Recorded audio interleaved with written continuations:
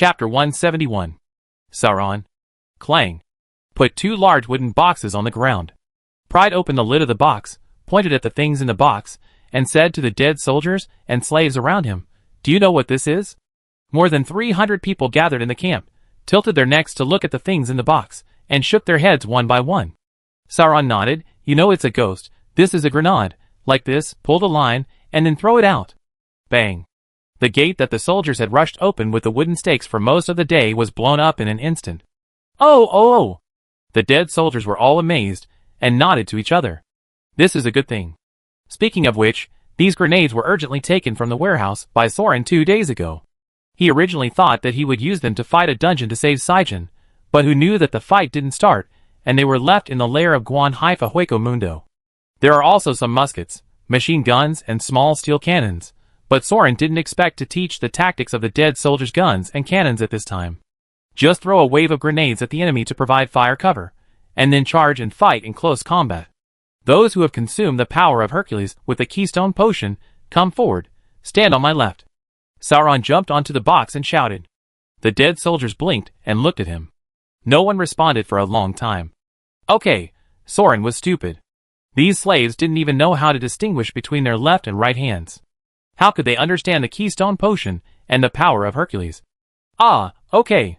Sauron scratched his head. Those who are particularly strong stay where they are, and those who are not particularly strong should retreat first, separate, and wait at the door. Now I can understand that among the 300 people, 40 or 50 of them moved a little further away. So many people have the power of Hercules to strengthen their strange strength. That's right. Alfred also said that this potion that increases strength and physical fitness is the most popular and most suitable cornerstone potion for the battlefield. It's not because of other bad things. It's really that human physical strength is too weak. If an ordinary person wears heavy armor, he can't run a few steps, not to mention fighting with a demon monster like a meat mountain. As for the slave dead soldiers, these young soldiers who have the potential to become Death Knights and are sent to the battlefield, of course, most of them have received this extremely cost-effective potion enhancement. Of course, generally speaking, they only receive this enhancement once. After all, they are slaves. Usually, according to their qualifications, they can complete the basic digestion in a week to a month, and then they are sent to the battlefield to be dead soldiers. Among the dead soldiers, those who can survive and be beheaded can use their heads to exchange for subsequent potions, digesting them bit by bit to enhance their combat effectiveness. However, in the current situation of the front battlefield, there are really few dead soldiers who can be strengthened all the way. However, as long as they can be strengthened, they must be elites. If they are lucky, they may be selected by the Knights General to be trained as personal soldiers. Sauron tried to distinguish these 300 people. Most of them use the power of Hercules as the foundation, and a small part uses the speed of Hermes, which may be special positions such as messengers and guerrillas. There are really not many people who use the bones of Achilles like Sauron. After all, considering the cost-effectiveness, the defense enhancement of the bones of Achilles requires a very high level of enhancement, and the effect will gradually exceed the direct use of Legion plate armor. This is not suitable for the consumable dead soldier slaves. Judging from the number of enhancements, there are quite a few. At least half of them are level 3 or 4 enhancements. It just takes time to digest the magic potion, and there are not many people who have level 5 enhancements, only about 10. It can be seen that as long as the magic potion enhancements are stacked, the chance of survival on the battlefield will still be significantly improved, but considering the historical killing ratio of fighting with elves, in fact, a considerable number of newcomers die directly in the early stage. Waste, really waste. In the melee battle just now, Sauron fought side by side with them, and watched from the side. If they had not been damaged by the rain of arrows during the charge, the difference in strength during the close combat would not have been so great. 3 or 5 recruits were more than enough to beat an ordinary archer, and even some veterans were not inferior to the elite swordsmen of the elves. The power of Hercules, the cornerstone, was strengthened by the 4th level magic potion, and the increase in strange power began to approach the level of the mountain giant, and even competed with Sauron's initial stage of dominance. Especially those veterans who can be strengthened 3 or 4 times. A full-strength attack can easily cut the elven warriors in half, including the body and armor. So when the elven swordsmen fight with these human slaves, they are afraid to block and block casually, and must focus on moving and dodging. Although their skills are not as good as those inherited vanguard warriors of the furnace, their battle formation coordination and decisiveness, their ruthlessness in disregarding life and death, and their accumulated experience in surviving battles, coupled with their outstanding physique and the strengthening of magic potions, their true strength is far more terrifying than it looks. This is a high-level infantry that can hold the line. It is a waste to use it to charge into the front line under the rain of arrows. But this is the characteristic of human beings. The weakest and most powerless are the ordinary people at the bottom. And the most capable, strong and powerful, who build the most solid foundation of the entire civilization, are also the countless ordinary people at the bottom who fight on the front line and cultivate the land. And the oppressors and exploiters who are above them and domineering cannot see it, and even if they see it, they cannot understand the greatness of this power. Princes? Nobles? Knights? Magicians? Go to hell. Do you really think victory is won by a military strategist? Foolish.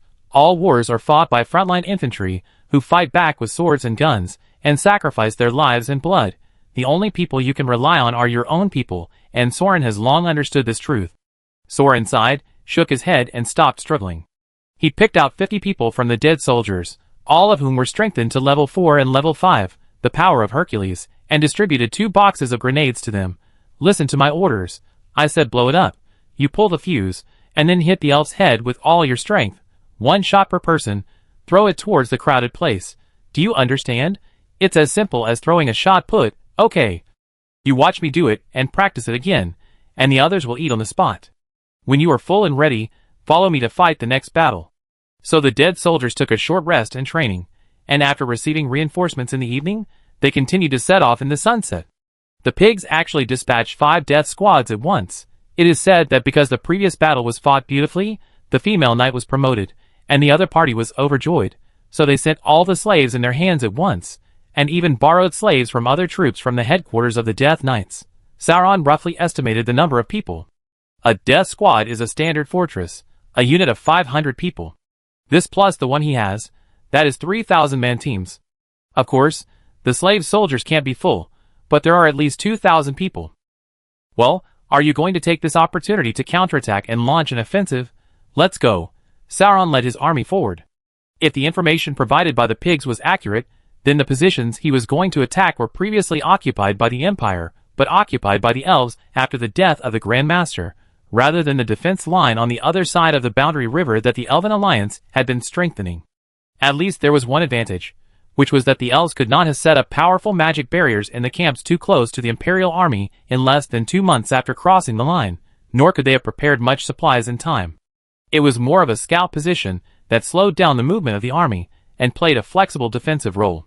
It didn't matter if it was abandoned, there was no need to invest too many strategic resources to defend it. Sure enough, when they arrived at the next camp before nightfall, the garrisoned elves had already retreated in advance, and it was obviously an emergency retreat. The supply convoy that had just been transported to the camp had not been loaded and unloaded, and the baggage was directly abandoned. Soren frowned and checked the armor, swords, and food that the other party had not even had time to completely destroy. The number was not large, and it should be prepared for the supply of the small team of several hundred people in the 2 front positions. They were walking in a hurry. It can be seen that the Elven scouts' reconnaissance ability and the frontline commander's decision-making on the battlefield were also very decisive and sharp. When they saw that the Empire launched a tactical counterattack, they immediately withdrew their troops and began to retreat. Sauron thought about it, and felt that he could not give the other side a chance to leisurely reorganize their troops. How could humans catch up with the elves with their foot strength? If they rested for a night and moved forward slowly, they would eventually face a hard bone gathered by a large group of elite soldiers in a fortress. If they bite hard, the dead soldiers would probably break their teeth. Then you have to take the risk and stick to it. Soren waved his hand and called the leaders of the other 5 troops to come to him. These 5 people have their own characteristics and are easy to identify. Some of them had their chins cut off and replaced with steel braces nailed to the jawbone with rivets. They are nicknamed Iron Jaws. Some of them were hit by some kind of magic, and their faces drooped like melted rubber, like happy dogs, so they were nicknamed Rotten Faces. Some of them had both hands broken, and their original bodies were probably not recovered, so they had 2 chain meteor hammers attached to their elbows, which were called meteor hammers. Some were directly transformed by alchemy, and they didn't wear armor, but the black iron bone spikes under their skin protruded directly from their muscles, which were called hedgehogs. Some had an extra head parasitized on their shoulders, which were called two-headed. Of course, they were not particularly eye-catching to be captains, but veterans on the magic battlefield, Most of them were missing a piece here and there, and they were all guys who were made to look weird anyway. Can you fight at night? The dwarf Soren looked at them coldly. None of the 5 heads spoke, only one of the 2 heads, the one parasitic on the shoulder, answered. You can drink the night vision potion, said the parasitic head, but you'd better not count on a successful night attack. Long ears have better hearing, and can identify people from a long distance. You might be ambushed instead. Sauron pointed at the baggage that had fallen, among which there were even a lot of heavy armor for close combat that he hadn't put on in time. They must not have gone far. I hope they stop and ambush, so we can just fight in the field. Anyway, we can't let them escape. The losses from the siege are too great, so we have to stick close to them and fight. The sooner we fight, the less prepared they are. The parasitic head opened his mouth. You don't need to explain to us. The pig said that the bloodthirsty dwarf is now the leader of the army. You just give the order. Fuck, who gave this nickname? It's simply ruining his reputation. Sauron didn't have time to care about this, and directly ordered, I will lead my team first. You take turns to follow and prepare for support. One team can retreat when they are tired and injured, but the team behind must come up and replace them immediately. Follow me. You are not allowed to take off your armor all night. Don't stop. Follow me. Stick to me. The 5 soldiers still didn't speak, and the parasitic head laughed. Okay, then we follow you. There is no time to waste. Sauron immediately led his dead soldiers and rushed out of the camp, chasing the retreating elves in heavy armor. Fighting for a whole day, and still being able to chase after Sauron. This is not something that a normal human army can do at all. In fact, even among magical creatures, no race can do it. If it weren't for the enhancement of magic potions, humans would never have the possibility of confronting the elves and gods head-on on the main battlefield like today. Soren had to admit that the flower had really come up with something incredible. The strengthening effect of the power of Hercules was similar to that of Tyrant Body. It had the same increase in strength and stamina, but the degree was weakened, and there was no need to grow hair. Soren even suspected that the flower had studied the martial god, who could use Tyrant Body to come up with this kind of potion strengthening. But it should be just a misunderstanding. This martial god's skill had been lost long ago. According to Bluetooth, Soren was the only one in the world who inherited it. Probably just similar effects. Speaking of Tyrant Body, he could feel his own strength increase, especially from the previous 3-minute transformation, to now being able to control the amplification state, and maintain a small strengthening, instead of using all the strength at once, and then getting tired. Of course, the fatigue of the battle still exists, but when resting after taking down the camp at the foot of the mountain, Soren has changed to the body of the Shadow of Time. As he thought, he did not feel tired when using the Shadow Body, but he could still feel the feeling of fighting during the day. It wouldn't be a problem to fight another battle at night. In this way, the body can be rotated to achieve 24-hour non-stop fighting and training. And now, with the reinforcement of fresh troops, there is even less to worry about. Let's fight. Then a soft arrow shot through the gap in the helmet and hit his nose. Hundreds of arrows followed like a strong wind, nailing Sauron into a hedgehog again. Damn, it's not even dark yet. They're here to ambush. As soon as they turned the foot of the mountain, there were elf troops lined up in a field battle formation waiting for them. There were at least 1,000 men, with archers on the 2 wings and great swordsmen in the middle, forming a strict and neat square formation, with the 2-handed elven great swords in their hands shining brightly with the brilliance of the enchantment. The elves knew that the heavy armor on the dead soldiers of the Empire could be worn for years, as if they were human skin. But it didn't matter. They didn't have time to put on armor, and directly formed a combined sword formation to meet the enemy through mutual cooperation. And if nothing unexpected happened, the opponent couldn't even rush over with a rain of arrows, so it could only be said that the opponent's commander was crazy and dared to chase and fight in the field. Follow me. Sauron howled as he rushed out with arrows all over his body. The ambushers in front, and the reinforcements following him were all shocked to see how brave he was. On the contrary, the dead soldiers, who had fought 2 battles with Sauron, were used to it, and charged directly. The sniper team rushed close to the elves at once. Bomb them! Sauron calculated the distance and yelled, taking the lead and throwing the grenade. The elves on the opposite side, who were lined up like a rectangle, looked at the iron bars thrown by the opposite side with strange force. Not only did they not disperse their formation, but even laughed. What the hell is this? Slingers? How can you expect to kill people with this kind of throwing weapon? Are you kidding me? They are elves. They are elites who can snatch and reflect arrows with bare hands. It is impossible for them to be hit by these dozen iron blocks. Is it a magic weapon? Even if it is an alchemical tool that releases magic or poison, what can it do? The magic elements of this battlefield have long been used up in years of fighting. Ordinary battlefield magic cannot obtain more elemental power enhancement, and cannot be maintained for long. Moreover, they were all lined up for a battle, so the commander's halo had naturally been activated. Moreover, although these elf soldiers were only wearing light leather armor, they were also expensive treasures that had been heavily enchanted. If it wasn't for the magic released by the Lich himself, how could they cause any harm? Boom, boom, boom, boom. What would it be like if more than 50 grenades were thrown out at the same time and scattered in the square formation of 1,000 people? It's actually easy to imagine.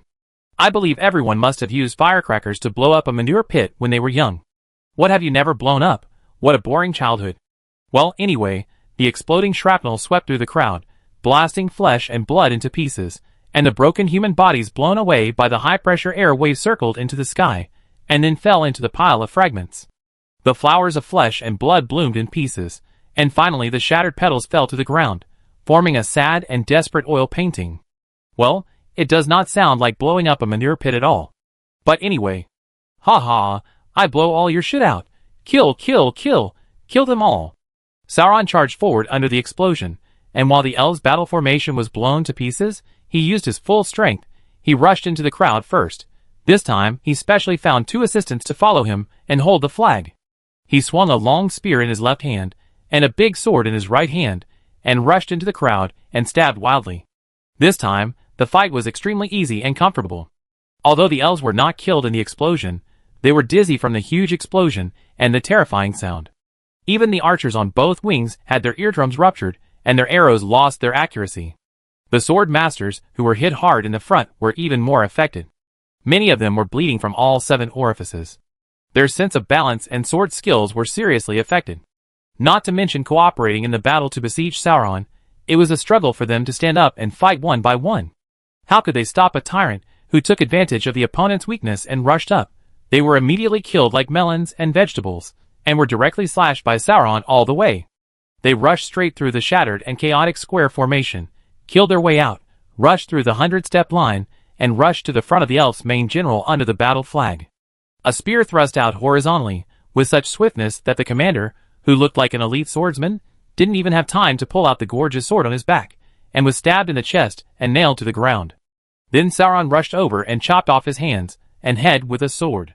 Chase them. Don't let any of them go. Chase those who escape. I take the rest of the heads.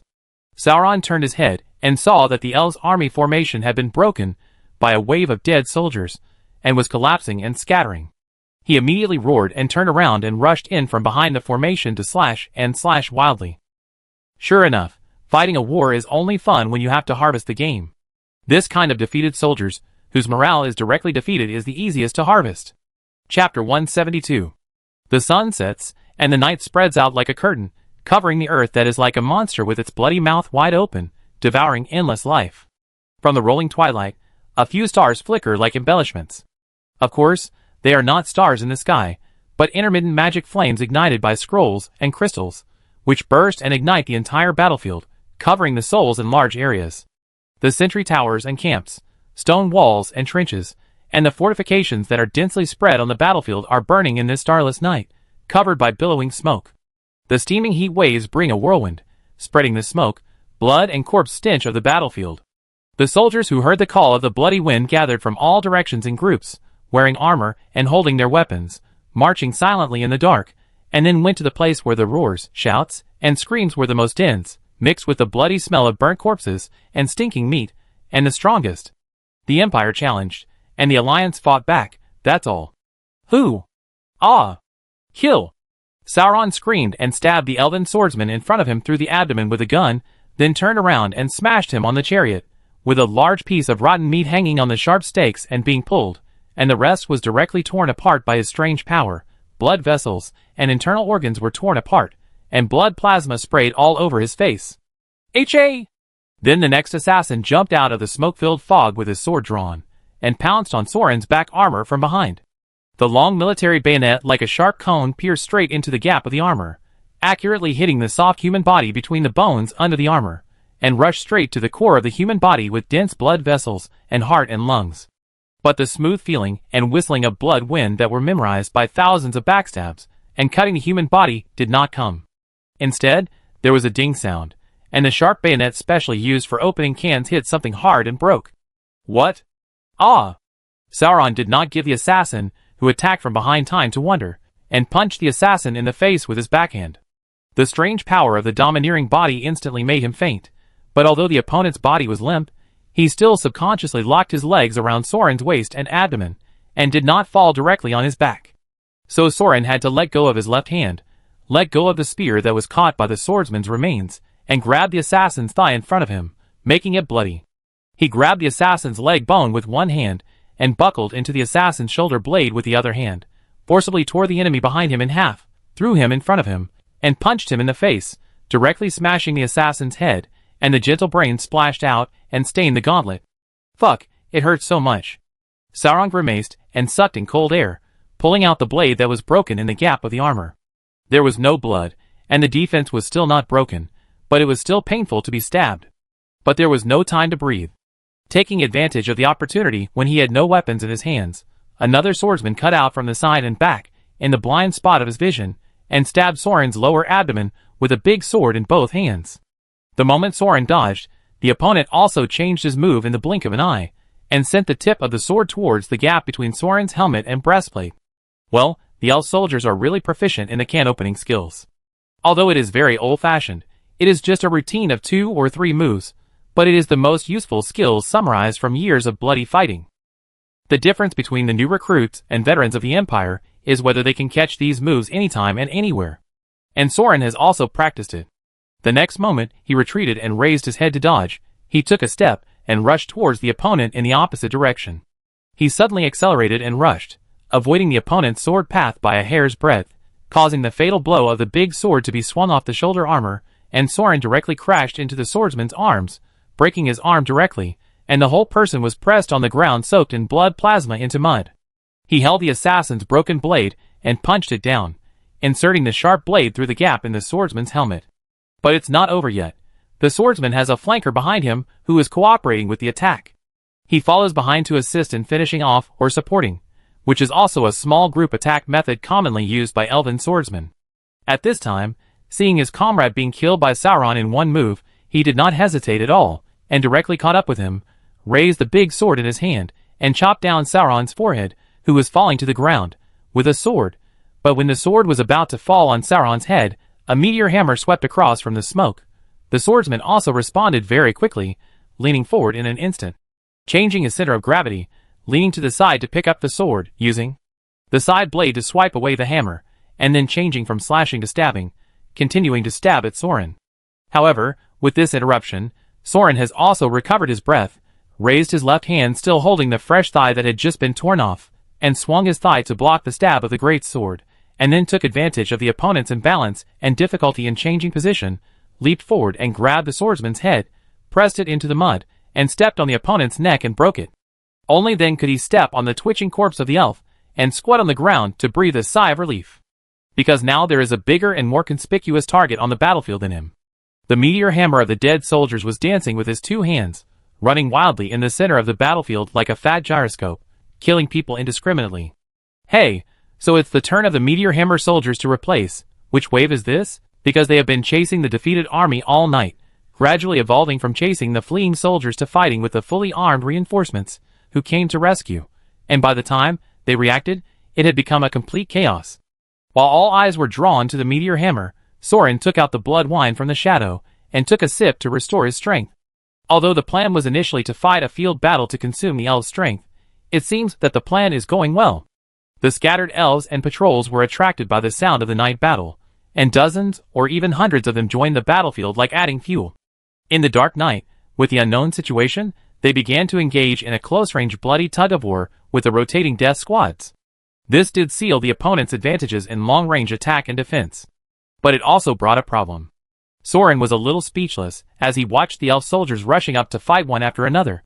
It was too dark, so dark that the elf soldiers could not notice that Sorin was a guy whose defense was almost impossible to break, so they did not lose their balance and run away with morale collapse like they did during the day because of Sorin's invincible charging and killing generals.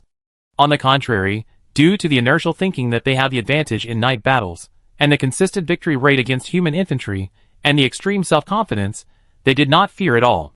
If you want to fight, then fight. Anyway, the elves will definitely be the winner. This kind of thought. Let them rush up in waves and fight fiercely. How many people have been killed? Soren himself had long forgotten. The fight was so intense that the swords and guns in his hands were often dropped and broken. He didn't dare to use the star-carved sword for fear of losing it. It seems that the meteor hammer is more convenient. Maybe he can modify one and put it on his body. It's pretty cool to blow someone up with one hammer. Then the meteor hammer made a long scream. He didn't even turn for a minute and a half before the elf assassin rushed in, rode on his neck and dug out his eyes. Well, you assassins all like to ride on people's necks, right? Hit! Sauron pulled out his spear and threw it out. With the blessing of his domineering body, the dragon's spear rolled up a gust of wind, even blowing away a large cloud of smoke and mist, instantly smashing the assassin on the neck of the meteor hammer. Half of his body was smashed into pieces, and it turned into a large area of blood. Then Soren picked up the scattered swords around, dual-wielded two-handed swords, accelerated his charge, and jumped into the crowd again, his two swords dancing wildly. Wherever he looked, there were sword shadows, and in all directions, there was sword wind, forcing back all the elven swordsmen who were about to rush up to besiege the meteor hammer. It's impossible to get close to him, which really highlights his majestic and domineering appearance, and he is so handsome. It's a pity that no one was killed. After all, it was a chaotic dance. Ahem, the main reason is that the elves didn't come close to fight. In fact, although the double blade style is suitable for chaotic battles, it is not often used in the front line. There are many reasons. The first is to use both hands, and the consumption of holding two big swords is naturally twice as high as holding only one. And whether it is strength, speed, or accuracy, holding a sword with one hand is naturally not as good as holding a sword with two hands. Moreover, the grip strength and center of gravity of the left and right hands are usually different. When one reaches a high level of sword skills, one even needs to build a pair of swords that are suitable for use, otherwise one will be exposed in the transition between attack and defense. It is okay to crush the random soldiers, but if one encounters a professional swordsman who is good at fighting, one may immediately fall behind, or even be completely fatal. Soren is the same now. When he is using his double swords to dance with the ghost man, the elven swordsmen do not come to fight at all, so he can't just dance like a fool in the air. He had to slow down his sword's speed to protect the seriously injured captain of the dead soldiers with his meteor hammer. As soon as he stopped dancing with his sword, the elves on the opposite side cooperated in pairs, approached with swords, and attacked from the left and right and from the front and back. When Soren opened a large sweep again, he cautiously stepped back to keep his distance, approached back and forth alternately, wasting his energy, and obviously just waited for him to show signs of fatigue, and then rushed in with swords to attack. It was obvious that they took advantage of Soren's desire to rescue his comrades, making him unable to advance and retreat, and difficult to deal with. But fortunately, there were not only these two dead soldiers of the Empire army on the battlefield. It was just that the two of them rushed to the front and back, and were out of sync. So the elves could not struggle for long. When they heard the sound of fighting getting closer and closer, they knew that there were new reinforcements, and the swordsmen did not waste time. For groups of swordsmen came out at once, for in front and 4 in the back, 8 people, 8 swords, the blade light was as cold as ice crystals, shining on the murderous eyes, and the sword shadows moved towards Sauron silently like ghosts. And it happened to be at this critical moment. Burp! Sauron burped, damn, dizzy, drank too much tonight, drunk, the time has come. The sword light flashed suddenly, under extreme acceleration, the white blades burst into dazzling sword light. Ah! But the meteor hammer was the first to attack. He pretended to be dead for a long time, and suddenly launched. With both hands, he threw 2 meteor hammers straight at the sword formation that was rushing in front of him. But how could this level of pretending to be dead be hidden from the elven swordsmen? The 2 wings of the flankers had already raised their swords to resist the chains. And the 2 defenders also accelerated to fill in the positions, with 4 big swords in front. Almost at the same time, they slashed at Soren's whole body. There was no fake move to contain. The swordsmanship on the battlefield is to chop out the fastest and strongest sword. 4 swords slashed at an opponent at the same time, and at the same time there were 2 dark blades behind, ready to make up the blow at any time. Such a sharp formation of soldiers, once launched, will kill. Almost no one can dodge. Having said that, Soren has seen it several times today. It may be that this combined attack is really too useful. As long as there are more than 3 elven swordsmen facing each other at the same time, they will definitely use this move to attack Soren. If there are 2 people, they will be 1 in front and 1 behind. In short, It is a battlefield routine, simple but effective, and it beat Soren to death. But there is still one thing to say. Every time he saw this move before, Soren would be hit. He survived completely because of his invincibility. From being hit all the time at the beginning, to being able to launch a counterattack even though he was hit by the sword, to being able to try to dodge and block some sword moves, I don't know how much of it was the blood wine, and how much was Soren's own understanding. But in short, for this night, facing the elven sword masters who waved their swords at him with murderous intent, fed him moves, and helped him grow, Soren wanted to say something sincerely. Thank you. Sauron flew forward with his sword, and likewise, he rushed forward to face the bright sword blade piercing his throat and pupil. This was also a routine on the battlefield. Because of simple logic, most enemies facing the elven swordsman's sword would choose to parry, dodge and run away, and the elves have also refined the skills of success and failure for thousands of years, and have endless backup moves to deal with various countermeasures. There is only one situation that they cannot cope with. That is rushing towards the sword blade. What can be done about this? Then just stab the enemy the same way. Isn't that enough? But in reality, it's not as simple as it sounds. When the enemy rushes forward without blocking or avoiding, even the experienced elf sword masters will have doubts. Are you looking for death? Are there any backup plans? Do you want to die together? Then some people will withdraw their swords to protect themselves. Some will speed up their strength. Some will deviate from the sword path to ensure that they will stab the enemy's vital points. And some will leave some room to prepare for blocking and parrying. In short, even if they were elf swordsmen fighting side by side, each person and each individual would react differently in the split second of life and death, with thinking, there was delay, there was deviation, and there was a flaw. I don't know if it was because he was really drunk, but at this time, Soren was in a strange state of tipsiness. He found that he saw a lot of strange things. Well, how should I put it? His magic eye has always seen a lot of messy things. But this time was different. This time, he saw not light or waves, but a feeling. It seemed that he could see. No, that was not right. He could know the opponent's actions. For example, he knew where the oncoming sword was going, how much force the opponent used, how much force he reserved, whether he was going to get close, retreat, or slide. Not just one sword, but 4 swords coming at the same time. Plus the 8 swords that were hiding behind the bodies of the swordsmen in the front row, ready to chase at any time. Plus the entire battlefield, all the battlefields that Soren could sense, and the status of all the bystanders who were staring at this battlefield and made Soren sense it. He knew everything clearly. He knew their intentions, their plots, and their murderous intentions. So Soren opened his arms and shoulders, as if waving a soft silver ribbon, and swung his wrists, holding only a small section of the tail of the big sword's hilt in his palm, and swung out 2 sword lights, drawing 2 perfect arcs. He knew that it should be drawn like this, and it should be so. Knowing that this is the way to go, let them die. At this moment, the 8 swordsmen and Soren dashed and dodged, exchanging positions. The sword masters opened their eyes wide, staring at the battlefield in front of them with flames rising to the sky. In the deep night shrouded by billowing smoke, only 2 perfect arcs of light were engraved on their eyes. That is. It is Killian's killer move. Then the surging blood wind bloomed, completely dyeing the night sky red in their vision. The 8 sword masters were neatly broken, the cross-sections of muscles and bones were cut smoothly and completely, and the waterfall of blood rain poured down, gathering in the blood plasma quagmire that had already been soaked into a swamp, gathering into a shallow pool of blood. It was as if the accumulated training had finally come to fruition, as if the forging had finally reached the final step, as if the long-written cause and effect prophecy had finally completed all the missing opportunities in the puzzle. It was as if he finally knew something, and as if he actually knew nothing. Sauron stuck his swords in the mud, took off his helmet, raised his head, and closed his eyes, bathing in the blood rain. So, when the rotating fresh army of the dead soldiers broke through the defense of the elves, the soldiers with blood armor on their backs walked out of the night, with thick smoke and flames behind them. This is the picture of a young man bathing in the bloody rain. There was silence for a moment. Fuck. You said this dwarf is only enhanced by level 8 potion? Your level 8 can kill 8 great sword masters in 1 second? This is impossible. The 2-headed leader complained mercilessly again. The warlord pig, who knew about the night battle planned by Soren and urgently brought a new force of the dead soldiers to reinforce, looked solemn. He is definitely not sent by the Kolyachevsky family. Wait! Don't move!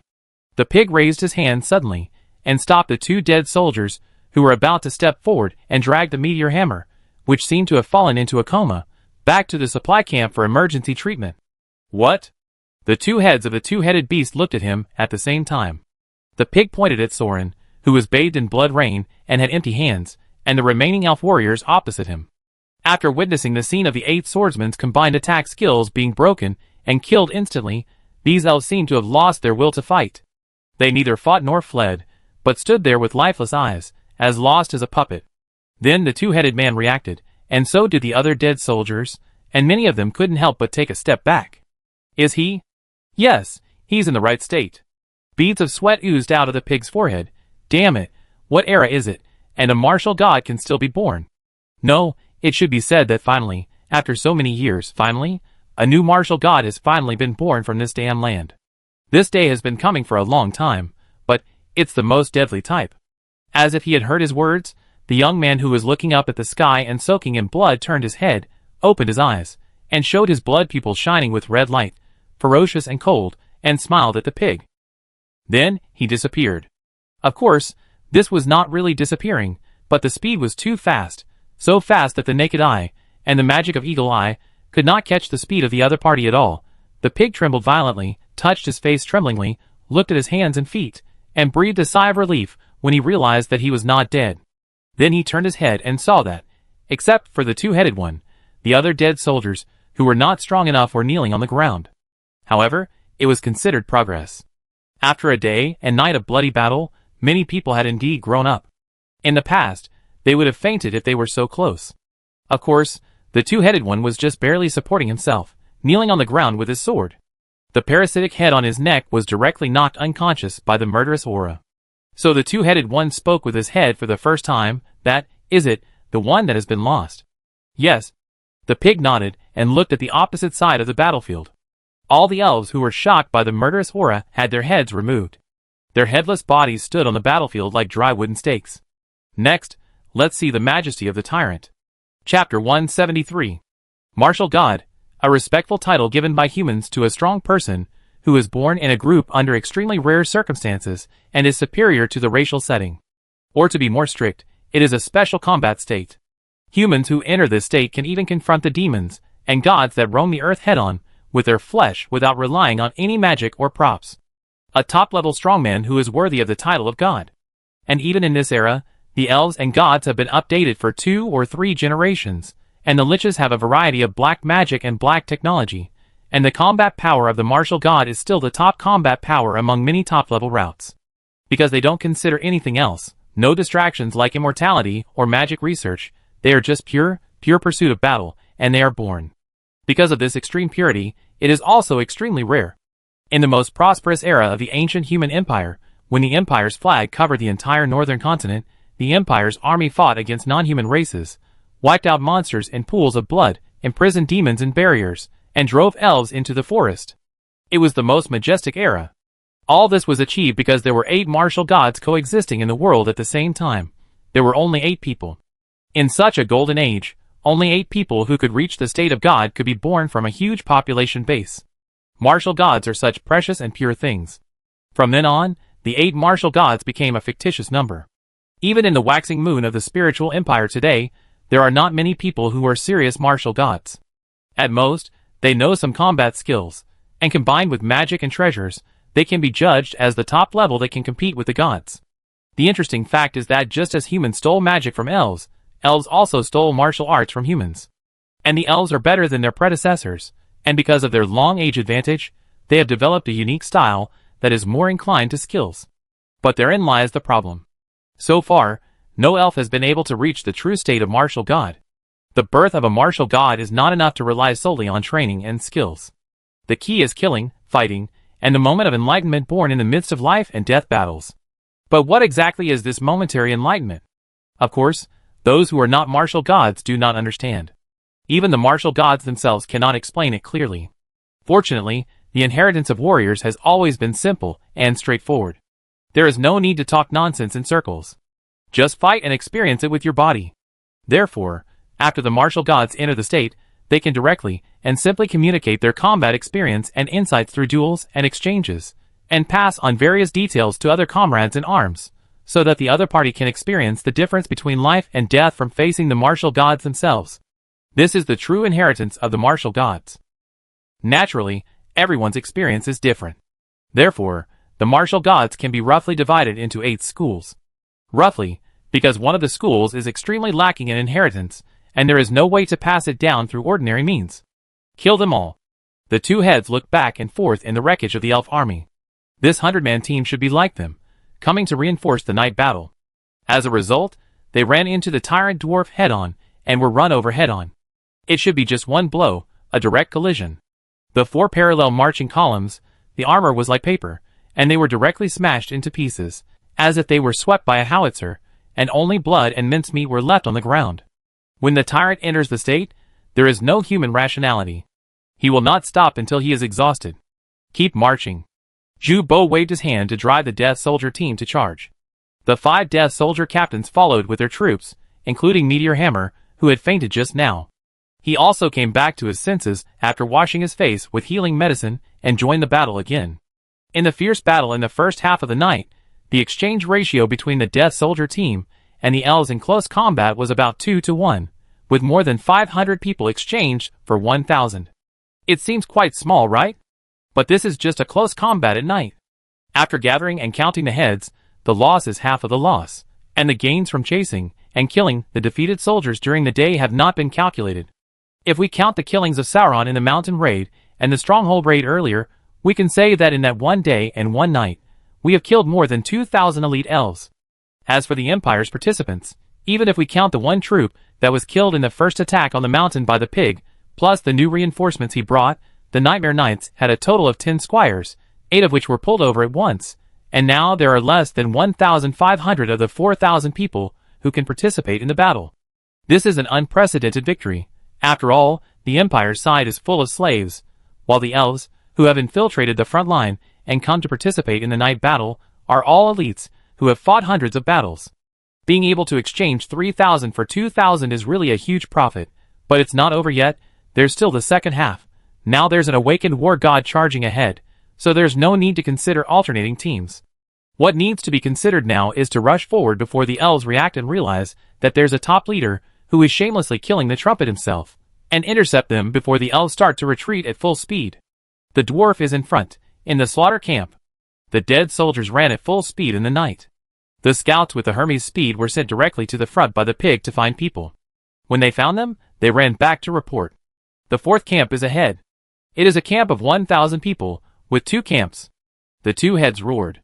The tyrant will not move until he has torn all the living people to pieces. We don't need to care about him, and we can't care about him. Let him kill slowly. Go forward. The pig also roared and led the team to rush. Go to attack the 3rd camp? No, go to the front line, and take back the 1st battalion guarding the river. The pig roared, take down the 1st battalion and cut off their retreat. There is only one vanguard corps crossing the river. Half of them died on the front line, and there are not many people to guard the rear. At most 100-man team. Take them down even if you are killed. The dead soldiers responded in silence, and their unstoppable galloping was their response to the commander's order. At the same time, Sauron was killing and dancing wildly in the sea of blood. There was no so-called rationality anymore, no thinking anymore. All he could feel was happiness, pure happiness and orgasmic pleasure. No swords, no spears, just 2 hands, tear apart, smash, pour the endless anger and violence on the living, squirming flesh and blood. It was so cool. It was so cool. It was so cool to bully weaklings, to bully a group of weaklings who were so scared that they couldn't move. It was so cool that it was explosive. Ha ha ha. At this time, Soren has turned into a pure human beast. It's not that he has grown hair again or something. It should be said that he is a beast in human skin, completely dominated by animality and murderous intent, which is completely opposite to the Vanguard Army's inheritance of controlling murderous intent. No, it is not a conflict. To be more accurate, it is integrated with the murderous intent. It is not rational thinking that drives the body, nor is it simply controlled by the murderous intent. It is a complete fusion of spirit, will, action, and skills. Everything points to only one answer: to physically destroy, slaughter, and kill all living things in the field of vision. This is also the biggest problem of the inheritance of the Overlord. This is the purest inheritance among the God of War, but it is also the most difficult skill to pass on. In the state of the Overlord, there will be killing without distinction between enemies and friends. Not to mention the enemy, even the friendly forces will be ruthlessly beaten to pieces. However, it must be said that many things are indeed completely pieced together by pure chance. Because even at this moment, in the overlord like Sauron, in the completely red pupils at this moment, the vision eye of cause and effect is still in effect. So the elves in the north, with stronger magic power, look brighter, more conspicuous, and more attractive to him than the dead soldier slaves. Damn it! What is that? Magic circle! Get the barrier ready. Because the sudden night battle seemed to be in a stalemate, the main force of the Legion, the magic 1,000-man team, which was originally left behind to defend the supply line, was also reinforced by the Archmage. Of course, it is called a magic force, but it is not as exaggerated as 1,000 magicians. It is more of a versatile magic countermeasure force assembled by relying on the system of elves with spellcasters per capita. For example, when facing ordinary humans or civilizations like orcs, such magic troops will undertake the task of battlefield firepower support such as great magic. When facing opponents like the Psychic Empire, which can not only fight with your magic face-to-face, but also have stronger magic than you, they will be more responsible for dispelling, blessing, guarding, healing, magic array arrangement tasks, countermeasures, and support troops. By the way, the 5,000-man Legion of the Elves also learned the military system of the ancient human empire, but in the rise of the Elf Alliance, it has gradually become a distinctive subdivision. The magic countermeasures unit with various functions is a typical example. Among this 1,000-man team, there may be only more than 100 serious wizards, and the others are apprentices and recruits who serve as assistants because they have more spell slots or are weak in close combat. In addition, there is another 1,000-man team that must be led by the Temple Apostle. The warriors in it are also gathered from the Temple's fanatics, and they bear the responsibility of the vanguard similar to the human vanguard. This brigade will also be named according to this patron saint, such as the Fearless Brigade and the Destiny Brigade. There is also a strategic 1,000-man team, which will be composed of a 500-man battalion of scouts and assassins, and a 500-man battalion of strategic reserves. As a mobile team of great strategic significance, it is ready to support the frontline Temple Battalion at any time. The most elite veterans in a legion are the two full-strength 1,000-man teams of the Temple Battalion and the Strategic Battalion. As for the other three battalions, including the Magic Countermeasure Battalion, they are mainly responsible for support and cover, and training new recruits. In particular, elves are a mortal species, and their puberty is also particularly long. Young elves also need to be constantly tempered to grow into elites or even gods. In addition, depending on the different equipment of the opponents on the battlefield, there will also be some special equipment sequences mixed, and sometimes even some servants of other races will be brought in as support. By the way, the ones fighting with Soren today, who took advantage of the lack of a top leader in the Nightmare Knights in the past 2 months, broke through the front line and rushed in. They are also a standard full-strength elite army that has been facing the Knights for a long time. There are almost no new recruits among them. They are all veterans who have been facing each other for a long time, have strict military discipline, and are accustomed to killing. By the way, the two elite 1,000-man teams that had rushed to the front of the Nightmare Knights were defeated by Soren and his dead soldiers, and counted in the number of kills. And now the third one is full. Unfold the magic barrier, use the scroll, release the forbidden spell. Don't dream, it's impossible. In just a blink of an eye, Soren had rushed to the front of the 1,000-man team and tore off the head of the Archmage. The reaction of the others was far worse than that of the infantry in front. Even if the frontline soldiers were glared at by Sauron, they could still barely stand under the murderous aura. If they were at a certain distance, they could turn around and run away. It was just that their parents only gave them 2 legs, so they couldn't run away. But the mages were far worse. Sauron just rushed over, and at least half of them were overwhelmed by his full-blown murderous intent, kneeling on the ground, shaking and vomiting, and a small half even went into shock and fainted by self-escape. Weak, without position protection, magic preparation, and support from the top of the same level, the magicians who were attacked were so weak. No matter how smart, wise, or talented you are, in the face of absolute violence and fear, wisdom is often too fragile to be mentioned. Of course, it was precisely because they knew that the Imperial Knights on the other side did not have a top leader at this time that they dared to cross the line. Otherwise, how could there be such a fool to lead a mage on a night march so carelessly? Unfortunately, what they didn't know was that although the other side did not have a top leader, they had a top miscellaneous soldier. Medusa's breath. Sauron snapped his fingers, and a thick black magic network like the tentacles of the abyss burst out from his hands, covering the heads of the entire magic 1,000 elves, pulling out their frightened souls from their mouths and noses, and forming black balls in the palms of his hands. Only the petrified remains were left there, losing balance and falling to the ground and breaking. Then he fed the balls to his seriously injured kitten to make up for it. Well, don't get me wrong. One thing must be made clear. The state of the god of war does not mean lowering intelligence and increasing attack, and the overlord cannot be directly translated as a madman. It is not that Sauron can no longer think. He just stopped thinking about other things and only thought about how to kill people. It is not that all other skills are blocked, and he has to tear them down one by one with his hands. He just likes to do this. So he completely stopped thinking about other problems, and threw out a forbidden spell, and then the magic detection alarms of the two sides of the confrontation woke up all the commanders of the entire front line from their sleep. What's going on? Did the enemy launch a general attack? Completely unaware that the enemy was also asking this question, Captain Cornelia Lancaster, wearing a simple nightgown covering her chest, strode out of the tent. Her loyal knight Captain Gilbert, and the captain of the death squad, Scar Dalton, were already fully armed and stood on either side of the tent. The loyal guards and death squads have been summoned, Your Highness. Gilbert, a handsome male noble knight with a long ponytail, led the warhorse to his lord. Seeing that she was not dressed properly, he quickly bowed and saluted. You don't have to worry. The battlefield lich has not made any major moves yet. There is still time to put on armor.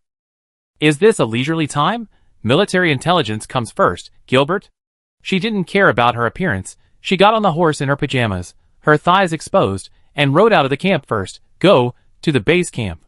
Gilbert bit his lip and got up, waving his hand and shouting, Everyone get on the horse, be careful and protect the knight commander.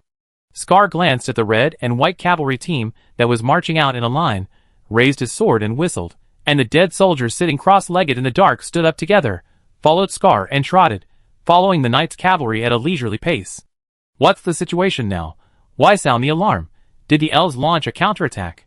Cornelia pushed the door and entered the headquarters, still wearing the windbreaker handed by her confidant, while the guard knight Gilbert was very nervous and followed closely behind with the hilt of his sword. Oh, Knight Lancaster, you are here. The lich, wearing a black robe and a knight's battle robe on the outside, looked at her. Secretary Isilien, you are so rude. Cornelia didn't care about the cold ground, and knelt on the ground with her white legs to salute.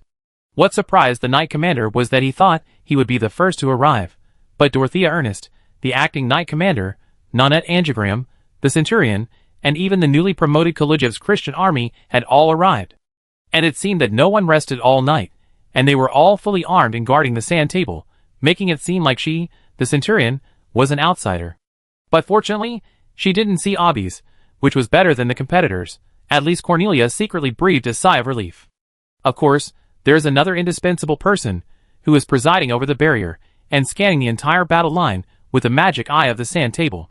It is the knight's secretary and magic supervisor, the battlefield lich Isilien. Don't be so panic, maybe the counterattack tonight was too sharp, and the elves were scared to throw a forbidden spell to block the offensive. The lich guessed bluntly. This Isilien is naturally from the Isilien family of the Chamber of Commerce. In terms of bloodline, he is the great-grandfather of Maelaz and Marlin, and is also the chief magic supervisor of the Nightmare Blood Death Knights, and a battlefield lich stationed on the front line all year round.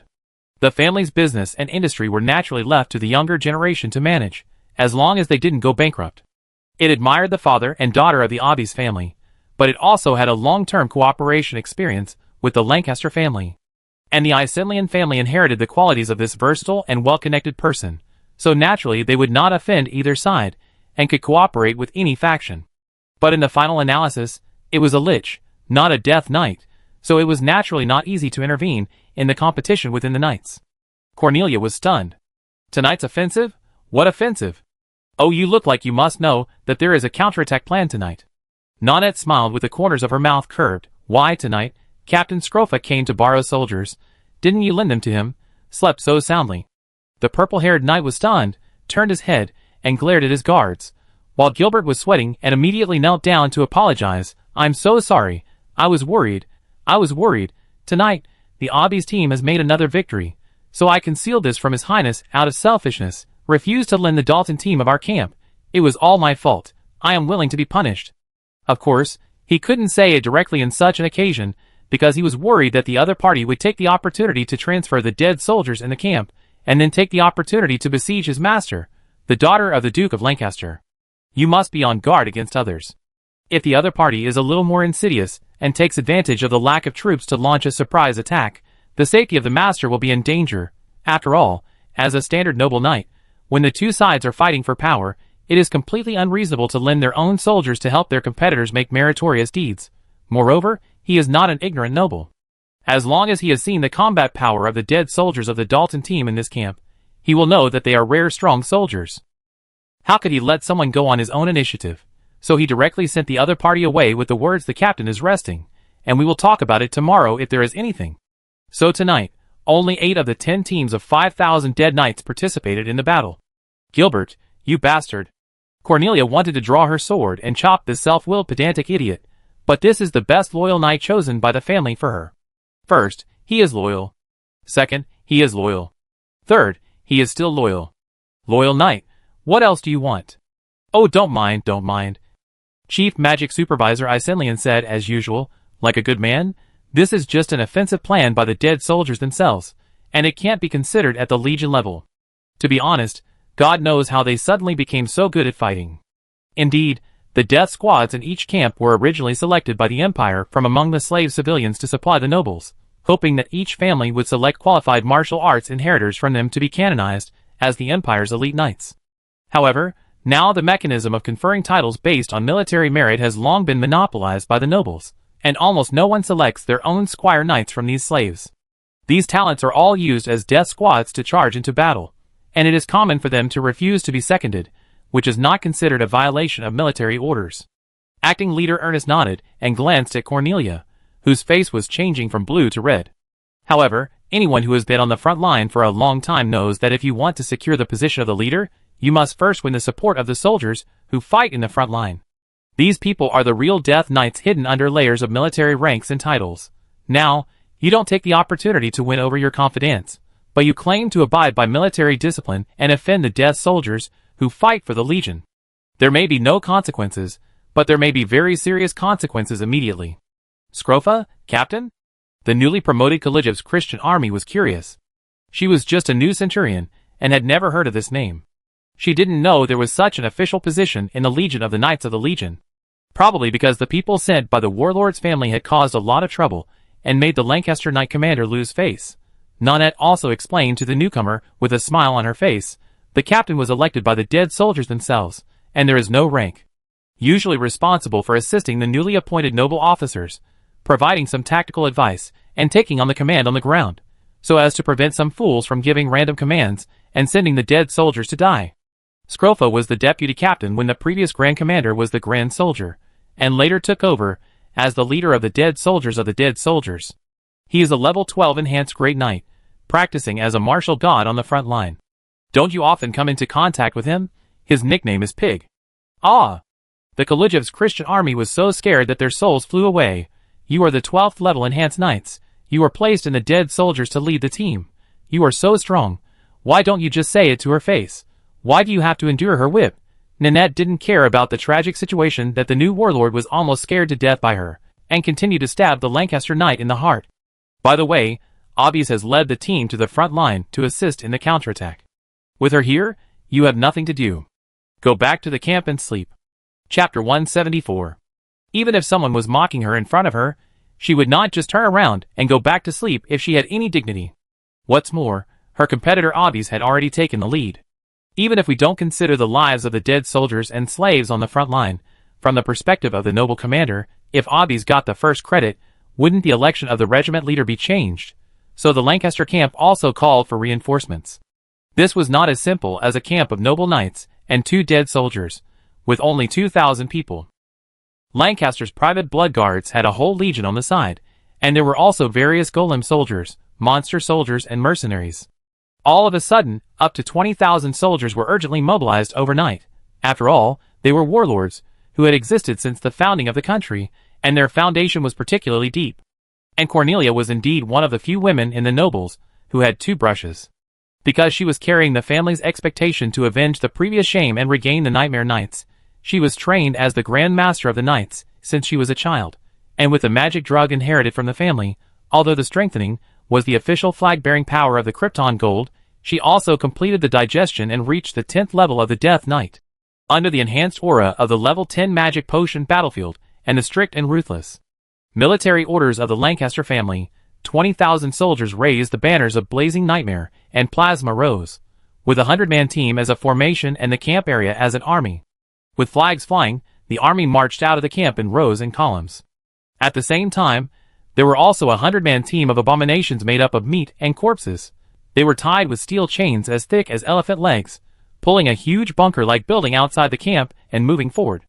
It seemed as if it wanted to drag the bunker at the entrance of the camp to the battlefield. It really moved. The bunker-like building, which was almost completely covered with iron sheets, stood up in a puff of dust, and stepped forward slowly like a spider with 8 bone legs reinforced with rivets and magic-resistant armor. The crystal guarded at the core by layers of armor also shone brightly, and under the maintenance of the internal battlefield lich, it began to provide energy for the golems, scrolls, and magic equipment in the entire army.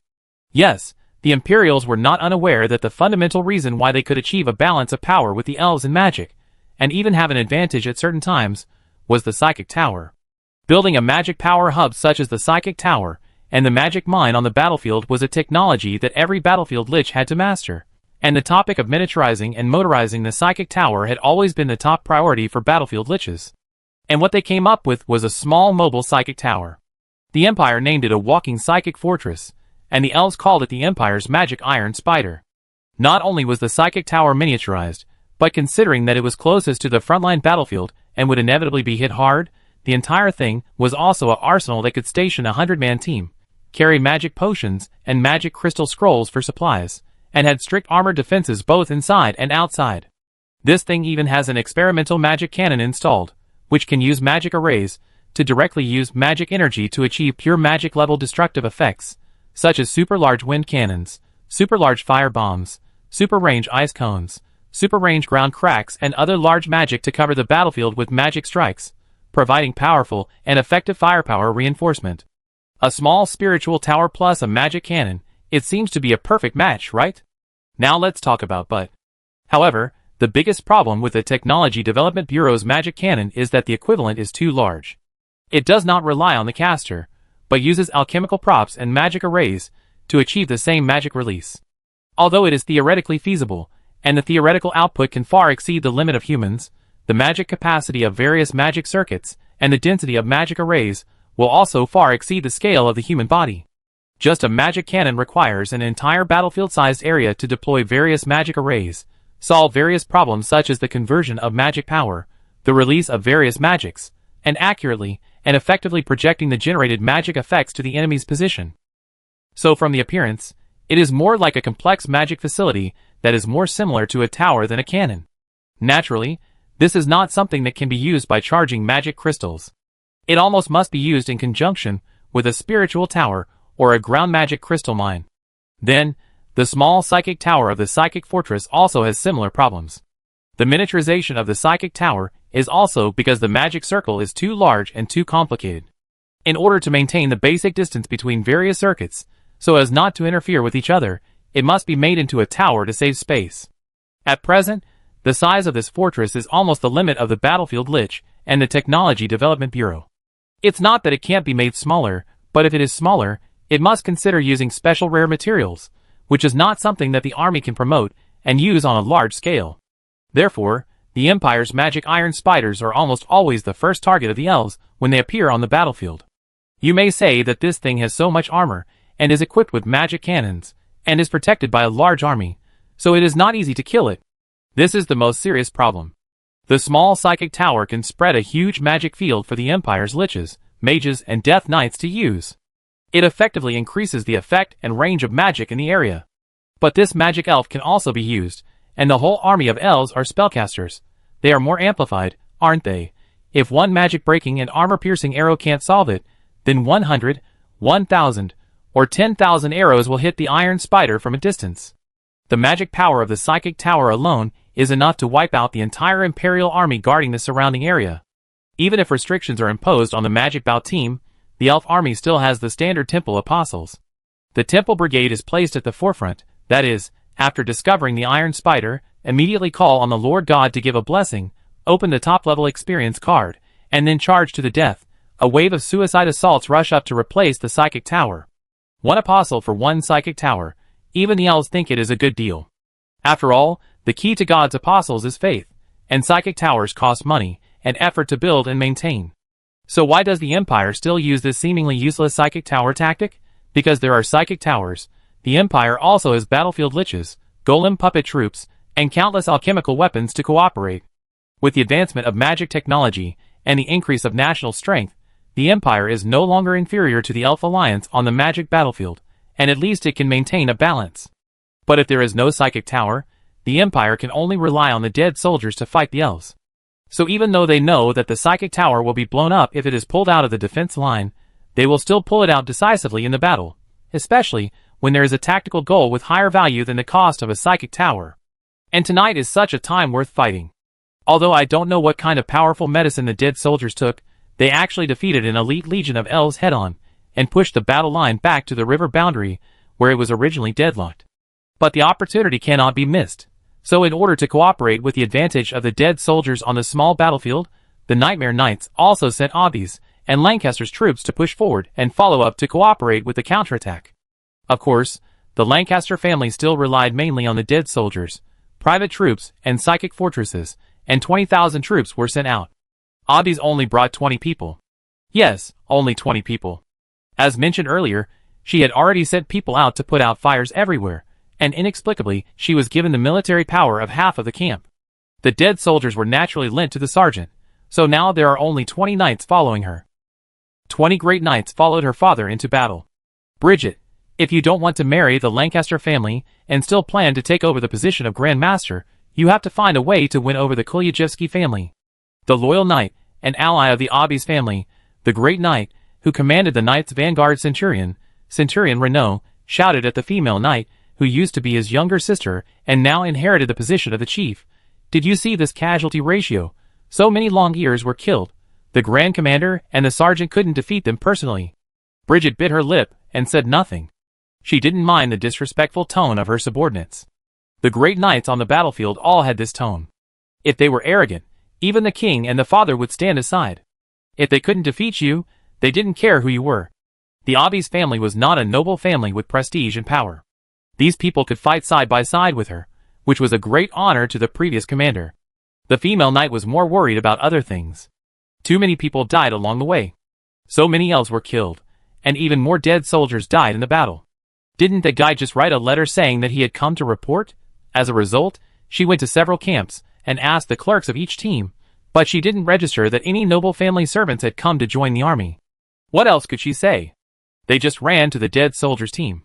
She originally thought that she would ask the captains of each team the next day, but the people of the Kolyajewski family actually launched a night battle counterattack at this time to compete for credit.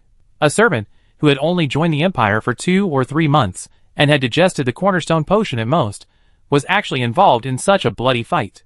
The chance of survival was probably very slim. It was absolutely impossible for a veteran, without a 4th level enhancement, to survive such a bloody battle. Perhaps, among the pile of corpses they passed by, there was one who was the boy she picked up from the garbage dump. After all, she was the only one left in the Obby's family. Bridget, what are you doing? The female knight's voice was a little out of control, but Renaud didn't care. After all, she would be like this after being on the battlefield for a long time. Killing people while whispering and smiling was abnormal. It's camp number 4. Look, camp number 4 has been captured. Obby's looked in the direction he pointed.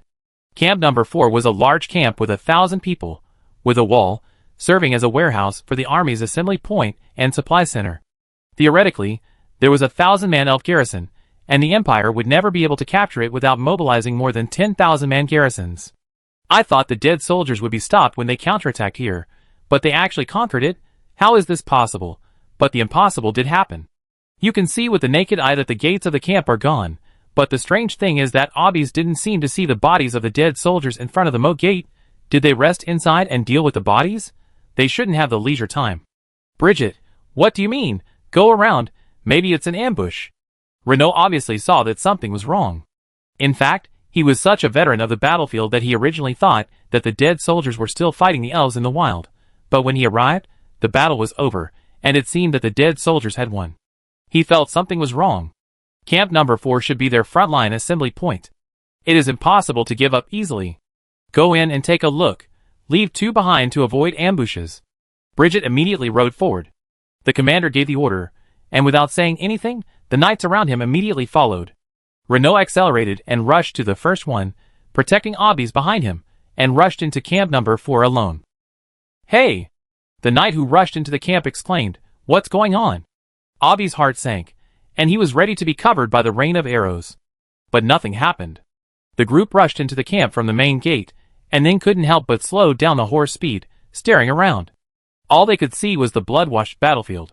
The whole camp of elves was slaughtered, and the torn flesh and bones covered the walls. It was true that the elves did not abandon this camp. There were elves everywhere, but there were dead elves everywhere. Renault got off his horse, checked the corpse's condition, and looked up and said, "They were attacked by surprise. Half of them were resting without armor. It was useless for them to wear armor. Look at this. This is an officer, a centurion or a 1,000-man commander. He was punched and his upper body was shattered. The remains of the spine were splashed and stuck to the wall." The knight made a rough analysis based on the bloodstains on the wall. Broken by a punch? Obbies couldn't help but raise his eyebrows. Beat by a giant monster? Isn't it some kind of magic? It should be done with bare hands. Renault picked up half of the corpse from the side and showed it to her. "Look at this. I dug a handful from the lower abdomen, and all the intestines were pulled out, a bit like the wound caused by a werewolf." But he threw away the corpse in his hand, clapped his hands and looked around. There is not a single dead soldier's body. Obbies couldn't understand these.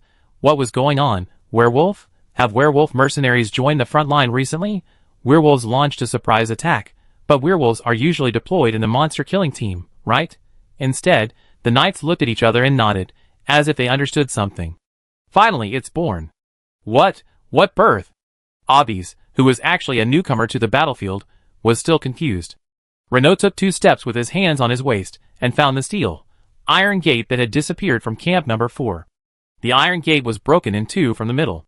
It was directly blown away by the strange force and rolled here. The twisted steel plates were covered with pieces of crushed human meat paste. In the middle of the almost bent iron gate, there was a clearly visible boot print. God of War. "Ah!" The loud scream of the elf centurion came to an abrupt end.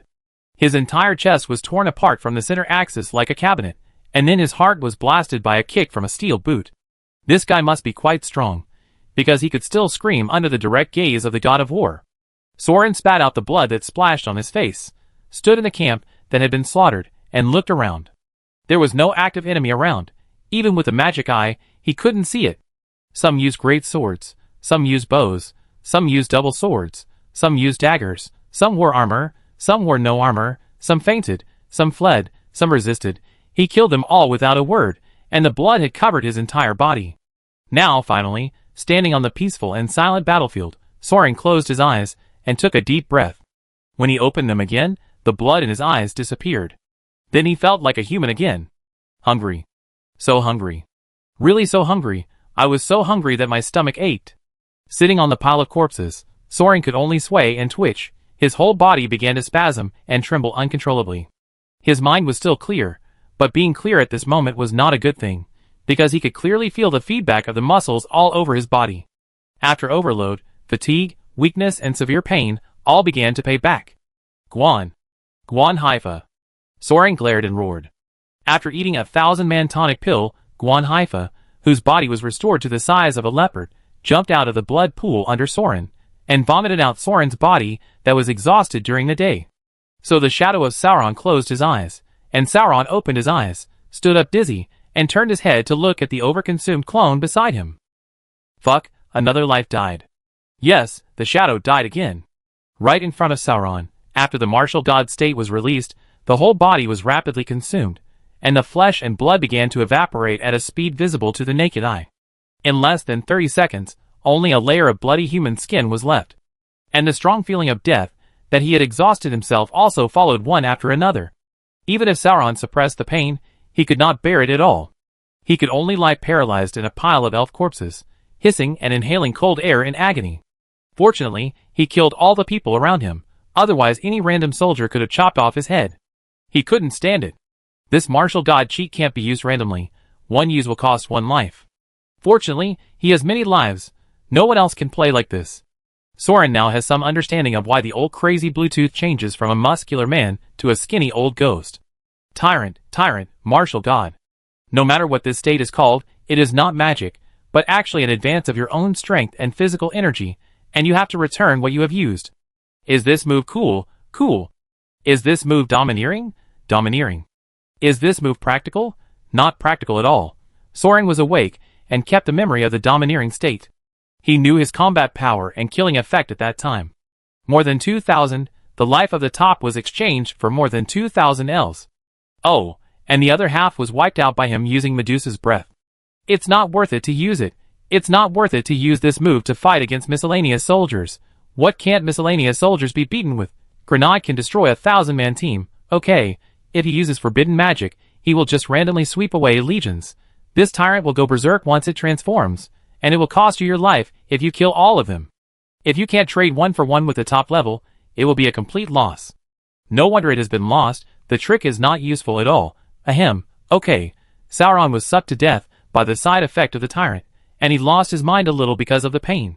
In fact, if you think about it carefully, if the opponent is really a top level, Sauron can only use this trick. Moreover, it shouldn't be the case that he will die as soon as he opens it. Isn't Bluetooth still alive and well, and he has been causing trouble since the time of Gilt's great-great-grandfather. He lives a carefree life. So there must be some secret technique that can solve the side effect of rapid consumption after the dominance is released. We need to prepare some fine wine and delicious food to trick this secret technique out of Bluetooth's mouth. Otherwise, this trick can only be used when the shadow of time is ready, and we don't know if it can be used again. If you think about it carefully, Soren himself doesn't know how he suddenly transformed. Does he have to kill 8 elven swordsmen in one go every time? How can there be so many elven swordsmen for him to kill in 1 second? Forget it. Don't think about it. Just lie there for a while. I really don't have the strength. So in the second half of the night, the butterfly with a seizure swung its wings like a turtle fist, and the wheel of time was pried up by this madman, tied with firecrackers and thrown into the cesspool, and the shocking ripples were blown up, spreading along the battle line to the entire battlefield. Yes, the entire front battlefield, not just the Nightmare Knights line, but the entire battlefield. They were all completely shocked by the counterattack launched by Sauron, the super god of the tyrant's transformation, and the forbidden spells thrown casually, including the Golden Lion, including the Chimera, including the entire battle line from south to north.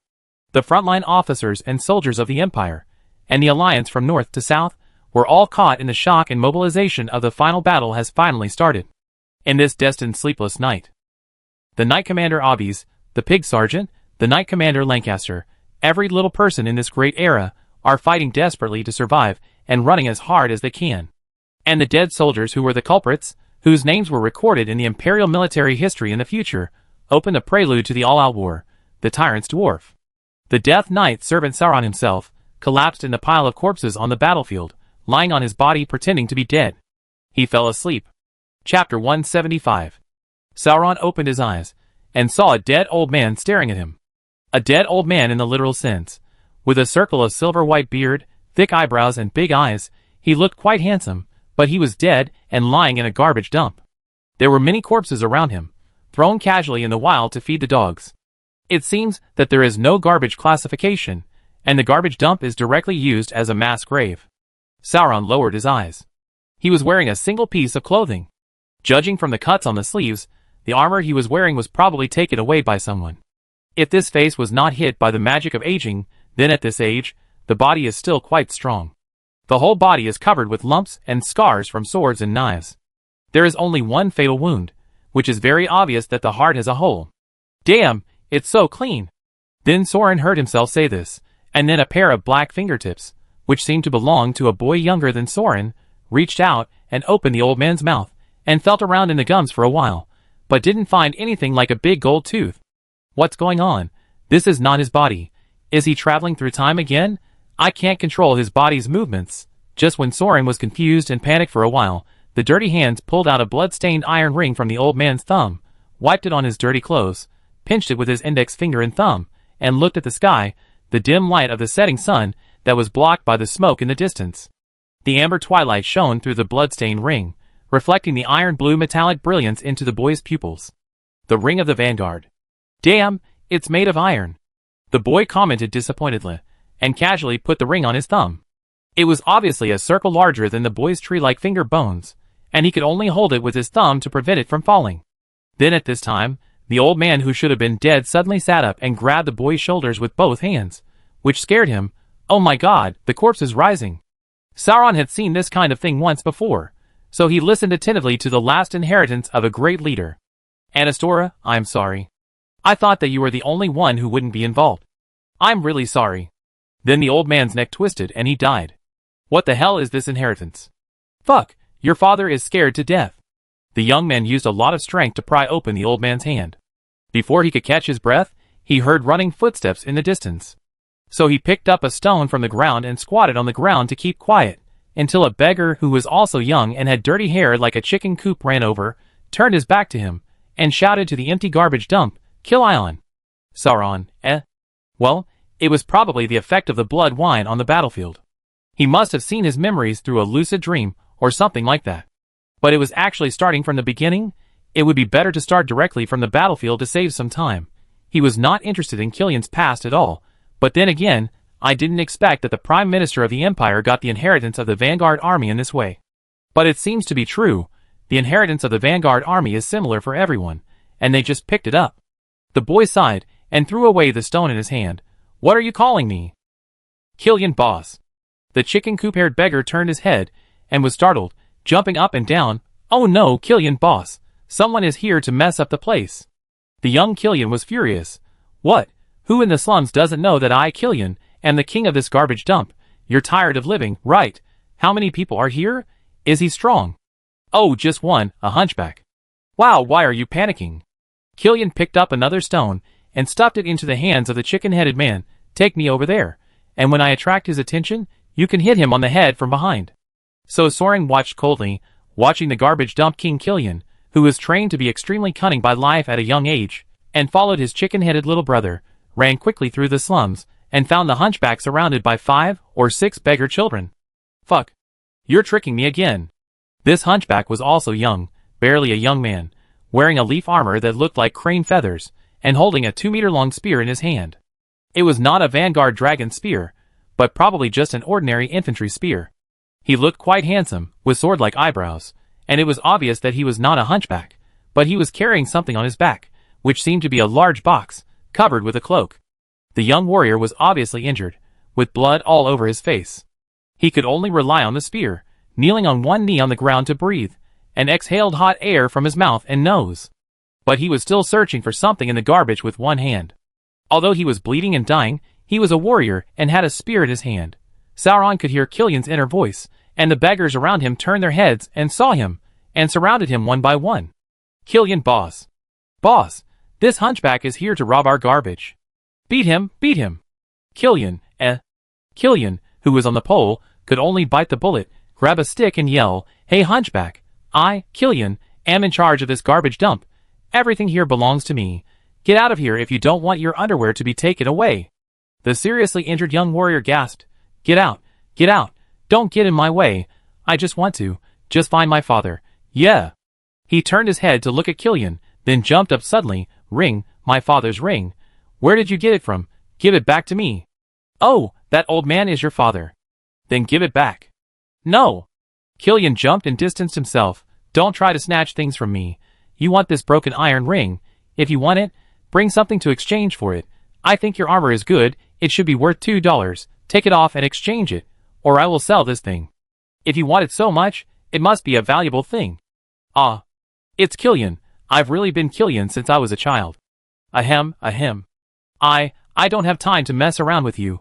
Ahem, give me the ring. You will suffer a tragic fate if you hold it. The young warrior was extremely anxious. Killian, on the other hand, laughed. Ha ha ha. Out loud. A tragic fate? You are kidding me. Aren't our lives tragic enough? Ah ha ha ha. A group of beggars also laughed along. The young warrior was stunned for a moment. Looking at the group of ants struggling to survive in the garbage dump in front of him, he could not help but remain silent. I'm sorry. Why are you apologizing? Take the armor and trade it. You can't wear it anyway. Killian shouted. Ahem, sorry, but I need this armor, and I have a reason to keep fighting. The young man clenched the gun in his hand, whether he was enduring pain, anger, or sadness. In short, out of some strong emotion, he put on a mask of pain, pulled up his stance, and pointed the long gun in his hand at Killian. He turned the gun head and pointed the wooden pole at him. Tisk, naive, Knights like you are the most disgusting. What kind of fighting is this? Killing is killing, okay, forget it, since you are not too cold-hearted. Killian put the stick on his shoulder, walked forward, and threw the ring in his hand to the other party. Here, I give you back the broken thing. The other party suddenly let go, which made the young man stunned for a moment, and he was really relieved. He let go of his posture, and walked forward to pick up the ring. Ha! You took the bait, idiot.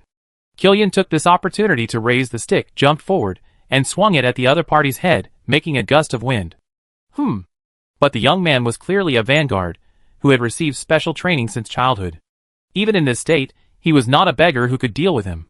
He swung his gun and swept it across, intending to kill this troublesome beggar with one blow, while still turning sideways to grab the ring. Who knew that the shot missed? Killian jumped up and turned back. Now! The beggars behind him threw the stone bricks in their hands at the warrior. As soon as he swung his gun, he was attacked by rocks again. The warrior hastily withdrew his gun and used his armrest to block his head, but he was still hit several times. His nose was broken by the flying stones, and his face was bleeding more. However, he held on without saying a word, stretched out his hand to pick the ring out of the garbage, and his face looked relieved, father. Then bang! With a sound, a stone flew from behind him and hit the back of the warrior's head. The young warrior's eyes went black, and he fell to the ground unconscious, revealing the coxcomb beggar who had been sneaking behind him during the chaos. Killian's teammates really cooperated well, and lived up to the sneak attack opportunity he had fought for. These beggars didn't care about martial ethics. Killian was the first to rush up and finish off the warrior. He smashed down with a stick to break the warrior's right arm to prevent him from fighting back with a gun, and then hit the warrior's forehead with a stick, knocking him unconscious before he could rest assured. Wow, ha ha ha, today's a big harvest. A group of beggars also surrounded him with smiles. The shabby warrior who came to the door, this set of armor can be sold for a lot of money. Let me see what treasure you are carrying. Killian pulled off the opponent's cloak, revealing what was on his back. It was indeed a treasure. It was a bamboo basket with a sleeping baby in it. So that's how it is. In fact, this warrior could have jumped to avoid the rocks, but he had been deliberately keeping the core of his upper body balanced just now, for fear of waking up the baby on his back. This was probably the reason why he continued to fight. Boss. The coxcomb came up to take a look, according to our rules. Ah, it's so annoying. Sauron could feel Killian's disappointment, and his face probably fell. Don't let this guy die, otherwise we have one more mouth to feed. So the beggars, who had just wanted to beat the warrior to death with sticks, hurriedly stripped the seriously injured man naked and gave him first aid. The chicken head held the baby's basket, and the others took armor, spears, and garbage. Killian himself carried the young warrior with his head hastily wrapped, and the group began to return. This dream has not yet ended. Perhaps in the present world, Soren's own body has also experienced a war, and it is too exhausted and needs to rest. So Soren is still observing everything around him through Killian's vision. This is probably the human society of 1,000 years ago in Killian's memory. Garbage dumps, slums, stinking ditches, muddy roads. I don't know if it is muddy water or feces. Most humans live in such crowded places like cockroaches, rats, and ants. Without the convenience brought by science and the convenience brought by magic, what convenience of life can ants who live and die in the morning enjoy? It was good enough to fill my stomach every day. With just one look, Soren understood why Killian could endure the situation in the Empire. Compared to this place, the Empire is already a paradise. At least the ground is paved with bricks. In such an environment, the law of the jungle and the rule of life are the basic truths and the rules of life. Along the way, many adults with fat faces looked at the beggars' prey with ill intentions. If the beggars had not huddled together, fully armed with stones and sticks, they would have been attacked several times. With such vigilance, they finally arrived at the beggar's lair, a small pigsty-like shack. In such a pigsty-like shack, because it had a roof to keep warm, there were also several beggars staying to avoid being robbed. The boss is back. The boss is back. A few smaller children ran out and opened the wooden fence to greet them. Killian nodded, and Erden, Guzzi, and Slug had to greet them. Killian, what did you pick up again? An impatient female voice attracted the attention of Killian and Soren. They looked up and saw a girl with brown skin, silver hair, and strange two-color pupils. The right eye was a very common brown, while the left eye was a very rare silver, shining like a star. She was also wearing tattered linen clothes, but her appearance was quite out of tune with the beggars around her. She was too beautiful, and the style of a completely different world. For some reason, Soren felt that he seemed to have seen this kind of appearance somewhere before. Oh Norns, the old woman is not dead yet. Killian threw the warrior on his back onto the haystack. If she dies, I picked this up to keep her company on the road. The girl called Norns glanced at the warrior, but ignored him. Instead, she came up and stared at Killian's eyes, and seemed to be staring at Soren's eyes. You seem a little different today. What's different? Why do you see all kinds of messes again? Why don't you remove the cursed eyeball earlier? It's all because of us being driven to this place. Killian picked his nose in a straight man's way. You deserve no one to miss you. Humph, idiot! Nuns ignored him, and turned his head, to be attracted by the baby in the bamboo basket. He went over to pick up the baby. It's a girl. You picked up people again. My mother-in-law is too sick to make money. You picked up so many, and brought them back to raise them. What can I do? It's the rule set by the old woman that you can't watch a child die without saving him. So cure this guy and let him take his daughter away quickly. Killian kicked the warrior and found that he was not dead yet, still groaning, so he said, I go see the old woman. Oh, this guy is still holding an iron knuckle in his left hand, which can't be opened. Maybe it can be sold for $2. If he dies, don't forget to chop off his hand. Just consider it a gift for you. Who wants it? Hey, I changed her clothes, and she just rested. Nuns jumped aside. Killian ignored her, and quickly climbed up to the attic of the shack. In the corner of the eaves, there was a bed on a pile of hay, and there lay a woman who was seriously ill and dying, with only one breath hanging on. Hey old woman, how come you are not dead yet? Don't hold on, just die early. It's really a living hell to be suffering like this. He walked to the woman and knelt down, picked up a towel to wipe her face, and saw that she had just been treated by Norns. He couldn't help much, so he sat aside with his knees hugged and watched her. Soren also looked at her. The woman was pale and thin. Not only was she malnourished, but also had large ulcers on her hair, tongue and lips. Her eyes were as big as copper bells, and her hazy pupils seemed to be covered with a layer of dust.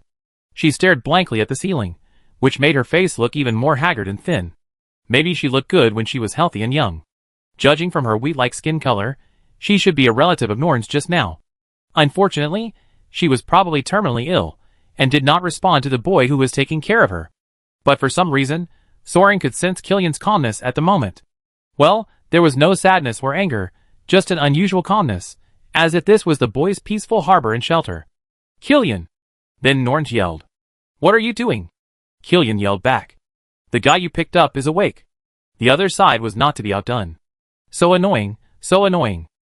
Killian rolled his eyes, and climbed down the stairs again, and surrounded the warrior with the beggars, and pulled Norns behind him to protect him. Hey, idiot, we saved your life. You know that. The armor, ring and gun are all our rewards for saving your life. When you wake up, get up and take your daughter away quickly. At least half of the reason is that the warrior who was beaten like this by the other side looked at the boy unhappily. It's my sister, not my daughter. Who cares about you, anyway? Whether you have money or not, hand it over and take her away. Killian was impatient. Really, if I entrust it to you, maybe? The warrior looked at his baby sister, his expression softened a bit, and then he saw Norns holding the baby, silver-eyed witch. In this state, he sat up all of a sudden, and did not flinch even when Killian directly hit his Adam's apple with a wooden stick. Silver eyes. Magic eyes that see the future. You are the descendant of destiny, a half-elf, right? Norn shuddered as if he recalled something terrible when he heard such a name. Killian sighed. Okay, then there will be one more mouth to feed. You die, I will help raise your daughter. He grabbed the warrior's scalp and pulled him back, raising his hand to stab the stick in his hand into his eye socket.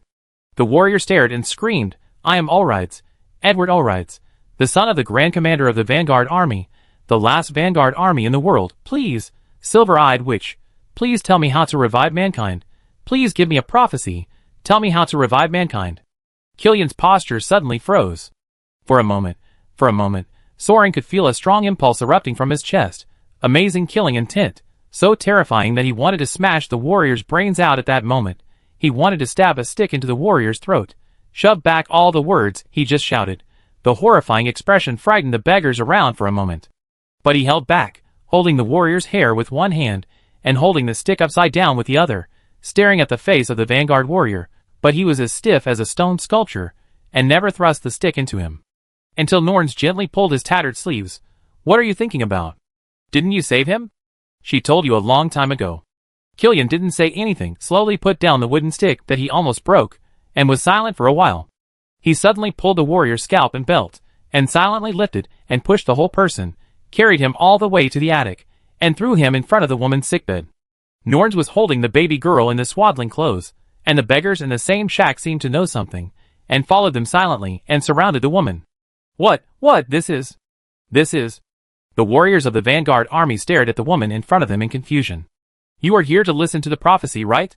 Nuns held the quiet and well-behaved baby girl.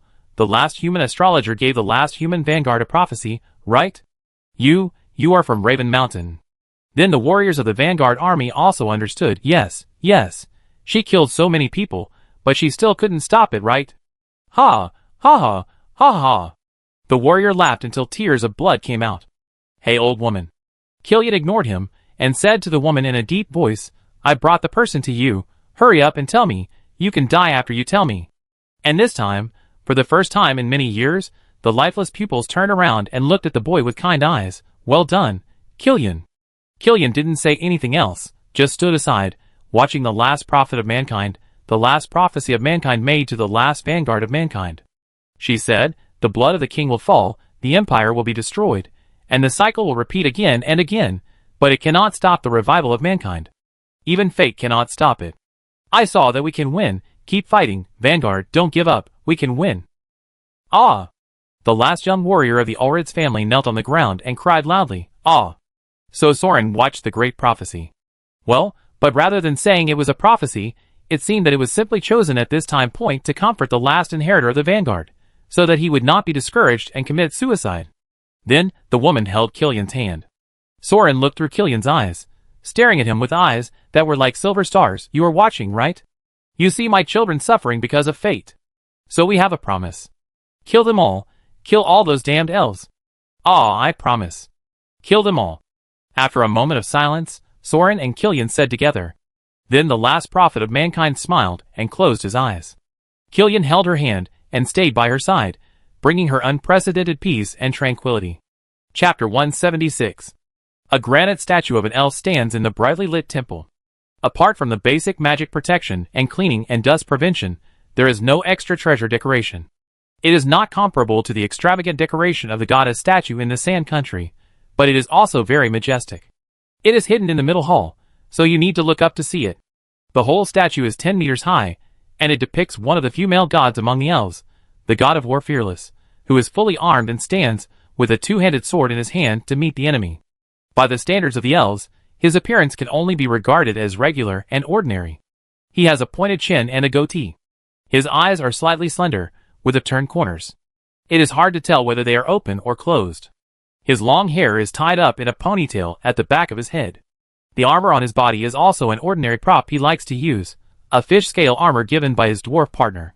The prototype of the two-handed sword is naturally the famous artifact, the elven sword that cut off the head of the Titan and slaughtered countless evil demons and heretics, and tasted the blood of the demon god, Huguang. Due to the great achievements made by Fearless, countless young elves were influenced by their idol and changed their tradition of using bows and double swords. They imitated his skills, dress and weapons, forged their own lake-light swords with various metals and magic, and embarked on the path of sword master training.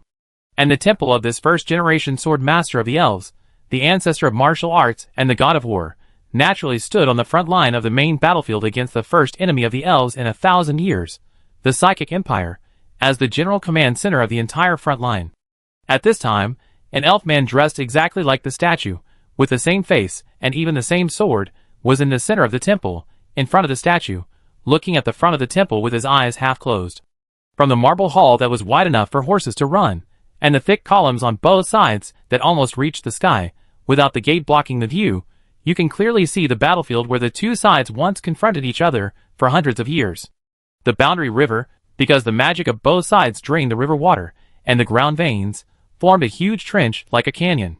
The height difference between the two banks and the river bottom is 50 to 150 meters, and the distance between the two banks is 3 kilometers at the narrowest point and 5 kilometers at the widest point. If any party wants to attack, they must cross this huge natural trench and stay on the other side, which will bear more logistical pressure. It is a natural battlefield suitable for dividing national borders. The main camp of this Fearless temple is just opposite to the clearly visible Imperial Army Fortress No. 1, 5 kilometers away. At this moment, the flames of Fortress No. 1 are soaring into the sky. The elven flag on the tower has a white tree on the purple-black flag. It is the symbol of fearlessness, the arrow poison tree. It has been climbed to the top of the tower by a heavily armored Imperial soldier, broken by hand, and then ignited in the flames and thrown into the ditch outside the city wall. Like a spark, it gradually dissipated in the fall. The statue of Fearless and the original Fearless stood expressionlessly at the main gate of the temple, leaning on their swords, watching their flags fall from afar. In one day and one night, a reorganized elven army was gone. Fearless God, the assassin saluted in the shadow of the column. The Nightmare Knight sent troops to counterattack. The Lancaster army of 20,000 with the magic iron spiders has advanced to the third camp. The Obvious army and the Death Squadron, about 1,000 people, have conquered the first camp. We haven't found the new god of war yet. He should have been released from his state. Maybe he is also in camp No. 1. Behind Fearless, an old wizard with a big white beard, yes, an old elven wizard with a big white beard, put a wide magic robe that looked like flowing starlight under his buttocks, sat on the floor of the temple, holding a purple crystal ball in his old hands. Like Parkinson's disease, his hands kept turning the ball. It doesn't seem like it. It doesn't seem like it. Only Icelian came. Even Schwartl didn't come. There wasn't a single white robe. Not to mention that kid. Is it really the final battle? It doesn't look like it. Not even one elite corps is left. What are you still hesitating about? An overbearing female voice came from the other side of the hall, and a dazzling elven female warrior walked out, wearing golden armor and a bright red cape. She looked more fearless than the old farmer who was plowing the fields next to her, and was more in line with the title and appearance of the god of war. She was indeed the god of war Victory on the side of the elves, and the commander-in-chief of the second line of defense originally stationed further back, and was also alarmed by the forbidden spell.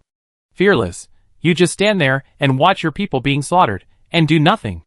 Victory raised his fiery red eyebrows and shouted, charge forward. Just like the ballad says, one leap will kill all the demons and evil spirits.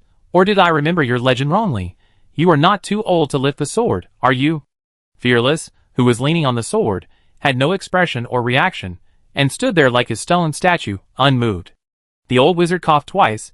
How could that be, Victory? You are too serious. Even at my age, I can still lift the sword. Do you want to see it? The big sword I raised, hee. Shingley frowned and squinted at this wretched old man, who was still able to do things at this time. The chief wizard of the Alliance, Yager. A freak who refused to become a god in order to pursue the mystery of magic, gave up the driver of eternal youth, and maintained the creativity and possibility of living people. He was also an old pervert, who was unwilling to use this imperfect magic body to become a god, and lose the climax pleasure of the flesh.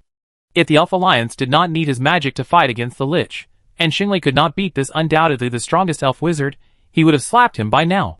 What are you hesitating about? He's just a newborn war god. Just kill him like a chicken. Victory ignored the disgusting old man who was sweeping his divine armor with his wretched magic eyes, and said to Fearless, the breakthrough in the south is a rare progress. Are we going to be pushed back to the original front line again? Then the sacrifice of this legion will be wasted. If you are unwilling to help, I will lead the team myself. No, you can't cross the line. Fearless interrupted the words of the war god Victory, the person who led the troops to defeat my legion. His title and halo are not right. His strength is too much beyond the rules. And he seems to have the fetters of fate. I suspect that it was my gift that stimulated his potential and helped him become the god of war. Not only did Victory fall silent, but even Yud turned his eyes from the goddess to Fearless. Oh Bond, no wonder you are so cautious. If you have a bond with that old bitch Destiny, it may not be a problem that can be easily solved. God knows what she is planning. The great wizard Yug stroked his beard. Well, how about I throw 2 forbidden spells over and try? If we can't solve both, it will probably be a big trouble again.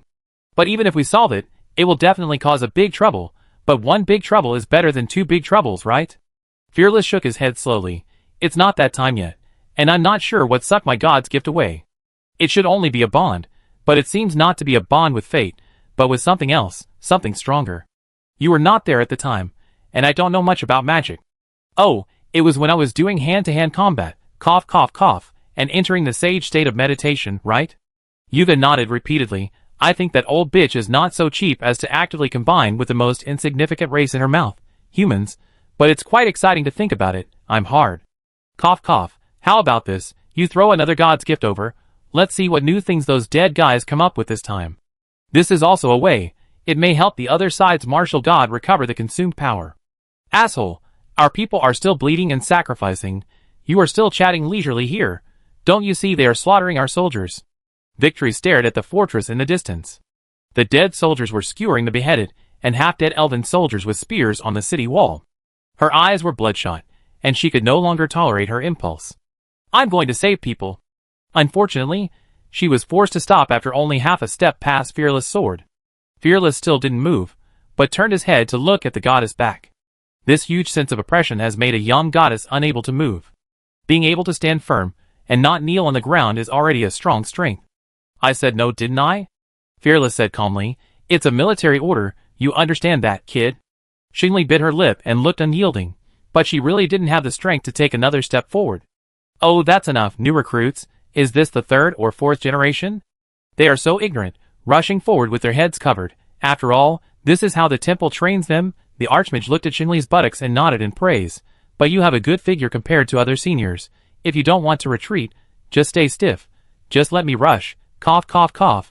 Let me meditate, so that I won't have no magic when the fight really starts. Humph.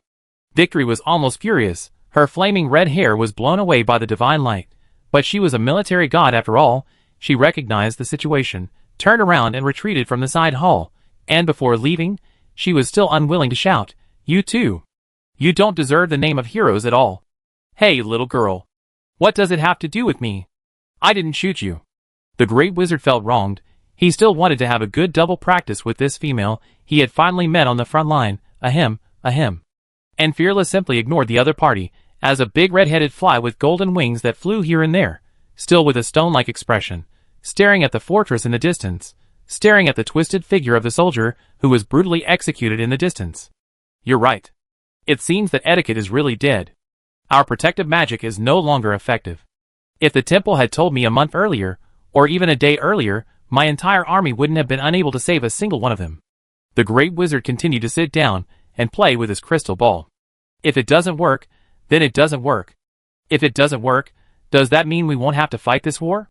When we were fighting the Titans before, we didn't have this magic to protect us, did we?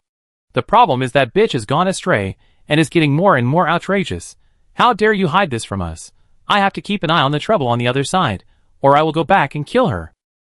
Fearless also fell silent, once again silently, leaning on his sword, staring at the river boundary, staring at the other side of the battle line, staring at the Imperial army rolling in from the south like a black cloud, just as he has been doing for hundreds of years.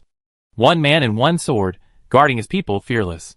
Well, not alone, there's an old pervert with him, just like when he was fighting against the Titans. Soren opened his eyes again, and looked at the tent roof he didn't recognize. Where is this? He turned over and sat up, and found that his Legion armor had been removed. Fortunately, he was not stripped clean as a dead man, but the wound was bandaged with a bandage. Looking around, there were also a group of guys with missing arms and legs. It seems that he should have been treated as a dead soldier who was seriously injured and exhausted on the battlefield and was rescued. What? Why not just use potions and healing scrolls? Look at what you asked, how fucking expensive it is. If the nobles were willing to use these things for slave soldiers, why would there be those soldiers, each with a nickname like Iron Jaw, Scarface, and Two-Headed? But Soren was really fine. In fact, he just had a dream and watched the extra theater version of Killian's memories. And in the end, I don't know whether it was the effect of the blood wine on the battlefield or the empathy of the actual situation, but at this moment, Soren, like Killian at the beginning, felt particularly calm and peaceful. It was as if the killing, anger, panic, fear, anxiety, pain and fatigue of a day and night of bloody battles were gone. All the unnecessary and complicated emotions were swept away. It was like sleeping until I woke up naturally, a very comfortable feeling, and I was back to the strongest state again. Wait a minute, use the Shadow of Time to make another clone, the third generation of Soren's Shadow. Okay, I'm back to the strongest state again, and I can continue to play. Soren opened the tent of the wounded and walked out, and found himself in a large military camp. This was the number 2 camp where he had slaughtered all the people, and fell asleep on the spot. The corpses around had been cleaned up. Golem soldiers, skeleton soldiers, and some inhuman mercenaries were lined up to rebuild the camp and transport military supplies to the supply warehouse. The number 2 camp was also a high ground, slightly off the main marching road, and was a support station. Soren could see that below the high ground, the main force of the Imperial Army was lined up, and one square after another had to pass in front of the number 2 camp and march northward. From time to time, a large group of gargoyles whizzed past overhead, like migratory birds returning to their nests. Oh, speaking of this, Soren looked at the purple magic wind that brushed across his hands. It was magic power. On the obviously dry battlefield, a new source of magic power came. It seemed that his attack at night was effective, and the main force of the Empire began to push back. Hey, the dead soldiers are not allowed to rest. Take it and eat. Once you are full, go to the front line immediately. A weird-looking captain, who was no longer able to tell what kind of hybrid he was, yelled at Soren and threw a cloth bag into his arms. It was still hot. Soren opened it and saw that it looked like some kind of meat and rice dumpling. Not quite. It should be starch and mincemeat mixed into a ball, wrapped and baked. It was probably military rations for living people. I don't know what kind of meat it was. The ingredients were heavy. It tasted salty, sweet, and oily. It was not very delicious. It could only fill my stomach. Soren stuffed the dumpling into his mouth and chewed it. He ran to the armory and looked around. He found a set of armor and put it on. He carried a sword and a gun. In fact, after a night of fighting, guns are still more useful. Just stab and it's over. It saves time and effort. If you use a sword, you have to chop, stab, block, and move. The most annoying thing is that the elves on the opposite side are all experts in swordsmanship. Even if their physical fitness is not as good as Sauron with a domineering body, as long as the opponent rushes with a sword, they can rely on the body memory built up by long-term training to counter with 2 moves. Sauron is almost trained into a 2-handed swordsman, which is very annoying. Well, speaking of this, it is better to use cannons against elven infantry. Running out from the supply camp to join the troops marching on the high ground, the centurion and the warlord leading the team didn't care about Sauron, a dead soldier. Along the way, all the military stations were filled with dead soldiers, who were seriously injured and dying last night. If there were any of them who could survive, they would be promoted and become dead soldiers with combat experience. Well, they were still dead soldiers. In short, dead soldiers had to die on the front line. As long as Soren didn't turn around and run back, no military judge would take care of him. Soren was still hoping to follow this group of people to meet up with Shua and his men, but who knew that this group of reinforcements did not directly station at the number 1 camp on the front line, but stationed somewhere near the river boundary, in a fortress camp that seemed to be newly built. What surprised Soren the most was that this new military camp actually had a psychic tower. The magic spirit wind blew from here and spread all over the front battlefield. I don't know how the Empire built it in the middle of the night. It's impossible that the elves who occupied it for 2 months didn't demolish the psychic tower. The death squad was easy to find. It was the outermost camp. What made Soren even more helpless was that the leader was an unfamiliar soldier with a scarred face and looked difficult to talk to. Soren had no time to ask about the pigs when he just entered the door.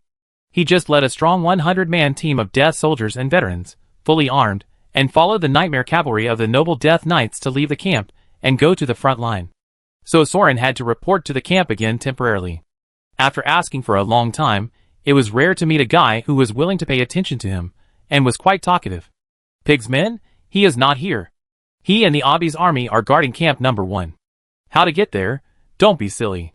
Are you the leader of the team? If not, the dead soldiers are wherever they are. Now you follow Scar's troops. Our mission is to guard the Iron Spider. Iron Spider? This guy looks quite normal, at least he is still in human form. If you have to call him by a nickname, one ear, the left ear and most of the flesh were probably shot off by a magic arrow, and the wound has not yet healed completely. Ear pointed at the psychic tower at the core of the military camp and said, "That's Iron Spider." You don't even know Iron Spider. It's a new recruit who just reported in 2 months. Hey, I am the same. I just found out yesterday that this thing can still climb. But you are a new recruit of the pig team. Can you survive after fighting all night last night? No part is missing. Then you are really lucky. I looked like this when I went to the battlefield for the first time. Come with me. Cleaning is the task of new recruits. Anyway, even if I tell everyone that I am the tyrant dwarf and the successor of the new generation of the god of war, no one will believe me. And it just so happens that Soren also wants to see the structure of this Iron Spider. So he also replaced the spear with a broom with a bit of helplessness, and then carried the broom and followed this one ear to the psychic tower in the center of the camp. Why do the dead soldiers have to clean up besides sending themselves to die? No, what can't skeletons do for this kind of thing? Are you stupid? Where did the skeletons come from? We are fighting. The transport capacity and magic power to supply the front line are so precious. The golems sent here are much more valuable than us. Who would send a skeleton to clean up? Then Soren pointed to the skeletons, who were moving carts of wine and food from the nobles, and setting up a luxurious tent in the camp. One ear shrugged. The nobles, they are the ones who say the words anyway. They are so hypocritical. Stop wasting time and get to work. This job is much easier than dumping manure. By the way, have you ever carried manure? I tell you, it's like using a gun. The important thing is to have balance. Otherwise, if it spills, we new soldiers will have to clean it up. If the nobles see you, they will make you kneel down and lick it. Really, I have a friend who was treated like this, okay. So Soren, the new generation of war god, officer, knight candidate, death knight, the god of death, who just killed an entire elven army yesterday, had to carry a broom to sweep the floor. Along the way, he heard a one-eared new soldier next to him chattering and teaching the tricks of carrying manure. Chapter 177. The psychic tower is like a magic generator, automatically absorbing the surrounding souls, torturing them in the magic circle inside, and using the magic power bursting out of the tormented souls to condense into magic crystals as currency and magic energy reserves for the liches. But it is not just about producing soul crystals. The psychic tower can also directly spread the large amount of magic energy stored in the soul crystals to form a magic wind that covers a fairly large area, to a certain extent, increase the activity of the elements in the environment, and improve the overall magic effect of the area, and provide magic supplements for mages, props, and puppets. As long as it is not a particularly large-scale advanced magic or forbidden spell, it can be directly powered by the magic wind scattered by the psychic tower and performed through a simplified ritual.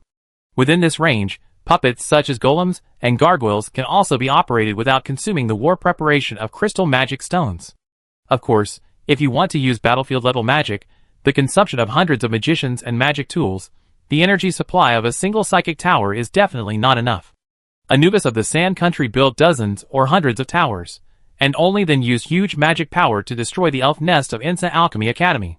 Now, the Iron Spider, a small and mobile prototype, has compromised and weakened in all aspects compared to the psychic tower in the imperial capital, and naturally it is unlikely to meet the needs of the entire battle line. It is not enough to rely on absorbing souls on the battlefield to generate magic spirit wind, and additional soul crystals must be used for energy to maintain the magic supply that can cover the war zone and troops, so that the magic army of the entire empire can move. Soren walked into the Iron Spider fortress with a broom and an ear, and saw that the defensive barrier was deployed at the first time, layer by layer, in a set, colorful, with magic words and curves, which looked quite powerful. However, although these protective shield-like defensive barriers can always be seen everywhere, Soren has never seen any of them really play any role, as if they can really stop any attacks. There are magic iron guards and battlefield liches stationed in the Iron Spider. Of course, they were in the core control room of the bunker that was protected by layers of iron balls. If two new recruits entered the White Tiger Hall with brooms in their hands, they would definitely be executed immediately. ER led Soren directly to the upper level of the bunker. They climbed out of the roof from the ladder, and saw 8 bone arms extending from the eaves of the bunker, like a signal generator, protected by metal armor. Each bone claw held a huge, oval, polished purple crystal like a dragon egg, which looked like 8 compound eyes of a spider from a distance. At this moment, the lights flickered alternately, radiating magical radiances that transformed the surrounding air into magical spiritual winds, radiating towards the battlefield. Their job was to climb up and clean up the debris and dust on the metal bone arms, claws, and compound eyes. This was originally a professional engineering maintenance that alchemists were supposed to perform. However, the battlefield liches had to keep an eye on the core magic control circuit, and their noble disciples were too lazy to climb up and clean it every day, so the routine inspection task was naturally done by the miscellaneous soldiers. So the 2 recruits stood on the tower, looking at the battlefield in the distance. From the location of this camp, they could barely see the territory of the Elven Alliance on the other side of the river. The continuous ridges, covered with lush green, were very different from the sandy lush and rocky mountain ridges in the south. This was of course not a naturally formed landscape, but the elves used magic to intercept the earth veins, and only cut off the vitality of the earth veins on the elf side behind the battlefield to prevent the natural magic from being stolen by the liches. This forbidden magic area was created to ensure that the elite elf corps could easily stop the main force of the empire. The Empire therefore pushed forward one bunker after another, moving the defense line with the Psychic Tower as the core forward. The elves would also fight back to obstruct the construction of the Psychic Tower. Over the years, the two sides have repeatedly fought here, but generally they have used the river boundary as the line. After all, the terrain of the large trenches and canyons is difficult to cross without magic to provide support and supplies. If you cross it, you will be isolated. It is difficult for both sides to maintain the defense points on the opposite bank for a long time. It's just that the elves lost particularly badly last night. I don't think we fight. I heard from Sword Scar that it's rare for the elves to lose so many people. They won't be able to recover for a while. We have to be prepared for a long confrontation. One Ear took a deep breath and waved the broom to point at the mountains and rivers. Do you see the depression over there? After we clean the crystal, we will go there to dig a manure pit. The excrement must be centrally processed, otherwise it may breed epidemics. If we are the only unlucky ones who get sick, the nobles will not share the treatment medicine with us. Soren sighed. He had discussed the military procurement orders with the various legions on behalf of the company. Wouldn't he know that the healing potions and scrolls, the healing potions and the epidemic prevention potions, were all on the standard military supplies list. However, the purchase price of potions was particularly high, and there were high rebates to the quartermasters of the various legions, and of course, there were higher-level warlords and captains behind them. And because potions needed to be prepared according to the main ingredients of the cornerstone potions to ensure that there were no conflicts, the nobles who occupied the knights' quotas naturally had to ensure their own healing potions first. After all, the nobles had their own special secret recipes for potions, which were basically custom-made products, so the prices naturally could not be reduced. In this case, how could there be room to prepare expensive magic potions for these slave soldiers? If it weren't for these people's behavior, Zygon alone could have guaranteed the treatment medicine for Sauron's expeditionary army of the Sand Country. And why would the death squad of the Imperial Knights have suffered so many casualties and looked like ghosts? I'm afraid that this is a big reason why no martial gods have been born from the slave soldiers for so many years. It's hard to say whether the nobles are deliberately suppressing the lower-level armed forces, because after contact with this group of people, they are really too rotten, too dirty, and too greedy.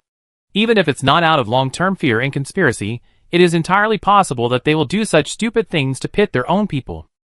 It's no wonder that the Liches would rather use their puppet troops than human armies.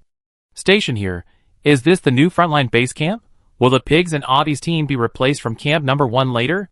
Sauron guessed that he couldn't really just change the team and start sweeping the floor and cleaning the toilet from the soldiers, right? He should be able to get the first credit for defeating the elves last night. Not to mention being crowned a knight, he should be able to be promoted to an officer, right? And when he arrived at the camp, he saw that the soldier named Sword Scar led his men to leave with the noble knights. Soren guessed that they were going to replace the guard. After all, they had been fighting for a day and a night.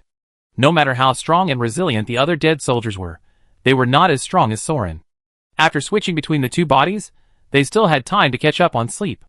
They should come to join up by themselves in a while, and Soren wouldn't have to wander around the military camps looking for them. Besides, the Obby's team would probably come down to rest in a while, and they would be able to join up with the big sister. Hey, you're still thinking about returning to the team, forget it, the Obby's team won't come. One Ear said casually, even if they retreat to the second line for reorganization, they will go to camp number 2 or camp number 3. What? But camp number 2 is farther away, right? I just came from there. Sauron was curious. So slaves don't know anything. Hey, did you see that flag? One Ear pointed at the camp where the nobles were stationed with a broom. In addition to the blazing nightmare and plasma rose, there was also a white rose flag on a purple background. That's the flag of the cold-blooded Rose, the eldest daughter of the Grand Duke of Lancaster, Countess Cornelia. This is the base camp of the Lancaster family. The Centurion is competing with the Obby's family for the position of the Grand Master of the Nightmare Knights. Why does she do that? Isn't Obby's the daughter of the previous Grand Master? Sauron frowned. Silly, Cornelia is the granddaughter of the previous leader, and the descendant of every leader before her. Even the emblem of the Legion is the Rose of the Lancaster family, and the contract is with the nightmare of their family's allies. Do you think she is qualified? Eir rolled his eyes at him. Is this knighthood a family order of the Lancaster family? Then how did the Obby's family obtain it? Soren was really curious. How could I know so much? I just heard that Grand Master Obby's was the only dead soldier attendant who was canonized as a knight in the past few hundred years, because he was favored by the eldest daughter of the Obby's family and married into the family of a noble. But after all, He was a soldier in the past, so of course he had the support of the dead soldiers. After the previous generation of the captain died, he challenged the then Lancaster centurion, now their patriarch, and beat him to his knees and begged for mercy. This was almost like a mutiny, and only then did he win the position of Grand Master. But I don't know the details. When your pig came to borrow troops last night, I heard Sword Scar say that the pig was the confidant of the Grand Commander and hated the Lancaster family the most. He actually came to bow his head. Unfortunately, the Lancaster family still ignored him. Even after he surrendered, they didn't give him any face and drove him away directly. Ear was probably in the dead soldier team, where everyone is dumb, and he was dumb for 2 months. He caught Sauron and started to talk endlessly. A legion of 5,000 people is still forming cliques and splitting up. Aren't they tired? They are really a bunch of people who are useless except for making shit. Sauron also gossiped, but the servants can really achieve class leaps like this, from dead soldiers and slaves to the Grand Master. It's really inspiring. Grand Master Obbies looks so ugly, and has a face full of fat, but he can be favored by others. TSK, it's really unexpected. Then you could also imagine that maybe one day you will push Cornelia away, marry into the Lancaster family, and become the Grand Master one day? Eir glanced at him sideways. You don't understand again, right? According to the design of the Empire, the servants were originally used to select sons-in-law for the nobles. With the internal crossbreeding of a few families, there are a lot of idiots. How many talented ones can be born? Whether you admit it or not, there is no such thing as noble bloodline. Whether you have magical qualities or not is accidental. Some slaves are 100 or 1,000 times better than the nobles, and can make the ladies scream. Let the qualified and potential servants make military achievements, and let the nobles combine with such talents to integrate into the empire. This is the purpose of this system. However, the male nobles only want to be blessed by their ancestors, and are unwilling to sacrifice, work hard, or have their women fucked by slaves. Naturally, they are disgusted with us dead soldiers, who make them look useless. As for what the Grand Commander looks like, it depends on who he is compared with. Compared with the nobles who put powder on their faces, his face is full of flesh, but when he stands among the dead soldiers, wow, he is so handsome and suave, isn't he? Another great knight. Of course people choose him to marry into the family. Can you do it? Sauron was speechless. Damn, you make a lot of sense. Hey Eir, are you really a simple slave? Eir smiled. Hee, you can't tell, I'm actually a vanguard. Do you understand the vanguard? Now Sauron didn't know what expression to use to face this line. You don't even know what the vanguard is, do you? Alas, you were born in the arena, kid. It doesn't matter, I think you are pretty good, and it's good to have someone to help you. Look at this. Eir took out a booklet from the breastplate in his arms. This was given to me by a friend who brought me here when I first came. You are ignorant, right? This is called the New Vanguard Declaration. Sauron silently took the booklet that had been stained with dried blood and mostly brown. The New Vanguard Declaration. When this arrow shot over, it was my friend who pushed me and died, but I have memorized everything in it, and now I will pass it on to you. Eir patted Sauron's shoulder with a serious expression. You are a gladiator born in the arena. You have fought for a day and a night without getting hurt. You will definitely live a long time. And you don't like nobles. That's even better. Me? I'm just a thief. My mother wanted to taste some honey before she died. I got stung all over my head, and got a small piece from the forest. But I was caught. They said I stole from the noble's mountain, and the whole mountain was his private property. Then I was thrown here. Alas, my mother must have starved to death. I was shot by an arrow, and now my hearing and eyesight are not good. Yesterday, when I was carrying manure, I splashed on the noble's feet, and was beaten up. I urinated blood. I guess I won't be able to come back from the battlefield next time. This declaration is passed on to you. Try to pass on the knowledge in it to the dead soldiers. This is the purpose of my friend coming here. Unfortunately, I only know a little bit about it. These people don't like to talk. I talked for a long time, but no one responded to me. But a man should help his friends fulfill their dying wishes. If you can survive, help him fulfill his wish. I owe him a favor for saving my life. Sauron was silent for a while. What about you? Do you have any wishes? I want to give me a mouthful of honey. Forget it. I'm going to die anyway. If you have a chance, help me feed those nobles a mouthful of feces. One Ear was very decisive, but I don't even remember who beat me. Sauron nodded. I promise you. It must be the noble in the camp, right? 1 spoon for each person. Ha ha ha, you are really funny. Okay, stop joking. Go to work. If you delay too long, you will be whipped. Hey, don't be so sad, be happy, at least you can call yourself a vanguard. He punched Soren, carried a broom and climbed onto the bone arm to start working, cleaning the crystal. It's the new vanguard, never mind, it doesn't matter. Sauron turned his head to look at the big tent of the nobles in the camp, and the countless brightly fluttering flags. That's the problem, they are obviously extremely rich, but they don't even want to share a mouthful of honey, and they want to feed shit to the slave soldiers, and they still have a good reason to say it out loud, and they don't feel guilty at all. Who told you to carry manure without looking at the road and dirty other people's shoes? The three views are not in line. Such fundamental contradictions and conflicts are useless through negotiation. And I am afraid that Alfred's election as the Grand Master not only failed to alert these nobles, but also aroused their hatred and disgust for the dead soldiers. Otherwise, why would they force and bully their comrades, who fought side by side in the military camp, on the battlefield, and when the elves were facing a powerful enemy, even the pigs who went to surrender and borrow troops to participate in such a large-scale battle were rejected. Instead, after the battle was won, they moved faster than each other, rushing out to share the credit and grab territory. Haha, maybe this time, if the nobles support the Lancaster family, they can take back the command of the Nightmare Knights. Bridget Obbies' safety may not be too worrying. After all, she is a noble knight. Whether she retires or marries, she will be fine with the support of other allies and the company. The result of this election will really affect only one group of people. Dead soldiers. These dead soldiers who once supported Alfred. Based on Soren's experience with the nobles of the Empire some time ago, all these people will die. Anyway, after the battle, there are less than 2,000 people left. It doesn't matter to the nobles if they are all wiped out. It's just another small battle to test the front line. Anyway, there are still so many legions, so many puppets and golems to use, right? So if Soren guessed correctly, the Lancaster family would most likely take advantage of their large number of soldiers and take the initiative to take on the responsibility of the entire frontline defense based on this new camp, with the Iron Spider as the center. And Obbies probably had no choice but to give in and change defense. Then the remnants of the Death Squad, as the vanguards, who must stay on the front line, will probably continue to receive tasks such as cross-border reconnaissance and test attacks, and will be consumed little by little, and then eliminated one by one.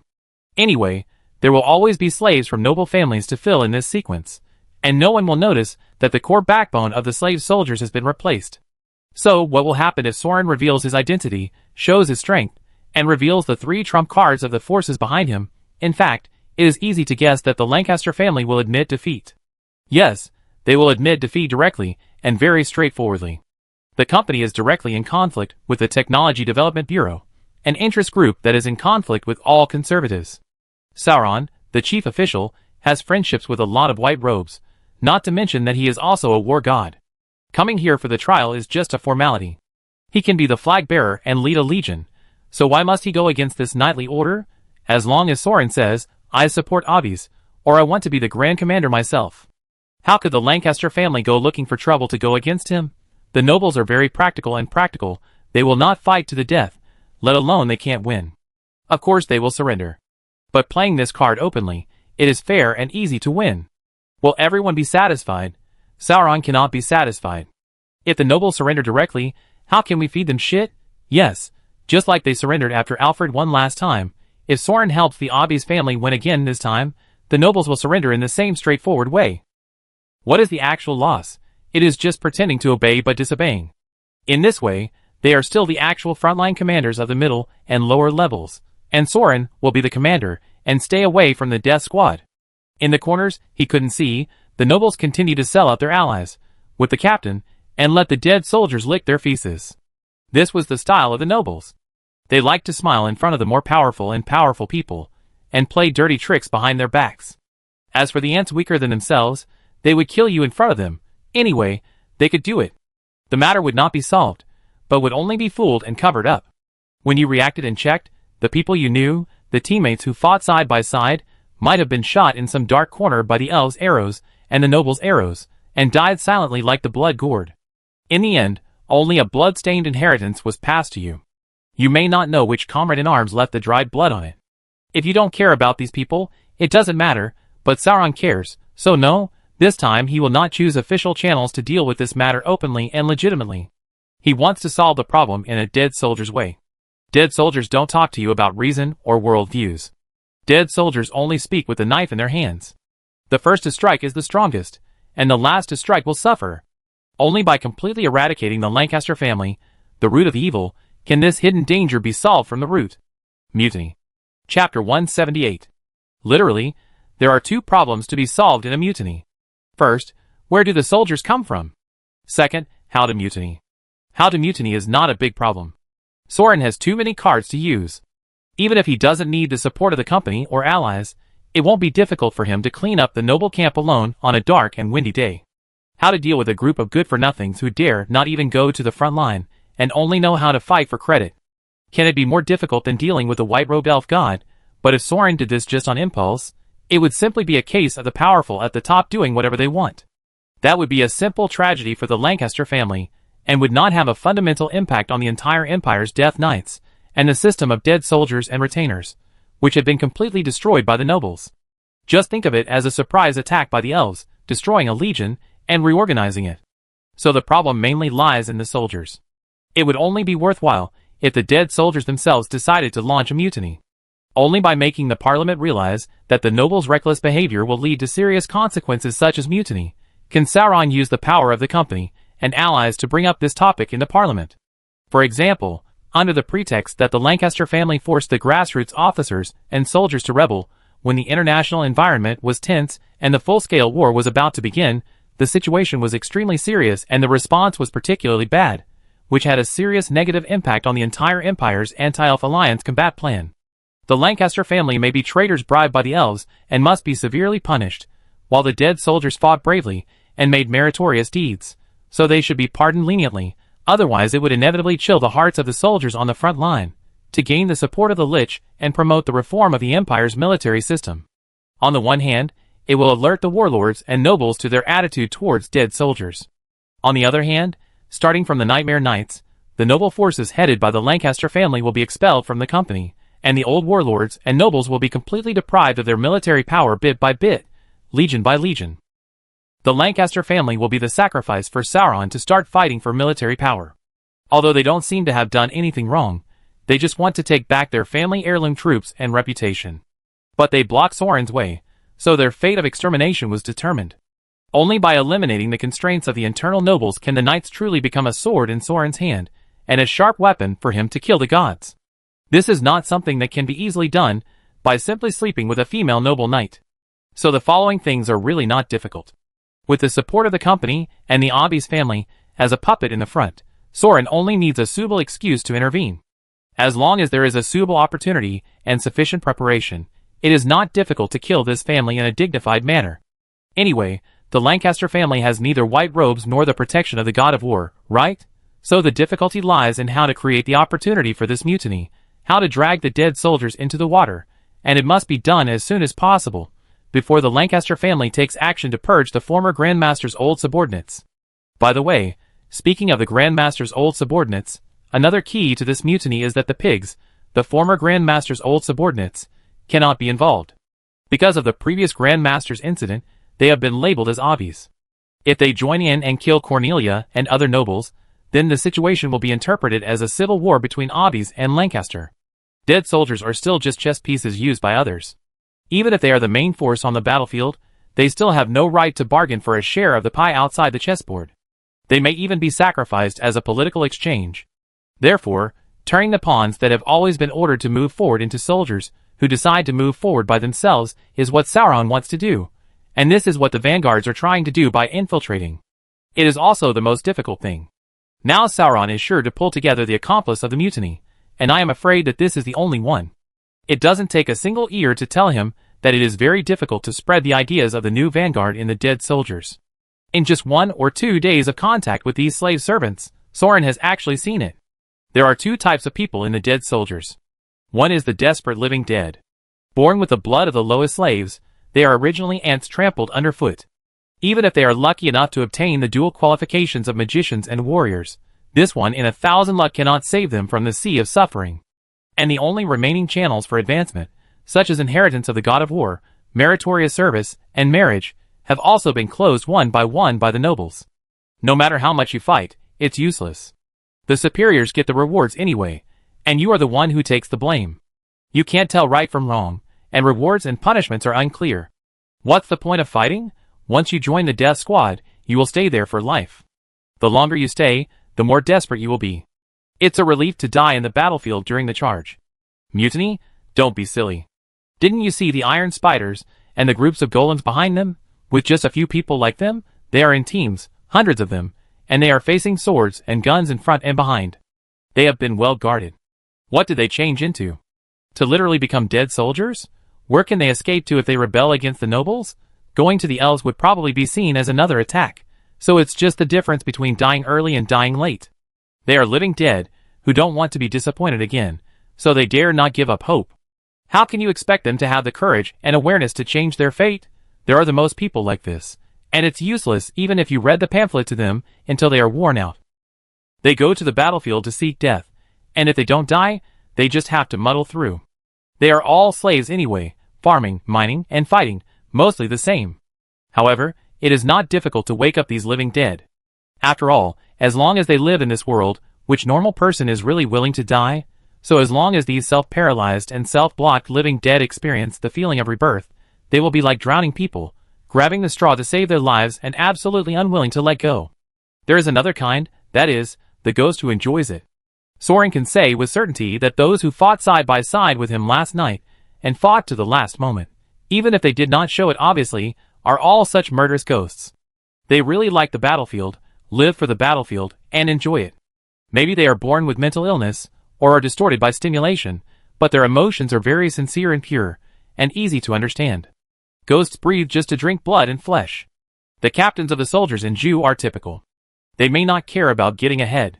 They are crazy people who stay in the battlefield to kill people because they like this kind of death. What faith, ideas, justice, and future these people talk to them about are really useless. They stayed here to fight because they were addicted to killing. Killing for the nobles, and killing for themselves are both killing. So the killer ghosts also don't have the awareness of rebellion. But Sauron knows how to get their support. It's the nature of ghosts to obey stronger ones. As long as they can get the support of ghosts, the living dead will follow blindly. So what Sauron needs now is an opportunity of opportunity. A chance to introduce yourself. No matter what you want to do, no matter what intention you want to convey to others. First of all, you have to let them know that you exist and are willing to listen to what you say. Otherwise, it will be like a one-ear. No one will pay attention to you after talking for a long time, and no one cares about the propaganda of the new vanguard army. And this opportunity will come soon. No, it should be said that there are too many such opportunities, and there is no need to wait deliberately. After the two of them cleaned up the iron spiders, they returned to the camp of the dead soldiers. There was a martial arts competition at the entrance of the camp. This kind of martial arts competition was quite common in the military camps in the cold weapon era. Soldiers used up their extra energy. There was nothing on the front line, so they just had a fight. But the interesting thing is not the duel between the dead soldiers. After all, the living dead and the killer ghosts are certainly not interested in playing this kind of game. And the dead soldiers don't have that kind of extra energy, right? They have to sweep the floor and carry manure. Usually, it is the nobles who usually stay in the camp in the rear, and there are services prepared for the nobles in the rear, which consume the energy of boring military life. But when they arrive at the frontline battlefield, those idle people naturally can't follow, so they have to duel to show the so-called chivalry and bravery of the knights. But the two sides in the duel were very interesting. They were the noble knights and the dead soldiers. It could be described as a duel. At least it wasn't a group of knights fighting one soldier, so it was barely a fair one-on-one duel. The dead soldier was a young man, shirtless, with scars and arrow wounds all over his body, and dead skin that hadn't grown back. His left arm was tied to his chest by some kind of magic, so he could only use his right arm to defend himself, barely protecting his head and neck. Without armor protection, his face had been hit by many punches, and his blood vessels were broken and swollen like a pig's head. The knight was also a young man, and he didn't wear a helmet, revealing a delicate and beautiful face like a woman. He was really handsome. Not only did he maintain his skin well, but he also had the evil charm of a domineering president. He was covered in exquisite and beautiful magic armor, flashing colorful blessings of agility and strength. He was also unarmed, but of course he wore gauntlets, and he dodged and beat the human sandbag in front of him. The knights around him gathered in a circle with their hands on the hilts of their swords, talking and laughing.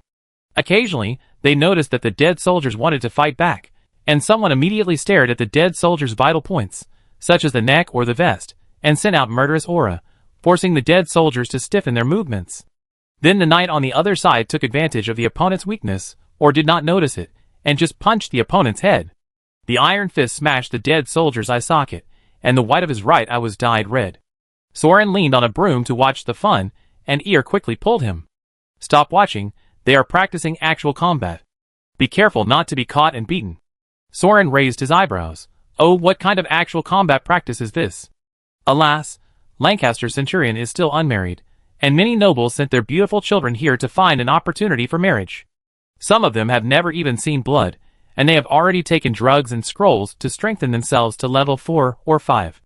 But I am too delicate to really go to the battlefield, and shooting is not exciting, so I came to challenge the squires of the same class. It is rare to come to the battlefield, so I have to practice and stretch my muscles. One ear pointed at a scroll wrapped in a blue ribbon in the hand of a knight. That is the trial of the Lancers Parade. You haven't heard of it, right? Wasn't single combat popular among ancient knights? In the past, the knights of the human kingdom wandered around and participated in the knight tournaments held by lords in various places. Those who won 12 times could call themselves champion knights. This is the type of magic contract. If you win 12 duels against opponents of the same level or above, you can prove your strength and get the honorary title of champion lancer. You see, they didn't use weapons.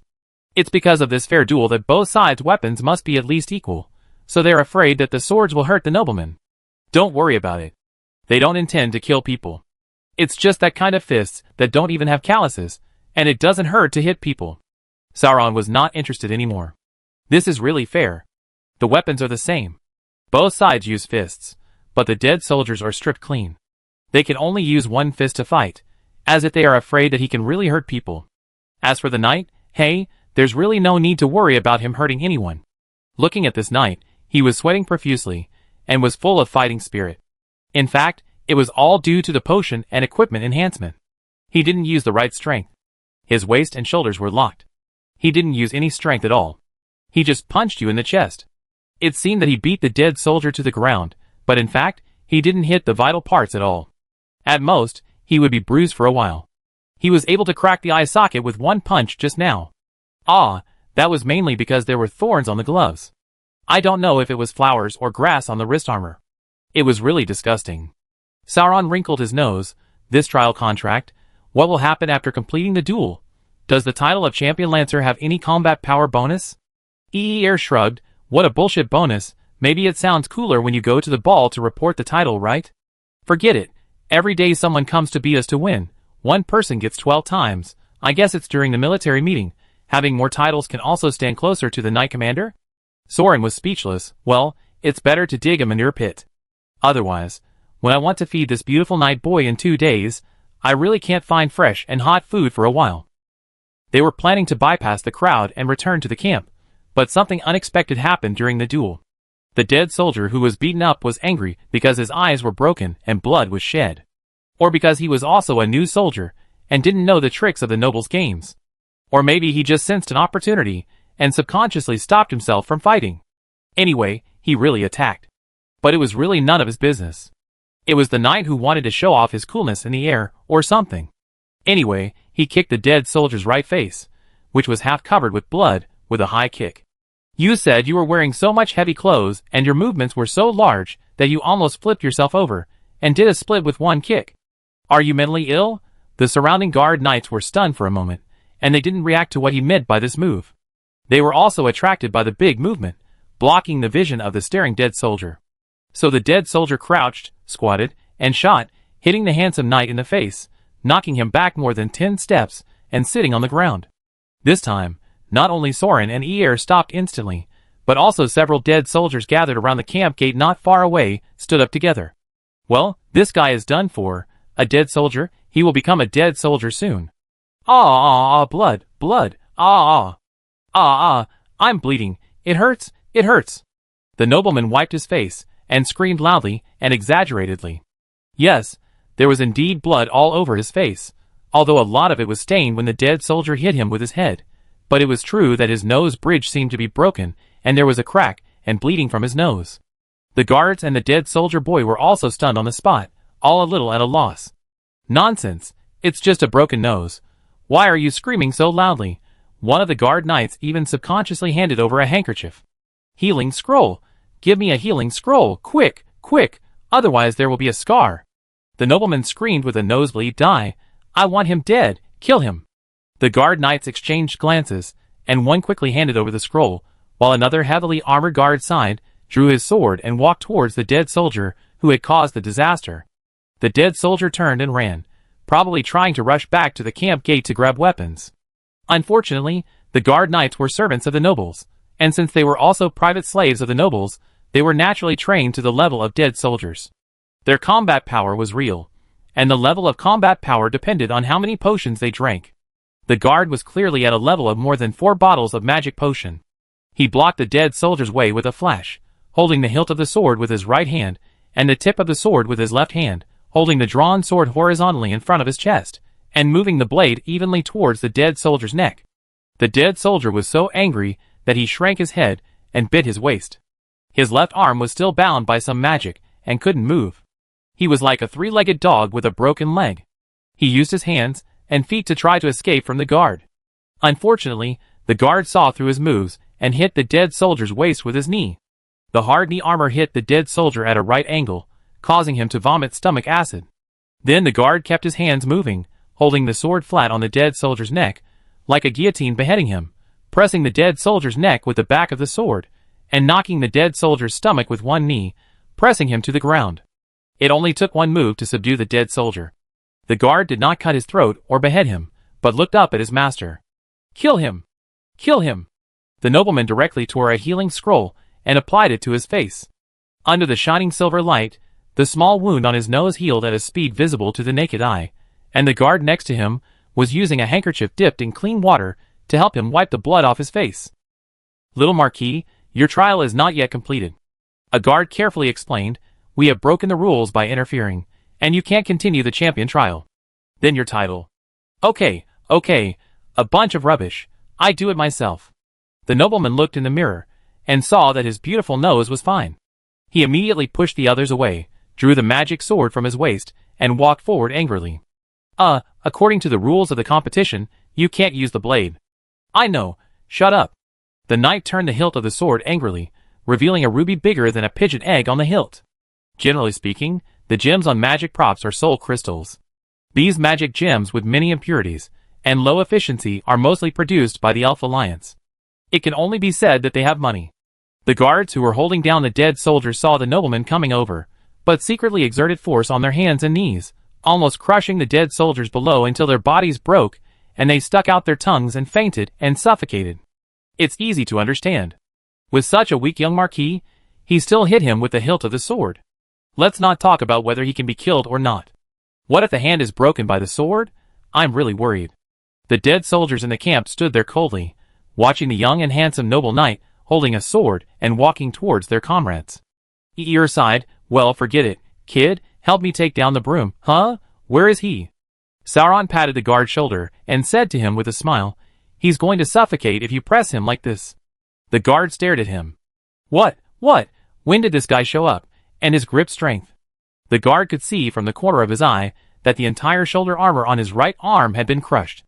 Didn't you hear what I said? Soren leaned his face over and pressed it against the guard's helmet, looking through the gap in the helmet, squinting, and smiling so hard that his eyebrows curved, he can't catch his breath. Bastard. Then Soren held the guard's shoulder armor with one hand and his belt with the other, lifted him up, and threw him towards the ridge on the outside in the distance with all his strength. The onlookers couldn't help but turn their heads and salute the Tin-Kin Knight who flew far into the sky. Heh, cough, cough, cough, cough, cough. The dead soldier gasped violently, coughing spit and blood foam everywhere. Sauron looked at him with a smile, waited for him to recover, reached out, and held the dead soldier's left hand tied to his chest by a magic chain, and pulled him up. Annihilation, how are you? Can you breathe? Can you still fight? Cough, cough, cough, cough. Thank you, thank you. The dead soldier also found that the magic that bound his hands had been lifted. Soren nodded. Oh, I almost forgot. He casually pressed the dead soldier's cracked brow bone and touched it. Healing spell. The wound healed instantly, without leaving any scars. Oh, this magic is really useful. Then Soren picked up the broom and smiled at the nobleman, who was still standing there, and the guards, who all drew their swords and protected the knights as if they were facing a great enemy. This is fair. I won't disturb you from sparring. I still have to dig a cesspool for you, hee. So Soren walked back to the camp with a broom. Eir also followed with a broom. Excuse me, you continue.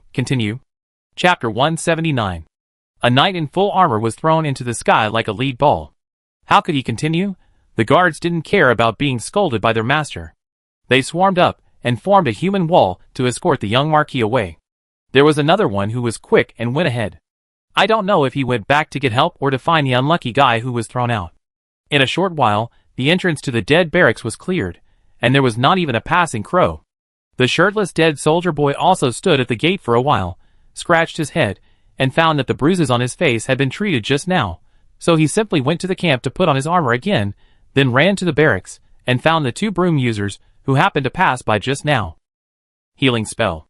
Well, it can only heal new wounds. It seems that the ears will not grow back. Oh, it doesn't hurt at all. Very good, well, but I'm still worried. I really urinated blood.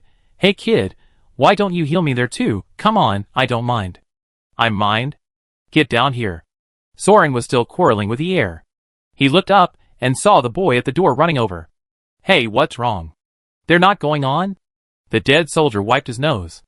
I'm Moffin. I raise horses. Soren smiled. I'm a dwarf, and this is Eir. Eir was speechless.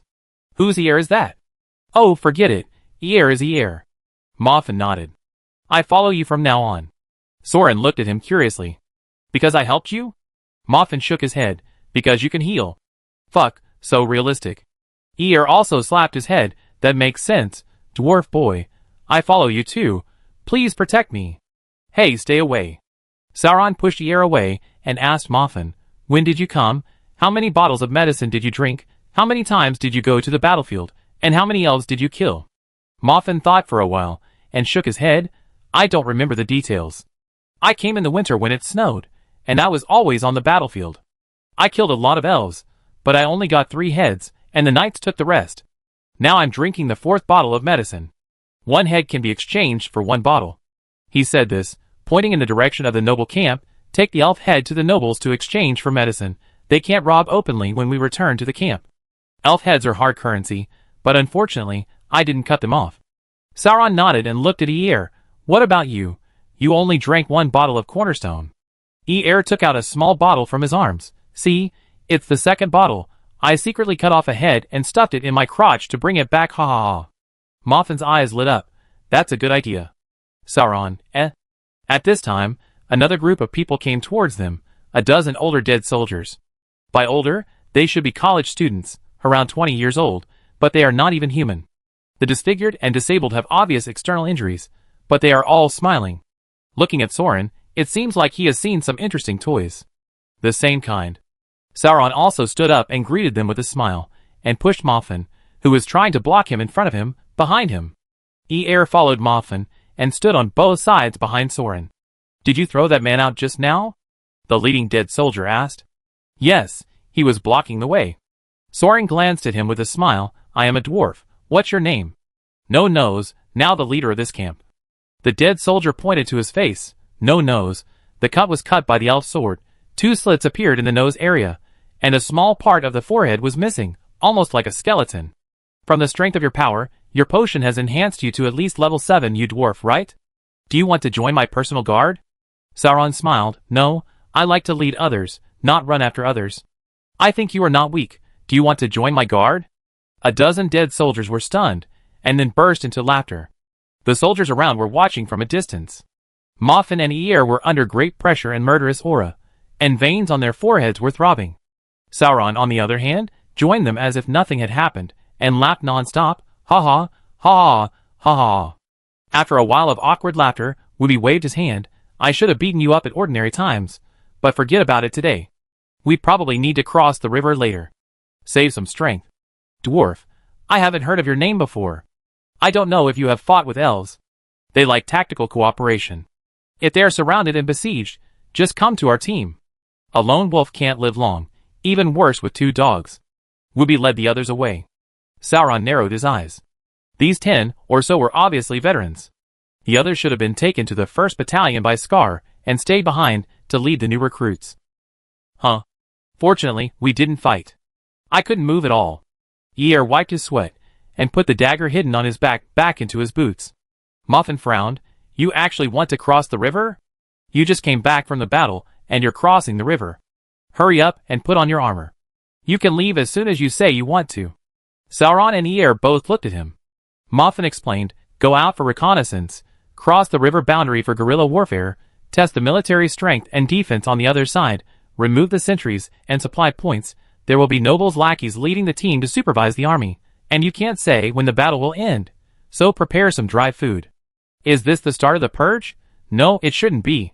Those who have ties with the previous Obby's family should be mainly in camp number 1.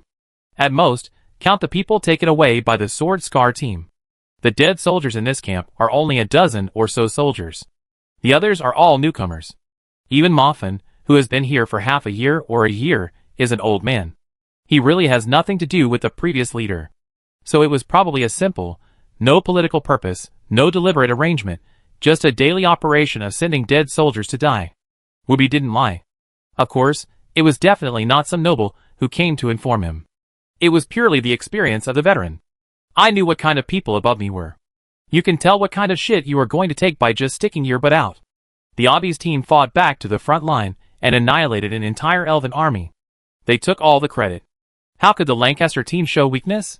Then send the dead soldiers to cross the border for reconnaissance and test the opponent's strength. If the opponent's troops are insufficient, and there is a chance, you can also fight and win credit. If there is no chance due to tight defense, then there is no chance. So Soren and the other 3 prepared their armor and weapons, and also brought half a month's worth of dry food, and a large number of cavalry came outside to check the troops. The dead soldiers gathered in this camp, except for the group of elite soldiers taken away by Sword Scar.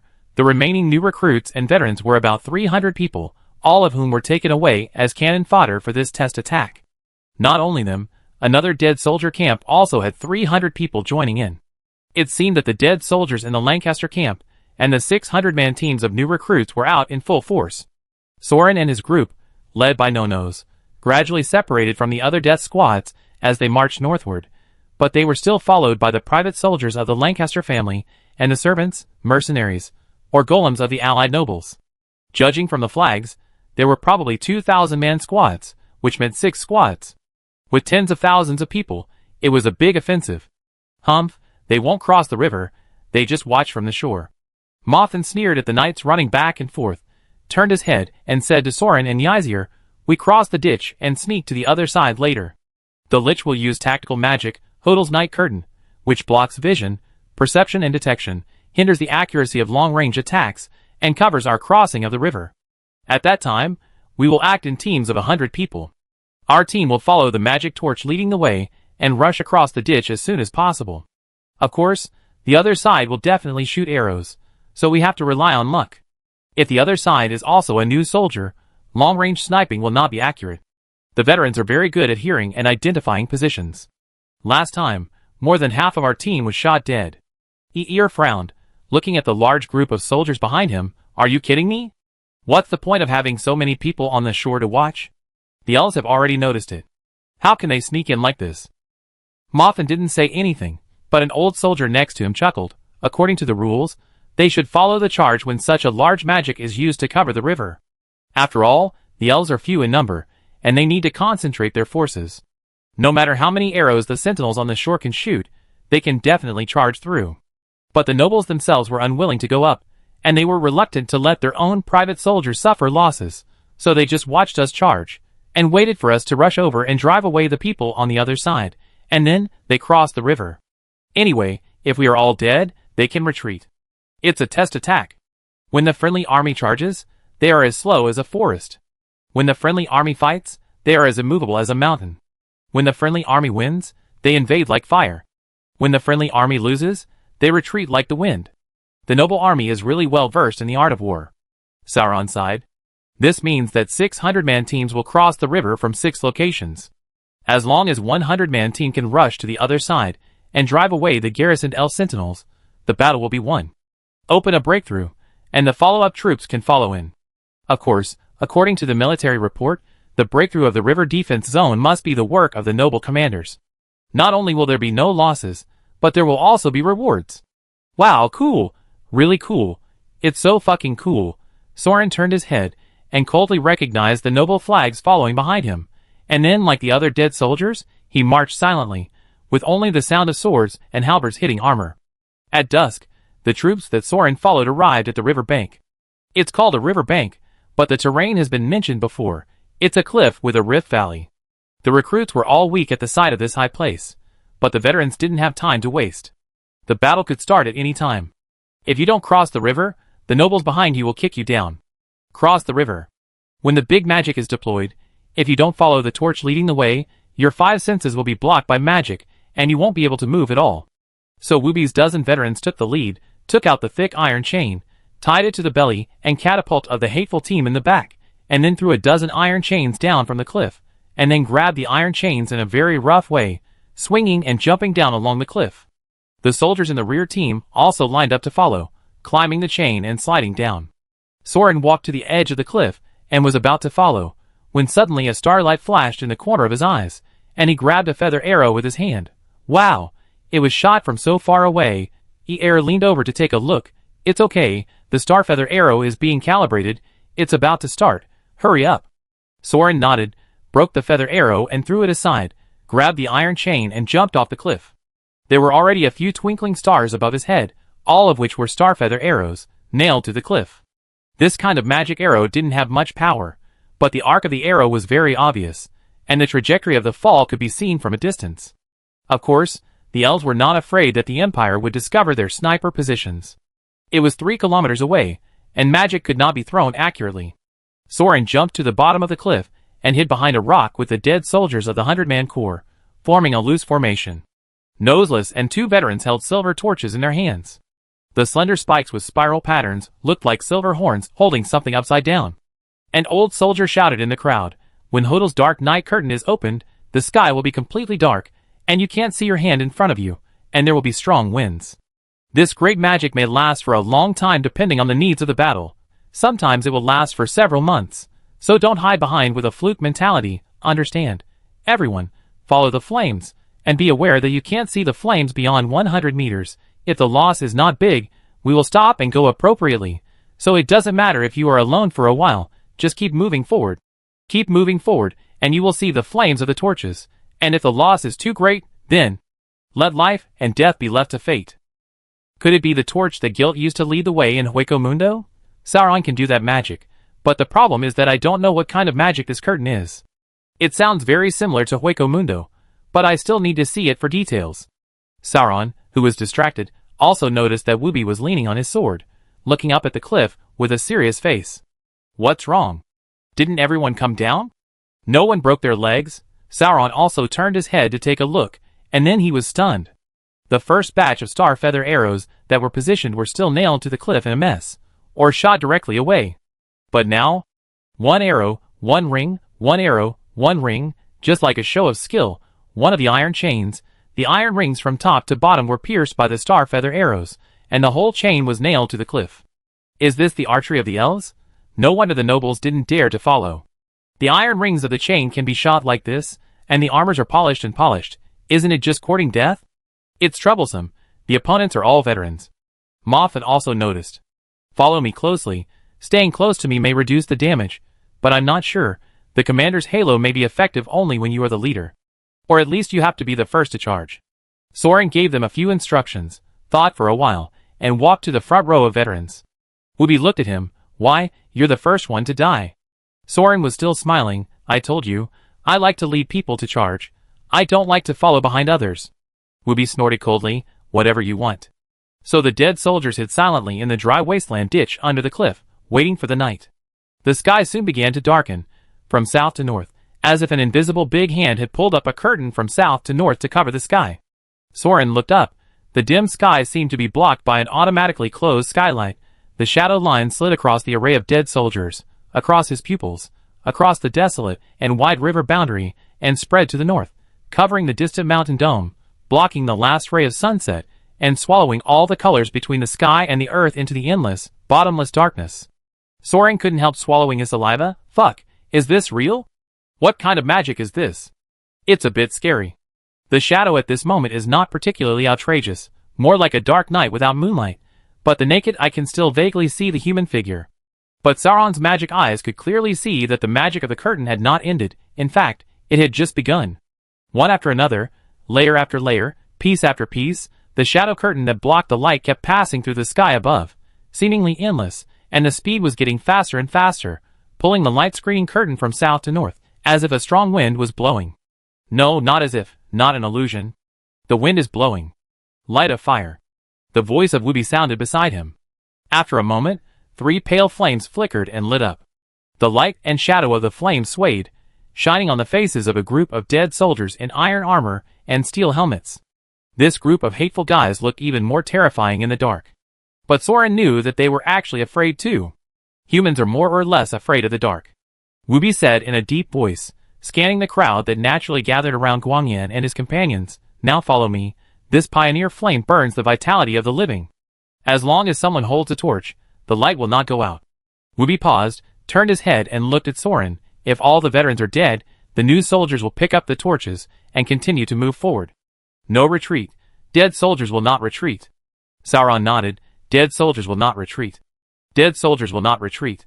20-something young men, not much different from him, repeated it in a low voice, as if encouraging each other or stating a simple fact. Then they resumed the silent silence again, just like the countless shadows of the same person projected onto the screen by the white flame in the darkness, tightly surrounding the flame.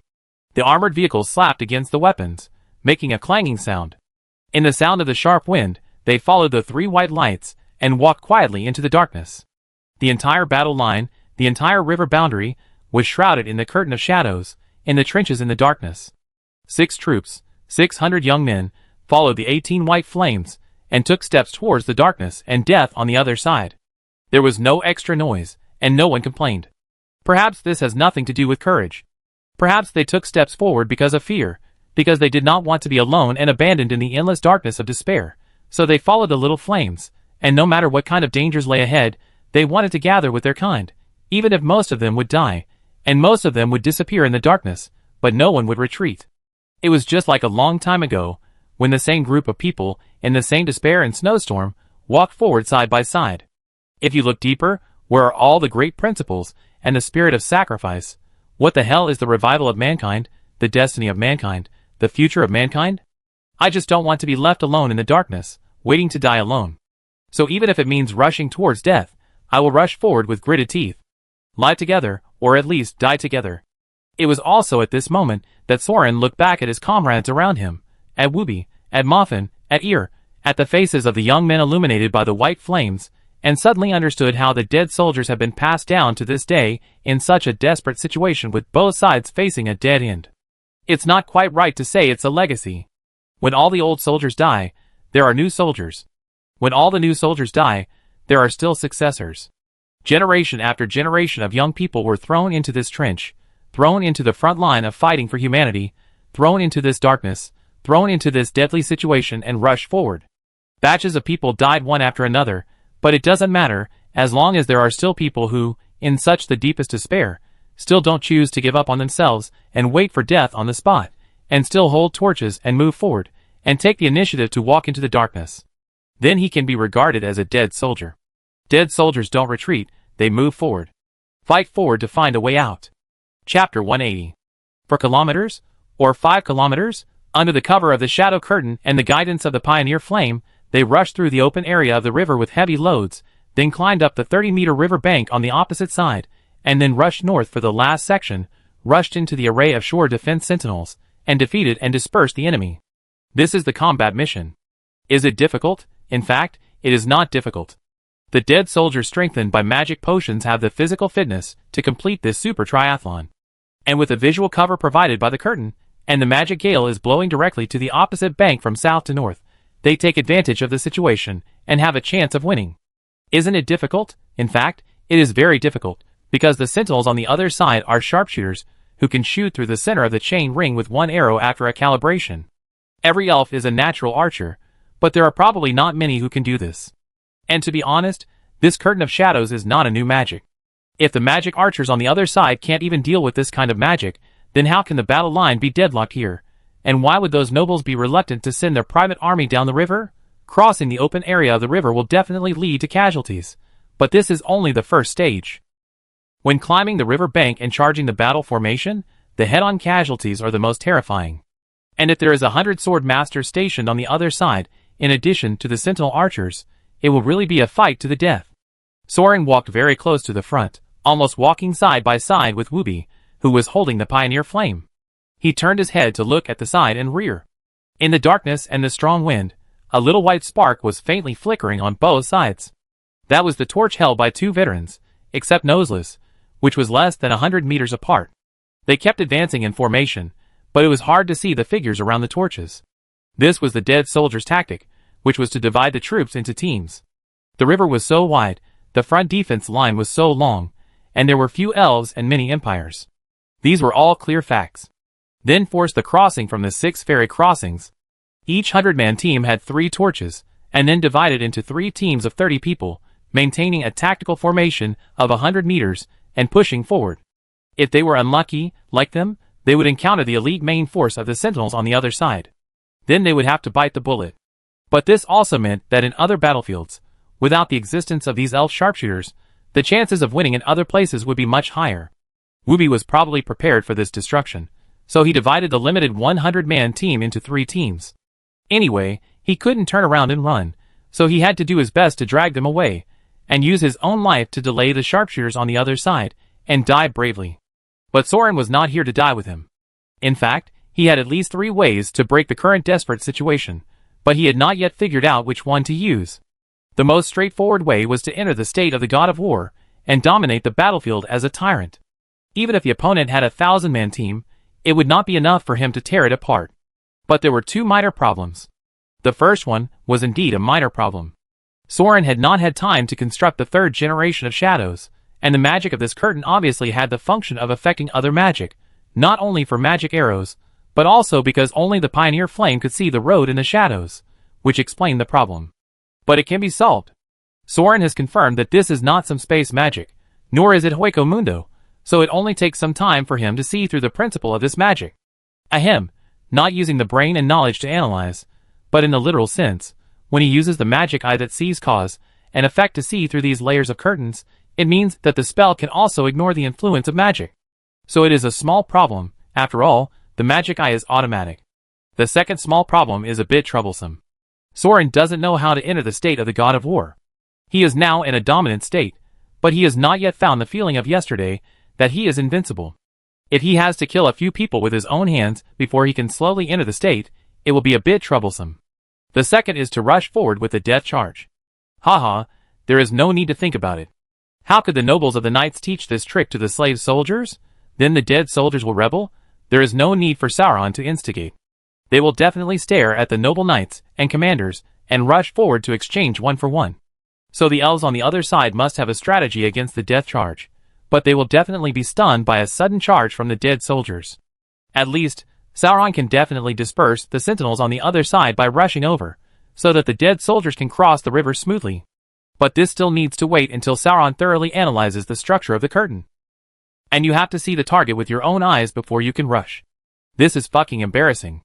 Now Sauron suddenly discovered that the dark night curtain of Hodel that the liches opened was completely aimed at him. In this case, we can only hope for that inexplicable halo. When he led his men to charge the mountain yesterday, Soren noticed that not only the magic arrows and swords of the elves had greatly reduced their damage to him. Even the dead soldiers following him could get a considerable degree of damage reduction. Soren still didn't know the specific principle, but who cares? It's enough for the refrigerator to hold elephants, so who cares how the refrigerator was made? If this kind of protection and damage prevention is still effective later, then Soren can at least lead the noseless team to rush to the other side of the river first. But if, after one day, this damage-free hook is no longer effective, then life and death are up to fate. We are almost passing the middle line of the river boundary. Get ready. Wooby held up a torch and spoke in a low voice. Once you cross the boundary, it will be the territory of the Alliance, and they will start shooting arrows.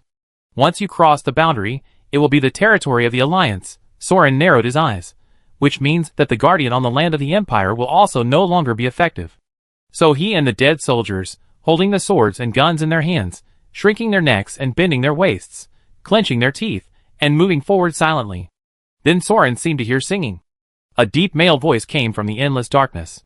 In my hometown, where the grass is green, there is a girl, waiting for me to return home. Soren turned his head to look at Wooby. Are you singing? The tune is quite nice. What song? Wooby was stunned and shouted, Get down. Then a starlight passed by Soren's eyes, and then he felt a punch in his chest. Then he fell on his back, watching countless meteors flashing through the night sky in front of him, and his head hit the ground with a bang, and his helmet shook his teeth. Dwarf.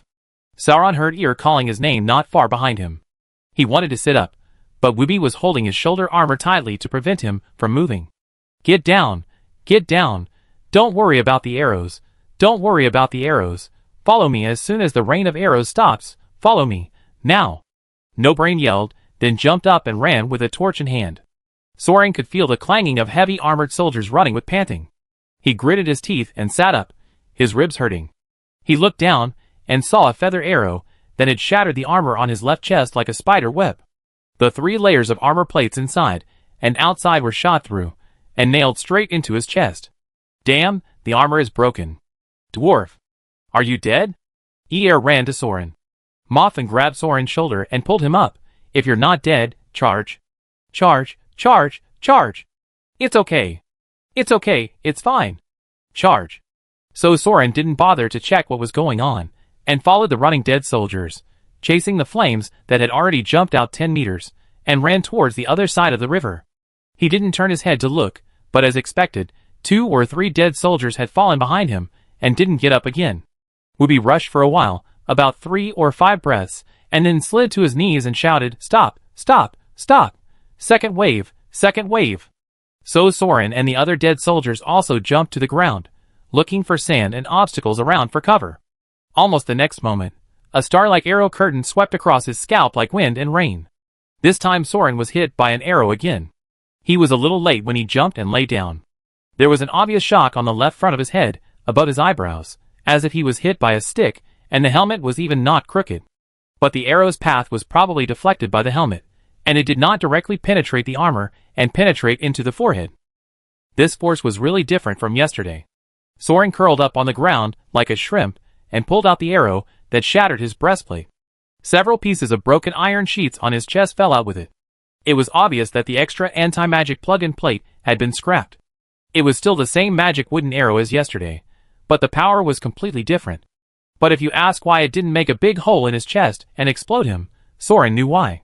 He could see the last layer of barrier blocking the arrow from his heart through the crack of the shattered breastplate. What else could it be? Sigurd's thoughts. He owed this little girl another life. Soren sighed and broke the magic arrow in his hand. What he was most worried about happened.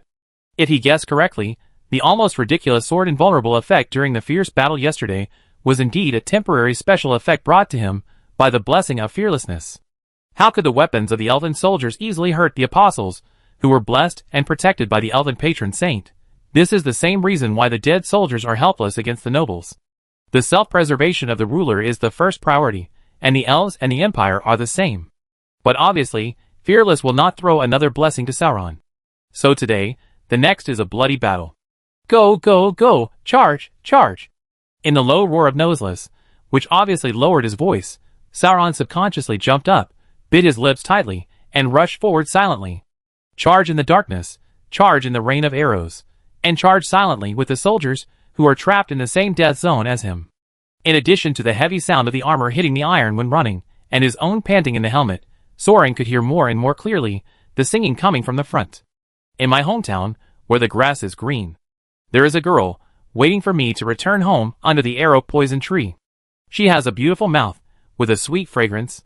For the beautiful girl, for the beautiful hometown, draw the bow, brother, shoot the arrow into the distance, forget your hesitation, forget your sorrow, kiss me, girl, bless my hometown, bring my heart to my girl, tell her that one day I will return to my lover's side, hold her with my hands drawing the bow, and sink into the fragrance of dreams.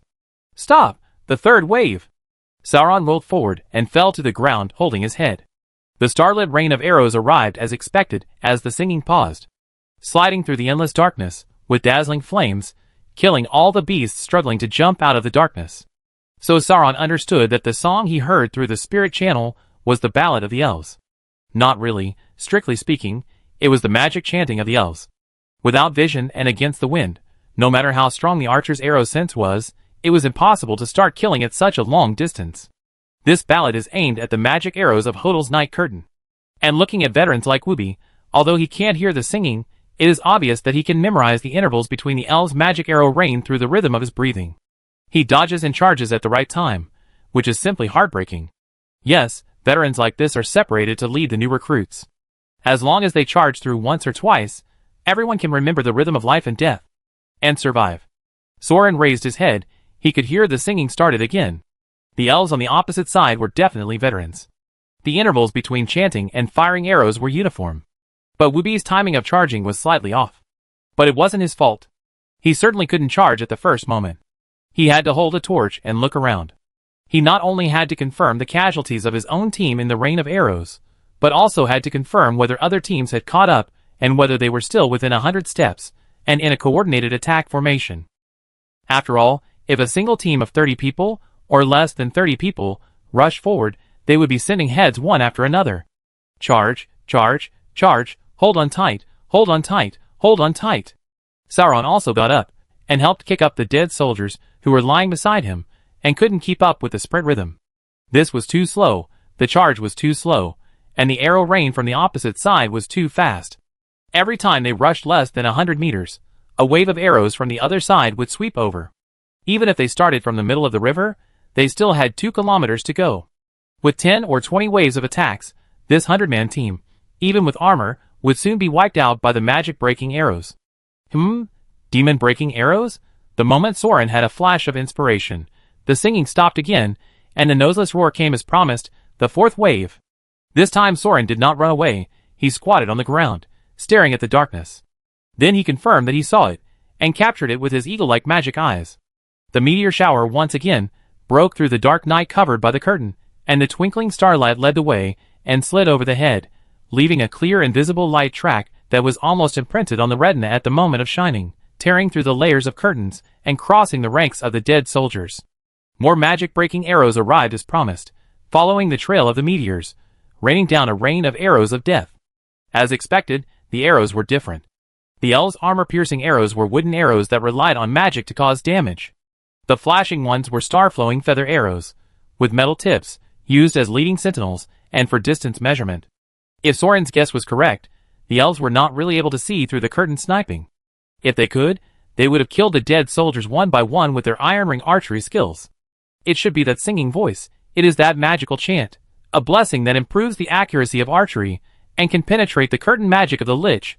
So, the leading archer shoots the fixed position star stream arrow, while the other archers use armor-piercing arrows to chase the arrow path of the star stream arrow and conduct a covering shooting tactic.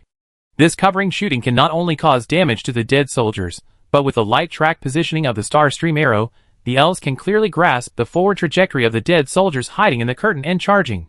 In this way, when they rush out of the curtain, what will be greeted by the most deadly rain of arrows. In other words, if the song is the magic that can really penetrate the curtain and locate the star stream arrows. There is a girl waiting for me to return home under the arrow poison tree. Go, go, go! Sauron opened his eyes, as big as copper bells, jumped out in a flash, and rushed forward under the angry glare of Wooby. You kid is not dead yet.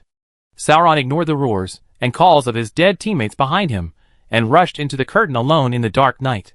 He took off the helmet that blocked his vision, and stared at the vast darkness, the endless night. His pupils trembled wildly, searching wildly, looking wildly. Look carefully, as long as you look carefully, you can see it. She has a beautiful mouth, with a sweet fragrance. I saw it, I saw it, I saw it. For the beautiful girl, for the beautiful hometown.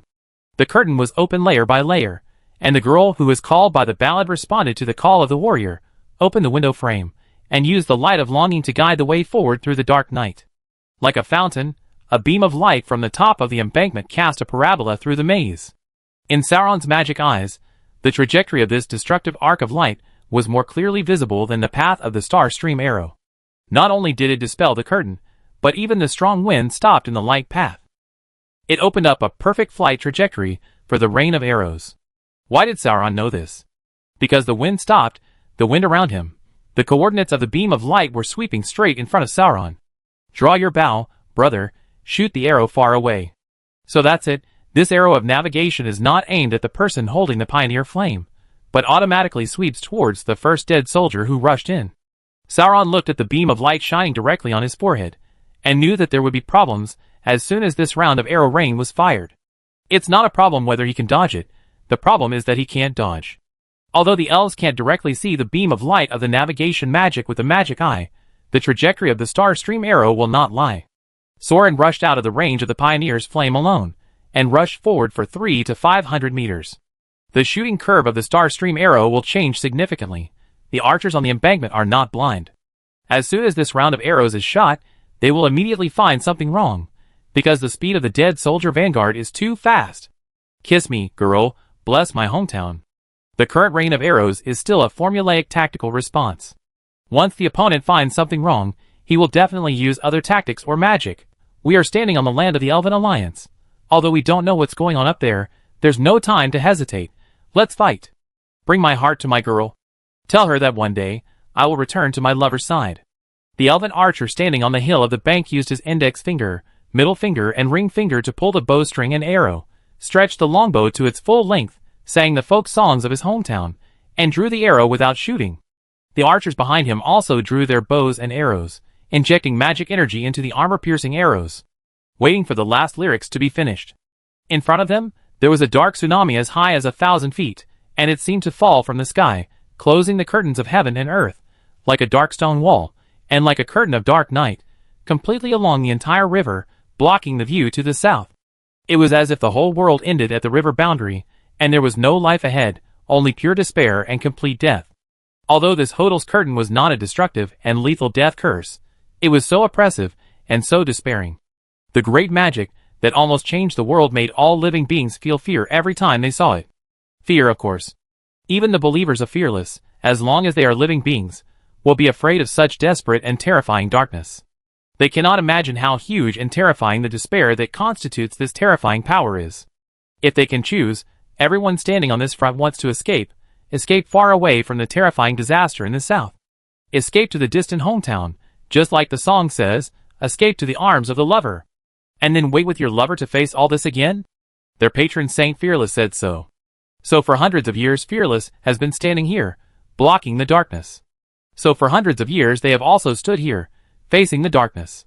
Standing here with almost desperate depression, shooting arrows blessed by their loved ones at the undead in the south, who are almost immortal, and never willing to rest. When the darkness is driven away, and the victory is won, they can return home. Holding her with both hands drawing the bow, sinking into a dream. A light sound came from above the sentinels' heads before the last note of the elves' chant. Using the light beam of the elf ballad, the last moment of the magical interference of the shadow curtain was dispelled. Sauron used Ginowavar's jump to teleport to the sky above the embankment along the tiny gap in the curtain, and appeared above the heads of the elf sentinel archers. If it were any other time, Sauron would never dare to jump into the faces of a group of elf archers so openly. Even the thoughts could not protect him if he was so arrogant. But he still jumped in the face, completely out of his absolute trust in the professional qualities of the elven soldiers on the front line and these veterans. Yes, out of trust, and the elves did not disappoint his trust. The leading sharpshooter, with dynamic vision, immediately stared at Sauron, who flashed above his head. A dead soldier, wearing heavy armor, without a torch, flashed above their heads like a lich. Putting these elements together, even the residents of the magic world could not deduce the reason in the first moment. But he still shot the star stream arrow on the bowstring along the original trajectory, towards the spot marked by light before Sauron jumped in the last moment, and behind him, about half of the team, less than 50 sentinel archers, also followed the trajectory of the star stream arrow and shot rows of magic-breaking arrows, even if every one of them saw Sauron, even if every one of them was staring at Sauron, even if any one of them shot any arrow at Sauron, who was freely falling in the air at this moment, they could hit him, but no one turned their longbows, not even their arms trembled. They were the best archers, the best among the elves, the kind that would not move even if a needle pierced their eyes, so how could they be shaken, especially for the sake of their love, for their hometown, standing at the forefront, fearless, or fearful, facing the real, pure darkness. How could this group of fearless people be shaken? Dreamland. The clear and crisp bowstrings rang in unison, and the rain of arrows followed the flash of meteors, sinking into the river, falling into the dark curtain, and there was no sound. In Sauron's ears, This is the most beautiful music. After listening to such a beautiful song, he must return the favor, right? Medusa's breath. Chapter 181. The dark and sticky spider silk exploded from the palm of Soren's right hand, and was swept by the hurricane of magic and spread in a counterclockwise spiral. Almost in the blink of an eye, it formed an absolute deadly web between heaven and earth. In fact, it is not quite right to say that it spread. The principle of this magic cannot be regarded as Soren throwing the cursed spiritual silk from his hand to capture the target. To be more accurate, the moment he jumped above the archers' heads and attracted everyone's attention, the magical connection between them was formed. The enemies on the battlefield, who were fighting to the death, such an obvious cause and effect, were directly transformed into a curse linked by Medusa's breath. It's just that the final effect of this curse is petrification. Just yesterday, on the other side of the river, Soren used this forbidden spell to kill an entire 1,000-man team. But when he used the same trick again, Soren suddenly found that something was wrong. The forbidden spell was fine. All the elf archers on the battlefield were paying attention to Soren. The petrification curse had been successfully formed. Soren himself could see that the curse magic net formed by Medusa's breath was like a fibrous neural network. One end was caught in the palm of his right hand, and the other end was like a black tentacles that wriggled like an alien organism. It formed in an instant, and the root-like ends penetrated into the mouths, noses, and eyes of the elf archers, entangled with the magic circuits of the entire human body. The problem is to pull out the souls of the elves, and complete the step of the petrification curse. Soren found that he couldn't pull it out. This was the first time this problem occurred. When he was the Overlord God of War yesterday, he didn't pay much attention at all. He just pulled out the souls of 1,000 people from their bodies, like a vortex vacuum cleaner, and gathered them in his hands into a ball. But today it didn't work. He couldn't pull it out. Soren didn't know if this description was appropriate. The power of these souls was surprisingly heavy. With a bang, Soren fell from the sky, and his heavy armor made a hole in the ground. He knelt on one knee, not because he twisted his foot, but because he couldn't move. Medusa's breath was not completed, and the cursed magic net between Soren and the less than 50 magic archers on the battlefield was maintained. And it consumed the magic power in his body at an alarming rate. Fuck, what's going on again? Soren squinted his eyes, and looked at the archers whose mouths and noses were wrapped in black magic nets, and whose entire faces and upper bodies were corroded. They still maintained the posture of holding bows and shooting arrows, staring at Soren, but no one wailed, no one was terrified, and no one was shaken at all. Even though their bodies could not move, most of their magic circuits were frozen by the magic net of the forbidden spell. But none of them gave up the fight. Yesterday, 1,000 pairs of eyes turned into ashes under the pressure of the God of War. Today, there are less than 50 pairs of pupils, but they are as hard to shake as rocks, and even from the depths of their eyes, silver light flashed. Little by little, silver lightning burst out from their eyes, expelling the cursed magic net that penetrated into their bodies. Fuck, they are all bronze saints? The forbidden spell was used only yesterday, and the next day, they made a magic countermeasure. It's too exaggerated. Cold sweat oozed from Soren's forehead. He was not just a little panicked, but very panicked. Because the leading archer could actually move. Can you believe it? Fortunately, it was not the arm that could move, but only the lips. In my hometown, where the grass is green. Stop singing, you bastard. Then Soren saw all the archers around him start to move at the same time. Some moved faster and some slower, but they all moved in unison to prepare to draw their bows. Sauron could also see that, along with the singing, silver lightning burst out from the elves' hearts. The protective silver snake and the cursed black net fought fiercely in their bodies, burning and bursting the elves' chests, arms, and faces with the scorching magic energy, and the air was filled with the stench of burnt flesh roasted by charcoal fire. Still no one flinched. The elf archers were like rusty puppets, enduring the burning and severe pain from the fierce battle of magic energy in their bodies. Their joints were stiff, but as the silver lightning drove away the cursed magic net bit by bit, they began to move with difficulty. No one turned back to escape, but one by one, they turned to Soren and raised their bows. Damn idealistic magic world. It's disgusting to say this. But it seems that this is the kind of white magic that the stronger the heart, the stronger the power.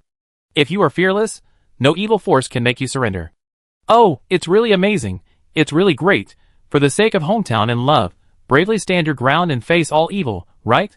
Well, in the eyes of the elves, the existence of human beings is evil, right? For the beautiful girl, for the beautiful story. She. A sword interrupted the elf's ballad, pierced through his eye socket, and pierced his brain stem. Sauron's right hand was like a fishing net, pulling countless black spiritual silks like roots, and threw the sword at his waist with his left hand, killing the leader of the archers. Guanhuavar, spit out a few more swords. Guanhuavar, fuck, wind-flying cannon.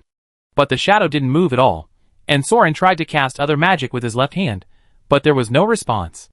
Well, it seems that this forbidden spell is not completely invincible and unsolvable to instantly kill everyone. After all, it is a forbidden spell, which takes up too much magic power and too many circuits. Sauron can't use other tricks while maintaining this magic. So if you can't kill everyone in an instant, you may fall into the dilemma of the current situation where a top level is dragged into a stalemate by dozens of elites because of a few brave hearts. No wonder few people use this trick anymore. Bravery, what an elven feeling that is hard to fathom. Draw your bow, brother, and shoot your arrows into the distance. Forget your hesitation, forget your sorrow. Sauron turned his head and looked indifferently at the elven archers, who opened their mouths and glared at him as they sang. Okay, let's pretend that I'm the villain. So he stopped talking and walked slowly towards the elven archer leader amid the singing, stepped on his corpse, and pulled out the one-handed sword that was stuck in his eye socket. Then, maintaining the restraint of the magic net, he walked towards the next elf, the next, and the next elf. Cut their throats, cut their necks, split their heads, and killed them one by one. Until the river bank was quiet again, only the south wind blowing from the curtain blew, sending the smell of blood back to the north, back to the home of the arrow poison tree. North Bank. Fearless turned his head suddenly, and looked sideways outside the temple. In the vast darkness, the newborn martial god has crossed the border. That's the temple's defense zone. Big ass should be able to handle it. Archmage Yug lowered his old eyebrows. It's just a pity that another group of good kids have returned home. Fearless clenched the hilt of Lake Light. I'm afraid this time it's a real decisive battle. Have you found that guy? Yug still coiled his crystal ball and shook his head. I didn't see his shadow, but Schwartel brought their first magic legion over, just opposite. Maybe it's really the first battle, or the last battle. When the war started, that guy was the only one not on the front line. Do you believe it? Fearless turned his head again and stared at the other side, at the heavy curtains unfolding on the south bank. Humph, how is that possible? That bastard must be hiding in a corner waiting to harm people. Haha, he is so old and still has such a despicable style of doing things. Yuga grinned, and a cold light shone in his old gray eyes. Antaeus, are you afraid? Fearless laughed. Old man, you still remember my real name. Yuga snorted coldly. Of course, I still remember that the previous queen had 3 moles on her, but... Ouch, round, white, and big, slurping. I might die soon. Let me make one last charge. Wu Wei shrugged, and he was used to it. He stared blankly at the curtain that completely covered the river boundary. Old man, have you ever thought that we might have done something wrong? Yuga did not speak. Wu Wei paused for a while. If we had stood up to stop her at that time, maybe we wouldn't be here today. Antaeus, you talk too much today. Hesitation will make your sword dull. The Archmage stood up and floated past Fearless. His white hair was steaming in the wind. The purple lightning under his robe was like a thundercloud, and the steam almost ignited the magic power near the entire temple. It's still the same old rules. I will stop the other small fish. You don't have to worry about anything else. Just cut that sword out. Archmage Yagr turned his head outside the temple, as if he was taking a last look at his old friend. Under his old and dry skin, the empty eye socket seemed to be wrapped in a ball of dazzling lightning. Kill Killian, put an end to everything, and we can go home. Then he created a dazzling lightning, flashing purple light, from the earth to the sky, leaving a string of shining dragon-shaped lightning shadows on the endless dark curtain that covered the sky and the sun. And as if responding to the call of an old friend, from the other side of the curtain, a bright white light rose from a distance like a tracer bullet, crossing the heavy curtains to meet the purple lightning. And behind the white light, followed by several, dozens, hundreds, and human-shaped black shadows rose up, like thick smoke clouds, chasing the white light, flying in the night sky, covering the last bit of starlight leaking from the top of the curtain. And from the entire battle line, more black smoke rose from the south bank, forming a dense black cloud, led by a little white light, with a momentum far larger, more turbulent, and more terrifying than the curtain, like an avalanche, a tsunami, and a thunderstorm, gathering towards the top of the fearless temple, towards the sky blocked by the curtain, and towards the river boundary and green mountains protected by the purple lightning. Also on the north bank, Wooby climbed up the embankment, with a chain on his back and a torch in his mouth. In fact, he had some guesses as to why the rain of arrows on the other side of the bank stopped, but some things would still be shocking even if they were expected in their hearts. Soren sat on a hillock made of more than 50 elf heads, with a blood-stained one-handed sword with a curled blade from chopping bones placed flat on his legs, silently waiting for the dead soldiers to climb up. It was as if he was sitting on a throne of flesh and blood, waiting for the true king to come to him. Perhaps it would be a good idea to join this kid's army and follow him. Soren counted the first team led by Wooby. Only 20 people climbed up, and the previous rounds of arrow rain probably shot down 10 of them. Now he knew that the magic arrow of the leader was aimed at the first person, so the first team walking in front was the shield for the whole team behind. Strictly speaking, in this tactic, the first person holding a torch is the target that attracts the fire. The ideal solution is that he, the leader, walks alone in a team, and the others follow behind. However, facing the elf sharpshooter this time, the veteran of the dead team obviously did not have confidence, so he selected a team of people. In fact, it was just in case he died, so he could pick up the torch and continue to move forward to attract the target of the rain of arrows. Originally, it was expected that there would be 30 casualties, but only 10 died, which was not bad. "Oh dwarf, you are not dead yet. Great, I knocked off half of my front teeth, you can help me heal. What happened to your hand, is it okay?" One Ear and Horse Dumb also climbed up. Of course, Soren would not say that they were lucky, but that they were lucky. One Ear's mouth was full of blood. An arrow shattered the helmet mask, shot off half of the upper jaw's front teeth, and cut his lips. Now he has a cleft lip. 2 arrows, no 1 arrow, were stuck in Horse Dumb's body. A hole was shot through his back, and the arrowhead came out from his waist and ribs, trapping the whole person in the armor. The situation of the others was similar. No one of the Destiny Child was unscathed. As for Soren, he was fine. "It's okay, it's just the backlash of magic. It will be fine after a good sleep." His right hand was petrified. Soren hadn't taken off his armor to see, but his right hand to the chest was numb. Medusa's breath still failed. The stalemate lasted too long. Those archers fought with their last courage, and hurt his soul in turn. He couldn't use magic for the time being. Soren rubbed his stiff right arm, and inserted the sword into the elf's head. The head is hard currency. Whoever wants it can take it yourself. "Give me a sword." Mothin handed his sword to Soren. Wooby came over with a torch. "Lend me a head. Use the pioneer flame to send out the signal to break through the front line. Everyone, step back a little, the flames will be very big soon, and we can see it on the other side and along the coast. We have to hold this crossing point, wait for the army behind to cross the river, and establish a frontline position, and then move forward." "Move forward?" Ysir couldn't help asking, "Do you think we can move forward further?" Wooby glanced at him. "Do you think they will let us rest? Be prepared, we won't stop until dawn. If you are too tired, just lie down and pretend to be dead." One Ear suddenly realized, good idea. Sauron chuckled, his face suddenly changed. "Pretend to be dead. Pretend to be dead. Someone is coming. Something is flying over." One Ear and Horse Manure immediately followed Sauron and fell to the ground. No Nose even threw the torch aside decisively, to avoid being exposed. The other dead soldiers also lay down, no need to disguise. Anyway, everyone was shot like a target, bleeding, missing arms and legs. "What's going on?" One Ear asked quietly. Soren stared at the clouds in the north. "Hush, singing." Something was flying over singing. Soren could see from a distance that a large cloud of fire, like the morning glow, was approaching rapidly, and soon tore through the dark clouds and black wind, and jumped into Soren's sight like the rising sun. It was undoubtedly a god. The elven god. Soren had seen it countless times. Just kidding, he had only killed one. Another goddess. Golden and red hair, red gold pupils, holding a red phoenix patterned kite shield in one hand, a 4-meter-long lance in the other, and wearing a cape. She was very attractive from head to toe. Even though her whole body was covered in magic armor, only the boots and skirt armor were exposed, and the close-fitting training clothes were stretched to the full and round curves, which really made Soren look a little. Cough cough cough, I have been in the military camp for too long, and I will do whatever I see. Everyone understands. So in fact, there is nothing abnormal about having so many goddesses. The elves are so scarce. Looking at the swordsmen and archers fighting on the front line, the elves are probably a matriarchal society. Judging from the strength of the divine light, this god is a little worse than alchemy, who has not recovered to the strongest state, and he is very arrogant. In such a dark night, he is riding a phoenix, flying over with bright light and singing. Sauron saw it from a long distance. However, its divine light is a golden light similar to flames, which is obviously different from the silver lightning of Fearless. It is probably not fearless. Well, the opponent is not really stupid enough to dress up and become a living target on the battlefield. The elven god riding a phoenix, or some kind of firebird, and following behind it, there are hundreds of similar flaming demon birds, which are obviously domesticated Air Force mounts, and there are human figures on their backs, probably the personal guards of this god.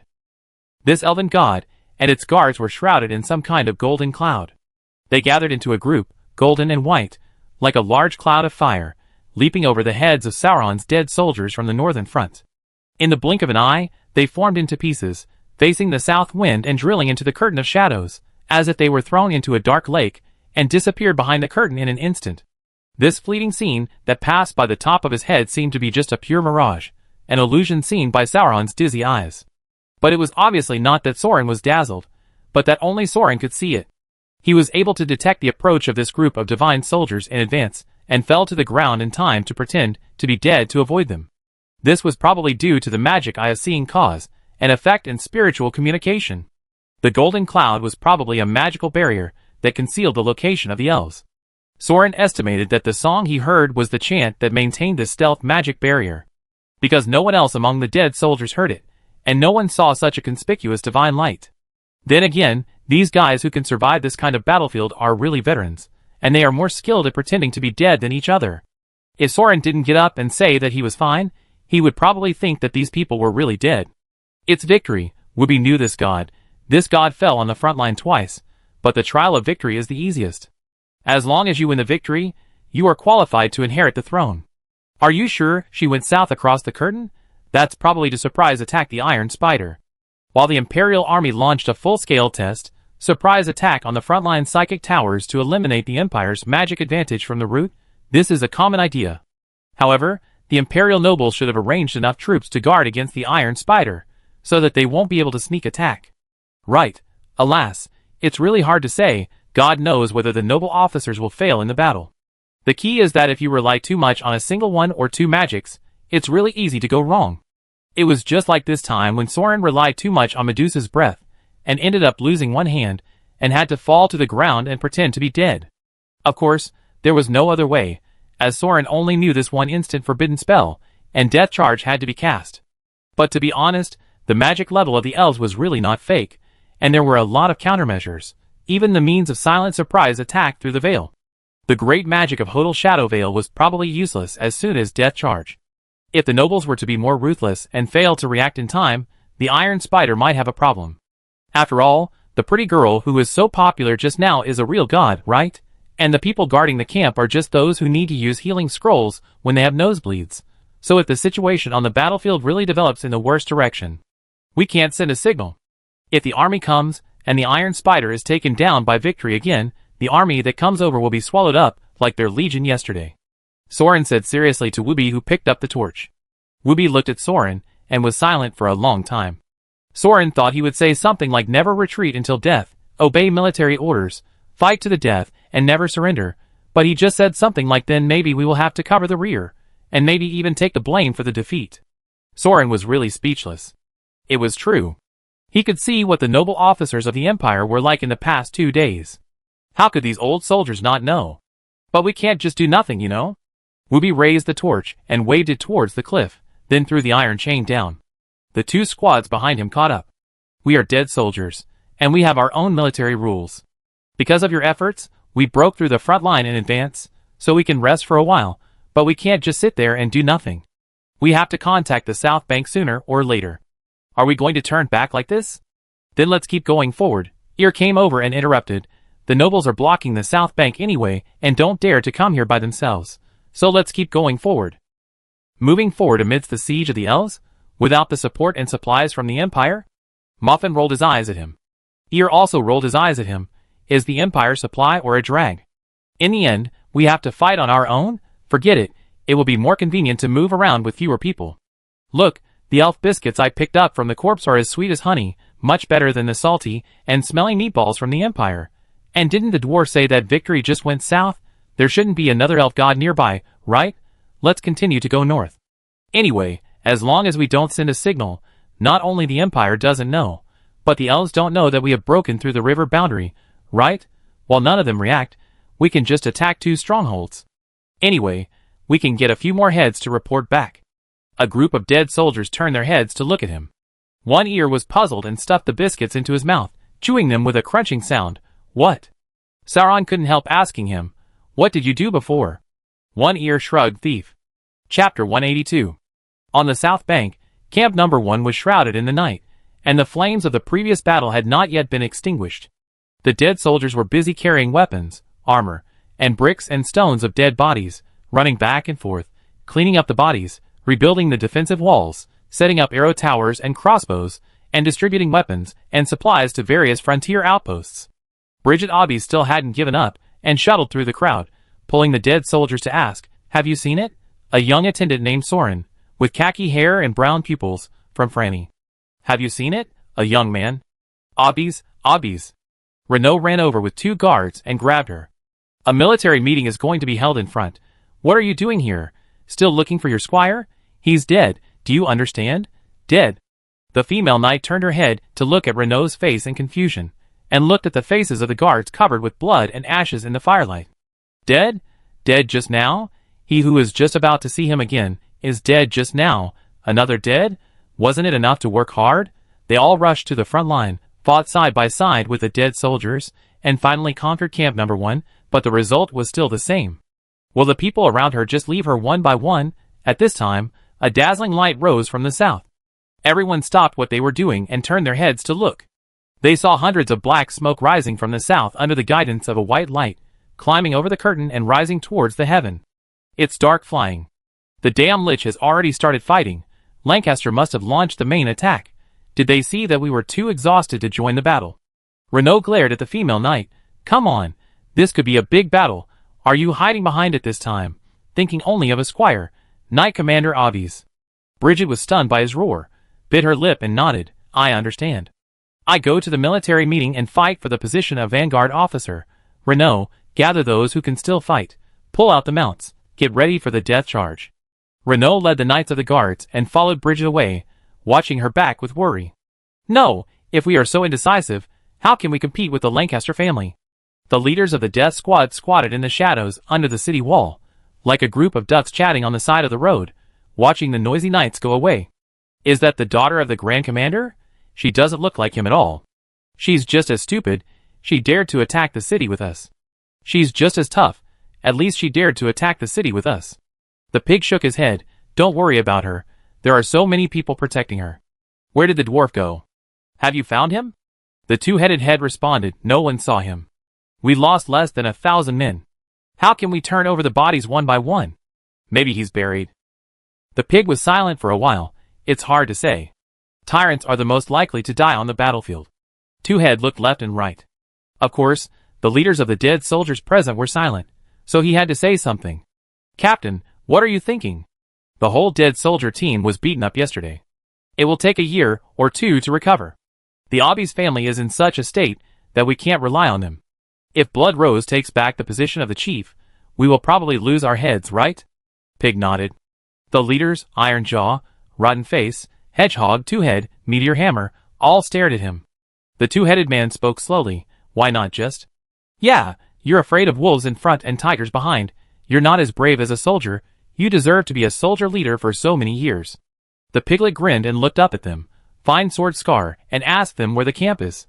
The soldier leaders nodded, stood up together, and dispersed into the shadows and firelight, like eagles that found their prey.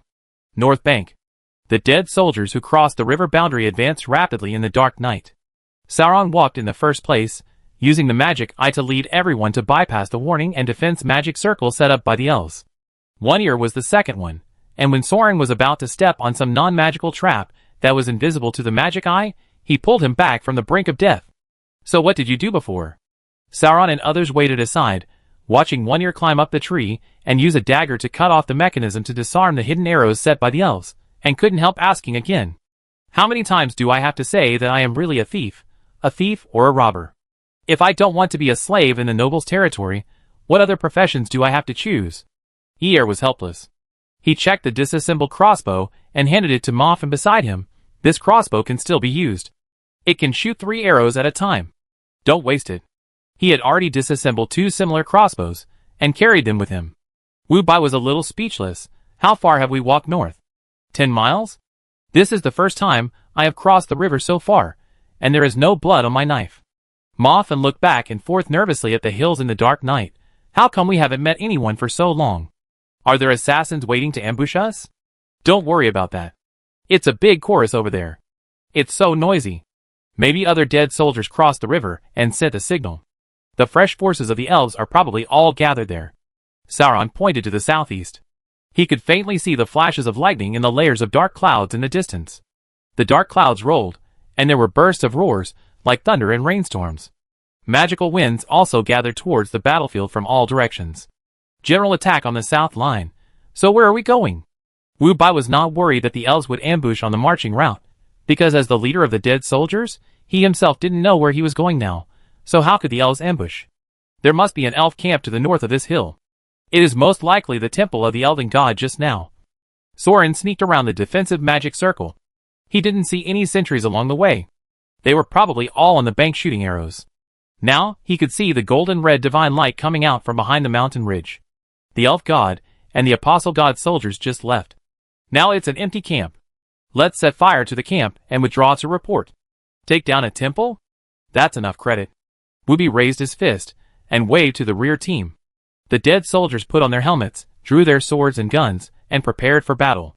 Taking advantage of the darkness and the frontline battles, this special force, led by Soren and Eir, bypassed various defense lines and traps, quietly sneaked over the hilltop, and sneaked in front of the Elf Alliance's camp.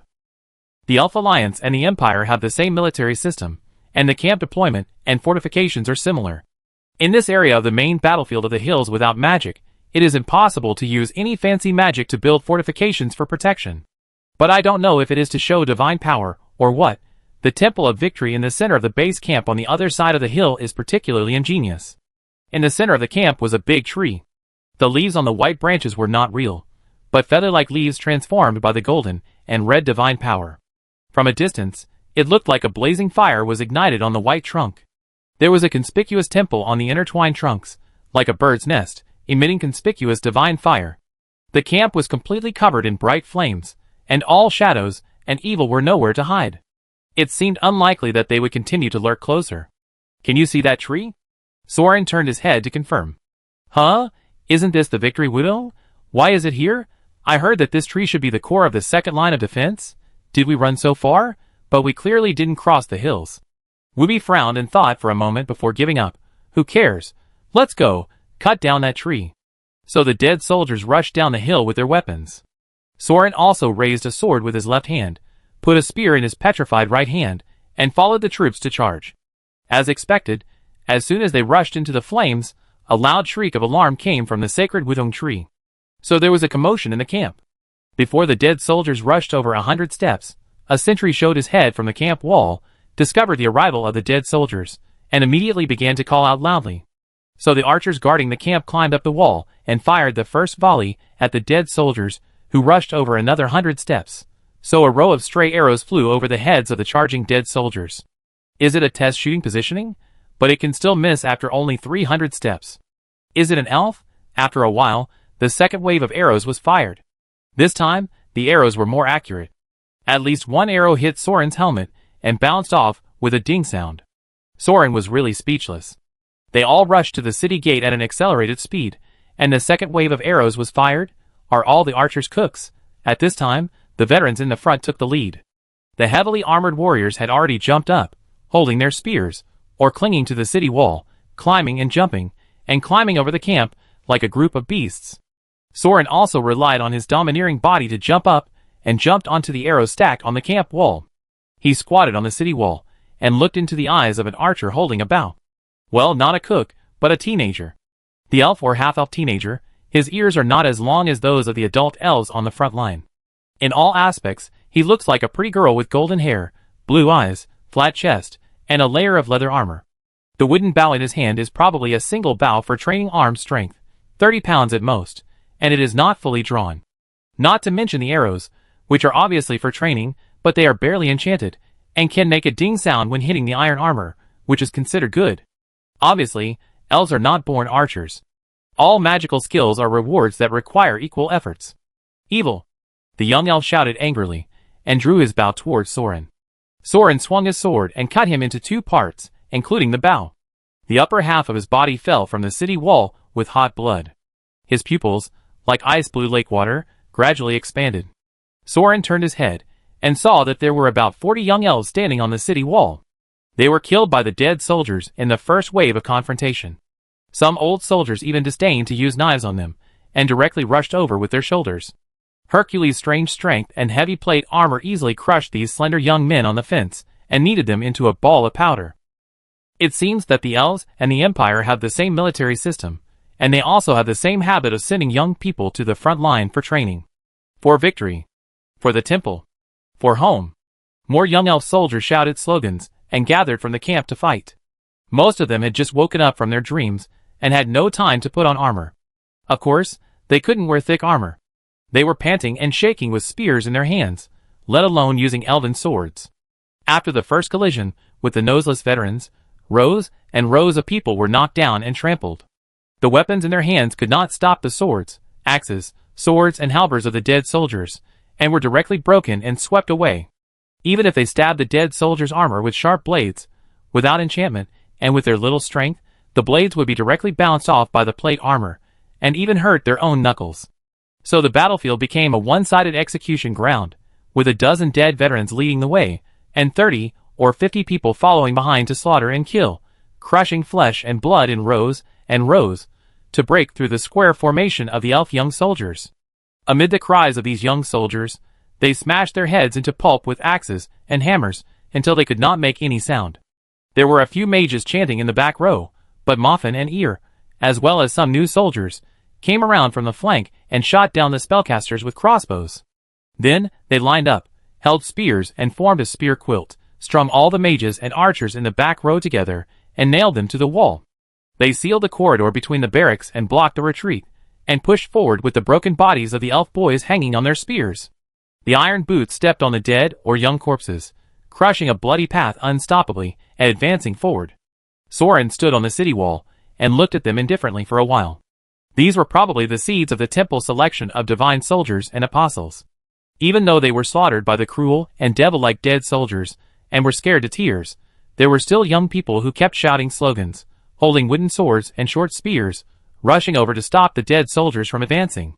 They should have been specially trained on the bloody battlefield. At least they would not be unable to move their legs when seeing flesh and blood, and their brainwashing propaganda was also very good. You see, they probably feel that they are fighting against evil from the bottom of their hearts. Taking up arms and resisting the invading evil demons is not something that ordinary teenagers without a little courage can do. Of course, it is still useless. The individual strength of the elves is very fragile before they are cultivated through long-term experience and memory training, although they have a long lifespan and unlimited possibilities in the later stage. But the growth rate in the early stage is too slow. Compared with humans who have received general training, these teenagers are slightly weaker, and they probably have no advantage without magic. Not to mention the dead soldiers in front of him, who had been trained by magic potions and battlefields to become demons in human skin. So Soren jumped down from the camp wall and joined the ranks of the dead soldiers, killing all the elf boys who were flying towards them like moths. What's there to be entangled about? Aren't the dead soldiers boys of the same age? Maybe they are even younger than them.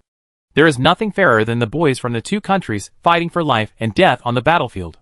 So, about 1,000 young elves came out to fight. Except for the first group, who barely organized a formation, dozens of people came to reinforce, and were slaughtered by the dead soldiers without any suspense. No time to waste. Sauron didn't know how many elves he had killed. He only knew that sticky blood seeped in from the gaps in his armor, soaking his whole body. And he didn't know when his right arm recovered and helped to kill with a sword and a gun. So Sauron threw away the spear with a pile of meat on it, and swung his hand, wind-flying cannon. The wind-blade sickle instantly cleared the way ahead, sweeping up pieces of flesh and blood, as if it had raised a layer of Red Sea waves, turning the surrounding barracks pink and red. The dead soldiers had become accustomed to his frequent charges, convulsions, or magic throws. Very good, I'm invincible again. No time to waste on these scum. Leave one team. No need, Guan Haifa, you clear the field, everyone else follow me to cut trees. Soren roared and swung his arms, drew out the star-carved sword and walked towards the sacred tree, while Guan Haifa crawled out of his shadow and opened his mouth towards the flesh and blood on the ground. Dwarf, be careful, don't get too close. The old ladies up there are not friendly. One ear was near the sacred tree, pointing at the temple on the treetop. Soren looked up and glanced. The temple priests, crying for nothing, they are hiding in the temple, watching others work for them. Some middle-aged and elderly elven priestesses were on the temple on the treetop, staring at the one-sided massacre in the camp under the tree, singing with blood and tears. Along with their singing, the magic barrier also unfolded to protect the victorious Wudong, even though ordinary people could not see the powerful magic barrier. From far away, the surrounding tree trunks could feel the scorching heat coming at them. Eir threw an iron helmet over, but it was burned red by the steaming magic. It was obvious that humans could not get close at all. They won't remove the barrier until they return victorious. Eir touched his chin. We don't have time to delay here. Can you handle it, dwarf? If you can't handle it, we will just retreat. Don't worry about it. Wait for me to think of a way.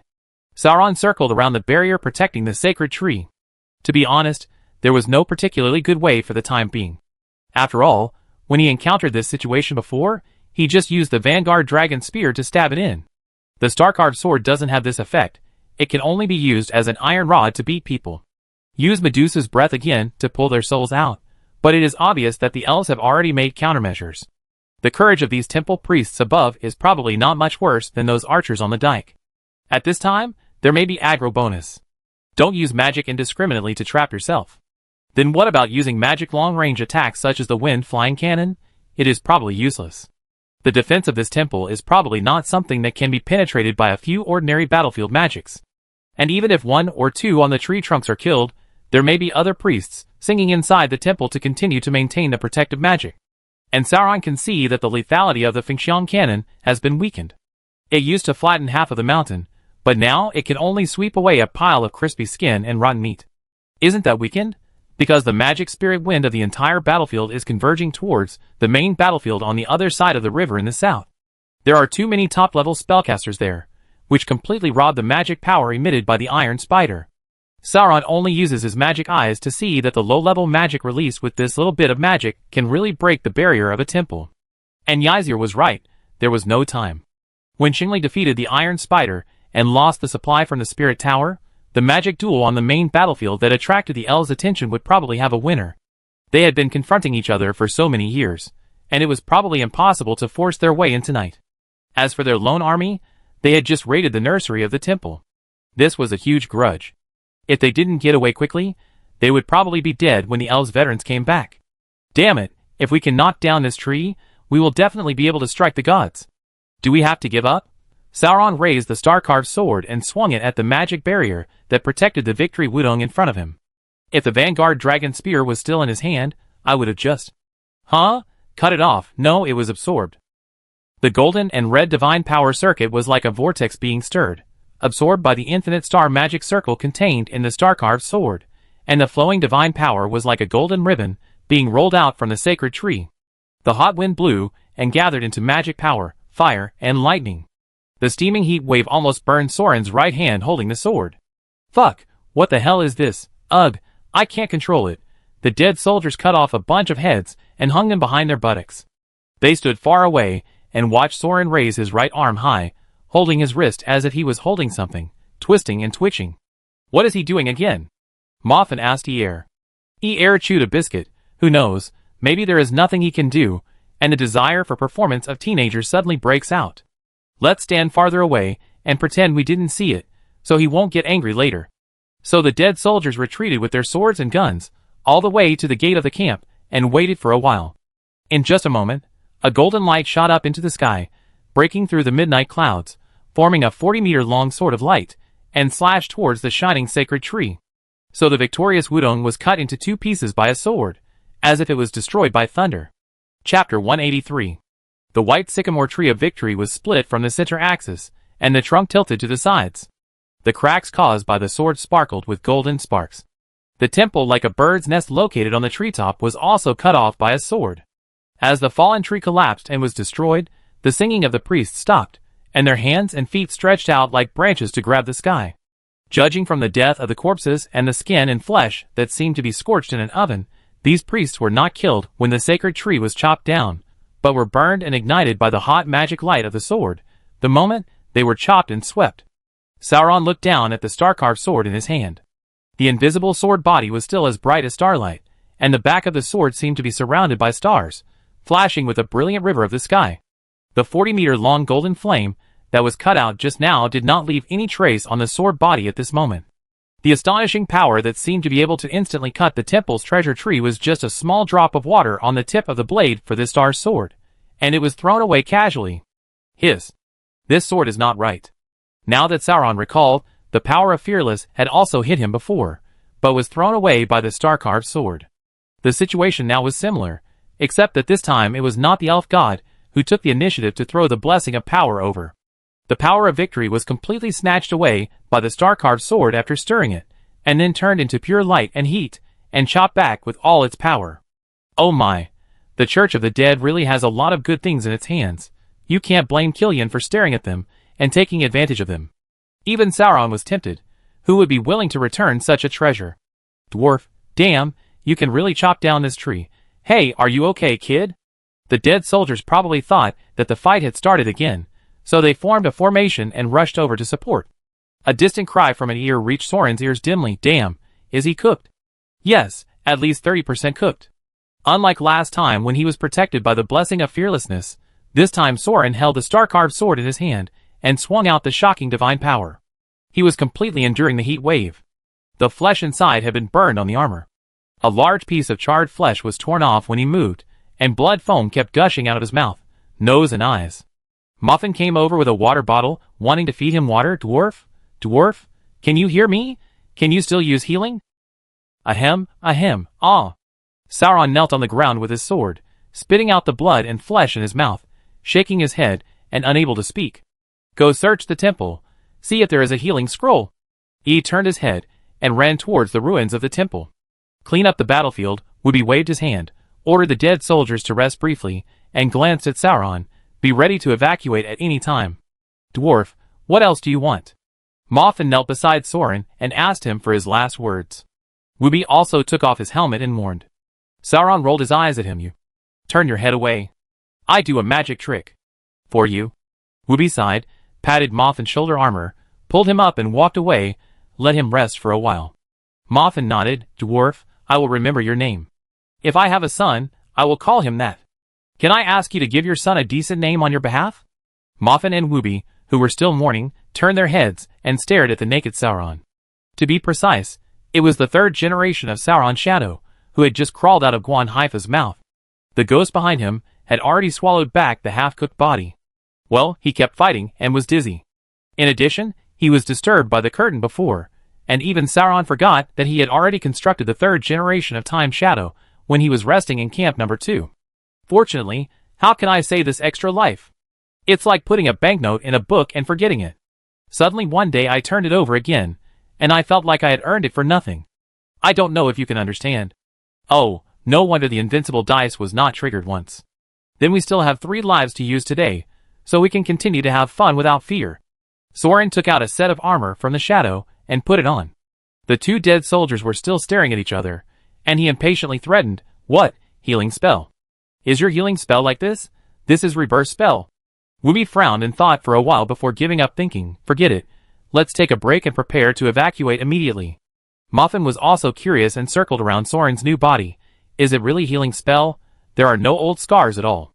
Hey, stop looking, don't look. What's so good about a man's body? Let's talk about how you, a dead soldier, plan to have a son. Sauron quickly changed the subject. Just kidding, if the shadow of Sauron is found out to be not himself, the magic will be broken, right? His real body is still in Guan Haifa's lair, severely burned and dying. That wouldn't mean 2 lives would be lost at once. Fortunately, the horse manure was easy to fool. After all, the topic of having a son is always more interesting than a naked man. How else can I have a son? I can find a woman when I go to winter camp. Winter camp? When camping for the winter, the nobles will not go out to fight. At this time, caravans will come to trade this year's spoils, and then you can see women. They are mainly civilians, who come to make money. Occasionally, you will see people from the Church of the Dead, but they want heads, which is much more expensive than money. Of course, there are occasionally prisoners of war from the other side, but there are fewer female elves. Even if we catch them, we can't get any. But if you don't mind, in fact, whether male or female, as long as they are elves, they look the same, and they are probably used in the same way. I still mind it a little bit. Well, maybe I won't mind it after waiting for a long time at the front line. Why wait for the winter camp? If you can go back alive this time, you will be considered veterans. I will take you to the stable to relax. Wooby also came over to join the conversation. Muffin's face showed a strange expression of 3 parts curiosity, 3 parts excitement, 3 parts eagerness to try, and a little contempt. Are you talking about that stable? Although it was not auspicious to say that if you can go back alive this time, Soren's keen desire for knowledge prevailed. Which stable is that? Wooby smiled a smile that all men understand. It used to be a dungeon for important prisoners of war, but after the stalemate on the main battlefield, there were too few prisoners, so it was converted into a stable. Of course, they don't raise horses, but if you really want one, you can probably find one. Muffin lowered his voice and came closer. I heard. There are nobles in there, right? Wooby nodded. Yes, they built that place themselves. And you don't have to spend money. If you can give birth to children with magical talents, they will even give you money. Soren and Muffin immediately became interested. This is a win-win situation, but are there any nobles who are so easy to talk to? Can't they ask their own servants for such a good thing? Wooby shrugged. I heard that in most of the ancient servant contracts, servants cannot be disrespectful to the mistress. The longer the inheritance of the noble family, the stricter the rules of etiquette in this regard. But those noble children have so many social activities every day, a lot of lovers and partners, and every night is different. How can they satisfy all the wives of the main and concubine wives who are married through political marriages? So some noble mistresses seek excitement and come to the stables to find some strong dead soldiers for fun. After all, the liches originally let them breed children with magical talents by selecting dead soldiers, right? The nobles can monopolize the military merits of knights, but the nobles have limited strength to farm and breed, and can't squeeze out so much juice. So those nobles turned a blind eye to the stables, and let us do this work for them. Wow, so exciting. Ahem, corruption, it's really too corrupt. Dwarf, you're not dead. Wow, I'm so dirty, and you guys are just gathering here to talk about the stable. One Ear came back with a pile of rags collected from the ruins of the temple. Ahem, it's okay, my healing skills are back. Let's pack up the spoils and retreat. Yes, there's no time to waste. Line up, follow us and evacuate immediately. Yes, this time we must go back alive to see it. The 3 dead soldiers dispersed in embarrassment, and Ear looked at them sideways. Oh, what did you find? Soren forced to change the subject again. Most of the things in the temple were burned, but these scrolls look still usable. I wonder if there are any healing spells. Ear and Soren followed the team to evacuate, and Ear handed the rags he picked up to Soren. These are high-level magic pattern cloths, used to write high-level spells, which can withstand high temperatures and explosions. Soren knew about this thing, and the company had also thought about the scroll business, but this kind of magic pattern cloth needs to be made by high-level workshops, and there is no source of supply. The scroll itself was not burned, but the magic circuit recorded in it was melted. Soren unfolded the scroll, and the magic circle written in the scroll had been destroyed by the shock of divine power just now. This is the crushing effect of forbidden spells above level 14 on ordinary magic below level 14. Because the higher the level of magic, the higher the priority, the stronger the magic effect, and it cannot be reversed. In addition to the special effects of the spell itself, the forbidden spell actually contains the effect of destroying other magic in the area. For example, why Medusa's breath is so strong is because this forbidden spell not only directly attacks the soul, but also instantly destroys the magic props and general protective spells on the elite elf soldiers. The magic countermeasure made by the elves, the magic of courage, did not directly resist the restraint of Medusa's breath, but only took effect in the later stage of the soul power competition. In other words, the level of forbidden magic is still higher than that of Medusa's breath. Alas, this scroll is no longer effective. Ear was disappointed. Although the magic is ineffective, this cloth is also very expensive. It will not burn even if it is swept by the sword light of the forbidden spell level. Such a piece will sell for at least 2,000 to 3,000. 2,000 gold sand for a piece of rag. One Ear was shocked. What? This scroll cloth can be sold for 2,000 gold sand. The dead soldiers passing by were also shocked. Then Wooby led the old soldiers to rush over, feeling distressed. Damn, what a loss. What a loss. The used scroll is so valuable. What a loss. What a loss. Sauron, I can't say it. At this point, I can't say that this rag can be sold for 2,000 or 3,000 crystals to these dead soldiers, who treasure even elf biscuits. What about this? This thing should be very valuable, right? I saw a charred corpse hugged in his arms, hugging it tightly. Yer took out a bag of goose eggs. Then he threw the eggs to the ground, took out the golden bundle, and shook it to Soren. Sauron caught the goose eggs in a hurry, and his waist almost sprained. Hey, you are buying the casket and returning the pearl, you guy. Sauron was furious. This is obviously the egg of some rare beast. Yer spread his hands. I can't even feed myself. How can I raise a rare beast? Besides, will people believe it when I take it back? Maybe those nobles will really believe it and kill people to steal the goods. If it were me, I would take it back and stew it, and share it with everyone, so that everyone can finally know what the divine beast tastes like. What this guy said is a bit perverse, and, isn't it said that you get what you eat? Soren occasionally wants to know what dragon liver and phoenix gall taste like. Well, and you see this is cracked, it would be a pity to throw it away. What does it taste like? One ear asked curiously. Sauron smacked his lips, not bad. Yer then knocked one open. It smells so good. Wu Bai and the others looked at the two guys who were eating alone. Yer then pointed at the temple. There are still many. They are all in their arms. So the dead soldiers delayed for a while, turned over the ruins and charred corpses, and everyone got some eggs of the divine beast to taste. So the phoenix in the temple became extinct. Ahem, Sauron didn't know that there was only one nest of phoenixes in the temple, nor did he know that the phoenix's nest was only in this place, and he didn't know that there was only one victorious phoenix tree. We are fighting, okay? You think this is a joke, and you are still considering protecting cultural relics for the enemy? Rare wild animals. It's not like he's crazy. Besides, if we have to talk about finding a pet, Soren is actually a cat person and has no interest in birds. He still remembers that a piece of cake was taken away by a crow. So Soren's understanding of the possible consequences of this surprise attack is that the victory will probably be pissed off to death. Of course, this is also the consensus of the dead soldiers. So everyone ate and drank enough and quickly ran away, leaving behind only the broken Wudong sacred tree, blood and flesh, charred corpses and eggshells on the ground. In short, it was a mess. After being messed up like this, of course, no matter how stubborn they are, they definitely can't go back the same way, otherwise they might run into Xingli. By then, the other party might want to grind them to ashes, but lying on the ground and pretending to be dead won't fool them. Let's go in the direction of the thunderstorm. The magic winds are all gathering there. It must be the main battlefield. Soren's logic was simple. If victory catches up with the divine soldiers, the Empire's Lich will definitely take the initiative to stop her, and we will take the opportunity to escape. So the dead soldiers praised him for being a clever little ghost, and then took advantage of the night, and Soren and Yer continued to lead the way. Less than 100 people began to march around the Elves' defense line again, pushing down Victory's temple, cutting down trees, setting a fire, and cutting off a bunch of heads. Such a military exploit is not to mention reporting, even if they are despicable, shameless, rebellious, and treacherous like the nobles of the Empire. They should be given some pensions and vacations for the sake of face, otherwise it would be really unacceptable. If they did too much, no one would be willing to fight this war. Of course, the premise is that they can return alive, and not encounter any unexpected variables. There are people ahead. Sauron waved his hand and followed a hill ridge, avoiding the dead soldiers advancing on the military road, and crouched down to the foot of the mountain, holding their breath.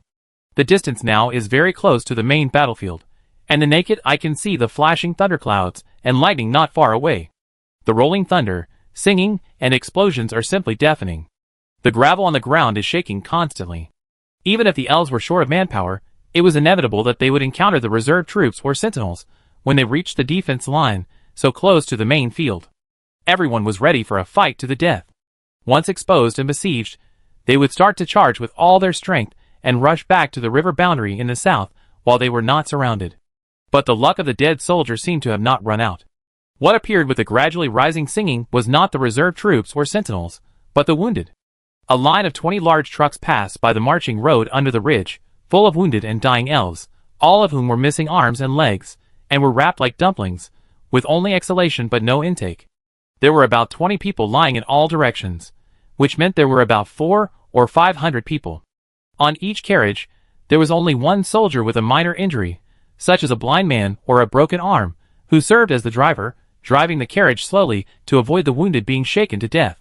In addition, there were 4 or 5 priests following the team on foot, singing as they walked, waving their staffs, sprinkling silver powder on the wounded, and occasionally feeding a mouthful of medicine to a man who was coughing up blood and dying, to keep him alive. The elves were quite nice to their wounded soldiers. After all, they were small in population and valued veterans, unlike the nobles of the empire. Oh, forget it. It makes me angry just thinking about it. Sauron shook his head to expel distracting thoughts, and listened carefully. There were 2 tunes in the song, which meant there were 2 magics. One tune was sung by the elf priests of the medical soldiers, probably to maintain the treatment of the wounded. The other tune was sung by the leading wizard in the leading carriage. Along with the rhythm of the song, the emerald gem on the wizard's scepter emitted circles of ripples that enveloped the convoy. Perhaps it was some kind of protective barrier. It was this light that made Sauron notice the other party just now. They are wounded soldiers transported from the front line, Mothin said to Sauron in a low voice. They should be sent to the temple for treatment. I heard that as long as the elves are not dead, no matter how seriously injured they are, they will be sent back to the temple of their main god, and death cannot take them away. So we have to chop off as many heads as possible. No wonder the elves can support the confrontation with the Empire on the front battlefield for hundreds of years, and they have to send new soldiers to fill the trenches. Is there any place to level up faster than the battlefield? Even if you are a teenager whose fighting skills are worse than humans at the beginning, after several serious injuries and near death, even the young and weak teenager can grow into a real man covered with scars on the battlefield. Wooby drew his knife and looked at Sauron. We have to kill them and cut off their heads. Sauron opened his mouth, but didn't say anything in the end. He nodded slowly and held the star-carved sword. In fact, he knew that it was the most rational thing to do now to endure and watch this team of wounded soldiers pass. After all, if something unexpected happened and attracted the attention of other elf troops, these dozens of people would die here. But the moment he looked at Wooby, he understood the idea of the dead soldier leader. It was already a profit. I really made a lot of money tonight. The lives of humans and dead soldiers cannot be compared with the lives of elves. If Sauron hadn't helped me, how many dead soldiers would it take to exchange for the head of an elf? 10 people? 20 people? 100 people? Even if you fight to the death and rush to the front of the battle line to chop down the elf under the rain of arrows, if you can't chop off the head, you can be a hero again when you are taken back for treatment. Well, then all the dead soldiers who sacrificed themselves to be your shield before died in vain. Wooby, a veteran who has survived the battlefield for so long, can never sit by and watch so many wounded elves who are on the verge of death being evacuated and revived in front of him. In order to live one more night tonight, if these 500 elves are allowed to survive, there will be at least 5,000 brothers on the front line who will die with regrets. So forget about forbearance, forget about restraint. You have to put the overall situation first. Make more money if there is any. Fengxiang cannon. The surging wind blades tore through the cold night in the first instant, and cut the leader wizard into 2 pieces with one blow. Then, accompanied by the twitching humanoid with severed limbs, the arterial blood spurted into the night sky, emitting a pleasant sound of blood. The armored and steel ghost rushed out from the night, turning the foothills with melodious songs into a blood river purgatory filled with screams and cries. Chapter 184. Flame Star shines, Phoenix Spear. The victorious goddess rode ahead, brandishing her lance to create a dazzling stream of flames that covered the sky, burning most of the night sky into a red sky. The ghosts and evil spirits that blocked her way were burned to ashes, and the layers of magic arrays arranged outside the Iron Spider Fortress were swept away. The Phoenix soldiers who followed the goddess's spear tip, with flames as armor, raised their golden shining divine spears, broke through the obstacles of layers of black clouds, formed a sharp arrow formation, and were connected by the wings of the phoenix, like a giant firebird burning the sky. Although there were only a small team of less than 50 riders, they were not afraid at all, and rushed into the gargoyle army that rushed into the sky to meet the enemy like a group of frightened bats in a cave, covering the sky and the sun. This immortal firebird charged left and right amidst the siege of puppet stone soldiers. The divine soldiers shot out golden light from their lances, just like the golden wings of the giant firebird falling during the fight, enveloping the flying gargoyles that filled the sky, and knocked down these sharp-toothed and clawed sky ghosts in large numbers. But the gargoyles that took off were almost endless, hundreds and thousands, and their speed, excitement, and flying height were beyond the elves' expectations. Not only did they not collapse under the impact of the divine soldiers and the overwhelming firepower, but they surrounded and overlapped like snowballs. They gathered around the Phoenix Knights from all directions, not giving them any chance to break out of the formation and charge back and forth, so much so that the divine soldiers had to return to the sky. They tried to get rid of the sky ghosts and fight back. But the gargoyles actually rushed up to the clouds and hung tightly behind the Phoenix Knights, like a ghost claw covering the clouds and the sun, trying to grab the Firebird in front of them to death. Oh, this is really incredible, they actually entangled the Phoenix guards. Normally, the first wave of charge would have reached the flag of the big tent. Knight Commander Nanette Anagram was in full military uniform, with her hands on the awning, looking at the sky above the Iron Spider, where dark clouds, flames, golden light, and purple lightning were in the sky. She couldn't help but twist her braids with her fingers and smiled bitterly. This is a bit embarrassing. The traps are ready, but she can't get in. Yes, traps. Behind Nanette, hiding in the magic circle, riding on nightmares, fully armed and ready to charge, were the Ernest team, the Anagram team, and the Obbies team, a part of the team that was selected in the name of the mission, the elites of the 3,000-man teams, a total of nearly 1,000 elite knights. At this moment, the leader of the fighting nobles within the Nightmare Knights, Knight Commander Nanette Anagram, the first disciple of the previous Grand Master, was hiding near the Iron Spider, waiting for victory. Not only that, in the Iron Spider's military tent in front, the elite of the Lancaster team, the Knight Commander Cornelia, led the personal guard knights as bait. Could it be the aura of the battlefield that has enhanced the aura? Not only can the elves be manipulated by tactics, but even ordinary golem soldiers can be strengthened to such an extent to fight against the divine soldiers. That Lancaster Knight Commander is truly a legendary general with both wisdom and courage. Monica Kolyajewski praised repeatedly. As she was promoted to the position of Commander-in-Chief and joined the acting Commander Ernest, she was directly appointed as an adjutant to replace her nominal superior Obbies, and lead the knights of her team to join this hunting victory operation. But with such flattery, it is obvious that she has already placed her bet on the candidate for the future Commander-in-Chief, and she is probably looking forward to another promotion. I am afraid that ambitions such as replacing someone as a centurion are gradually emerging. Is it really the bonus of the halo to the troops? It doesn't seem so. Just changing a pair of wings can't have such a significant improvement. What is the origin of that company?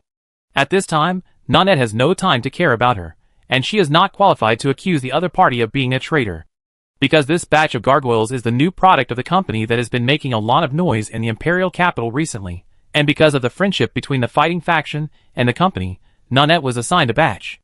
As a result, all the battle plans for tonight were taken out and lent to the Lancaster family. I didn't expect the effect to be surprisingly good, so good that it almost ruined things. Yes, the planned main battlefield was not in the river boundary at all. The massive attack of tens of thousands of troops, and the earth-shattering battle with the Lich gods calling the wind and rain were just tests and distractions. It seemed that a massive attack was launched for the final battle. But the real purpose was just to win. To put it bluntly, it was the battle planner Cornelia Lancaster who wanted to compete with the Grand Master competitor Bridget Obbies for credit. Regardless of whether Obbies fought the previous fierce battle or not, the victory or defeat will be attributed to the general commander. And Obbies' dead soldiers actually pushed the front line all the way back to the river boundary, and wiped out an entire elven army. Once the confrontation enters a long-term state, what kind of achievements will the Lancaster family have to show to be on par with it, and compete for the position of the Grand Master? There is only one answer. It happened to be the military achievement that played a decisive role in the election of the previous generation, causing the Lancaster family to lose the knights.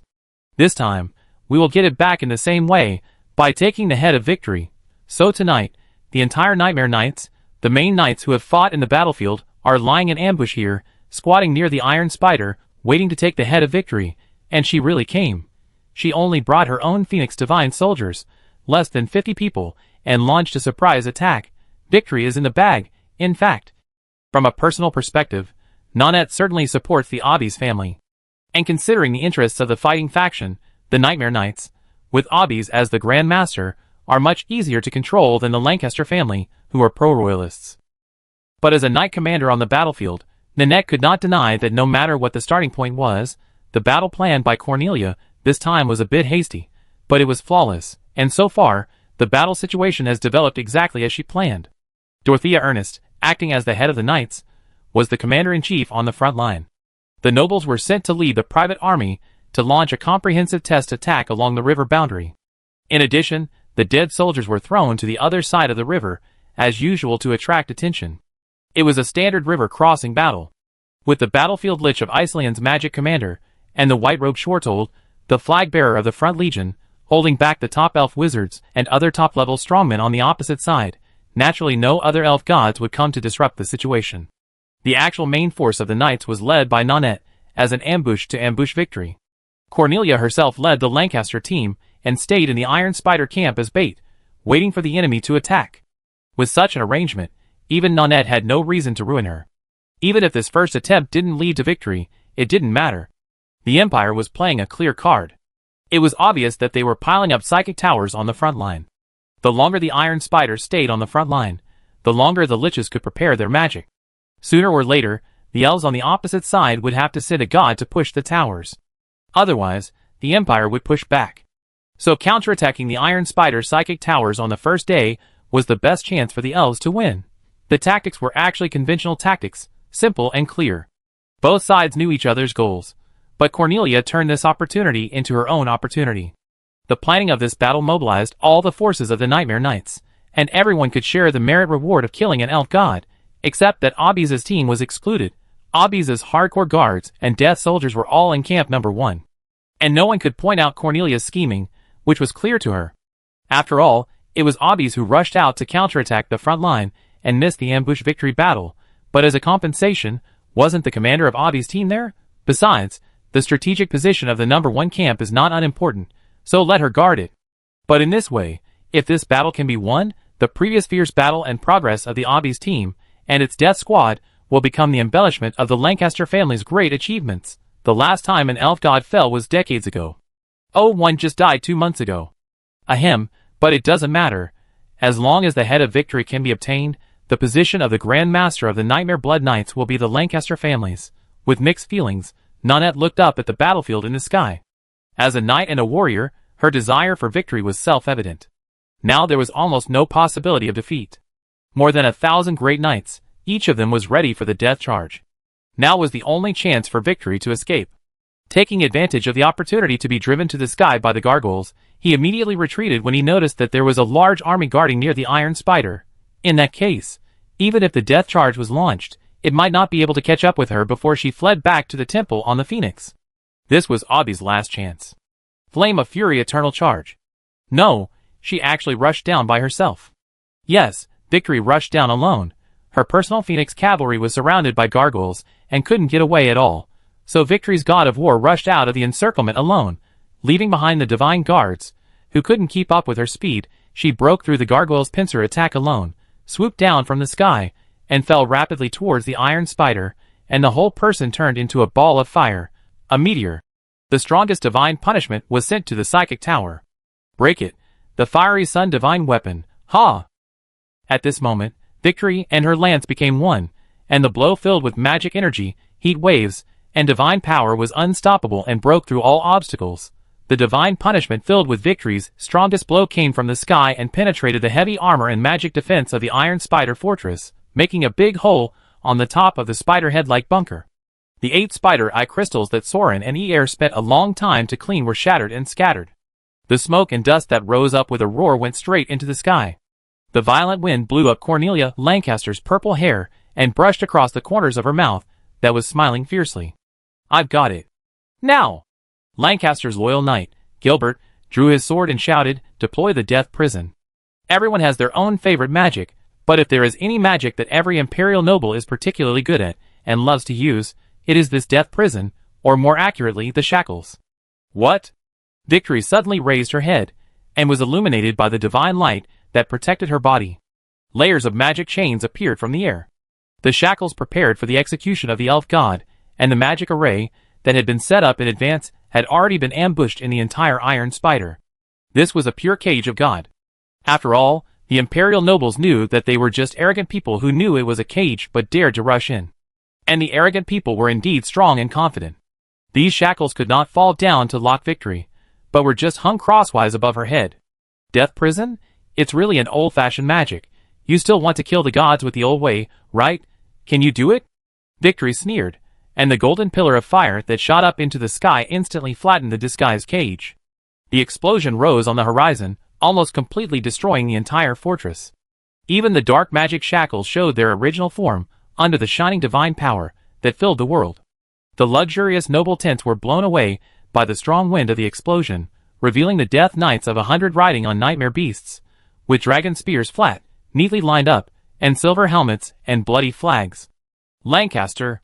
Gilbert roared, swinging his sword towards the end of the straight corridor, The goddess trapped in the middle of the densely packed cage of chains, death charge. The wind of death blew, and just as Soren had seen in the murals, the knights of death held their spears in their hands, staring at victory and launching together. The fog of death spread, and the knights of death finally transformed into their walkers, clones, and apostles on the ground, and completely entered the state of soul harvesters. Ignoring all obstacles, all magic, and all harm, he charged towards victory. No matter how arrogant a god is, he would not be able to laugh easily when facing a killing move specially developed to eliminate him. Yes, the forbidden spell of Death Prison was too difficult and complicated, so it was split into two parts. The shackles of magic, and the charge of death. Let me expand on this a little bit.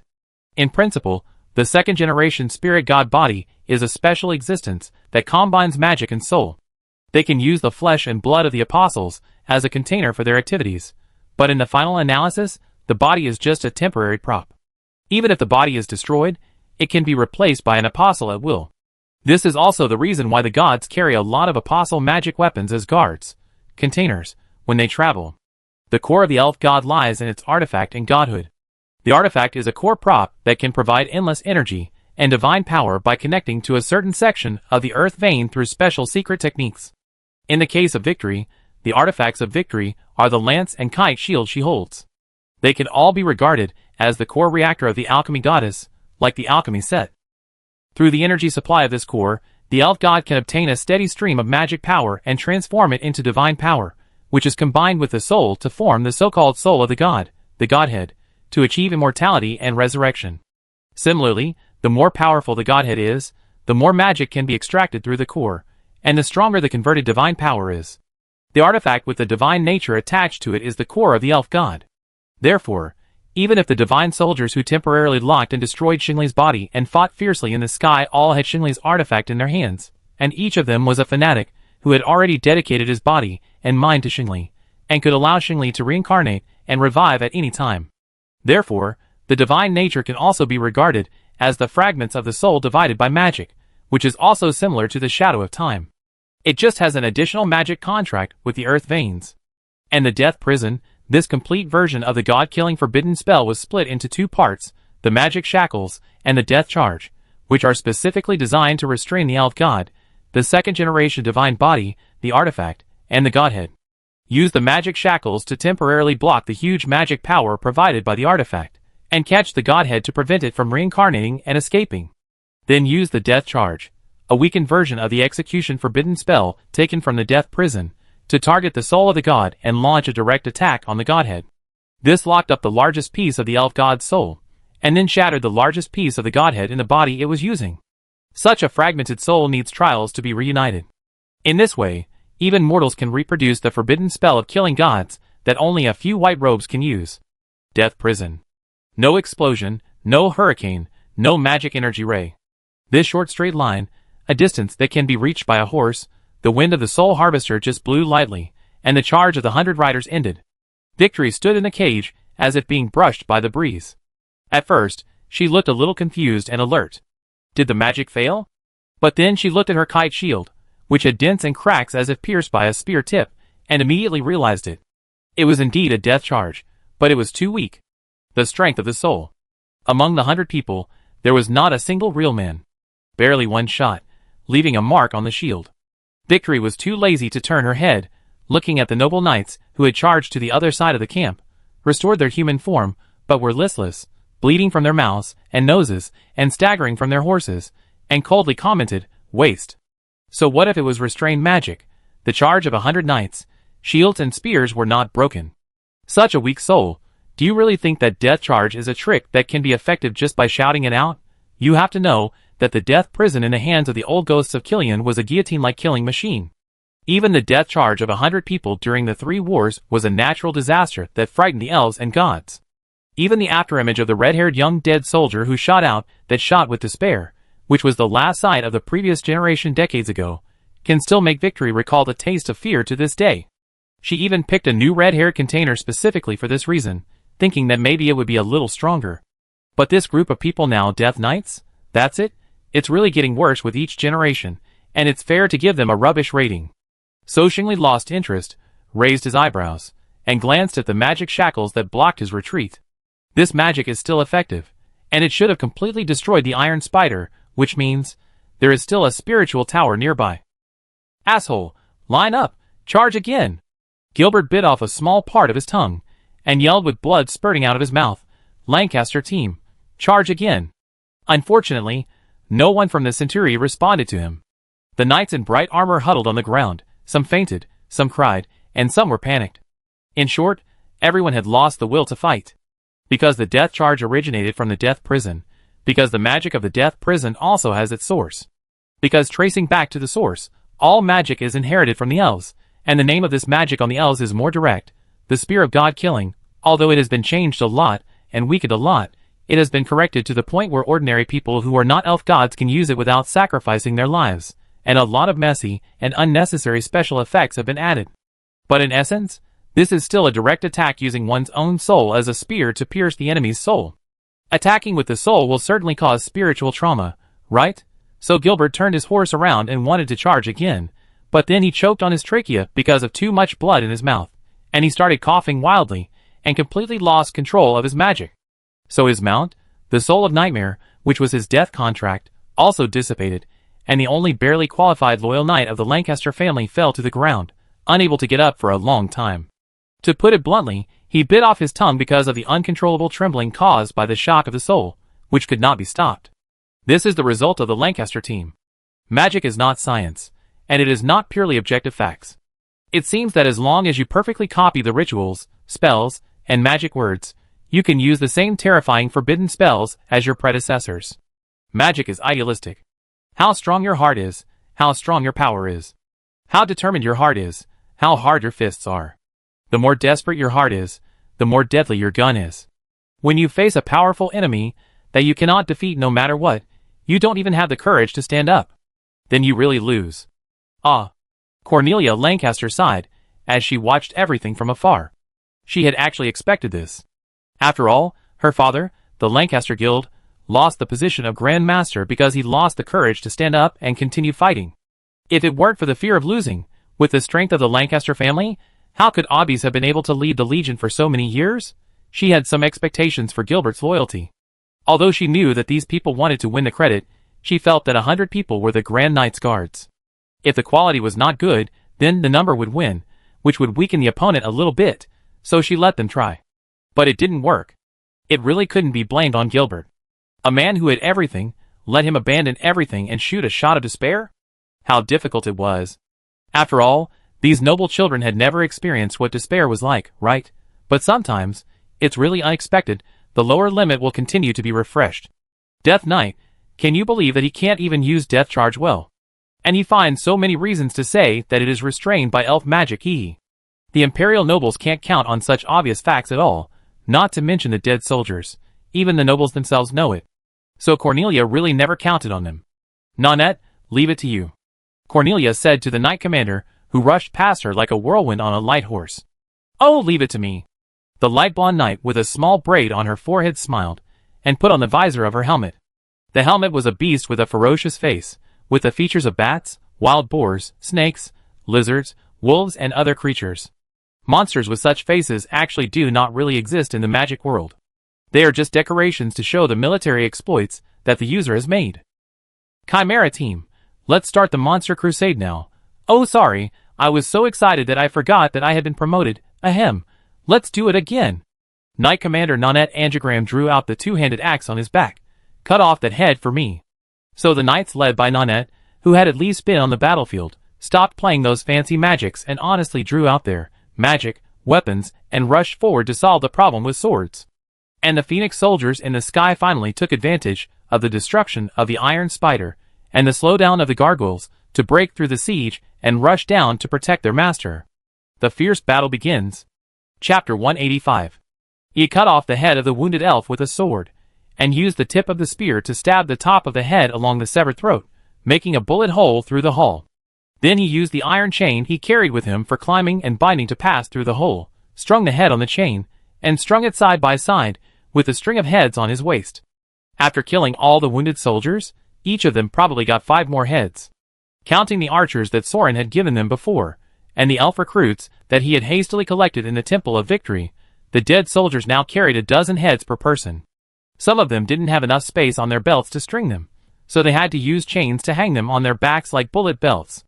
If we really count one head for one bottle of upgrade potion, this 100-man team can be considered to have cleared the current dungeon after this battle. It's really troublesome. You must have a head. Can you cut off the ear? One ear cut off a long ear and put it next to his ear to gesture. I wonder if the healing spell can connect it to me. What are you thinking about?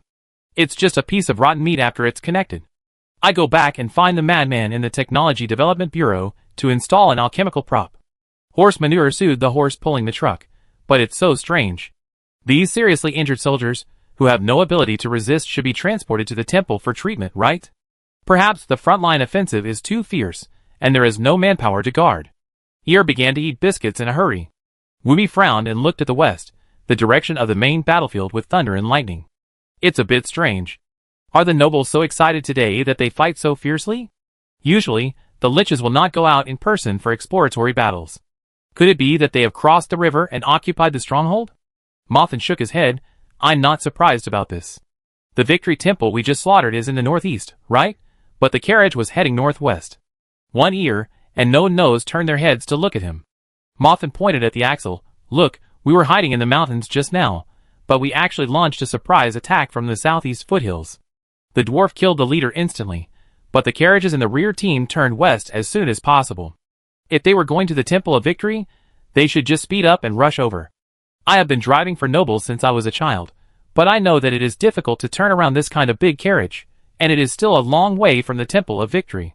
When can we get there at such a slow pace? So, there may be a temple or camp in the west, where the wounded soldiers are gathered. Ysir understood what Mothin wanted to say. If we continue to go south, we will probably run into the troops that these wounded soldiers belonged to before, and they must still have fighting power to stay on the front line to defend. But if we go west, there may be a camp for the wounded soldiers not far away, and it should be like the convoy, with not many fresh troops guarding it. At most, there are only some priests responsible for treatment. No News was silent for a while. Dwarf, you see it this way, dwarf? They then realized that Soren did not go to cut off the head, but squatted beside the corpse of the leader's elven wizard, staring at the purple gem on the staff that was cut off by the Fengxiang cannon. One ear leaned over. Huh? I remember the gem on the staff. Wasn't it green before? Sauron nodded. You remember it well. Then he stretched out his finger and pressed a section of the gem cut into a hexagonal crystal. The gem flashed with colorful neon light and turned golden. Soren himself was a fire magic. But if he tried to gather other magic power, this magic crystal would change color according to the element he gathered. This magic crystal will automatically change its magic properties according to the magic power of the caster and the surrounding environment. One ear nodded. Oh. Sauron slowly turned his head and looked at him. One ear shrugged. So what? Gemstones can change color by themselves. Horse manure also came over. It's pretty good. Hey, this is a magical ore that can realize the arbitrary transformation of the four elements of magic power. Not to mention how amazing this crystal may contribute to magic research and alchemy. If this is a technology that the elves have already mastered and can be used in war, then in the future magic war with the elves, there will be no resistance magic barriers and restraint tactics based on elemental magic design. Wooby frowned. Now is not the time to discuss spoils, dwarf. Did you hear the plan just now? Continue to break through the position and rush across the river to the south, or go west again. Maybe there are still wounded soldiers alive on the battlefield to kill. Okay, Soren sighed. If Shi Cheong saw this thing, he would probably scream like a little girl and go crazy, but the dead soldiers would just look at it. Oh, this stone is colorful and pretty. It can be sold for 2 coins. Go west. Pay attention to collecting this kind of magic crystal stone. I have to get 2 more pieces. Soren put the golden crystal in his arms. If we can send this stone to the Technology Development Bureau, it might be more meritorious than the military merits we have gained by cutting off so many heads. The dead soldiers became excited when he said this. After all, the nobles have always been very stubborn with the slaves at the bottom, and they wish that you would hand over everything you snatch on the battlefield. But the Lich still keeps his word when giving rewards, and he is very generous. After all, money is worthless in their eyes. Soren did not burst the dream of these soldiers to get rich overnight, and told them that this magic crystal stone might be very rare. He had just checked the corpse of the elven mage and found that this guy was probably half a top-notch warrior, at least at the same level as a battlefield lich, because the elven mage was not young, and looked a little older than White Eagle. The mage had an astonishing number of magic circuits in his body, but it was obviously overloaded with spells, not to mention the spell slots, and most of the magic energy in his body was exhausted. He might have just been seriously injured on the battlefield, and all the magic weapons in his body were blown up. It was obvious that this guy was also as seriously injured and dying wounded. Soren suddenly hit the wind cannon and cut him in half, and he died on the spot. It was a lucky opportunity. The other priests did not have such crystals. I remember that the 1,000-man wizard team that Soren killed on the south bank did not seem to have similar color-changing staffs. Of course, it may be that he killed them too quickly and completely ignored them. Originally, the elves' magic supply mainly relied on various messy magic crystals and minerals. Maybe this colorful magic crystal is not the latest technology, but the Empire's long-term advantage in soul crystals also made it difficult for the liches to find that the enemy had made corresponding progress and breakthroughs. But it is hard to draw a conclusion now. After all, Soren just discovered this magic crystal by chance. Maybe it is just a rare material, or maybe it is also a rare alchemical product with low production. But it still needs further confirmation. Going south or west is actually a matter of luck. If you want to cross the river and return to the Empire's defense zone, you will have to break through the elves' front line and fight a hard battle. The risk is the same no matter which way you go. But if there is a wounded camp in the west, there may be many great wizards who have just retreated from the front line. Then we can confirm whether this colorful crystal staff with the ability to convert magic elements has been armed to the front line as a standing item. Of course, he could also collect a few more heads. So Soren also collected the head of the elven wizard, and continued to advance westward along the foothills with the Death Squadron, weaving in and out deep into the elven defense line. Huh? Who's there? Wind flying cannon. Enemy attack! Enemy attack! Sentinel, exposed, kill them all. Unfortunately, this sneak attack failed. Although Soren and Eir did not trigger any warning magic circle, the elves arranged assassin sentinels near the camp. As a result, the surprise attack of the Death Squadron was discovered before it entered the field of vision. No, it should be said that arranging secret sentries around the camp should be a routine operation on the battlefield. God knows how the Temple of Victory was so defenseless. But since it was discovered, there is no need to be polite. Feng Xiang Cannon, Feng Xiang Cannon, Feng Xiang Cannon. Sauron rushed forward with the star-carved sword in his right hand, and with his left hand, the Feng Xiang Cannon was used to cut the battlefield randomly, and then he rushed to the direction where the noise was the loudest and slashed. The Death Squad formed a sharp arrow assault formation and followed behind Soren, rushing forward from the gap he opened. The elven assassin sentinels were actually quite agile, rolling, crawling, dodging, and jumping to avoid the wind blades. Moreover, these stealth warriors equipped with daggers and crossbows could retreat while shooting at the attacking Death Squad, throwing poison arrows or poison flying knives. And the sentinels scattered around also showed up one by one, shooting crossbows and arrows while drawing swords to intercept the Death Squad. Hundreds of people gathered in a short time, forming a loose half-moon, and it seemed that they were planning to surround them from both wings. Sauron narrowed his eyes. When the camp was attacked, they actually jumped out one by one to block it. They also adopted this kind of two-wing encirclement, kite flying in the middle, and delaying to wait for reinforcements. It can be seen that this group of elf stealth fighters are all rookies. Die! Sauron activated the hegemony and rushed forward with a sudden acceleration, and quickly closed the distance with the sentinel. In the shocked eyes of the other party, he swung the star-carved sword and slashed continuously. The invisible magic blade could not be avoided without the swordsmanship skills of the sword master level, and the eagle sensed magic eye to capture the action. So, in the first confrontation, the stealth fighters who hesitated and didn't turn around and flee immediately were killed by Soren, who cut off their arms and heads, allowing him to rush into the loose formation of the assassins and start killing them. It wasn't just Soren. The dead soldiers suddenly rose up one after another, accelerated their charge, and instantly broke up the assassins, who were caught off guard, crushing them without any suspense. The long spears and big swords were combined with long-range slashing and stabbing. In the frontal battle, the dead soldiers were only slightly inferior to the sword masters. With such a fierce charge, these rookie assassins, whose weapons couldn't even break the defense, had no way to deal with the dead soldiers wrapped like tin cans if they couldn't get close to the backstab with the daggers strengthened by magic, and they couldn't stop them at all. Feng Xiang Cannon, ha! Feng Xiang Cannon, kill! Feng Xiang Cannon, die! Sauron jumped back and forth in the running crowd, shouting everywhere, and immediately caught the veteran with the brightest magic in his body. Before the opponent was about to use magic or give orders to organize the chaotic soldiers to defend, He immediately rushed over and shouted Feng Xiang Cannon, and then stabbed the opponent to death with a magic sword at the moment when the opponent jumped up to dodge. Using the star-engraved sword, a magical weapon that I can see but you can't, to assassinate in person is completely shameless. It was already difficult to parry and dodge the thrust, not to mention that you couldn't see the opponent's weapon. Of course, if the opponent didn't fall for it and refused to jump or dodge, then Soren could just fire the wind-flying cannon. These assassins who led the team were exhausted and had to rest after being replaced from the battlefield. They were all very frustrated to be killed by Soren's tricky secret sword. As for the other rookies, they had to fight head-on with the ghostly dead soldiers, and Soren would shout wind-flying cannon at any time to scare them, which made them even more exhausted. So the short blocking battle quickly turned into a one-sided chase. The dead soldiers stuck to the assassins and matched their pace and speed, chasing the rookies and slashing them, with swords flying and chopping like chopping vegetables, creating a bloody mess. After chasing all the way over the hill, the morale of the assassin team completely collapsed. After all, they couldn't fight or escape. After a chaotic battle, half of their heads were chopped off for no reason, and they could only flee back to the camp in embarrassment.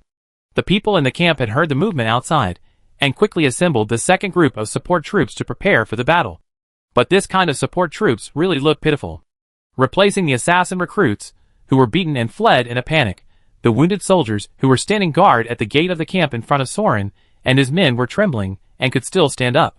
Soren could see from a distance that the camp behind these disabled veterans was a mess of stretchers and tents, and many priests and doctors were giving first aid to seriously injured patients. There was a smell of herbs, blood, dead bodies, and rotten meat everywhere, and it was a mess. It seems that it is not only a camp for wounded soldiers, but also a field hospital. Ha ha, I won the jackpot. Wooby laughed wildly and roared, "Kill them all for me." Then an arrow passed through the gap in the helmet and nailed it in the center of the helmet, shooting Wooby upside down. Two elf archers stood on the sentry tower. The one who shot the arrow had most of his face burned and his eyes were blinded. But the archer next to him, whose hands were chopped off, still had good eyes. "Okay, awesome, you guys are awesome. You can still fight and kill people even in this state, right?" Soren leaped forward in an instant, cut the two archers into 4 pieces with one sword, and roared, "Kill them all for me." The dead soldiers silently witnessed the transfer of command, raised their swords expressionlessly, and began to charge. Kill, kill, kill, kill. What else can be said on the battlefield? Kill, kill, kill, kill. On this land, it is to kill or be killed. Either I kill you or you kill me. Guardianship, faith, hatred, honor, all these emotions are redundant, unnecessary, and wandering thoughts. Thinking too much will only make your sword dull, and your heart soft. Don't think about anything, just kill all the enemies in front of you. Kill them all, and you can survive. Waste. Xingli savored the previous battle and slightly corrected it. It's a little stronger than the previous batch of knights. At least 10% of them are real men. Oh, the leader is a woman. But compared to your dead soldiers, it's really useless. Phoenix Flame Dance. The red-haired war god had seen enough of the farce in front of him, and casually broke the shackles that bound her. He walked out of the wreckage of the Iron Spider. I originally wanted to see the talents of this generation of Death Knights, but now I see that it is really not worth wasting too much time on you.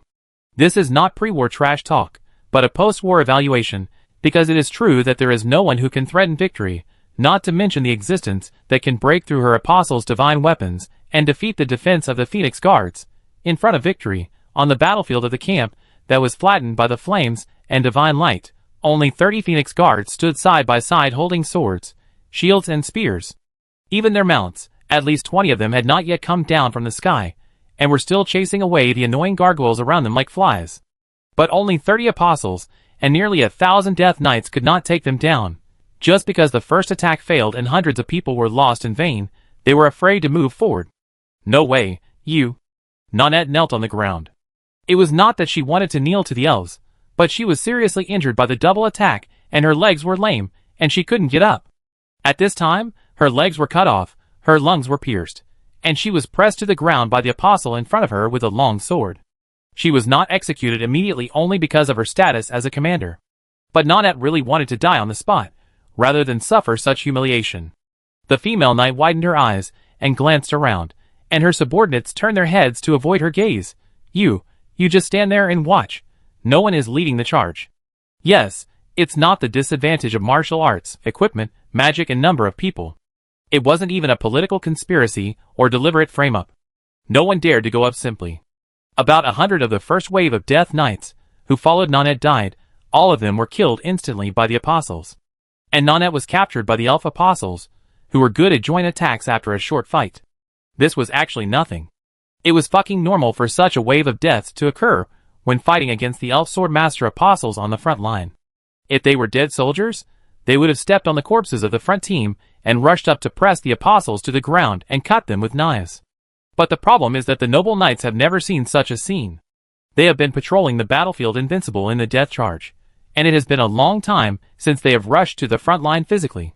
So after the Apostles instantly killed the first batch of charging knights, the ones behind saw such a bloody and horrifying scene. This tragic scene was much more vivid than the Lancaster team falling off their horses just now. One by one, they immediately stopped and retreated. They retreated at the same time. Can you believe it? Hundreds of people now just stood in a circle, staring at the opposite side with their eyes wide open. After all, the commander was captured, so we have to consider her safety. And our own safety, right? How is that possible? Nanette was going crazy. This is impossible. Argue all enhanced great knights. Before I went to the Chimera group to practice, everyone followed the Grand Master to charge into battle. You don't even dare to go up? Come over and chop off her head. The Death Knights remained silent, hesitating in the contemptuous eyes of the divine soldiers. Although in theory, they are indeed the main force of the knights, the great knights who follow the Grand Master to charge, but in fact, they know that they are just following. The only real great knights who can fight, the vanguards, who always rush into the enemy camp in the first wave, are the low-class knights of the Obby's team. So except for the Obby's team, the knights of other 1,000-man teams are no different from the Lancaster team, even the Dark Flame Bull in the south, and even all the knights of noble origin. During the death charge, the knight is invincible, so there is nothing to be afraid of. Or charging the low-class and miscellaneous soldiers, that is also easy to capture. After drinking so much medicine, it's not like you pee all the way out, but you should have digested it a little bit. If there is a data panel, you can even see that their combat power is not bad at all. But the determination to fight is actually not related to combat power. Especially charging at the elf god, or simply physically charging, that's another matter. Would you charge at the city wall or windmill? You'd be a fool. The same is true for the elf god. When the gap between the enemy and us is too big, the noble knights will lose their will to fight, and start to think about whether bloodshed and sacrifice are necessary, whether a protracted war is feasible, how to continue the family's future, another way, and the roundabout way to restore the country. These are more profound and difficult to understand, and the untouchables will never understand them. Otherwise, why would Ernest, the acting leader, let the Obby's team do everything? The commander said that they were flattered. The noble knights were just a group of beautiful guards of honor. Of course, if they rushed forward in a swarm, they would still be willing to stay behind to grab heads and win merits. But what about sacrificing their own lives and letting the teammates behind them finish off the kills? Is all this really worth it? So don't get me wrong, it's not that no one dares to fight, nor that they dare not kill people, it's just that no one wants to be the first to die in the front. Waste, waste, waste! Nanette was mad. She had made the most conservative estimate of the noble's bottom line, but she still forgot it. Because she had been with the freaks of the Chimera group for too long, she forgot that the Imperial nobles had no bottom line at all. If her leg hadn't been broken, she would have wanted to pick up an axe and fight back. Where are the people transferred by the Obby's team? Commander, you come and lead the team to charge. The new commander Monica was pale and trembling, dead, dead, dead. They are all dead. Nanette was stunned for a moment, looking at the hundreds of corpses that fell dead around him in the first wave, and suddenly turned his head to stare at her. This bastard. He actually put the elite soldiers of the Obby's team in the first row, such a waste, and all your soldiers are dead, and you, the commander, are still hiding in the back. Monica was trembling at her stare, and said with a crying voice, but the others are unwilling to be in the first line. That's enough. This is the trap you prepared? I've been waiting for a long time. Where are the dead soldiers? Without the dead soldiers, what can you use to fight us? Victory really couldn't tolerate this farce, turned around and shouted to the divine guards, go, find the second spiritual tower. I get rid of these annoying rubbish. She raised her spear, and strode towards the noble knights in front of her. Hundreds of knights were so frightened by her approach that they lost their formation and began to retreat. Until this time, their smart little heads reacted to a simple fact, this war, do you think it's a joke? Elves, humans, knights, dead soldiers, nobles, pariahs, gods, mortals. No matter what your identity or label is. There are only two endings on the battlefield, survive or die. Chapter 186. It started to rain, probably because of the turbulence, dust and heat waves caused by the earth-shaking magic battle on the front battlefield. Raindrops as big as soybeans fell, hitting the iron armor with a crackling sound, and finally drifted on the battlefield and merged into blood. Sauron wiped the blood off his face, clamped the blade of the star-carved sword with his elbow armor, and wiped off the blood and flesh on the back of the sword. He then dodged a wounded soldier's desperate charge, and swung his sword to behead, and cut the opponent's waist into 3 pieces. Without hesitation, he turned around and stabbed the wounded soldier, who rushed over from above with his sword in his backhand. He stabbed his stomach and intestines to death. Without further ado, he waved his free left hand to the side. As his fingers flicked, a waist-high stone wall rose from the blood swamp, temporarily blocking the new recruits who were besieging him, creating a one-on-one limited space. Then he smoothly pulled out the star-carved sword, wiped off the organs and intestines on the back of the sword, and suddenly burst into a leap, splitting the enemy's head with a sword, piercing his neck, and chopped the new recruits, who crossed the stone wall into pieces of meat one by one, and sent them back to their hometowns accompanied by songs. Yes, they started singing again. It was really annoying, but Sauron could still understand it. It was all about hometown, lover, mother, protection, bravery, justice, blah, blah, blah, blah. It's morning. Fighting should be more fun. Laugh. Wind flying cannon. Ahahaha. Sauron grabbed the forehead of the elf recruit with his left hand, and shot through his head and helmet with one shot. The brain sprayed out in a fan shape, sprinkled on the pale and terrified faces of the young soldiers in the rear team. He really likes to use this magic. Although the power has obviously decreased to the point where it can't be called a cannon due to the rapid decrease of the magic wind supply from the south, it can still be called an ultra-high-pressure shockwave plus air blade. The directionality and impact are very strong. Almost as long as you point your hand, bang, the person will explode. It's simple and straightforward, and it feels great. Have fun. Isn't it interesting? Aren't you here to do this? From your distant hometown, running all the way to play in the mud in this blood swamp. Isn't this what you crave? Then try it. Taste the blood for yourself. How is it? It's delicious. Ha ha, ha ha, ha ha. Sauron wielded the star-carved sword and cut down the trees in a big way, advancing against the flow of troops, splitting and chopping all the meat bags blocking his way, and drinking in the blood rain that splashed down on his head. There was no need to think, hesitate, or defend, because at most, the camp was filled with new recruits with shaking hands and wounded soldiers who had difficulty moving. Because they were attacked by surprise, there were not many people wearing armor, and there was almost no magic resistance. It was clear that the Iron Spider in the south was in trouble. The magic supply was so low that even with Sauron's magic, the wind-flying cannon could only punch a hole in the people in front of him. What powerful moves could these old, weak, sick, and disabled people in front of him use? It is better to say that many of the veterans were able to stand up and resist, thanks to the priests, who were protected by them in the center of the formation and still singing. And the group of priests and gods who were guarded in the core, retreating and chanting blessings, were the target of Sauron's charge into the enemy formation. Never-ending singing. It's so late. Why don't you go to sleep? You have to go to work tomorrow. Sauron made a meaningless cry, rushed left and right, pierced an elf soldier's belly, and put it on his shoulder as a shield, and smashed into the crowd around him. The star-carved sword slashed the human figure on the sword, and the whole sword was dyed red. Then, in the panic vision of the recruits, it drew a perfect arc of light, cut off rows of heads with one knife, and 7 or 8 blood columns rushed into the sky, mixed with rain and sprinkled on the heads and faces of the living and dead fighters. Oh, that's the feeling. That's the feeling. Sauron jumped over with a laugh, and chopped the noisy ducks one by one with his sword amid the stuttering and trembling chants of the priests. Huh? Sauron, bathed in the blood rain, opened his arms to the sky. Finally, it's quiet. Kill! Cut! Die! But before he could be quiet for a while, the dead soldiers behind him rushed over like a swarm of bees, crushing the heads of the wounded soldiers, who fell to the ground like locusts, and hacking and smashing the remaining elves into pieces. It also knocked Sauron, who was posing, to a standstill. Sauron was helpless. He was almost in the state of war. Well, being interrupted is not bad. After all, the main body is still half dead. Once the tyrant is over, there will be no place to revive after using the shadow. And the current battle situation is quite smooth. There is no need to fight desperately for the time being. Sauron glanced back and forth at the battlefield, This time he really wiped out the nursing home and kindergarten.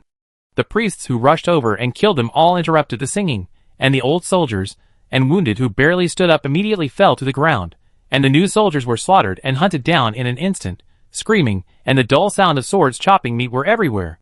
Under the crazy charge of the dead soldiers, the elven recruits fled in all directions, and the wounded could not escape and could only wait to be killed. But then again, it was a large camp that accommodated thousands of people, and the veterans did stand up and resist with the support of the magic song. But it seemed that the dead soldiers did not suffer any casualties. When Soren looked around, he could still see dozens of dead soldiers jumping around, chasing hundreds of crying elven recruits. What? He thought this was the final bloody battle, but only the unlucky Noseless came up and was shot dead? Fuck, you shot my nose again. Noseless had a half-feathered arrow stuck in the middle of his helmet, and he roared as he rushed past Soren.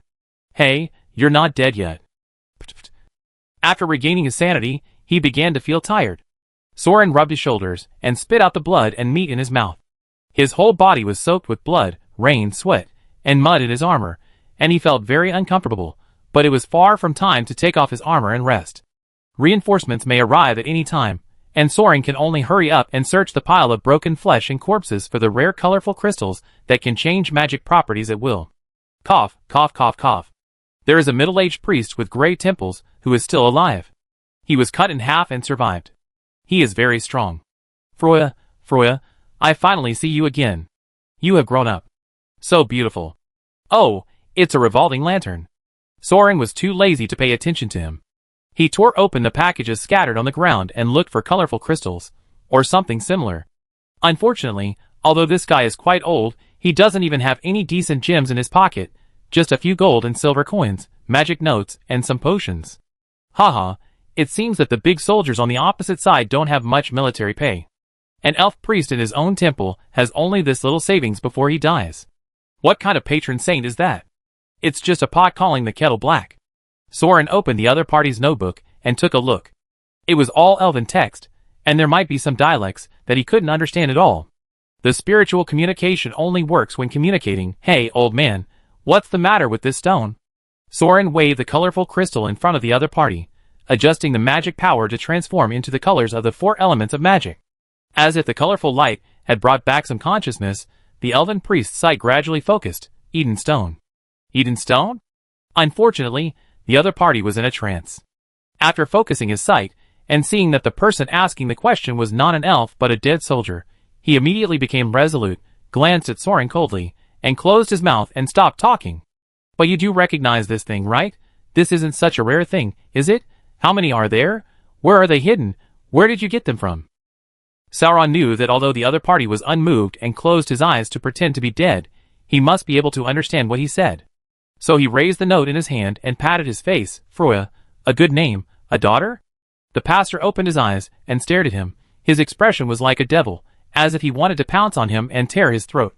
Sauron smiled at him. I can actually send someone to make a special trip, but it really doesn't matter, because you should also know that we will definitely visit your hometown. After all, we met here today because you chose the path by yourself, didn't you? You chose to go to the battlefield for justice and protection, right? But no one is holding a knife against you, right? So now, this is the last chance I give you to turn back. Don't talk nonsense. Tell me, what is the Eden Stone? The priest stared at him for a while, and opened his mouth. The gentle mountain wind blows quietly. My name is called Fearless. Fuck, everyone is a singing god who never stops singing. Sauron put away his smile, no longer paying attention to this guy who might have to struggle for a while before dying, and turned his head to continue turning over the corpse. Prepare the wine, prepare the honey, get rid of the dragon, and the hero will return home. Humph, dragon, I don't know who the dragon is. Sauron snorted coldly in the priest's intermittent singing. By the way, the dragon may not be more vicious than you elves, at least it will fly away when it is full, and it won't destroy the entire Franny King city, right? At least it won't waste hundreds or thousands of years on the north bank of the river, squatting and slaughtering the young people who have nothing, right? Sometimes I'm really curious. Do you immortals want to see us die so much? Human lifespan is only a few years, do you? Still never get tired of watching the end of mankind? Or do you also think that this kind of thing must be done by yourself to be more interesting? Hee hee, you're crazy. Killing people and feeling proud, honored, and mission, hee hee, you are worthy of being a hero. Soren noticed that the singing seemed to have stopped, and turned his head to find that the priest was not dead yet, so he smiled at him. Hey, why don't you sing? A hero who returns home should at least have sex with his lover, right? Keep singing, you have been holding it back for so long after all. The priest looked at Soren, with an indescribable emotion in his eyes. You understand the folk songs of our hometown. Don't try that. You old bastard have been on the front line for so many years, you have killed so many of us, and you still want to whitewash yourself.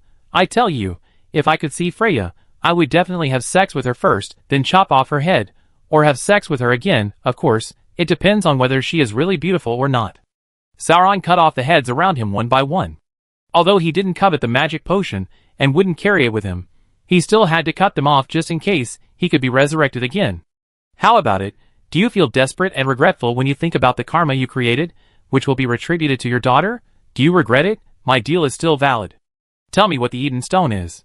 When I see Freya, I will kill her. I promise not to have sex with her. The priest looked at him calmly for a while. The Eden Stone is a rare mineral developed from New Eden. It is stored in an empty temple in the southwest of this camp. Sauron opened his jaw, and for a moment, he was choked and didn't know how to talk back, because he just took out the pearl brooch for the lie detector, and it turned out to be the truth. After choking for a long time, he said, Okay, then I promise you, I will give your daughter a quick death. Gone, all gone long ago, the snow army cut down the arrow poison trees, and nailed them all to the stumps. The priest looked at Soren and exhaled slowly. Now, I will finally be reunited with her. The gentle mountain breeze, blowing quietly. My name is called Wu. He exhaled his last breath, his pupils dilated, and he died. Sauron squinted and swung his sword to chop off the other's head. So that's it, cause and effect. Alas, it's all cause and effect. The battlefield Lich Isengilian stood at the tip of the spur of the airship's bow, looking down at the battlefield below, which was covered in flames.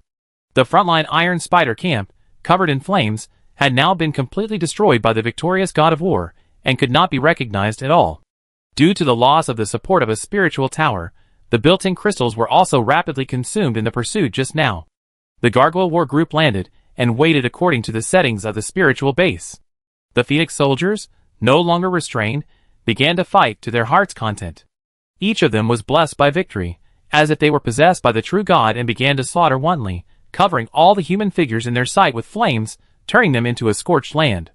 And the ruthless flames of war continued to spread southward, burning madly towards the heartland of the Empire front. No one could stop them.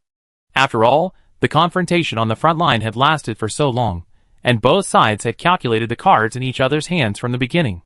The main force of the battlefield Lich, led by the white-robed flag officer, Schwartold, restrained the elven wizard Yogg.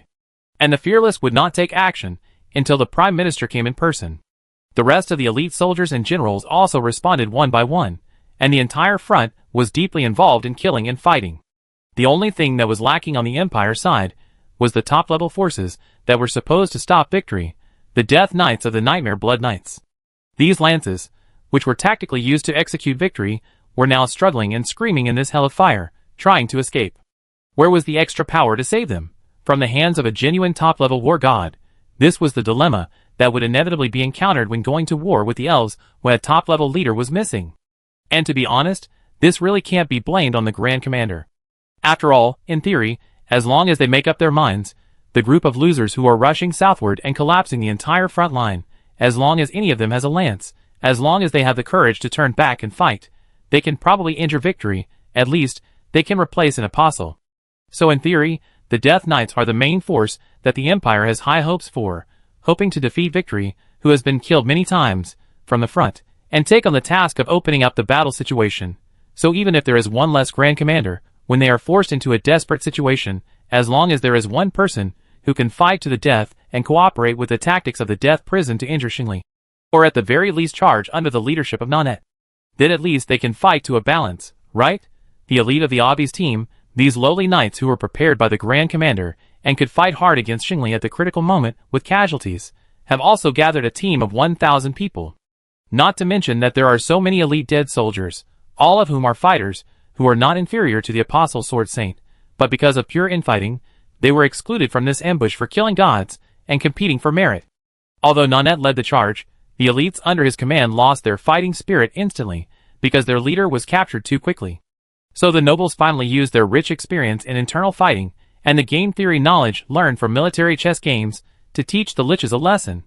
When the battle situation is in a desperate situation, in addition to fighting back with all your might, you can also adopt another strategy. It is enough to escape faster than your teammates. So that's it, Victory's first wave of attack. Yes, she only rushed in one wave, but one charge was enough. The unstoppable rage charge broke through the encirclement and crushed more than a dozen people.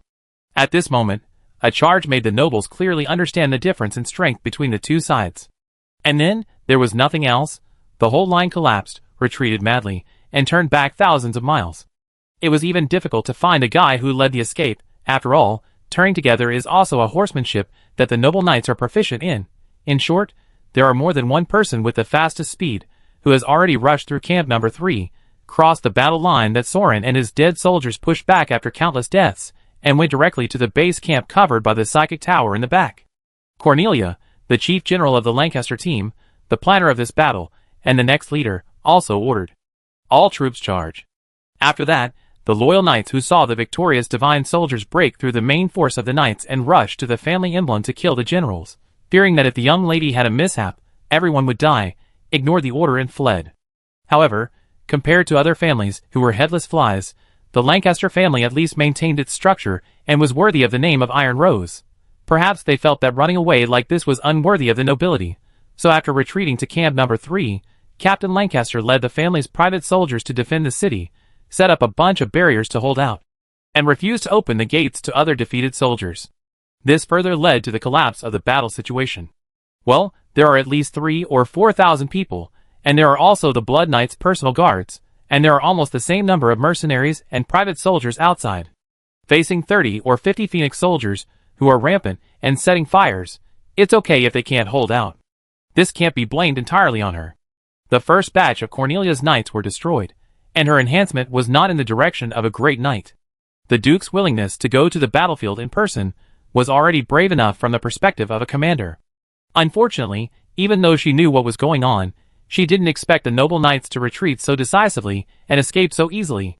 Even Xingli was a little confused, and suspected that these Death Knights wanted to interfere with her finding the second psychic tower and deliberately disperse her manpower.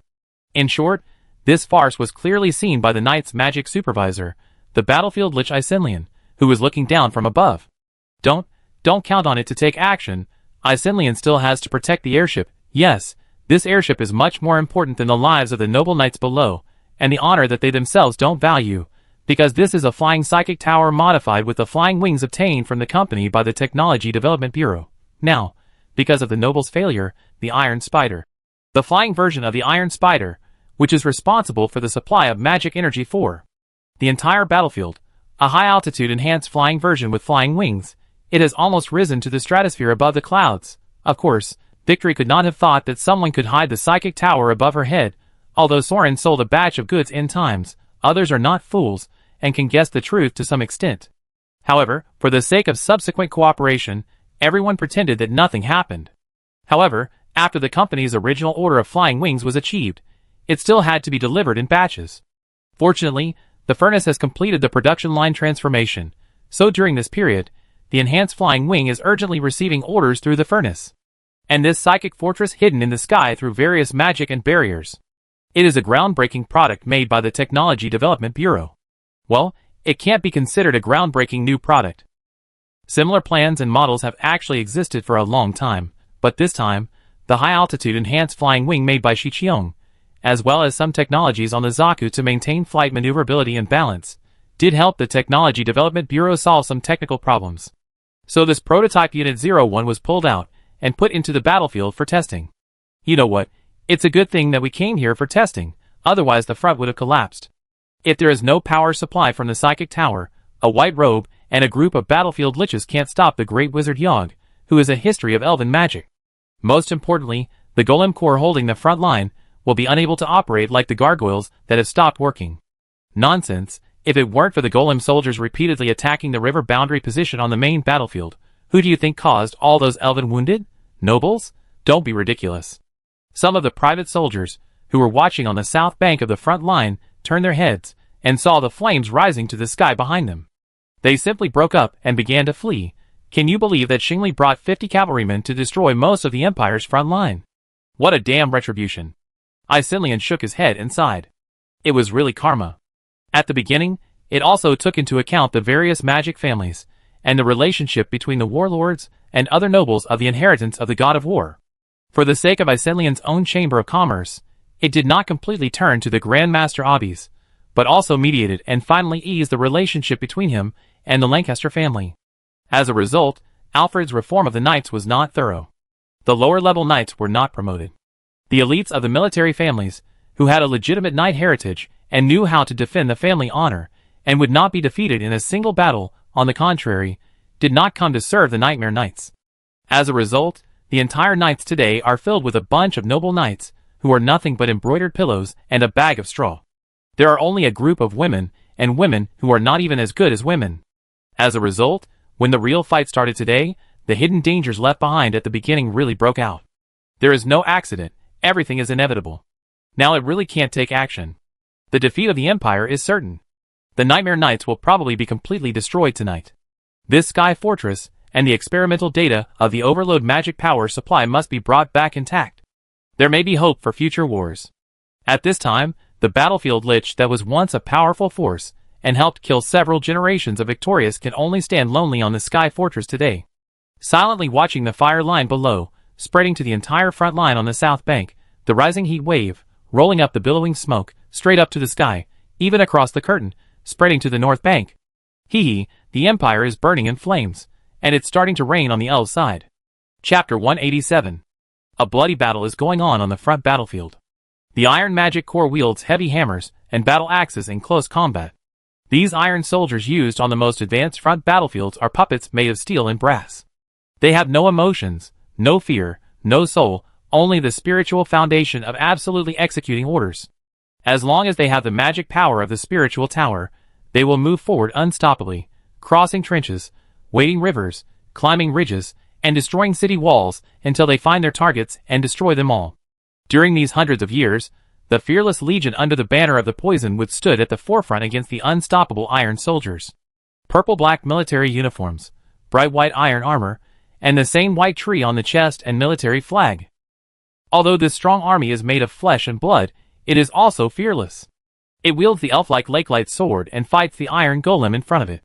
Although the strength and physical fitness are completely surpassed by the magic iron golem, the elite swordsman has a will stronger than steel, years of battlefield experience and coordination, and the top sword skills and coordination honed. They sang the mountain wind and fearlessness, and chopped down the layers of magic iron statues that swarmed up, dismembered and destroyed these fine steel puppets, shattered the core magic spiritual base, or destroyed the magic circuit in the body to stop their advancement. At the same time, the rear team was ready to rotate and fill in at any time under the command of the first-line centurions, replacing the injured or exhausted comrades. Of course, the magic archers behind them were indispensable to take on the main output task. This strongest type of elves used armor-piercing arrows to project firepower at close range. The overwhelming rain of armor-piercing arrows, guided by the navigational star stream arrows, and gusts of dense north wind leaped over the heads of the sword masters, fell into the curtain and blew away the iron soldiers, and sniped the armor and helmets on the golems in the first time, so that the Empire's endless and invincible iron stream, which came like a tsunami, was temporarily blocked by this swift long-range offensive, and could only climb up the river bank in batches to attack the Elf sword formation, which also created an advantageous situation for the frontline elven swordsmen with more enemies. But the battle line still became tense. Because flesh and blood bodies will get tired after being rotated, even if the warriors of the poisonous arrow would have long been accustomed to the fierce battles of hundreds of years, the bows will be empty, the bowstrings will be broken, and the swords will be cut to the edge. The mages and priests who keep singing have to drink water and change, right? But the magic iron golems of the Empire are pulled out of the assembly line and supplied to the main battlefield at the first time. They are almost endless, not to mention that the liches still have many skeleton soldiers that were eliminated hundreds of years ago, and can make up the numbers. Anyway, it's useless if not used, just treat it as a disposal of inventory. So, under the heavy bombardment of arrows and magic, batches of golems, intermittently mixed with skeletons, crawled all over the northern river bank like a colony of clinging ants, and began to push the main battle line from the breach of the embankment to the north little by little, pushing straight to the fearless temple behind them. Then, seizing the opportunity when the main line began to waver, the Nightmare Blood Knights began to charge. Following the iron cavalry of the daughter of the previous leader, Bridget Obbies, the Death Knights of the Legion pulled up the sky full of death shadows and broke through the curtain. The Apostle of Death directly passed through the front line of magic iron soldiers, overwhelming the front line of sword masters, and then returned from the shadow of death to the iron cavalry of death, charging and breaking through the formation, harvesting 3 fronts in an instant. Stepping on the blood and flesh on the ground, he rushed deep into the hinterland, inside the elves' front line, and the elves are waiting for them. The priests tore open the scrolls and sang loudly like tearing their throats, calling back the souls of the heroes who were swept away, driving death away from the battlefield, and blocking the magical effect of the death charge. In addition to the first row of sword masters being killed by golem soldiers, the elite swordsmen in the back 3 rows immediately revived in the powerful song of resurrection. The battle-hardened warriors stood up at the first moment, resisted the golems coming from the front, and turned back to attack the Death Knights, who were besieging and killing in the formation. But the charge of the heavy cavalry was unstoppable, even though the damage of the first wave of death charge was absorbed by the targeted magic strategy, and they were sniped by arrows from the sky. But the knights in full armor still fought hard, wielding giant spears, axes, and halberds, knocking the surrounding battle groups back layer by layer, forming a huge breakthrough on the front line. Golems rushed towards the breakthrough. Following the spears of the Death Knights, they charged forward. The elves endured huge casualties in an instant and tried to maintain their organization, but they still could not stop the charge of the Empire. And a gap was being torn in their formation. Victory is just around the corner. Good job, breaking in. In the fortress of the No. 1 Battalion, the command center of the South Bank Empire, the acting commander Ernest, who was observing the main battle situation with a sand table, finally breathed a sigh of relief. As expected, as long as they could withstand the long-range pressure, increase the number of iron golems, and then stab the strongest spear at the moment when the enemy showed signs of fatigue, they would have achieved a breakthrough on the front. In fact, the progress tonight was already very slow, because according to the Empire's previous military exercises, it was assumed that the Death Soldier Corps would make multiple breakthroughs along the entire river boundary to contain and disperse the main force of the frontal elves, so that the main battlefield between Camp No. 1 and the fearless main temple could at least share half of the main force of the elves, who were blocked in person. Originally, it was because the Death Soldier Corps suddenly ran wild the night before and destroyed an entire elven corps that acting corps commander Ernest agreed to the battle plan proposed by Lancaster, seizing the opportunity when the fearless corps' strength was severely damaged and had not yet received troops and supplies, and launched a frontal assault. But who knew that because the dead soldiers fought to the death and the veterans suffered too much casualties, after waiting for a whole night, there was no other place on the river boundary that could get a breakthrough signal. As a result, the battle situation was deadlocked again, and it was only now that the battle line was pushed forward by the iron golems. As a veteran and commander on the front line, Ernest certainly knew that the number and combat power of the dead soldiers were really limited, and it was impossible to put all the responsibility on them. And to put it bluntly, wasn't it because the nobles who were supposed to be responsible for the attack mission were slacking off and watching to avoid losses, that they missed this golden opportunity to fully open up the battle situation? If there was a unit that could resolutely try, it could break through the front line and share the pressure of the main battlefield, right? The result was that the game was dragged into a draw again. So Ernest had to endure it, and endured it, and endured it, and finally, she saw the opportunity and brought out the main force in her hand, the elite of the Obbies team, and Bridget did not disappoint her. Although the girl was not as wise as her father, she was at least as reliable as her father, can lead people to charge forward and break the formation. The combat power of the Obbies team can still be counted on. As for the other nobles, although the quota was originally sold to raise military funds for the Legion, I didn't have any hope for those nobles from the beginning, but thinking about being with this group of trash and turning a good advantage into a tie is really infuriating. But before the dark-skinned beauty commander could swallow her breath, she suddenly heard the screams of the staff officer beside her, and couldn't help but raise her eyebrows and reprimand. "Shut up. No noise is allowed in a military secret area. Generals should always remember not to." What happened? How did the Iron Spider get defeated, and the entire line collapsed? Asshole, Cornelia, Ninette, what the hell are you two doing? The lights of the crystals on the magic sand table began to go out in large areas, which meant that the power supply of the reserve troops, magic nodes, camp boundaries, and magic circle links in the back was being cut off and stopped. And the puppets on the front line also began to shut down, and large numbers of golems disappeared from the battle map. Not to mention the No. 2 and No. 3 camps behind them, their first line of retreat was cut off. Even the flickering magic lighting in the number 1 camp headquarters was instantly extinguished, leaving only the light of the sand table connected to the magic eye network still flickering. Fortunately, Icelian's flying fortress was still running, so the shadow curtain and the magic eye network, as well as the golem core on the main battlefield on the front line, had not been shut down immediately. But this was only a matter of time. In order to be able to fly, the power supply specifications of the psychic tower of the prototype Sky Fortress were 1 level smaller than those of the Iron Spider.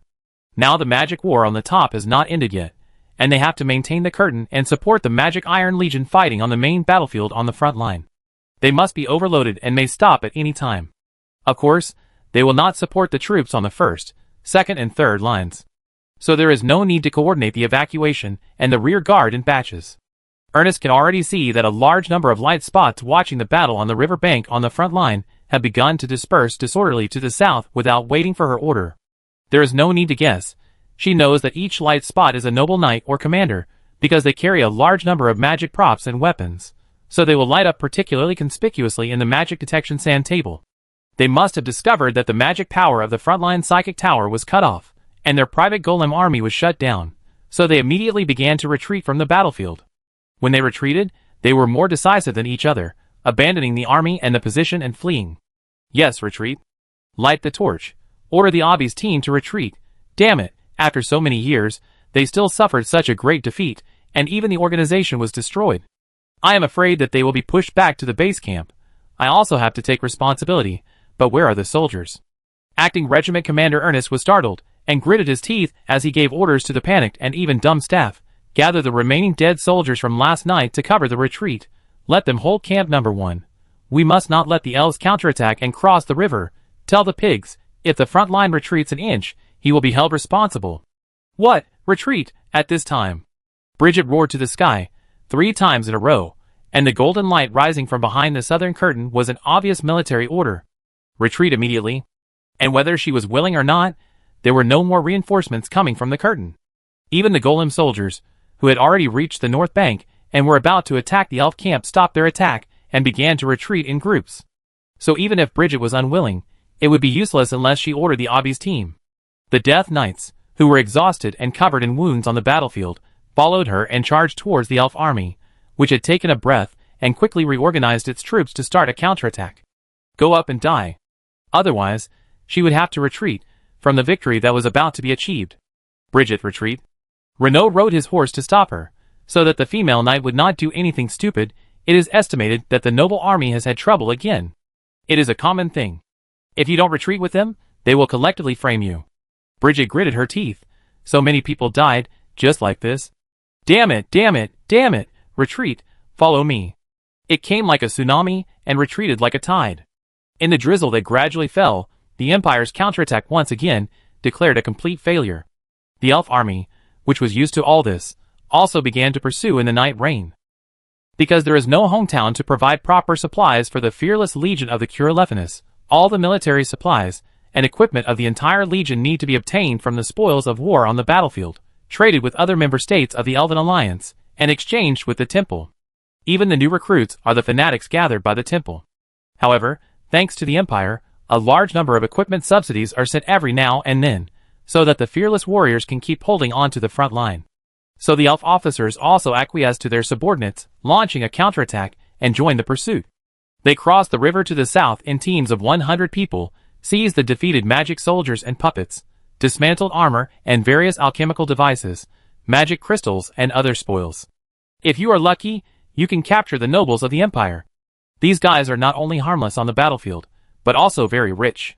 Usually, in addition to the large amount of magic equipment on them, they will also take the initiative to pay a large ransom, which is enough for the swordsmen to update their equipment. Therefore, the elves rarely beheaded human nobles. After all, the elves could not exchange their heads for medicine, and these people always came to give money and equipment. You would not be willing to kill the hen that laid golden eggs, right? Unfortunately, the nobles have learned their lesson now. After all, no one has a lot of money. They are afraid of being caught and having to pay ransom, so they flee quickly. Often, they flee back to the base camp before the elves cross the river. It is very annoying.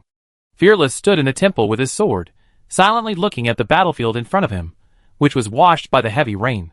The blood river overflowed, covering the pale heads and dazed cheeks, pouring endless blood into the dry waterway like a waterfall along the river bank, but after hundreds of years, it could not be filled up no matter how hard it was poured. Is it over? Even the battle on the top of the sky is over.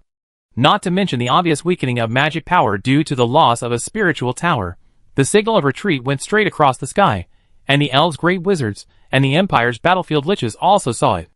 So, led by the great wizard Yogg and the white-robed Shortold, the thunderclouds where the wizards and liches fought on the top began to sweep to the south. After all, they could lose their magic support at any time. The liches had to retreat to the range of the southern psychic tower, and the elves had to drive them away and provide cover for the troops chasing on the ground. Fearless was still waiting for Killian to appear. But this time, it seemed to be just a feint.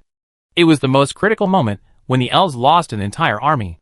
Even Fearless was prepared to fight to the death with Killian tonight. But the Empire retreated again. It was really unpredictable. Although he had been standing here for so many years, and had seen all kinds of humans, Fearless still could not give a clear evaluation of this race. Is he really useless? There is probably no other army in this world that can fight with his army and break the front line. There is no other race in this world that can force the elves to this point. But can he really be said to be strong? Aren't all these years of bad battles and defeats caused by humans themselves? There are so many heroes, generations of martial gods, liches, fierce generals, and brave men. Wait a minute, martial god. Fearless frowned and turned his head. There is another martial god in the Empire tonight. That god of war is now coming. The rain was getting heavier. Bean-sized raindrops were jumping on the helmets, pouring into the armor, and soaking the torn wounds white and swollen. The death squad was advancing in the pouring rain, and could no longer hear the shouts and killings coming from the other side of the rain curtain. They came from the northeast and found the temple. Is that the temple you were talking about? There is no one guarding it. Wu Bai was still stabbed in the face by an arrow. Because he was worried about tearing blood vessels and bleeding heavily, he was still waiting to go back to the battlefield lich to pull it out. Now he felt that there was no need to think about these things. That is the fucking temple of fearlessness. Fearless? The elf god of war? Ysir was curious. It's his temple, so what? He may not be inside, right? Maybe there are only a few guards. No, Fearless must be in the temple. Muffin explained, because he only has this temple, and facing south is the main battlefield we fought in recent years. A little further south across the river is Camp Number 1. Even if we occasionally fight at the foot of the mountain, he will not appear, and he will always squat inside. Ysir's eyes lit up. Squatting inside? What's so valuable inside? Is it guarding the Eden Stone? Sauron frowned. No, it's impossible that the Lich has not paid attention to the existence of this, or for so many years. Is it because he is ignorant? But none of the dead soldiers have heard of this name. I heard from the old soldiers that Fearless is preparing for a battle with the Prime Minister of the Empire, and gathering strength, so he will not participate in the miscellaneous battles. No-Nos revealed the information of the old soldiers. Fight with Killian? Just him alone? Soren sneered and disagreed. If it could deal with Killian alone, how could the Empire have survived until today? But he has been standing here for so long, holding the front line here by himself, and the Prime Minister has never fought him. Veterans like Noseless must have often talked about this topic, such as who is stronger among the top superiors. If the Prime Minister can deal with him, he can just kill Fearless and push the front line over. Why is there a stalemate for so long? Yes, this is the problem if you think about it carefully. Soren was also a little puzzled, because he had been in contact with Killian for 2 or 3 months, and had a rough idea of what kind of person he was. If it were someone else, they might still think, I am the leader of the camp, how can I lower my status and fight with the soldiers? But Killian probably wouldn't care about such reputation. What kind of honor can the king of the Garbage Mountain have, right? So, if Fearless was a simple thing that it could jump over, beat up, and then jump away to solve, it would have done so long ago. As long as it can kill an elf god, it will probably do anything, but Fearless is so open, squatting on the front line, clearly asking for a fight. Then Killian's response of not fighting is a bit problematic. Is there other magical protection? Cause and effect? Not ready for a full-scale war? Have reservations?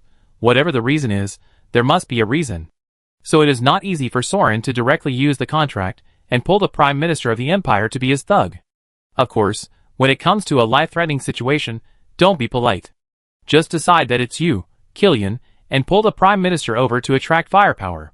But before that, in order to avoid being beaten for ruining the old ghost's business again, Soren decided to take a look at the situation first. Ah, that's Fearless. It's the elf god. You still want to get close to see it? Wooby was really speechless. It's not like he hasn't seen it before. Soren shrugged his shoulders. What's the harm in taking a look? Didn't you say it never leaves the temple? Then I won't go in either. No, bye, But it seems so. Sauron turned and walked up the mountain, and saw Eir and Moff and following him again, so he quickly stopped them. You should have realized that I'm not a slave soldier, and I have many ways to protect myself. Don't worry about me, I attract the elves' attention later, and you can cross the river when you see the opportunity.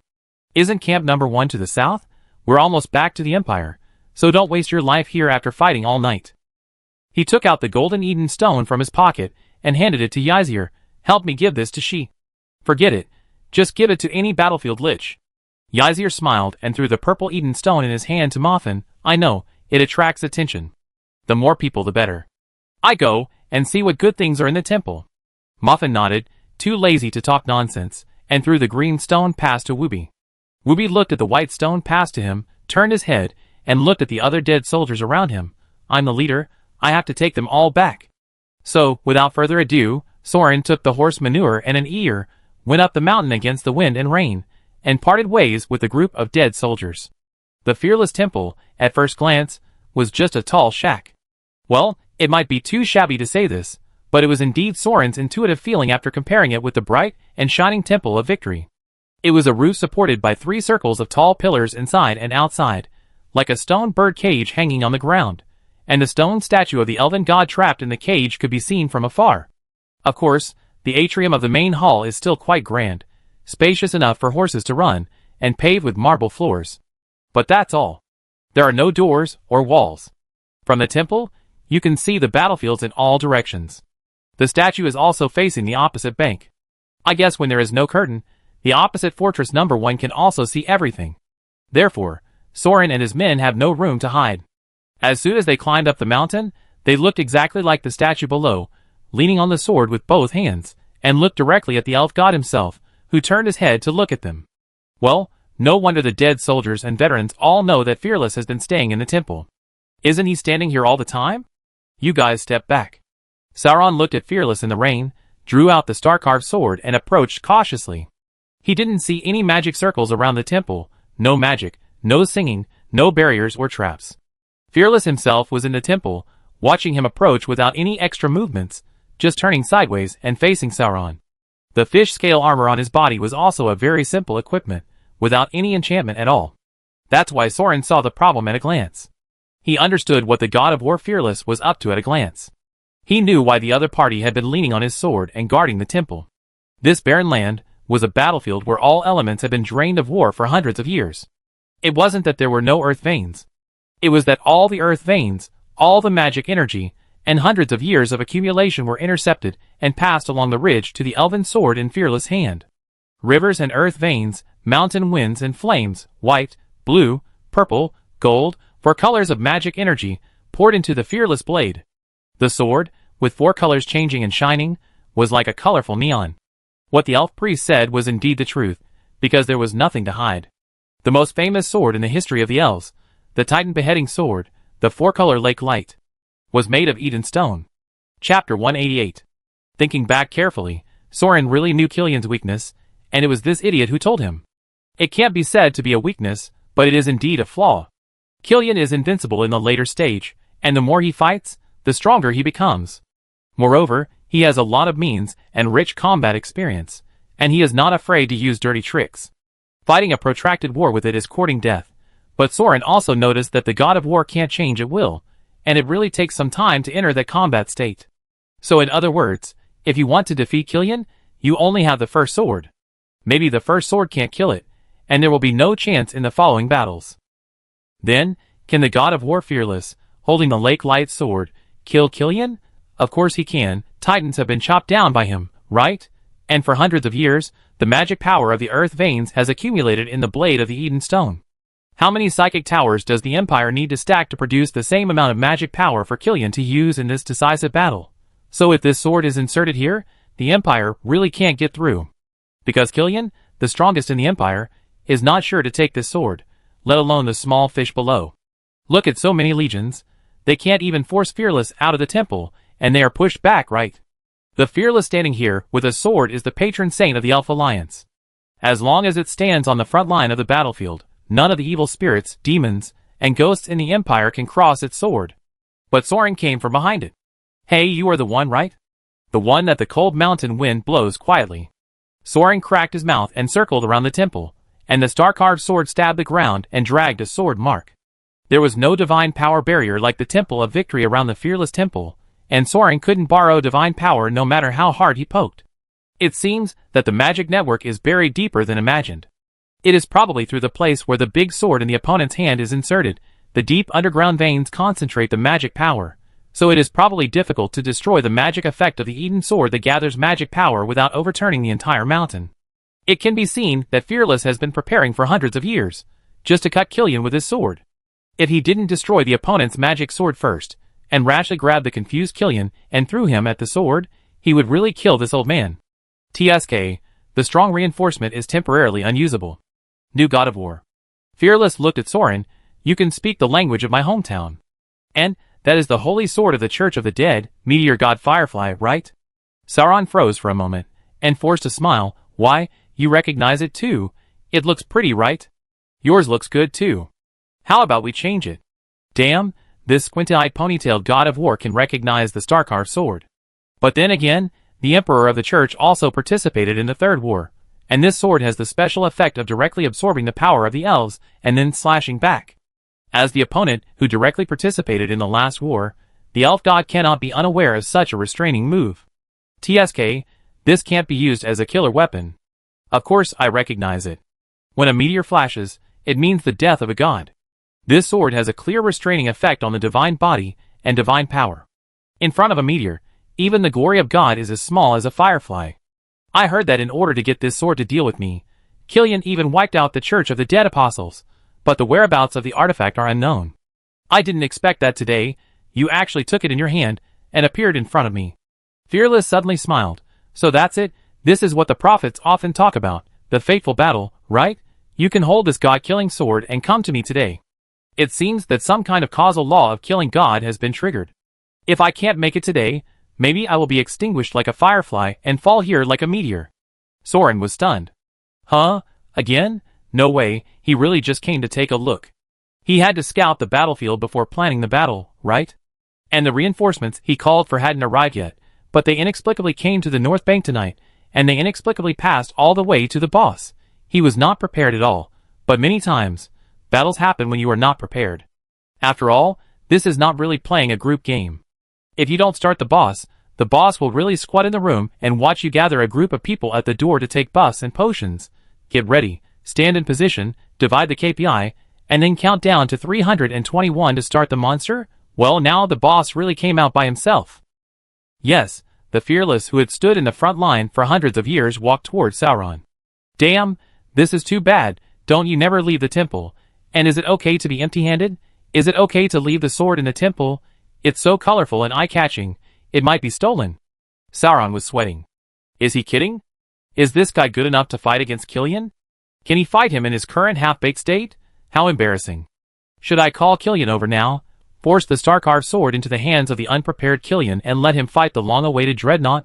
But if I do this, and the Prime Minister is also killed, then the whole game will be lost, right? The Empire and the elves have been in a confrontation for so many years, and it is a bit funny that they lost because the Prime Minister was killed like this. Colorful. Can you see that it is not an ordinary stone sword? Is it some kind of magic eye? But it doesn't matter. There's no need to waste energy on provoking him. This sword was prepared to deal with Killian. It is a divine weapon destined to kill gods and demons. I don't need to use it against you. If you can steal it, just try it. Fearless walked to the edge of the temple, and only separated by the outermost circle of stone pillars, he faced Soren in the rain curtain. Interesting. Even so, you are still not afraid of my murderous aura. It seems that there is indeed an ongoing law of cause and effect of slaying the gods that protects you from the influence of divine power. Although it seems that there is a huge gap between mortals and gods, you may actually be the one with the advantage at this moment. You still have some means to kill me, right? Except for this star-carved sword. Fearless said, as he flicked the blade of the star-carved sword in his hand. Huh? The star-carved sword in its hand. Sauron suddenly came to his senses, and then the severe pain in his right arm pierced into his brain. The hand was broken. The right hand was gone, and the star-carved sword was taken away by Fearless. Without seeing the opponent's movements at all, it was so fast that the eagle sensed magic I could not catch it. Fearless crossed the rain curtain in an instant, cut off Soren's right hand, took away the star-carved sword, and then returned to the temple, but not even a drop of rain was on his body. Ouch! Sauron covered his bleeding right arm and knelt down. He could not tell whether it was the sound of rain or blood in his ears. What the hell? He was killed instantly right away. No, he was not dead. Why was he not killed instantly? Wouldn't it be easier to cut off his hand and sword in an instant and take off his head directly? Why bother with so many things? Pretending? Victory is fine, but this fearless person should not be that kind of person. Sauron endured the severe pain of his broken arm and knelt on the ground to think. Yes, thinking. When the weak face the strong, they can only think. You don't kill people. Soren gritted his teeth and stared at Wu's eyes. You have never walked out of this temple. You have never joined the battlefield by yourself. Of course you can't kill people. But how can you not want to kill people? Not to mention that you are a god of war and can kill people at will. Your hometown, the hometown of the poison tree, was destroyed, wasn't it? Those girls, mothers, and children in your lyrics, weren't they all nailed to the stumps? How could you, the guardian of the arrow poison tree, not want to kill people? Are you protecting the sword? No, you just said that ordinary people can't pull it out. With your speed, you don't have to hold it in your hand. So, if you don't kill people, you can't kill people. You are so nervous about fate and causality, right? Because your sword that will kill you is also the causality prepared for Killian, right? After all, this is the only blow that can defeat it. Fearless was silent, looking at Soren, and opened his squinting eyes. Silver electric snakes were jumping in his eye sockets, as if his skin was completely filled with magic energy. It's really sad to hear the hometown accent that I haven't heard for a long time. If I lie in my hometown dialect, it would be a blasphemy to our remaining thoughts. A human actually asked me about it. Okay, just for this little bit of fate, I will tell you. Yes, this is the first sword sure kill. In order to really cut this sure kill on its body, I can't kill other people directly. Any instant death caused by my attack will break the effect of the law of cause and effect. And at that moment, it will definitely jump out and fight me to death, right? Honestly speaking, as a warrior, relying on the strength gained from training, it is my long-cherished wish to fight to the death. If it is not for revenge, I will not agree to use such means. But I didn't expect the guy to be able to hold on for so long, for hundreds of years, just squatting and refusing to show up. Sauron nodded and gasped. So, in order to ensure that the first sword you kill is Killian, you can't kill others. Fearless danced the star-carved sword in his hand, but just holding the hilt, the silver lightning light was drawn away by the sword, and the obvious silver light gathered towards the blade. The restraint was really obvious. It didn't tell you anything, but sent you to die. And this sword, was it also found for you? But it was not unsealed at all, right? It just let you bring it here, hoping that I would kill you and break the law of cause and effect, and then use this sword to deal with me, right? It's really Killian style. But on the other hand, Sauron suddenly said loudly, as long as we can force you to kill someone, or destroy the magic of the sword, so that you fail in the one sword you have been planning for so many years, and the confrontation on this front for so many years, we will win, right? Fearless saw that he was still holding on, and shook his head. You are not wrong to think so. But don't get me wrong, the law of cause and effect is not that strict. As long as you don't die instantly, it's enough. If you think you can really win, just stand up and try. Fearless suddenly shut up, looked into the rain, and chuckled. How come there are so many people who can stand up under my divine power? Am I old? A hand pulled Soren up, and Noseless and his dead soldiers emerged from the pouring rain one by one, standing shoulder to shoulder. You heard it. It can't kill people. Go in and pull out the sword. Or force it to kill people. Noseless shrugged and walked forward. I've been a dead soldier for so many years, and this is the first time I've seen an elf kill people without fighting. Yeah, he's a god. If I had known it was so simple, I would have just rushed in. One after another, new soldiers and veterans whose names Soren couldn't even remember, walked towards the temple. Fearless frowned. What's going on? Why can they understand you even though you speak in Elvish? Soren stuck out his tongue at it. Why should I tell you? You're just telling me everything after testing me like an idiot. Come on, hit me, twist my head off. Fearless narrowed his eyes again, and looked at Soren, as if considering something, stroking the blade of the star-carved sword, not caring about the silver lightning-like divine power in his body being absorbed into the star-carved sword, and letting the ferocious iron soldiers wearing strings and circles of heads, like armored monsters break through the rain curtain, pass through the stone pillars, cross its side, rush into the temple, and bring mud and blood to the marble floor, trampling everywhere. What? You really won't stop them? Break their legs, twist their spines, and tear their flesh and blood? Didn't you see their faces? If you don't kill us with the intention of killing us, a little injury can't stop the charge of our dead soldiers, right? Sauron still stood in the rain, covering the wound of his broken arm, and yelling at Fearless. Fearless didn't care. His silver eyes still stared at the star sword. Humph, stop it.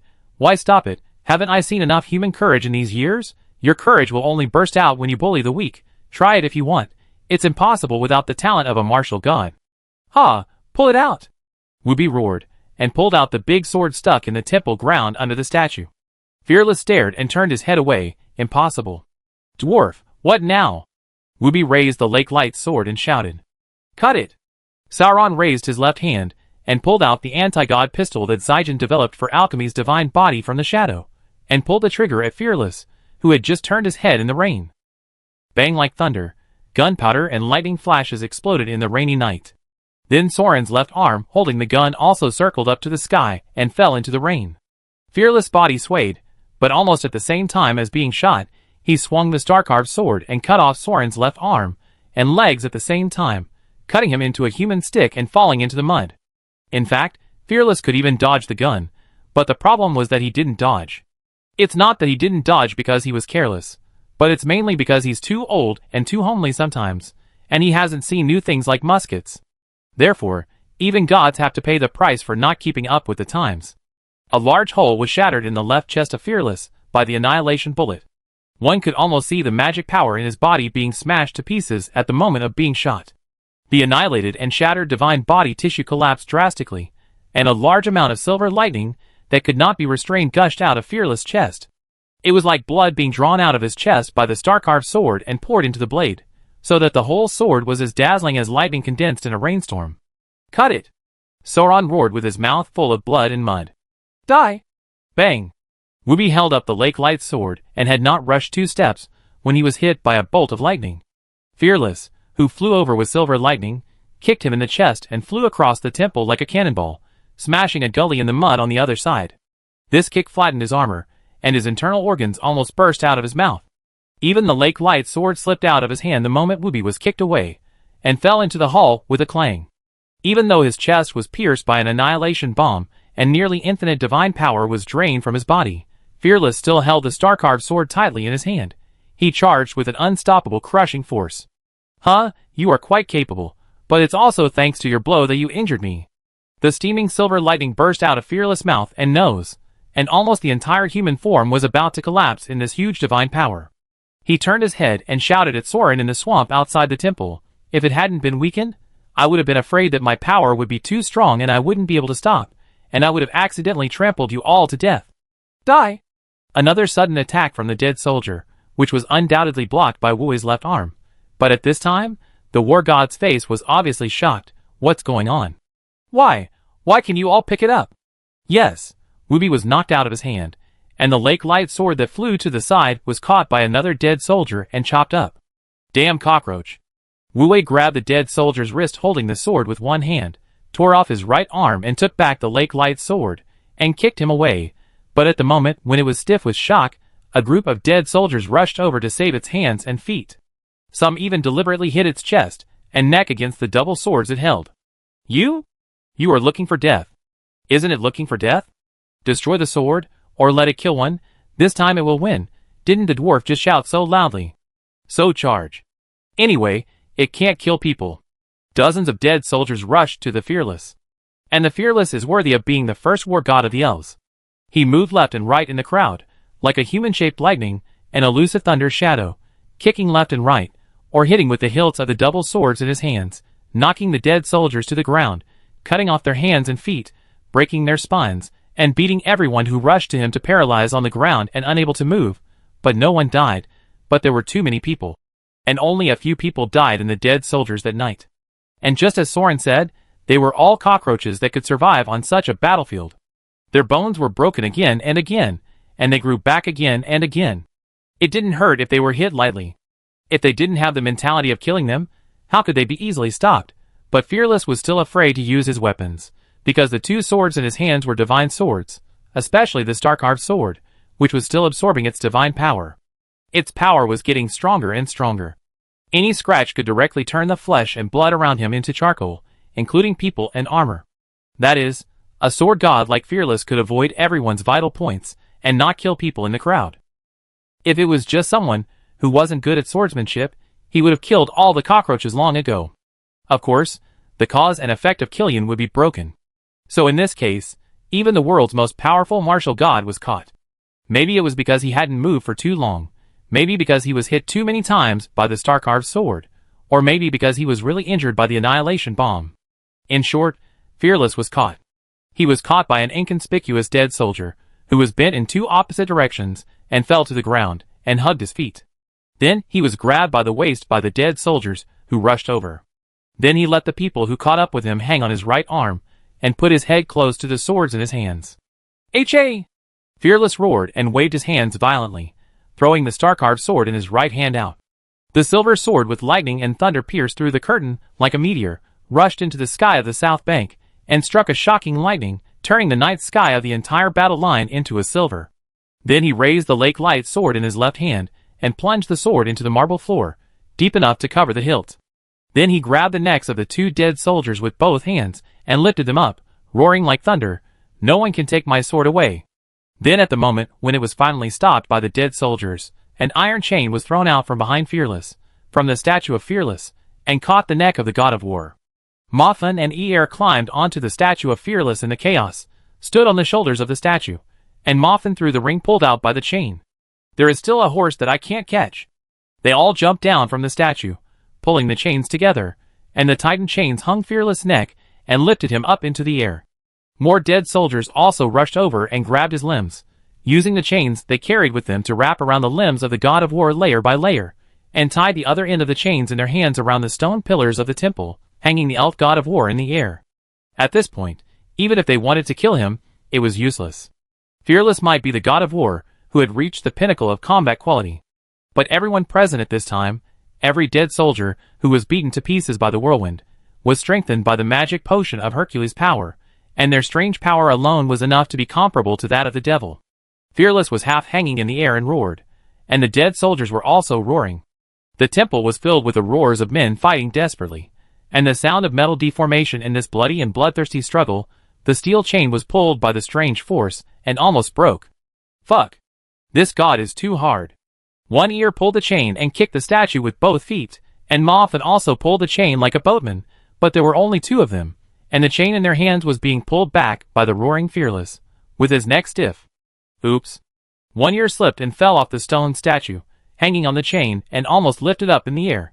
The iron chain hanging on Fearless' neck was pulled back a long way by it. Fearless almost raised his head. Fortunately, it couldn't break free. Noseless grabbed the chain with one hand, coughing up blood and spitting flesh. "Ahem, I'm not dead yet." "Boy, you don't have any strength in your hands, you're a new soldier. Hurry up, go to the front and kill it."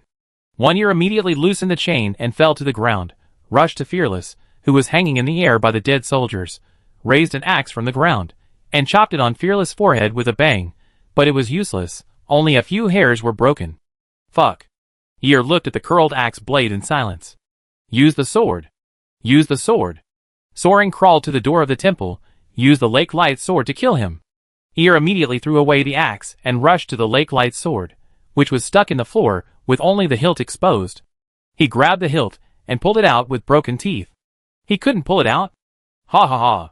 Fearless, whose ponytail was split by the axe just now, and whose hair was disheveled, laughed wildly. "Only a truly fearless hero can use this sword. Do you think anyone can pull it out? Killian, Killian, I know you are watching. Come and kill me. Draw out your sword and kill me. You still don't dare to face me after all this. Come and fight." "Aw, fuck hack fuck. Can you get someone stronger? I'm still a rookie." One Ear howled and drew his sword, but the hilt didn't move at all. "One Ear," Sauron yelled, "think about your mother. She didn't even have a bite of honey until she died." "Shut up." One Ear roared at him. "Why are you still carrying so many sweet cookies in your arms? Do you still expect to see her waiting for you when you go home? Shut up. There is no one left. Do you understand? No one is waiting for you to go back. You have nothing left. Your home, your mother, your hometown, everything is gone. Do you understand?" Shut up, ah! Soren was roaring, one ear was roaring, but Fearless was stunned for a moment when he heard his words, stopped laughing, raised his head, and looked towards the north in hesitation. Hometown. Damn it, the vision to the north is blocked by the statue. You have nothing to lose, do you understand? Fuck, I told you to shut up. Open your eyes. Ah! Eeyore opened his eyes, and then he pulled out a bright purple light from the earth. The surging mountain wind swept out from the cracks in the earth.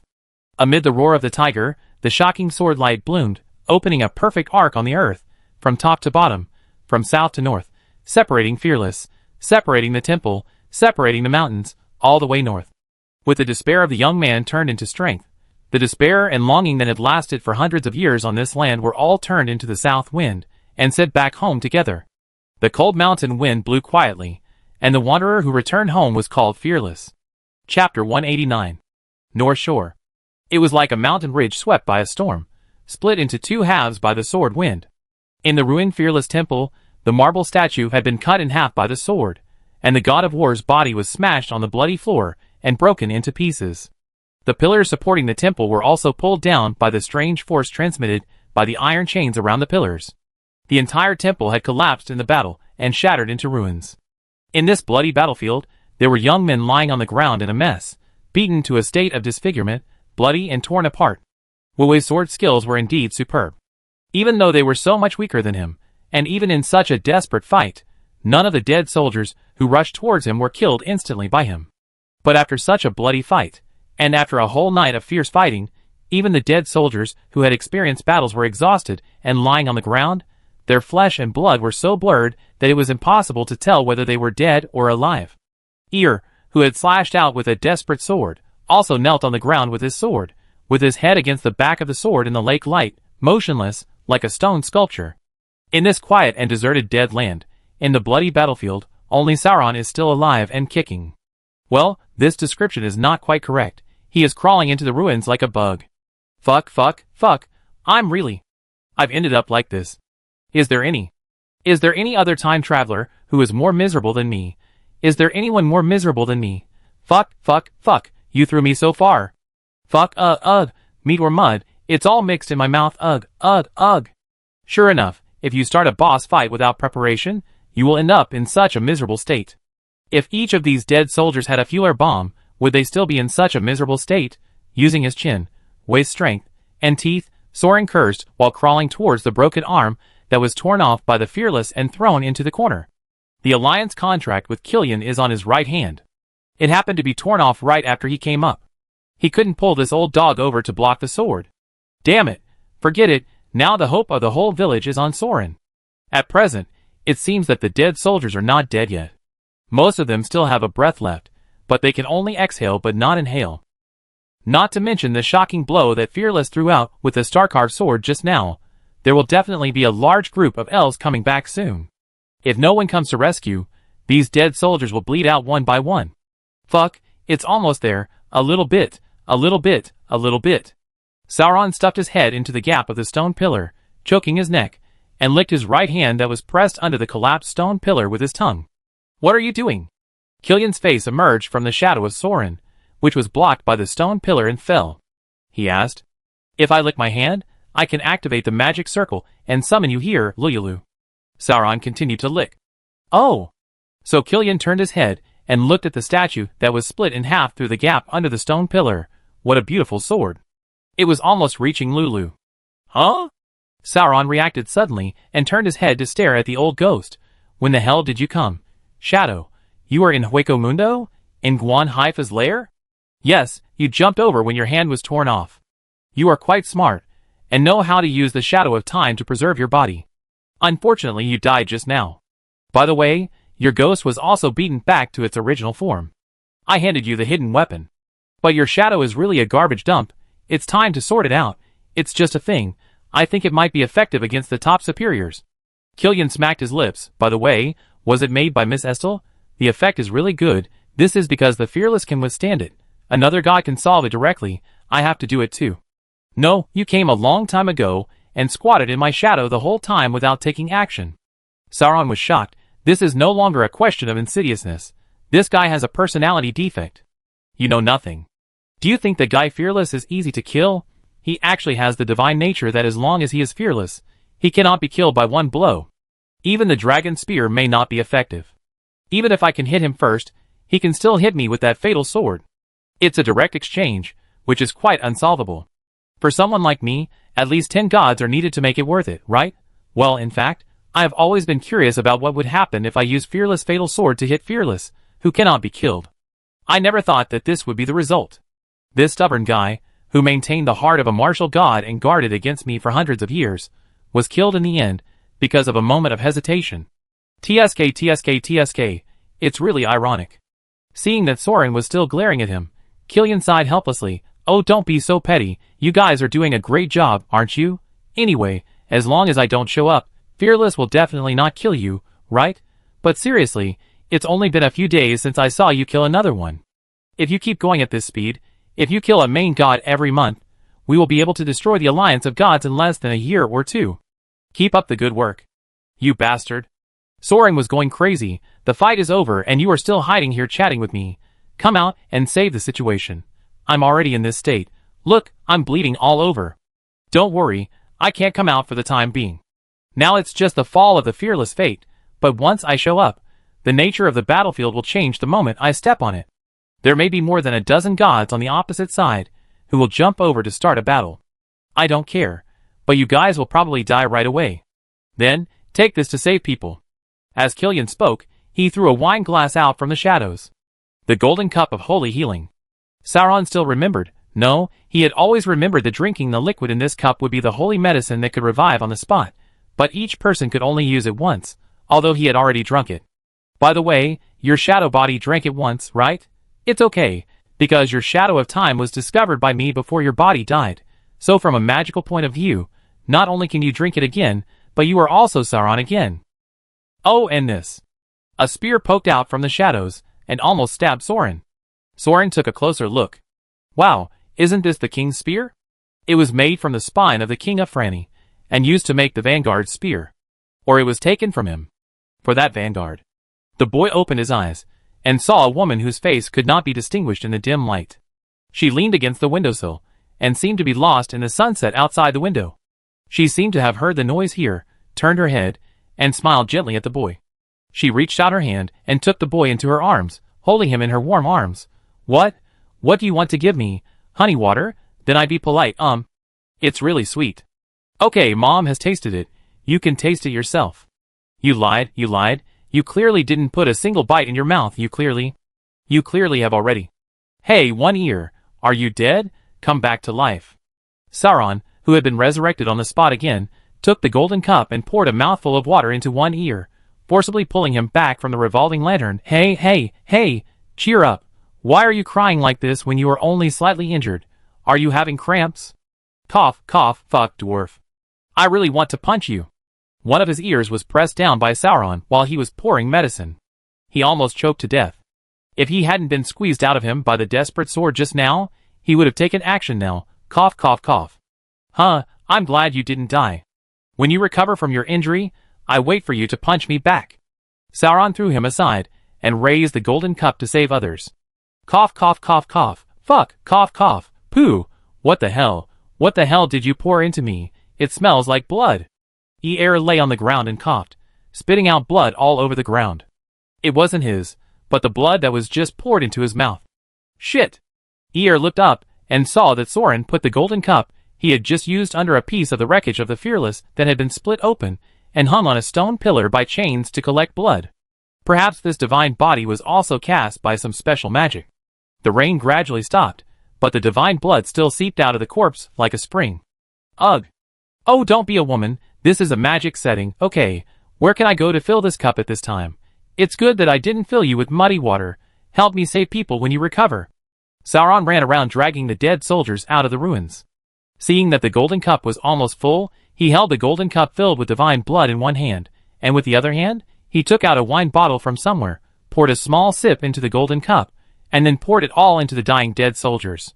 Eir took out the horse manure and no-nos that were almost crushed by the statue. What is that? Is it wine? I just seem to smell a whiff of wine. Are you really a pervert? You drink this stuff for seasoning. Hey, don't be ignorant. This is a good thing. I brought it here to share with everyone. Look, each of you is qualified to lift that sword. You have eaten the eggs of victory and drank the blood of fearlessness, and now add Killian's wine. Ha! Damn it, I don't believe it. Can't we get a few more war gods this time? Wahahaha. Sauron laughed like a duck, poured blood wine into the mouths of the dying teenagers, and rudely pulled them back from the hands of death. Back to this cold world full of killing, despair, and cruelty.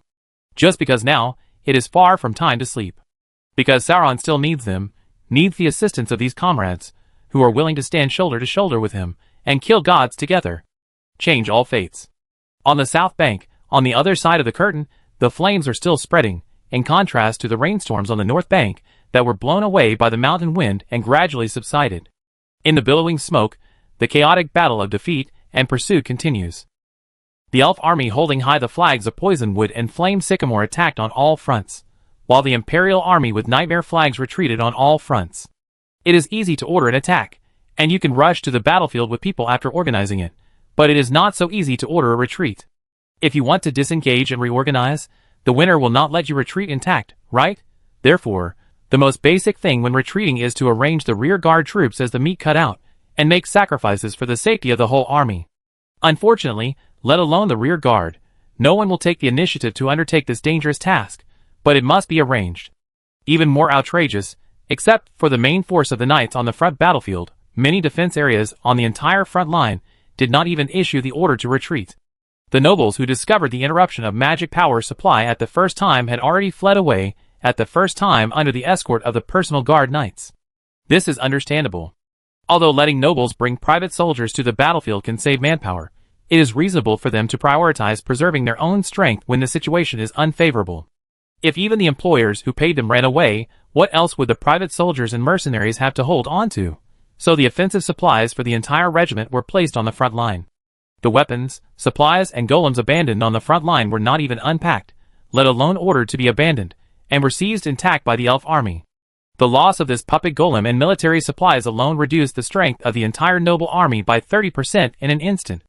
The remaining humanoid mercenaries, various mercenary groups of lizardmen, orcs, trolls, and monsters, and the nobles' private armed slave armies, also went their separate ways at the first opportunity. No troops volunteered to stay behind, and everyone fled side by side. Sometimes, in order to escape, they might even have to fight a small battle to determine the first and last. But in the end, they all fled south together at the beginning, until they were attacked by the Victory Divine soldiers, who no one cared about, and were defeated. So, under the pursuit of the divine soldiers above their heads, the defeated army ran around in the flames and smoke, first fleeing to the frontline fortress of the Iron Spider, and then found that the retreat was blocked by the Sea of Fire and the divine soldiers riding Phoenix, so they fled to Camp Number 3. When they fled to Camp Number 3, they found that the Lancaster family had sealed the camp gate and activated the magic circle to prevent the chaotic soldiers from entering, so they ran to the camp further behind. They ran all the way without any organization. Not to mention that the elven army was following them all the way. The first to cross the river were the elven magic bow scouts, who guarded the north bank in groups of 30 or 50. There was no tactical elite more proficient in pursuit and sniping than them. The archers dared to attack from all directions in groups of 2 or 3, closely following a battalion of the defeated imperial army and shooting randomly to hold them back. They had to snipe one by one, eliminate the officers and veterans who organized the formation and gave orders, harass in batches and groups, and attack the defeated soldiers who had just stopped to catch their breath. They were forced to keep running until they were exhausted, throwing away their armor, weapons, and fighting spirit. Finally, they lay on the ground like zombies, and could no longer run. They could not run even if arrows were shot at them from time to kill their teammates. The main elf army behind them had almost caught up. Perhaps a team of 100 or even a dozen great swordsmen could directly defeat a mercenary group of thousands of people. The nobles' troops were annihilated in an organized manner. It was a complete disaster. The reason why it did not turn from a complete disaster to a complete massacre was that the main force of the Nightmare Knights attacking the Fearless Temple was barely able to maintain its organization and retreat, and also attracted the pursuit and encirclement of the main force of the elves. This army was the main force of the Empire, and it could break through the elf battle formation head-on. Unlike the noble army, it was not so easy to retreat. First of all, the Pig's Death Squad still accepted the military order at this time, and the lone army guarded the fortress of Camp Number 1, which really tied up a lot of energy, forcing them to take a detour to pursue, giving Ernest time to organize a retreat. Secondly, the pariah knights of the Obby's team were the rear guards, and from time to time, they launched counterattacks against the elven troops that were too close, forcing the elves not to attack too close. The Sky Fortress commanded by Asinglan has been moving cautiously to the south, but it still tried its best to cover the main golem core of the Empire, and retreated in an orderly manner from the front line. With the golems holding on to the periphery, the elven archers sniping from both wings, and the assassins' raids would not easily disrupt the core's command system. But the retreat soon got stuck in a dead end, and victory caught up and cut off the retreat of the Nightmare Blood Knights. Under the Phoenix Divine Soldiers division and encirclement, the defeated soldiers from all lines were separated by flames and surprise attacks, and could not join the main force. Yes, victory can certainly see that the Empire only has the main army that can fight, so naturally, it has made destroying this army the top priority, and the retreat route to Camp Number 3 was naturally the first to be ignited, and the main force of the Knights was cut off early, and the way to join the remnants of the Lancaster family with Camp Number 3 was cut off. The Lancaster family didn't go to collect the remnants because there were a lot of supplies in the Number 3 camp: magic crystals, weapons, scrolls, potions, armor. Without the psychic tower, with these supplies prepared for the entire army, even the noble army can barely support the next battle under the magic circle, but now the Lancaster family closed the city to defend themselves, neither collecting and reorganizing the defeated soldiers, nor going out to support the main force. This resulted in the main force of the Knights fighting on the front line being unable to obtain supplies from the Number 3 camp. Most of the golems were seriously damaged, and it was difficult for them to continue fighting, so the isolated army led by Ernest and Obbies was targeted by the elf army on the entire front line, and was cut, surrounded, pincered, and blocked. Finally, it was a dead end. The elf army led by Victory to infiltrate and encircle them was blocked in a canyon. Victory stood on the back of the Phoenix from a high position, watching her magic weapon circling in the sky that burned red, pouring the magic arrow rain led by the divine light, and flames mixed with the star stream arrows on the heads of the Knights' army that was in a dilemma. The Obby's team below tried to launch a charge and fight their way out, but they were beaten back again without her having to do anything. Although these were real Death Knights, not the pitfalls of the nobles, they had already used up all their death charge spells by this time, and they were sieging the city, breaking through the formation, and fighting with all their strength. The great knights who used to charge the main line had already been lost, and they were already at the end of their strength after retreating here. The white robes and other battlefield liches had been driven all the way to the south by the great wizard Yager, and were completely unable to provide support. The noble army on the entire battlefield has been completely disbanded. The elite of the elves and the flames have appeared in groups around the battlefield, responding to Victory's call, and together with the flames, they have completely surrounded the retreaters of the main force of the knights. The battle situation has been decided, and the Nightmare Blood Knights will be destroyed today. Moreover, Victory narrowed his eyes, and scanned the canyon below. The golem army was still blocking the valleys at both ends, blocking the arrow rain and barely holding on. At this time, the enemy's military supplies must have been used up long ago, but there are still golems that can move, which means that there is still magic wind supplying magic energy. What's going on? Where is the hidden psychic tower hidden? Victory's god of war. A Phoenix Apostle flew to Victory's side. We are ready for the general attack. Victory nodded, raised his lance high, and fired flames into the sky, slicing the red gold wings in the smoke and cloud, covering the sky and the sun with terrifying power. Spread her battle roar to the entire battlefield. Don't worry about other good-for-nothings. Today and at this moment, annihilate the main force of the Imperial army here. Victory is mine. Victory! Victory! Victory! Flags were raised all over the mountains and plains. Whether it was the arrow poison tree or the fire sycamore, they all cheered and shouted at this time, for the inevitable victory brought by the goddess. Charge! Swoosh, boom! Suddenly, from the curtain, from the north, a flash of silver lightning shot out, exploding far into the sky. The silver lightning that filled the sky flashed a dazzling silver light at this moment, almost turning the sky into daylight. The thunderous sound that shook the earth and the entire battlefield, which was boiling with fighting spirit, suddenly became quiet for a moment. Is that a sword? And this divine power? What is Fearless doing? Victory turned his head in confusion and looked at the sky that was still illuminated by the silver divine power of Fearless, shining like an incandescent lamp. Wait, what is that? Isilian looked around. The shocking magic energy, exploding divine power, and lightning that came from the north were blocked by the automatically activated magic shield. There was nothing wrong with the psychic tower itself. After all, It was designed to fly in the sky, so the problem of being struck by lightning would naturally be considered. And lightning is also a kind of energy, so naturally the protection, absorption and reuse of lightning were considered, and there was a targeted magic array design. Now it seems that it has effectively defended against the thunder in the sky, with only one small problem. The fearless divine lightning covered the surface of the flying fortress like a ball of electric snakes, lighting up the transparent glass bubble hidden in the sky, lighting up the flying fortress from the bubble like a silver ball of lightning. In this gradually dark night sky without even a moon, it was as conspicuous as an incandescent bulb. England picked up the Flying Fortress Experimental Magic Technology Test Project catalog in his hand and flipped through it. In order to prevent the instantaneous energy from being too large, causing the internal circuit to fuse, and causing additional loss of the life of the protective shield, a magic circle that guides lightning and other magic energy was added.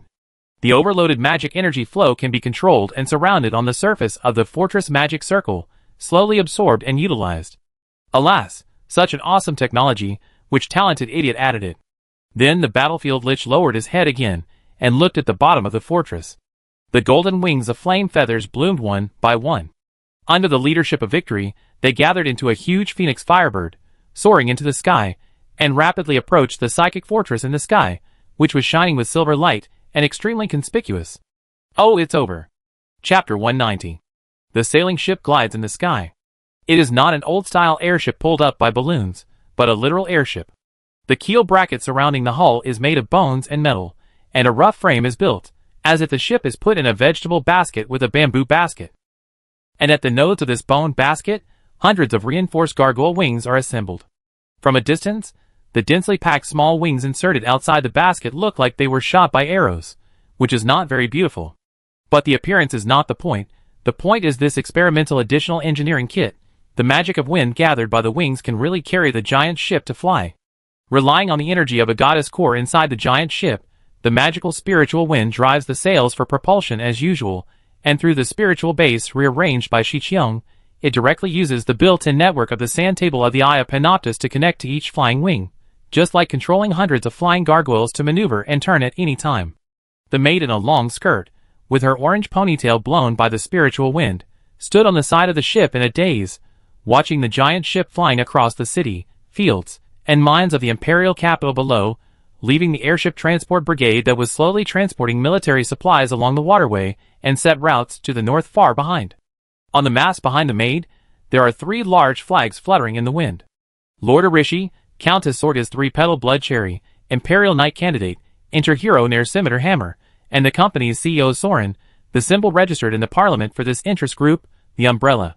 Yes, this ship is the Eastern Star. Thank you for your assistance, Miss Star. Assassin Matthew stood up from the shadows, holding his chest and bowing. I just escorted a group of merchant ships back to the imperial capital, and I immediately asked you for help and support. I'm really sorry. If you are tired, you may as well go back to the cabin to rest. I will inform you after arriving at the frontline military camp. Mr. Matthew, you are too polite. I am not tired. According to the information from the southern continent, the Elf Alliance is now in chaos because of Franny's defeat. The pirates in the Storm Ocean have been recruited by Mr. Haribel in white robes. There has been no trouble along the way. It's just... Maid Star looked at him a little confused. I was only away for a week or two, right? What is the situation now? Why do you suddenly want to suppress the Lancaster family? Are you sure this order is serious? I don't mean to doubt it, but that guy only served as a soldier on the front line for 3 days, and decided to mutiny and seize the army. Matthew smiled bitterly. Strictly speaking, it was 2 days. Lord Sauron suddenly contacted the company with a transcript yesterday evening, just after the midterm magic exam finals, and asked the company to send some troops to support his mutiny to overthrow the Lancaster family. You have also heard that because of the mage exam, Lord Sarasis was exhausted from the previous exam and has not recovered yet. Miss Sijin was accepted as a disciple by Lord Hua in white robes, and was also pulled by the Technology Development Bureau as the company's technical director to cooperate on various projects. She is currently too busy to spare time. Lord Pollux was injured by Lord Gilt in the finals, and cannot get out of bed for the time being. Lord Gilt was re-elected as the chief, and is currently receiving training from the Prime Minister. The other mages are just employees, and they have to participate in various projects. They may not be suitable for this operation. Therefore, for now, I can only trouble you to lead the team and provide magical support. Well, Providing magical support is of course no problem, although I'm not sure if you really need it. Xing turned his head to look at the deck. It's really amazing that you can gather so many people overnight, and you also installed this flying device. Is the company so powerful now? Gathered on the deck were a large group of musketeers and assassins. Experienced veterans were teaching the shadow assassins how to use various new firearms such as automatic rifles, machine guns, mortar grenades, etc. In fact, the number of people was not particularly large, just 100 or so assassins who had retired from the Wind Army and had nothing to do to earn some extra money, 100 or so new vanguards, who came from the Iali system and the Crucible to support, 100 or so company security guards, who had just taken magic potions and were trained by Yuyui as Death Knights, and 100 or so artillery sniper engineers, who were carrying a bunch of new equipment and planning to sell them on the battlefield. Ahem, in short, there were not many people, barely a 1,000-man team, but the main advantage was that they were fully equipped, and they could wear armor at will. Moreover, everyone had long guns and short guns, boxes of shells, bombs, and grenades, and the firepower was terrifying. By the way, there are also various combat recovery potions and spell scrolls.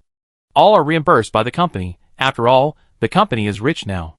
Oh, this flying device is actually a redundant part of a confidential project of the Technology Development Bureau. Miss Xiqiang asked for it. She originally wanted to install it on the cruiser experimental ship we contracted to build for the Imperial Navy, but the experimental ship was not built yet, and the Oriental Star came back, so we made do with it. As for manpower and armaments, this is purely a coincidence. In fact, the company is usually very busy, but it happened that we were originally preparing to attack the White Robe Flower 2 days ago, and the urgently assembled troops and equipment were moved onto the ship before they were disbanded. Xing Su squinted at him. So why do you want to attack the White Robe Flower? Matthew shrugged. Good question. I also asked Lord Sauron. What did he say? He said I don't have time to chat. I still have to go dig a manure pit, and I leave the reinforcements to you, Matthew. The assassin showed Xing the contents of the transcript. Why did he want to? Oh, forget it. At least I hope that guy knows what he is doing. The maid had given up thinking. Don't worry, Matthew said indifferently. If they ask, we just say we're here to deliver the goods after completing the orders from the company and the Legion. I've already received the orders from the Izernlin family and the Nightmare Knights, and the formalities are complete. We can go straight into the army, and they won't intercept us. If nothing happens, it'd be the best. We just go around and resupply the Legion, but if something does happen, at least we can rescue Lord Sauron and escape. Xing hesitated for a moment. Since I got on his pirate ship, I feel like big trouble could happen at any moment, so I'm afraid I'd better be prepared for a fight. Matthew also nodded. I agree. Working in the company is more exciting than lurking under the eyes of the elves. Matthew. The female lion warrior Penny rushed to the deck and roared. When is the meal? Oh. Sorry, I'll be back soon. Matthew sighed and left, turned around and roared back. How many meals a day do you have to eat? I told you that there is no time to prepare food, so you have to be frugal. Go eat the military rations. And who have you brought this fat cat here? She came up by herself. I don't care. Sauron said I can eat any salty ham he brought back from the south. I smell it. Where are you hiding? The maid rubbed her throbbing temples, suppressing the urge to rush up and beat up the snotty cat. No matter what, she was one of the original shareholders, and now she could only assist the company's actions and lead the private army to attack a hereditary duke and nobles and seize the military power of the main knights of the empire. Alas, this is a military mutiny. As a maid of the Wang family, Xing knew the details of the Lancaster family and the internal struggle of the Nightmare Blood Knights. The Nightmare Knights were feared by the nobles because of some historical issues. Well, to put it bluntly, this was the Vanguard Knights that Killian had brought up before, and the inheritance of the Vanguard army has always existed among the dead soldiers. Of course, they were not trusted by the nobles. Therefore, the nobles headed by the Lancaster family purged and guarded their own team, which was more serious than the killing caused by the elves on the opposite side, so the army naturally had no combat effectiveness. The upper and lower levels were separated, suspicious of each other, and the disunity was very serious. In the end, various contradictions finally intensified. The noble knights led by the Lancaster family, the last generation of the head, were defeated by victory in an epic victory. The elites were wiped out, the inheritance was cut off, and even the Legion flag was seized. If it weren't for a dead soldier who stood up at the critical moment and shot victory to death, turning the tide, the front would have collapsed directly. So the dead soldier named Alfred, because he was considered a noble who married into the family, was also appointed as the head of the empire for the first time. That is why the nobles of the Nightmare Knights are very weak. After all, the great defeat of the previous generation cut off many family inheritances. The Lancaster family has also been in decline for a long time. They have family background and wealth, but the new generation has only one daughter to barely support the facade. So with the strength of the company, there is no particularly big risk to suppress such troops. At least it is much less risky than attacking the White Robes. But the opponent is weak, but it is not a reason to blatantly mutiny. Because the real main force of the noble army, the Golden Lion, the Starless King Knights are in the nearby war zone. Lion King Stormheart, that is the top knight second only to the Prime Minister. The knights under the Lion King are all born in the family of the God of War. They are the real ace elites, not comparable to the waste of other knights. Even the Nightmare Knights can make such a fuss on the front battlefield, entirely because the Lion King of the King Knights attracted most of the elves' attention. Even when the previous generation was beaten to an epic victory, the Golden Lion Legion also seized the opportunity of victory to be beheaded by the dead soldiers and counterattacked, all the way from the west to the north, breaking through the river boundary and forcing the elves to be unable to break through further on the south line, forming a stalemate again. So there is no doubt that this is the pillar that supports the Wong family's rule and even the empire. That is why the name of the Lion King is so loud in the imperial aristocratic circle. After all, there must be a hero who suppresses and kills the victorious leader of the Untouchables. Of course, if it were not for the Lion King who betrayed the Wong family first after the death of Yachukas, the rule of the royal party aristocrats would not have collapsed so quickly. Of course, Xing does not have to worry about the affairs of the aristocratic family now. Anyway, as a traitor who betrayed the king, what qualifications does she have to judge whether other martial gods betrayed or not? I'd better work in the company and earn some money for retirement. However, even if it's for the company's consideration, Soren may intend to use his relationship with Obbies to seize the military power of the Nightmare Knights. But has he thought about how to deal with this Lion King? And how will the Lion King view their company's usurpation of the military power of the Nightmare Knights? What kind of reaction will he make? The western front river boundary, located at the top of the northern part of the river boundary, is like a spear tip, crossing the dry ditch, and the lone army directly penetrates into the Imperial Army stronghold in the heart of the Elf Alliance. The northernmost end of the entire front line, the Lion King Castle, the Imperial Nobles, the symbol of military merit, the embodiment of the military honor that stood firm in the siege of the elves. Damn waste. The blonde hair was neatly combed back. Although it was trimmed regularly, under the effect of strong male hormones, thick beards grew from his square chin like a rock to his temples. The light green eyes were dotted with gold. Under the effect of magic, they were like the vertical pupils of some beasts. Just a glance would give people great pressure. He was wearing a cold iron armor, and a blue robe embroidered with a golden three-headed lion military emblem. This burly man, who was over 2 meters tall and almost indistinguishable from his body and steel armor, was the strongest living person in the empire, and perhaps even the entire continent, Lion King Ryan Stormheart. At this time, the first knight of the empire was watching the urgent military information transmitted from the south through the connection of the Eye of Panoptus, and the magic sand table simulating the battle situation in real time. He watched the battle situation that was getting more and more broken as it was updated, and it broke all the way to the home, and he made a low roar like a lion, suppressing anger. He knew that the Lancaster family would launch a feint attack. For this kind of battle planning, Cornelia and Ernest must contact in advance and inform the Lion King, the pillar of the front line, and the Empire's aristocratic group. Even if he is not required to provide support, he must be informed. But Stormheart only knew about it, so what else can he do? The battlefield is still fought every day, over and over again. You win today, and I win tomorrow. The Obbies team has pushed the front line back to the river boundary, and the Lancaster family must also do their part to avoid losing face.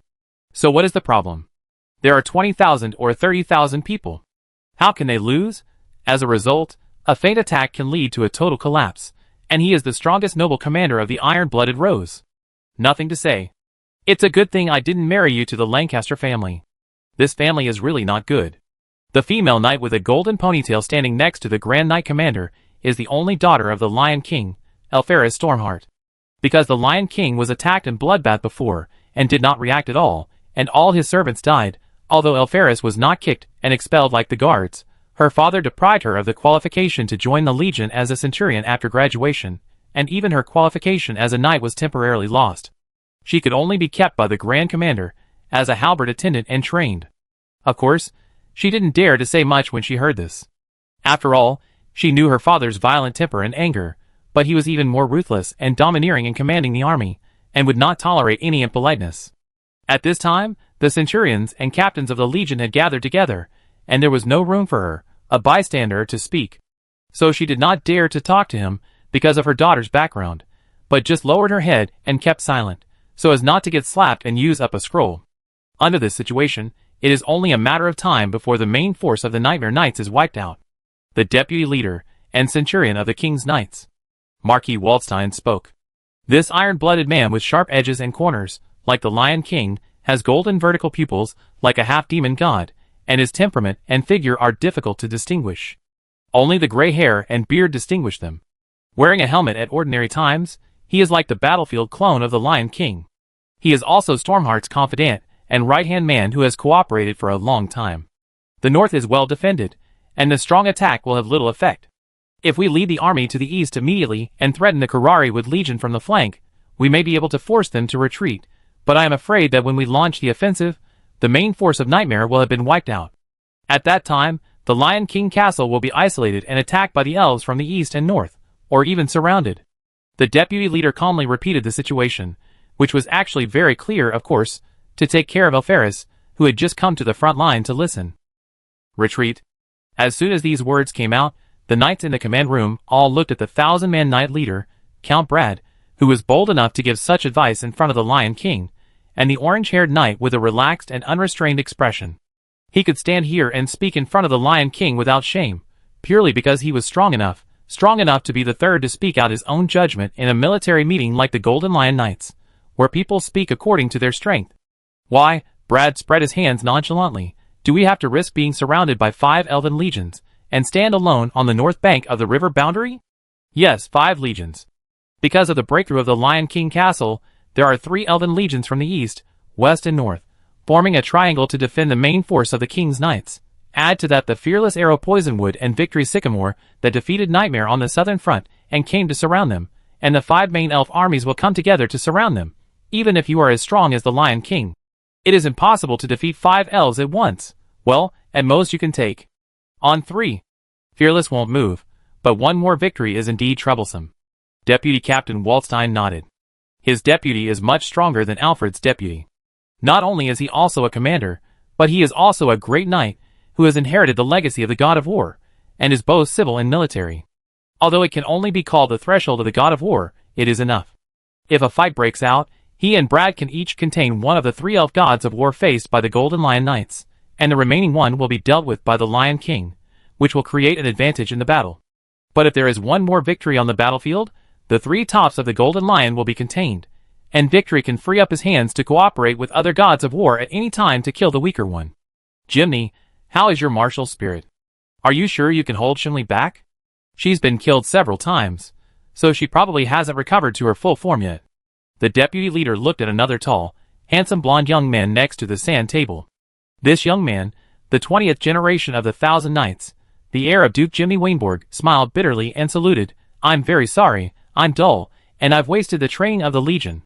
I still can't send and receive freely, master my own inheritance, and face the God of War. I'm not sure of winning. I'm very ashamed. Of course, he was just being modest.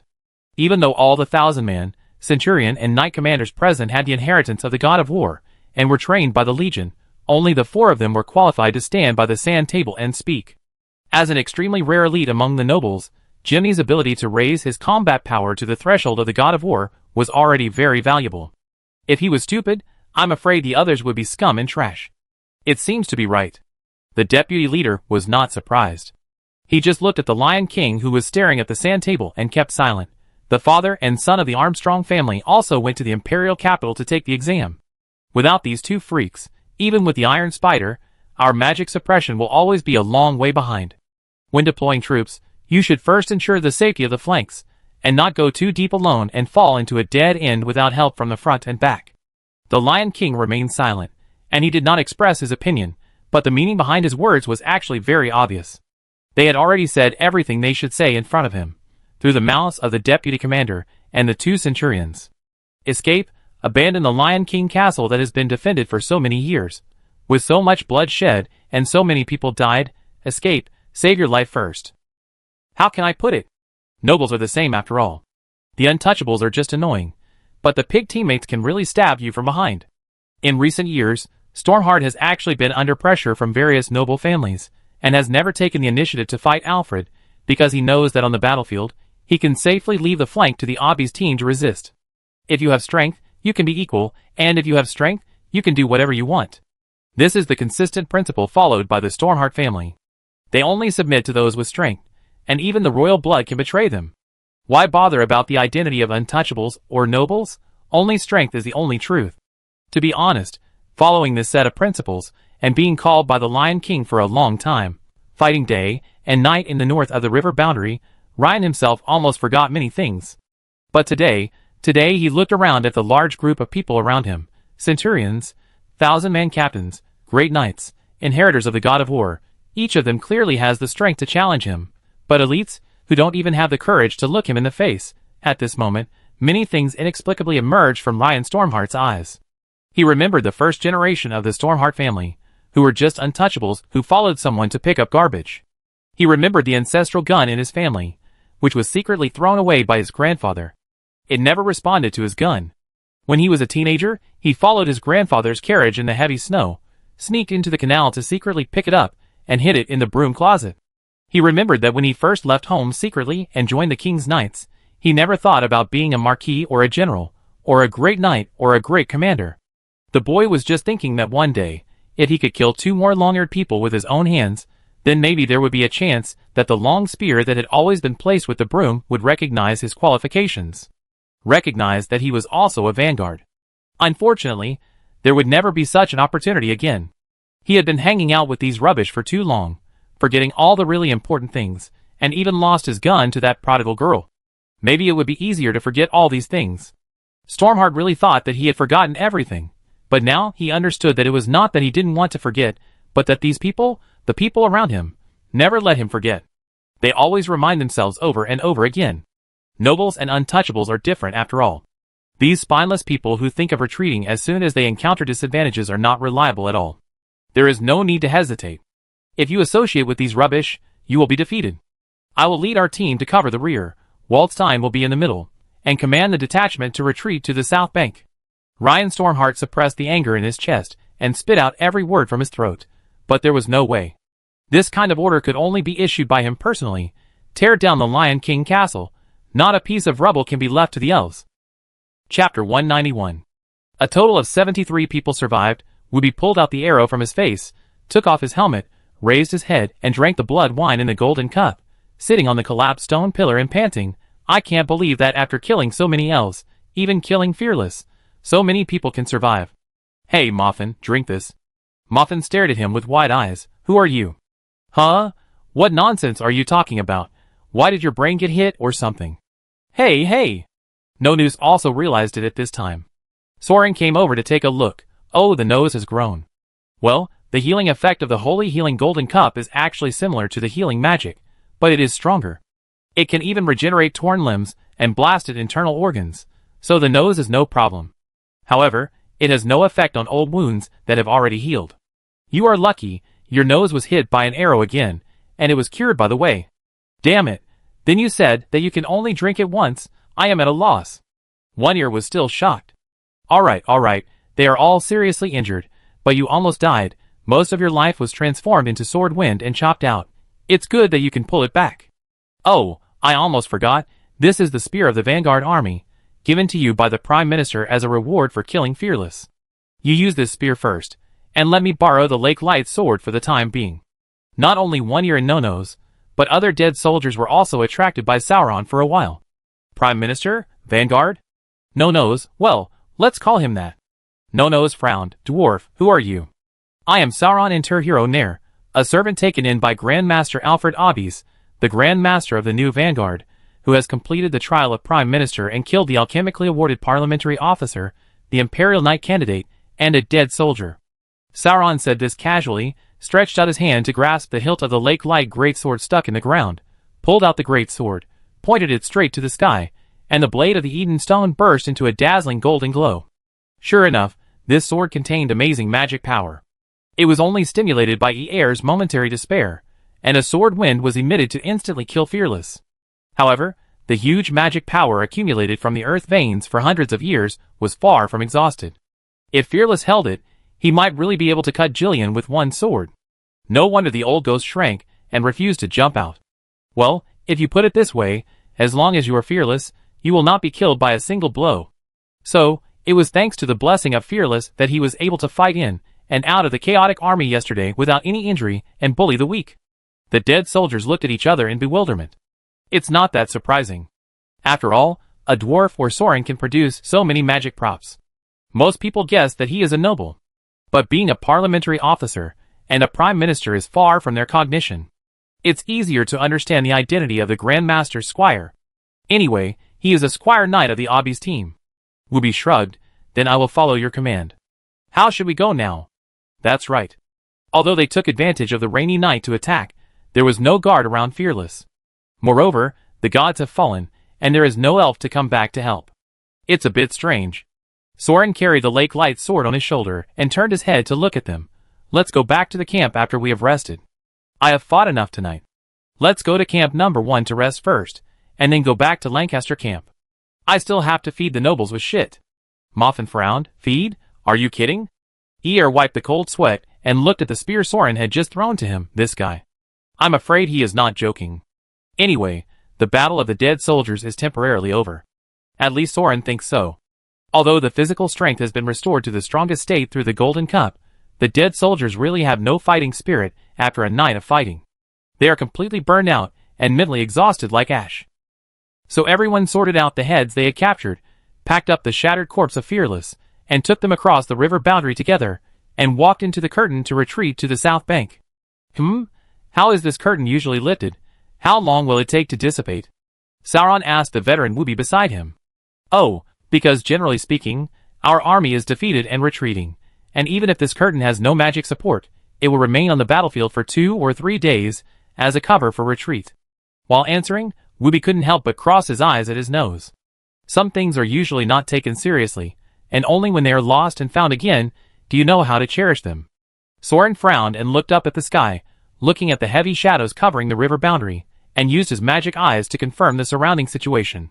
The magic effect of the shadow curtain was lifted, and there was no need to light the pioneer flame to clearly see the situation in the river boundary. The south wind had also stopped, leaving only the dim curtain light and shadow magic effect, which still covered the scenery on both sides. It was probably because of the special materials used to release the magic that it would not dissipate for a while. But now that the magic has been lifted, does it mean that the battle is over? The temples on the north bank were not defended. The elves had already repelled the Imperial army as usual and started to pursue the south bank? Then wouldn't the number 1 camp on the other side be the first to be captured by the elves? If they just go straight south, won't they run into the elves' pursuit again? Don't worry about it. The number 1 camp should still be in our hands. When Wooby came down from the Fearless Temple, he saw a lot of smashed golems on the main battlefield and knew it's probably that the feint attack failed again. According to this rhythm, the superiors probably ordered the dead soldiers to cover the number 1 camp and retreat to the vicinity of the number 3 camp to reorganize, right? It's the same old story. The elves won't come to care about us when we counterattack. At most, they will send some scouts to watch us. The main force will bypass us. After all, they can't get ransom by capturing dead soldiers. Instead of fighting us to death, it's better to take a detour and capture more nobles for money. Well, so, if a team of elven soldiers captured human prisoners and withdrew, they were probably captured noble prisoners? Sauron pointed to the team returning from the south bank with torches in the distance.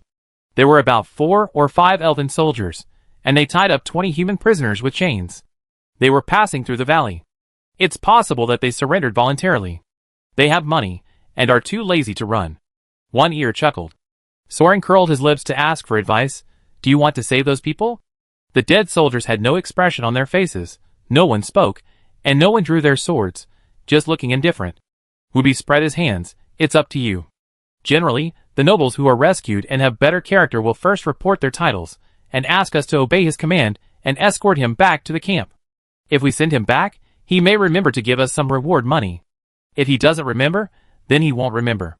Just treat it as saving a dog and return to the camp by himself. Is this still a good character? Moffin interrupted coldly. There are also some bastards, who want to grab the heads we cut off and count them as their own achievements. If they are defeated and captured, they will feel really embarrassed and may suddenly cut you from behind. Eeyore hugged the gun and said, "But you have the title of Knight Candidate, right? It shouldn't matter. They will even thank you." The implication is that if a dead soldier saves someone, the other party won't even say thank you, right? Forget it, I don't care about this kind of dog. Soren was too lazy to be a scumbag. So the dead soldiers hid in the dark night and stopped for a while, watching the prisoners slowly pass by, and then stood up and headed south. As a result, before reaching the middle of the river, they encountered a large group of prisoners escorting. This time, they could not hide. This time there were about 30 elven soldiers escorting a large group of 100 or 200 prisoners, and there were 3 or 4 sentinel archers among them. Without the magical effect of the curtain to cover them, the enemy spotted Soren and his group of dead soldiers from a distance, blew the whistle, and shot arrows at them. There was no choice but to fight. So the dead soldiers, without further instructions, were divided into 3 combat teams like when crossing the river, and formed a sharp arrow formation, led by Sauron's group of veterans, and charged quickly. At this time, the difference between the elites on the front line and the old, weak and disabled in the rear could be seen. Although there were only 3 or 4 archers to cover them, and they were also escorting a large number of prisoners, the elven soldiers actually quickly gathered together to launch a counterattack against the dead soldiers, who were twice their number. They charged fearlessly in formation. And those elf archers really deserved the label of elves and archers. A bowstring sounded in the distance, and Soren and Wooby beside him fell to the ground, with the arrow feathers stuck in their faces still trembling. "Fuck! Ah, asshole! Sauron, Who told you to be so strong that you look like a soldier? By the way, don't wear the T-shaped helmet, it's like a target. I kill you!" Wooby, who was completely unbalanced, rushed out directly past Soren, with the arrow stuck in his face. The dead soldiers could only sigh and follow the captain, who was in a state of rage. The leading battle group of 25 dead soldiers, under the continuous sniper fire of armor-piercing arrows, rushed across the river and collided with more than 30 elite elven infantrymen holding swords and shields. In just a moment, a collision, the sharp sound of the iron and steel collision, the collision of flesh and steel, in an instant, a series of piercing loud noises broke out. The battle was over. Instant kill. No elven soldier could block, hold on, parry or dodge the attack of the dead soldiers rushing towards him. The flesh and blood corpses flew out completely, just like a car that strayed onto the rails, and was chased away by a train. The moment the elves' leaf armor and the dead soldiers' iron helmets came into contact, the outcome was decided. The elf veterans on the front line were completely crushed, knocked away, chopped, and trampled into meat paste wrapped in leaf armor. There was almost no pit, cleanly and silently turned into dead meat. The archers were stunned. They were really stunned. The scene in front of them was so shocking that they stared at the corpses of their comrades, who were crushed by their feet with their arrows on their shoulders. It was not until Wooby rushed in front of them that they uttered a cry. Oh my god! No-Nose roared and punched the archer in the face, breaking his cheekbone instantly. The boxing gloves pierced the elf's handsome nose and cheeks with a crisp sound of bone cracking, and the cytoplasm of his lake-like blue eyes flew out of his eye sockets. His whole head sank into his skull like a burst balloon. Finally, his neck couldn't bear the strange force of the punch, and the whole corpse flew backwards. "Fuck again!" No-Nose roared like a ghost, raised his fists, and hung on the chest of the archer's corpse like an orangutan. His hands dug into the lungs, broke the elf's ribs, lifted the slender corpse, and tore the chest into 2 pieces. He had just cleaned it a little, but now the whole person was covered with blood and flesh again. Shoot my nose. The violence, blood, terror, anger, and grievance in the roar shocked the surrounding archers. So much so that by the time they reacted, the hammers, axes, swords, and spears in the hands of the dead soldiers who came after them had already fallen on their heads, and they could not avoid them at all. So the very, very short squad contact battle ended just like that. Soren didn't even make a move. He just watched the dead soldiers bloodily crush their opponents like ghosts. It wasn't that the opponents were weak, but that the dead soldiers were indeed strengthened. The physical fitness of these veterans had been greatly improved. I don't know if it was the golden cup that healed the old injuries before, or the blood wine that brought Jillian's combat experience. In short, in the short battle just now, Soren had noticed that the elite elven soldiers no longer had an advantage in flexibility and speed compared to the dead soldiers, and they couldn't resolve it through skills. They were even crushed in terms of strange strength, which led to them not being able to take a single move and being crushed flat in an instant. Of course, they are all people who can kill gods together, so beating a few soldiers is just like beating weaklings. Then Soren didn't look over there. Wooby was still beating the archer's body violently. It was disgusting to see it. Turned his head to look at the prisoners over there. Well, there is no need to ask. They are all nobles. Look at these tender-skinned people. Some of them are still vomiting after smelling blood. Soren curled his lips. These people, there is really no hope. After all, these dead soldiers are also the friendly forces of the Empire, who rushed over from afar to rescue their captured comrades, right? But none of these bastards tried to escape, or help them fight the elf guards. There were nearly 200 people, and they just stood there staring. Soren shrugged and waved his hand. The dead soldiers quickly took off the elf's head, and followed him to the south bank. Muffin and Ea ran forward and dragged Wooby, who was still kicking the corpse, away. Wait a minute. Seeing that they were about to leave, someone finally reacted. Wait a minute. Damn it. You slave soldiers are not allowed to leave. I am Count Godwald, the centurion of Ernest's team. Who is the leader of the army? You all have to obey my orders. Soren sighed, stopped and handed the lake light sword to a dead soldier beside him, changed to an ordinary axe in his hand, turned around and walked towards the noble who was shouting loudly. I am Count Godwald, the centurion under the command of Knight Commander Ernest. The blue-haired noble knight was still shouting, but not to the dead soldiers, but to other nobles. I am the person with the highest title and rank here. I should be the commander. Sauron held the axe in his hand, and walked silently from behind to the noble knight, who was still speaking loudly. The dead soldier stopped and looked at him, so that the noble also had some illusions and misunderstandings. Listen, all the dead soldiers, I order you to escort us to the 3rd supply camp to meet up with the main force of the Lancaster team. But the Lancaster team has sealed the camp, and will not come out. A guy suddenly stood up and blocked Soren's way, shouting, if they were willing to open the door to save people, I would have retreated so quickly. How could I be captured? Damn Lancaster family. Sauron rolled his eyes, hesitating for a moment whether to go around and chop him, or chop this guy together. We could only go to the Ernest team. Another noble came over to speak, pushing Soren aside. When it comes to their own survival, the nobles are more proactive than one another. The acting leader has the main force of the Legion and the elite guards of the Obby's team, so we should join them. No! The Earl Centurion shouted, I am the main force, and I was captured because I was killed by the elves. The elves' army has surrounded us, ready to annihilate the main forces of the Ernest and Obby's teams. Are you going to fall into their trap? What? How could it be? That's the main force. Where did the elves get so many soldiers? Didn't they just lose a corps to the dead soldiers? But the dead soldiers were all killed. I saw the banner of the Flame Wudong and the real victory. She should have sneaked back from the second line and launched a surprise attack while we were lacking a commander to check and balance us. They are 2 real large armies. Yes, usually we can't win even if we fight 10 against 1, let alone 1 against 2. And what main army? Didn't the elite troops of Lancaster be used to ambush victory? With only the small half of Obby's troops, they would have been annihilated by now. But victory hasn't recovered to its strongest state yet, and ordinary elite knights can face her, right? I heard that she wants to take this opportunity to kill the gods, right? That's for the Lancaster and Anagram teams. So many great knights were drawn from each team. Don't talk about how the God Slayer failed, how the Iron Spider was defeated so quickly. I heard that the captain of the Nonnet was killed in the battle, and the Anagram team has collapsed. Damn it! No wonder those great knights ran away first, leaving us commanders behind and captured. It's too much. Don't say these useless things.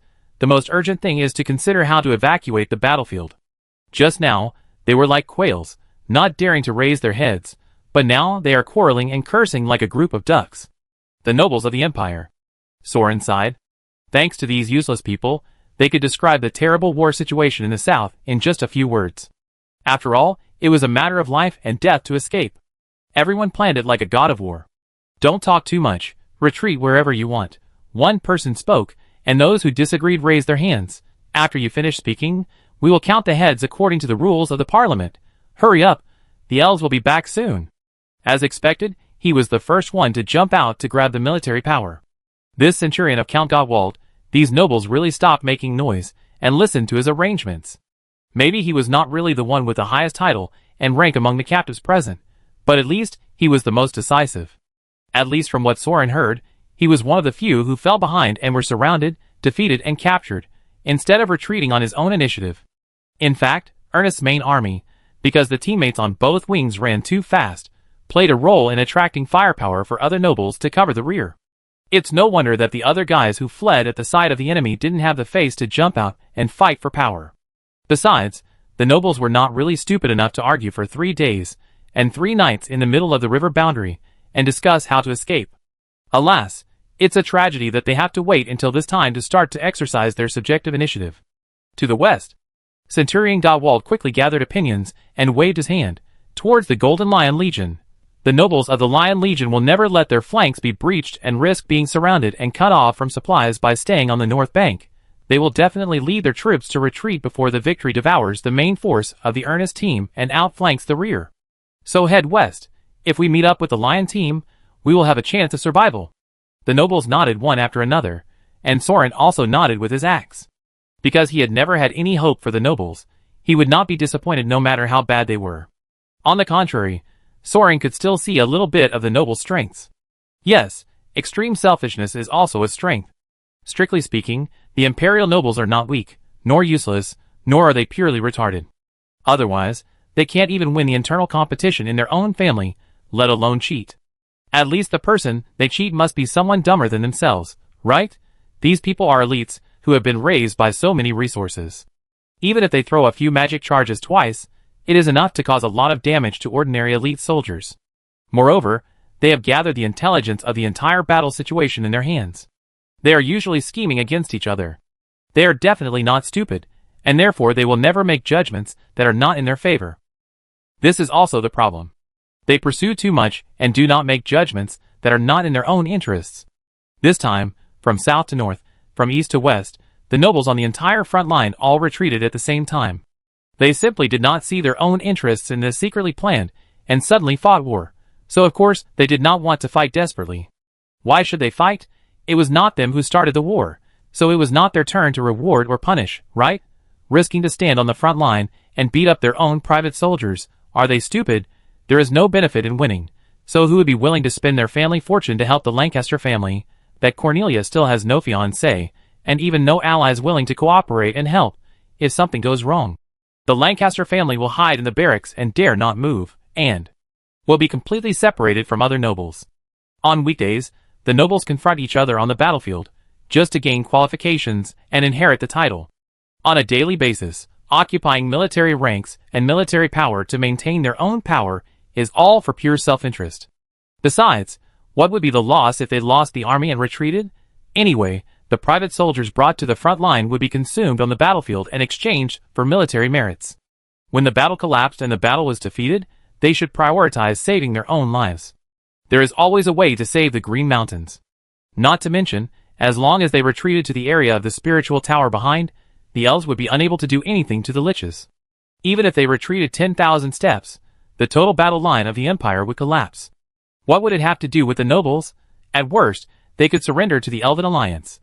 With so much wealth, so many properties, and so many slaves, why should I die on the battlefield and let other relatives get away with it? Those who can think of fighting for the family are already conscientious. This kind of selfishness, not to mention the human nobles of the spiritual empire, the elf nobles of the Sand Kingdom, aren't they exactly the same? In the final analysis, whether elves or humans, these are all lords under the feudal system. They originally have no concept of the country. How can we expect them to fight for the country and for honor? They are not the vanguard. So how can ordinary people have such passion? Why laugh at others for their own mistakes? It is expected that someone will fail, so let's just step back in unison. It's not the first time, so just say it out loud. Victory and defeat are common in the military. But then again, Cornelia Lancaster, who was born in such a group, but still wanted to ambush and kill, win, and make great achievements to regain her family property, may actually be much braver and more determined than most nobles. Unfortunately, she overestimated her own and her allies' strength. No, she underestimated the strength of the noble allies, thinking that they were like the impoverished Lancaster, unwilling to part with their private soldiers, who knew that the nobles were more straightforward than each other, throwing away the mercenary group golem puppets they bought with their own money and running away. From this point, it can be seen that the Lancaster family did not actually come up with a comprehensive benefit plan to pull as many forces as possible onto their warships and become their allies. It is obvious that in this battle, the Lancaster family was forced into a fight by the merits of the Obby's team and the dead soldiers, and hastily arranged a battle to compete for merits. There is only coordination under the framework of the Nightmare Knights, but no communication and support from the warlords and nobles, and no profit sharing and inducement. That is not to be sold out. Because others don't regard you as a teammate at all. Do you understand? So in the end, Cornelia Lancaster is destined to be the culprit of this disastrous defeat. When the dust settles on this battle, needless to say, although the Lancaster family will not be exterminated, they probably can't take the Legion back, and they don't have the face to take it back. Cornelia herself will probably disappear from the aristocratic circle completely, from the heir to the family business, to the role of lying on the bed, with legs spread, making the final contribution to the inheritance of Lancaster's bloodline. Okay, everyone agrees. Then we go west to join the Knights of the King.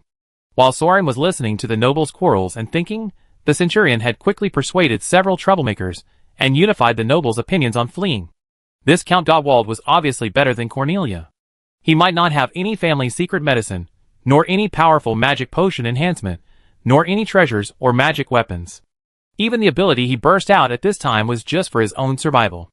But at least this guy did burst out this ability, making a quick decision, using a common interest goal as bait, coordinating the conflicts of hundreds of nobles, and persuading them all to agree to his plan. This person can be kept for use. Soren thought about it, and put down the axe in his hand for the time being. Chapter 192. Didn't you hear me? Who is the leader of the dead soldiers? Escort us to the west to join the king's knights. At the center of the river boundary, Centurion Gottwald, surrounded by noble commanders, shouted at the dead soldiers. But the dead soldiers ignored him, still looking coldly behind him, looking at Soren, who was still thinking, waiting for the dwarf's order. Huh? You are the leader? At this time, Gottwald also reacted and walked towards Soren. I don't think I have seen you before. Which team are you from? Pig? Scar? No, you just. The centurion suddenly shut up.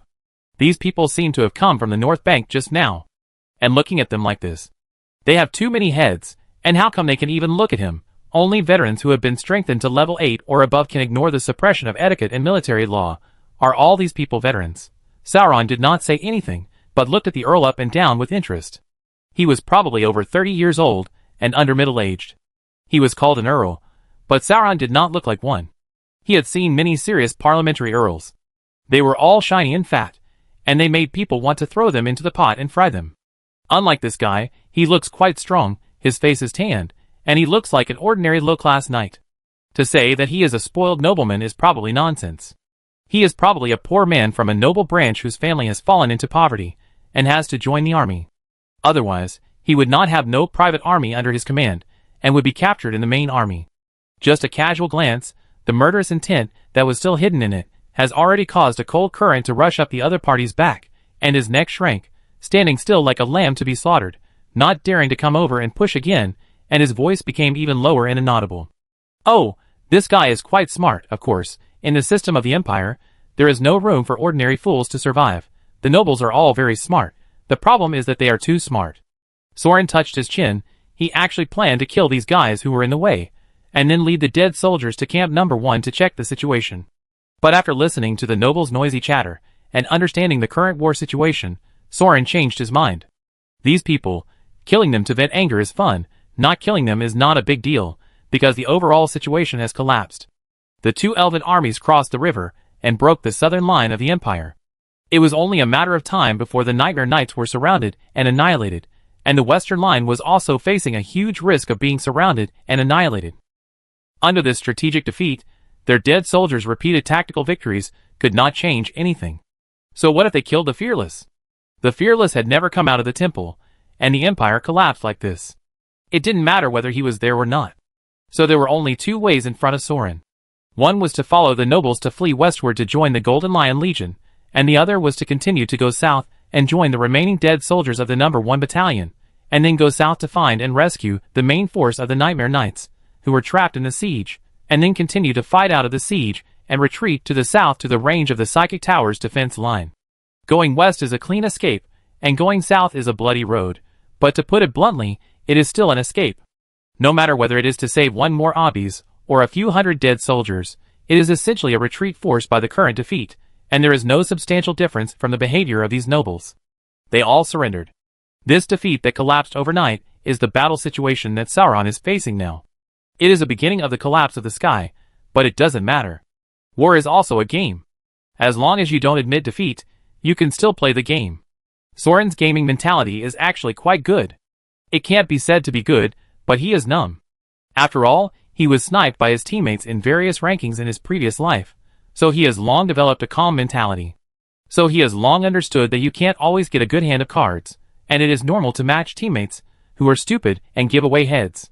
If you can get a perfect hand and win all 4 of them, you can win even if you bring a dog to play. So what is the point of him as a player? Go with the flow and go against the wind. Isn't it just like the nobles to live a lazy life? So when you encounter such an unfavorable situation, you can only fight whatever you can get. If you want to win the situation back, you have to make do with even a dog, not to mention the nobles.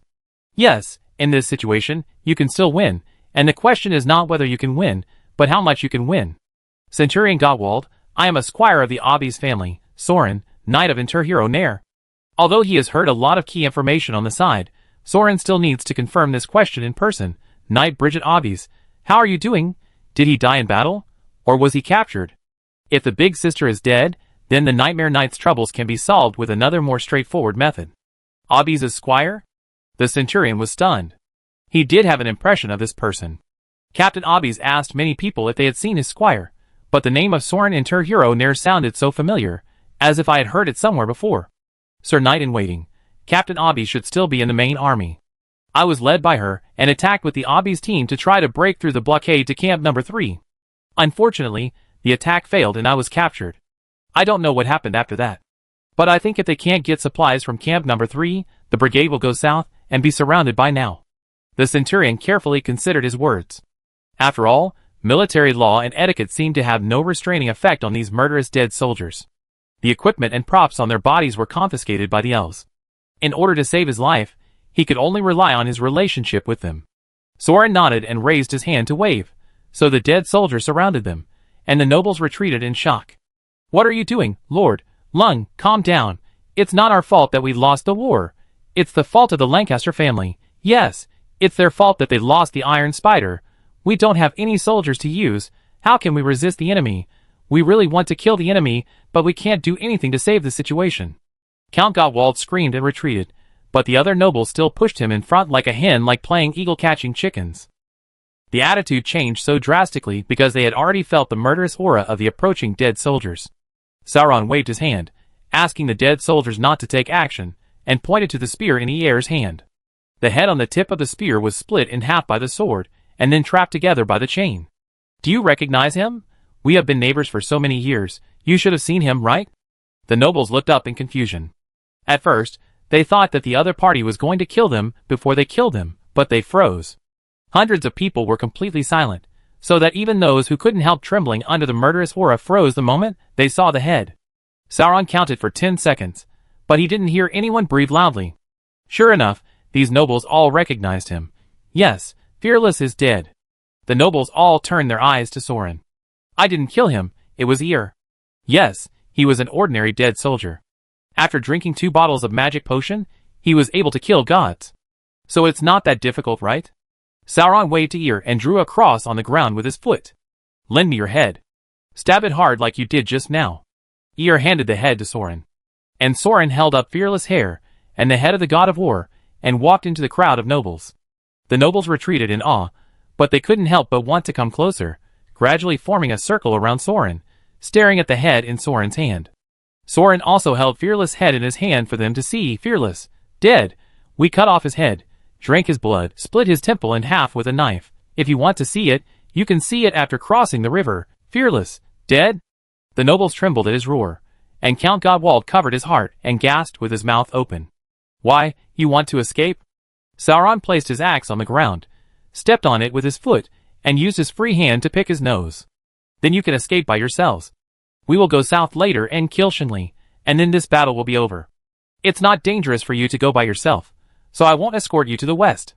Of course, if there are those who really want to go to the west, west, please stand up now. After a moment of silence, a buzz of discussion began to sound. Soren didn't care and continued to shout, Does anyone know me? Has anyone heard of my name? Soren, knight candidate of the INT hero Nell. I am a pariah from Franny. I have completed the trial of the parliament. I cut off the head of alchemy and became the knight candidate of the imperial chief officer. Yes, I have killed one, and this Fearless is the second head of the elf god that my comrades and I have cut off. Now we are going south. Let's cut the third one. The discussion gradually became louder. Hee, don't be so self-indulgent. I'm not asking you to go with me. Sauron smiled and pointed at a noble. Hey, didn't you just say that you just bought a batch of golems and left them all on the front line before they were used? The noble was shocked. No. Sauron rolled his eyes at him. Sell it to me. Sell me your captured golem army. But my army has been captured by the elves. The nobles were stunned. Not only the nobles, but also the surrounding dead soldiers were confused. You want to buy the right to use the golems of the nobles' private army. Centurion Gottwald jumped up suddenly. That's right, you are Sauron. The Sauron of the company. The Sauron who can do anything. The one who lends money at high interest rates and speculates in real estate. Cough cough. Fuck, you must have borrowed money from me, right?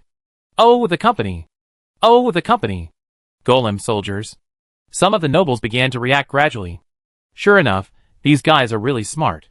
So Soren said loudly, that's right, because the nobles always leave behind a large number of golems and run away. In order to prevent the golems from being captured and used by the elves, all the legion puppets produced from the furnace are set to obey the orders of the owner who bought them. So the golems are the main force of the nobles' private army. So you rely so much on the spiritual tower.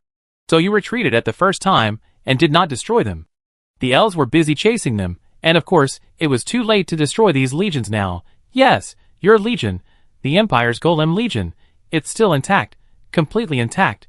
It's thrown on the defense line of the river boundary. You don't plan to fight anymore, right? You want to retreat, right? It doesn't matter. I fight. Sell it to me. Sell all your legions to me. My company has money. I can afford as many as you want. But then again, I saved your lives, right? I pay you at cost price, and 2 months of deposit and exchange. It's better than you losing the battle, and not getting a penny, right? I warn you that this is not the time to bargain. Don't force me to turn my face. The nobles began to whisper to each other like flies. The centurion was pushed out and asked, But, Sir Knight, what use do you have for those unusable golems? The iron spiders have already. Sauron pointed to the hole behind the nobles, which was just pierced by air with the vanguard spear. The nobles turned their heads in confusion, and looked at the muddy water that kept coming out of the hole. So what? What, you haven't noticed yet? Do you want me to perform again? Sauron sneered and flicked 4 fingers one by one. Flames, stone bullets, hurricanes, and ice balls danced on his fingertips. Once again, it was like a punch in the chest, strangling the nobles' whispers. Fearless is dead.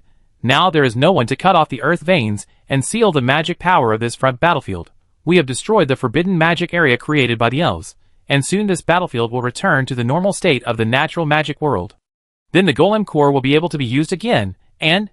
Sauron put away his magic and pointed at the muddy water that was gushing out of the hole like a spring. After the previous magic is lifted, this river will soon be filled up. I guess it will be impossible to cross the river on foot by noon tomorrow. By then, as many as come over, we will have to stay. Nobles and dead soldiers all turned their heads and stared at the water that was overflowing from the bottom of the valley. Sauron's cold statement came to my ears. I will not only kill Shingli, but also cut off the elves' retreat and eat up its 2 legions. With a gulp, not only the nobles, but also some of the dead soldiers, all swallowed their saliva. So you all understand, hurry up and sign the contract with me. Guan Hai. At this time, Sauron remembered that his cat was seriously injured again, and froze for a moment. As a result, a bony hand stretched out from the shadow and handed out a large roll of blank company contracts. You old ghost is still squatting here too, Insidious. So looking at the contract prepared by Sauron, the nobles looked at each other and calculated their own interests in it. As expected, another smart person made trouble. Sir! Count Gottwald shouted, sliding over to save Soren's leg. Please let me follow your flag. For the revival of mankind? Fight the elves. The onlookers looked at him sideways. Soren laughed. Why, you're not going to join the king's knights. Knight candidate, what are you talking about? It's our duty to defend the southern line. How can you give up so easily? Fleeing without a fight. It's an insult to the identity of a knight. Yes. The 2 legions of Karari and Sycamore are our mortal enemies. We must take this opportunity to eradicate them. This is the territory of our great empire. How can we let them come and go as they please? Not bad. Defending the empire and protecting the country and the people is the innate mission of our parliamentary nobles. It's just contributing 1 or 2 private armies to defend the country from the enemy. What's the point of selling it or not? Knights? Please don't mention it again. Leave the task of intercepting the elves to us. A group of nobles who jumped out to show their loyalty turned their heads and wiped their mouths with one ear. Sorry. I feel sick after drinking too much blood. You guys continue. So they continued. In short, under the leadership of a few people, the nobles decided to advance and retreat together, not to retreat, follow Soren to the south, return to the position to build a defense line to encircle the elves' army. Among them, Count Godwald's words were the most touching. What are you still hesitating about? Don't be silly. Not to mention this great achievement, if it succeeds, it's not a problem to be awarded a title of nobility. Even if we lose the war, what's the loss? Isn't it just another ransom for being captured? It's exactly the same as now, and you should think it through. The Lancaster family has cheated so many people this time. It's over. With the support of the Knight Candidates Company, the Nightmare Knights will be the private army of the Obby's family in the future. Why don't you change your allegiance now? When will you change your allegiance? So the people who were originally hesitant immediately rushed over to recite the lines, and circled and crossed out the elves, especially Victory, 10,000 times, as if they were not enough to show their loyalty if they didn't do so. Haha, I'm embarrassed to steal soldiers from you all who are so loyal to the country, but in order to establish basic mutual trust, I will hire you as mercenaries to fight. Soren unfolded the company's blank contract. If you don't believe me, you can go to the imperial capital to ask. Everyone knows that when I, Soren, do business, I always keep my word, never cheat anyone, and never break the contract. You can go ahead and fight, as long as you obey my command. Even if you are defeated and captured, my company will pay the ransom. As long as the private army puppets are damaged by more than 50%, I will make up for the damage. The Knight candidate is really straightforward. We feel relieved when you say that. So the nobles immediately became eager to fight. How many of them really regained their fighting spirit? And how many of them were forced to be the chicken to be killed to scare the monkeys, because they were being watched by the dead soldiers at that time? Sauron didn't know. But in short, the battle plan was determined. First, they went to break the siege of Camp No. 1 and meet up with the remaining dead soldiers, who were left behind by the isolated army. Then, as usual, Sauron led the 72 dead soldiers, who killed gods around him, and went south to rescue the main force of the Obby's team. The other nobles, and the remaining dead soldiers formed groups to recapture the puppet army thrown on the river boundary, and organize fresh forces to cut off the retreat of the elf army in the opposite direction. Taking advantage of the fact that the elves were besieging the main force of the knights, they blocked the elves from behind and delayed their actions until the river water rose, and then they completely left the two elven legions on the south bank to eat them up. For Sauron, this arrangement was actually no different from before. Anyway, what they had to do was still the same. They still had to fight their way south, kill the gods, and save people. It would be best if they could kill Victory, but if not, they would try to save people. To put it bluntly, there was still a Killian hidden in Sauron's shadow, so the probability of their success in killing Victory was still relatively high. So from the perspective of the battle, there is really nothing to be afraid of. But from the perspective of the entire battle, whether it is a big defeat or a big victory really depends on the performance of these nobles. With the most resources, you don't have to be the MVP every time, but you have to make some output and contribution in team battles, right? Of course, after all the coercion, inducement, traps and deceptions, if they still flee in the face of the battle, then Sauron will have no choice. To put it bluntly, he really has no time to spare. If the 72 dead soldiers around him can each command a legion, Sauron doesn't need to say much. With just a glance, all the kingdoms in the world can be trampled. But now, we can only use these nobles whose moral integrity is worse than that of dogs. Anyway, he has made it very clear that he will solve the most difficult tasks personally, and even prepare the ransom compensation. All we need is for the nobles to take their troops to guard the river bank and block the elves' manpower. Block until the river rises. In short, this battle is not over yet.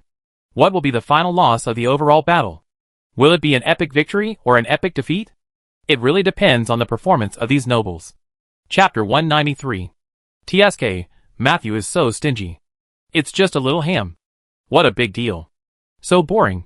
It's better to kill nobles with that masked ant in the capital. Penny lay on the mast sideways to enjoy the breeze, scratching her belly. She was in an S shape with a convex front and a curved back, but she managed to achieve a delicate balance and didn't fall over. She actually went on board to eat secretly when she saw a cargo ship arriving at the port. As a result, when she came to her senses, she was inexplicably brought to the Eastern Star, which had set off urgently. Well, as long as I'm not with that violent washboard girl, it's fine. Ah, Life in the South is so leisurely and comfortable, warm and comfortable, and you don't have to hunt for food yourself. You can have food at a certain time. It would be perfect if there was more meat. Feed the fat cat. After eating so much, come down to work, go and carry the cannon up. Yui directed the servants to move the firearms to the deck and fix them, while yelling at the guy who was lazy hiding on the mast. In fact, according to the training plan arranged by the female knight, the security team selected and trained by the company from the slave children had just barely digested the first wave of strength potions, and it was really too early to bring them to the battlefield for training. Only Nightmare would treat servants like this. The Lion King Club's rules generally require recruits to be trained to the level of 4 bottles of magic potions before they can go to the front line. But after all, it is a new force, and there is a shortage of manpower everywhere, so Matthew brought these servants here to use as porters. No way. Penny held her nose and shook her feet. That's your job, Slitmouth girl, you should do your own thing. This stinky cat. Yui sneered and grabbed a string of iron chains. I'm not like you ugly freaks. According to the contract, I just need to let the boss touch the pads on my paws. I can eat for free with a clear conscience. Penny patted her chest proudly, and it bounced. At this time, a little silver light flashed from the horizon, which was captured by the keen dynamic vision of cats. Yes, I catch it. Penny was controlled by her subconscious body reaction, and with a shiver in her spine, she jumped up from the mast and grabbed the silver light. It was a sword. Star-carved sword. The fearless thunder absorbed by the sword had been completely consumed, leaving only a faint glow, which prevented the stupid cat from being burned to death. However, the God of War's strange power threw it out of the battlefield, and its potential energy remained undiminished. It directly took Penny, who subconsciously jumped over and grabbed the hilt of the sword, and flew out of the boundary of the flying sailboat. Ah, help! Looking at the clouds below, Penny, who fell from the sky, screamed in fear. TSK, you're always looking for trouble. Because she was about to catch this lazy guy, the female knight reacted in time, threw out a chain, tied the lion girl's waist, and pulled her back to hang on the side of the ship in time. You're still jumping around in the sky. Are you trying to kill yourself? Yui put one foot on the side of the ship to steady herself, and dragged Penny up in anger.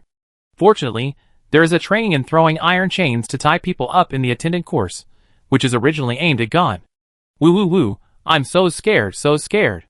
Penny looked at the thing in her hand, which vaguely looked like a sword, and wanted to cry but couldn't. What's going on? Why did a sword suddenly fly over from the sky? War preparation. At the same time, the Eastern Star suddenly sounded an alarm, and various magics were cut open. Matthew's voice came through the magic circle. Everyone, prepare for the attack. Front, high energy magic reaction. Quickly pull me up. At this moment, the chain stopped unexpectedly, and Penny screamed anxiously. What is that? Yayo stood on the side of the ship, looking up from the bow and looking into the distance. A golden ring of fire gradually spread from the sky.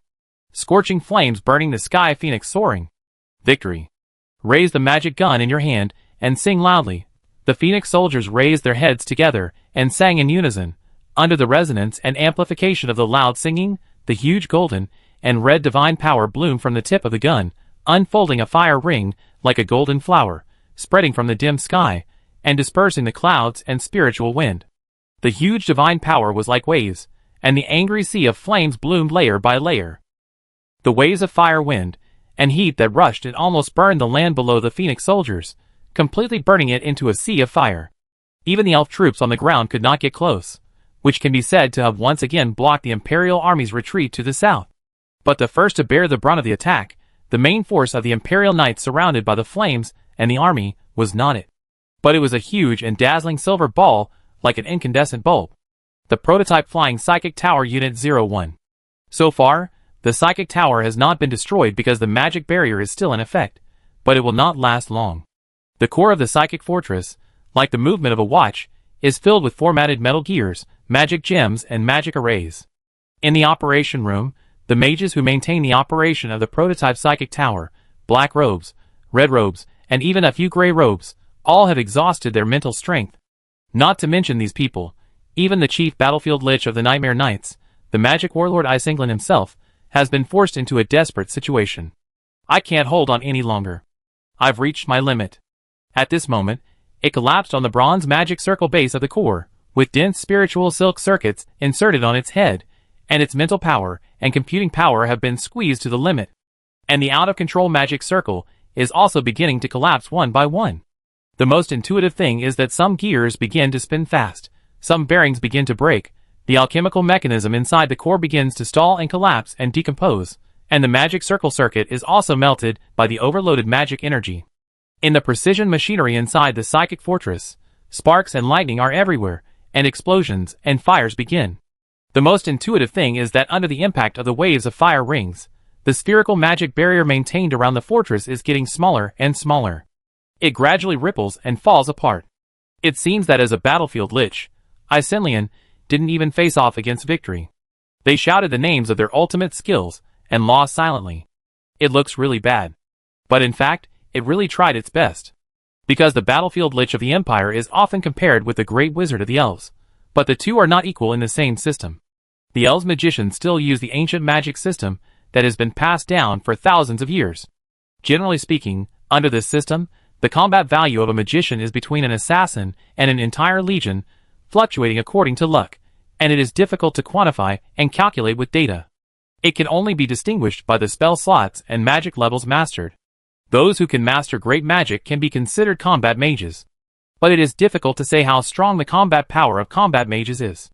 Because the four major magics of the elves usually have their power limits, and except for a few special places in nature, the magic energy elements are rarely rich enough to infinitely increase the power of magic. And few commanders are stupid enough to fight in places where the enemy magicians may use their big moves to clear the field. Therefore, the four-element magicians of Gulu, who can use big magic to make a 5,000-man army lose their combat effectiveness, can already be called great wizards recorded in history. Even if it is a forbidden spell that breaks through the restrictions, even the top-level liches and gods, only a few have the tricks of killing an army alone. Therefore, on the side of the Elf Alliance, not only their own combat power is considered, but also the killing range of their tricks is considered. They have the suppression power of a single person against the army. Only the elite among the gods, who are selected in this way, can be called God of War. Just like Victory, even if his personal combat power is not at the top and cannot be compared with the likes of Dreadnought, his record against the army is better than that of 10 Dreadnoughts. However, on the side of the Empire, because humans have limited time and cannot master everything, mages are not divided according to combat power, but according to subject expertise. For example, potions, magic circles, alchemy, etc. Strictly speaking, Battlefield Lich is a job title, responsible for various magic-related work in the maintenance of the Magic Legion.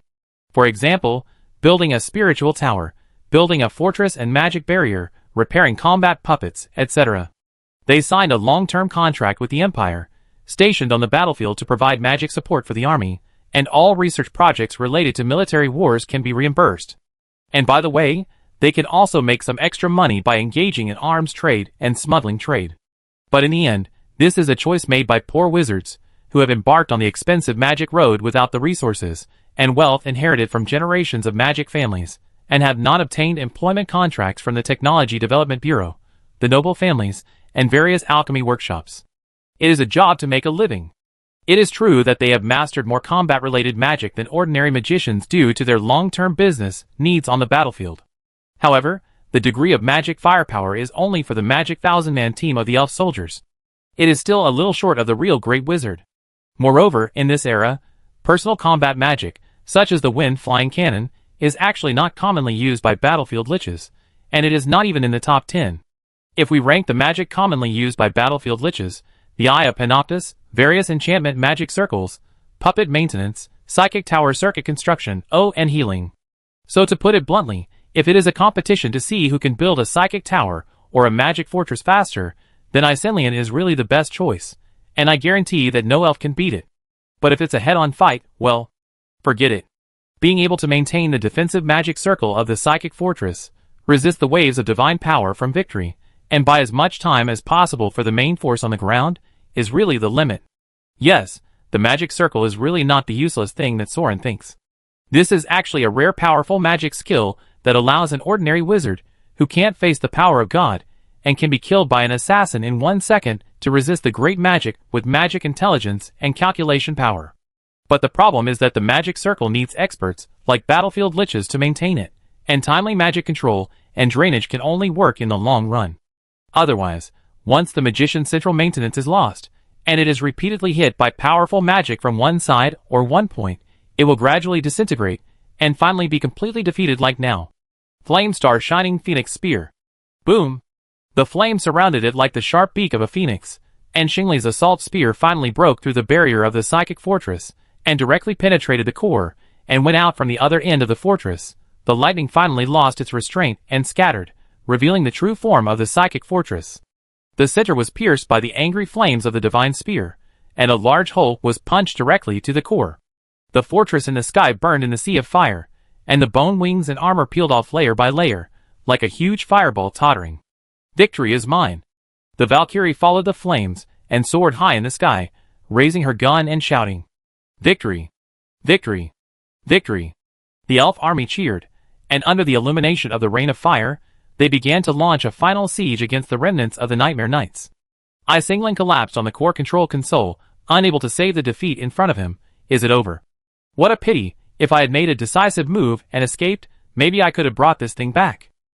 Hee hee, I still can't bear it. As a noble, I really failed. Maylaws. Marlin. I hope you won't be like me. The Lich gathered the last of his magic power, and pressed it on the center of the bronze-engraved magic circle under him.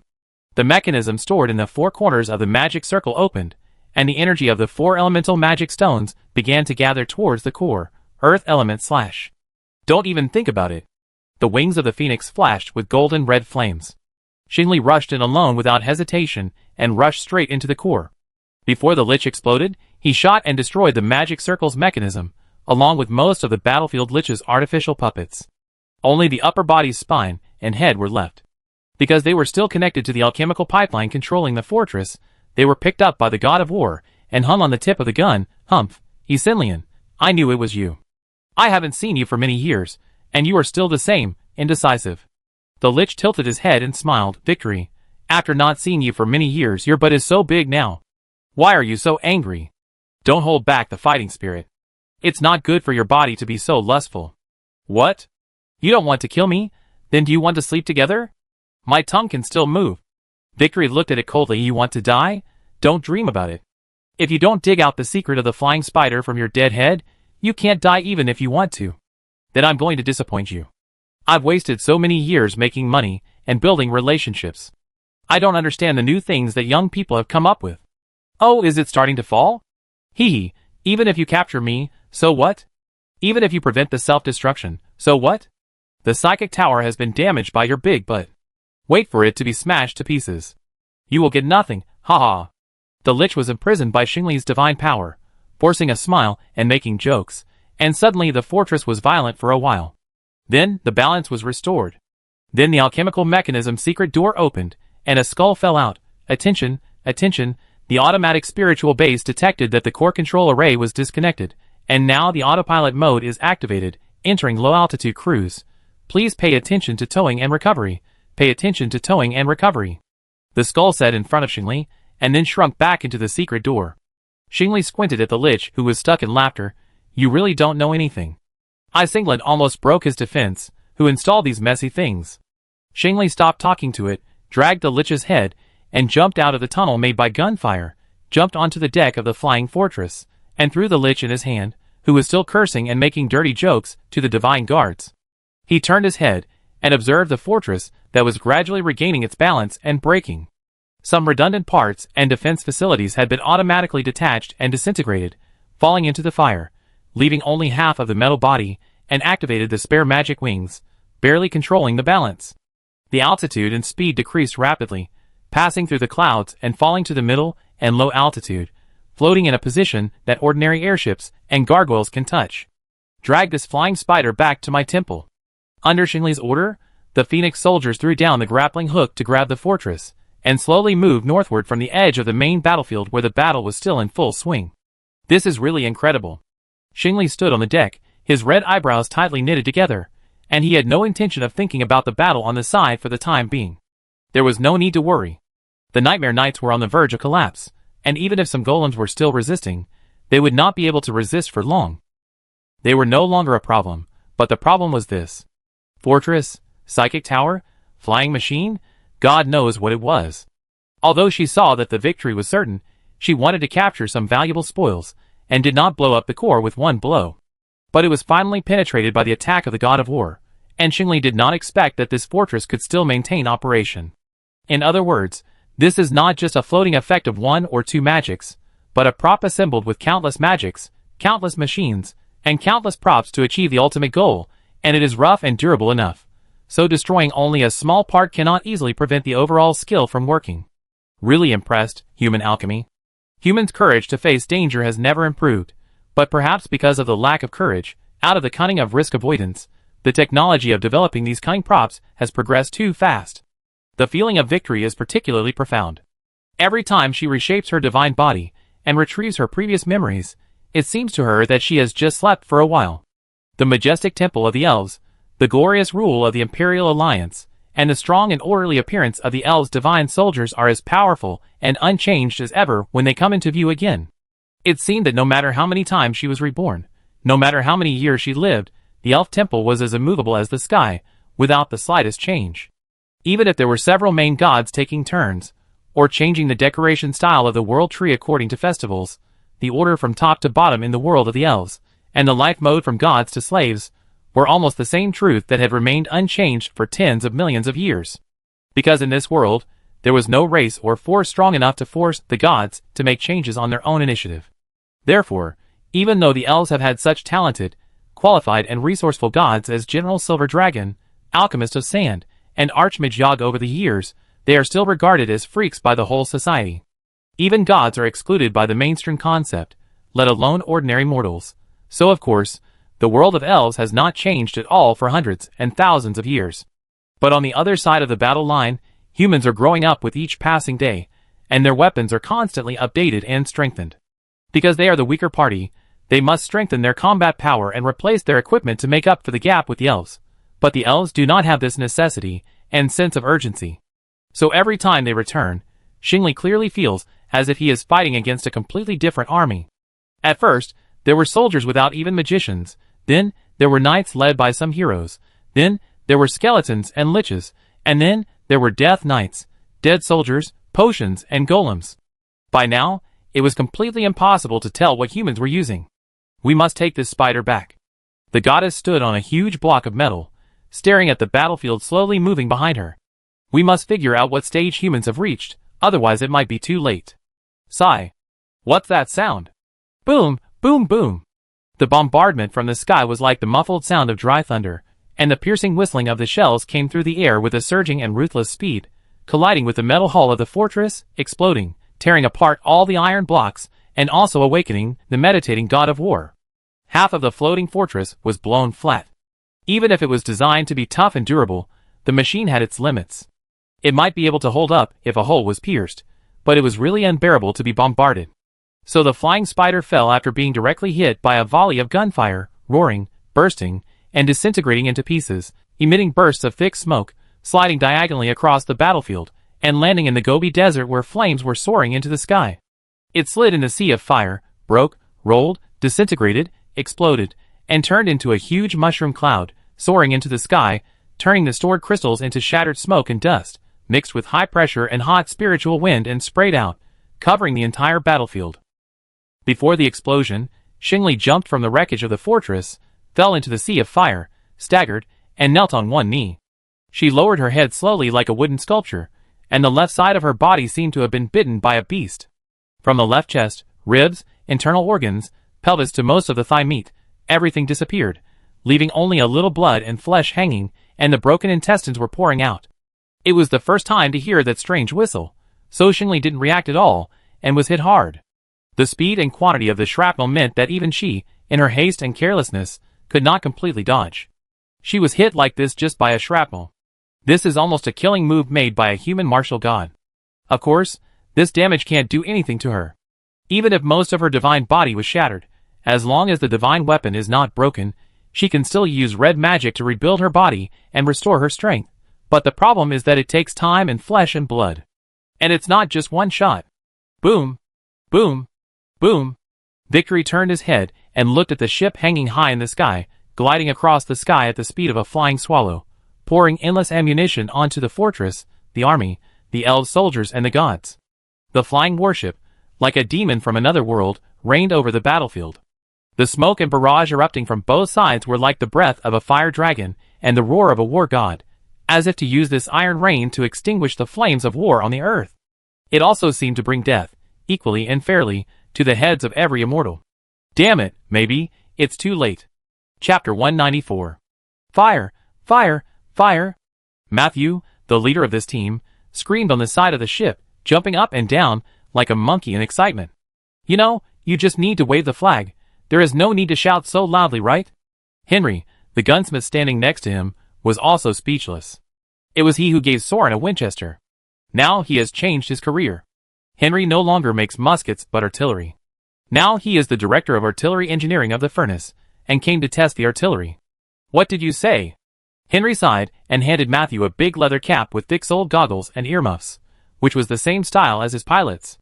The noise is too loud. There is a built-in sound transmission magic array in these soundproof earmuffs, which can communicate and command within a short distance. Use soul crystals to power them sparingly.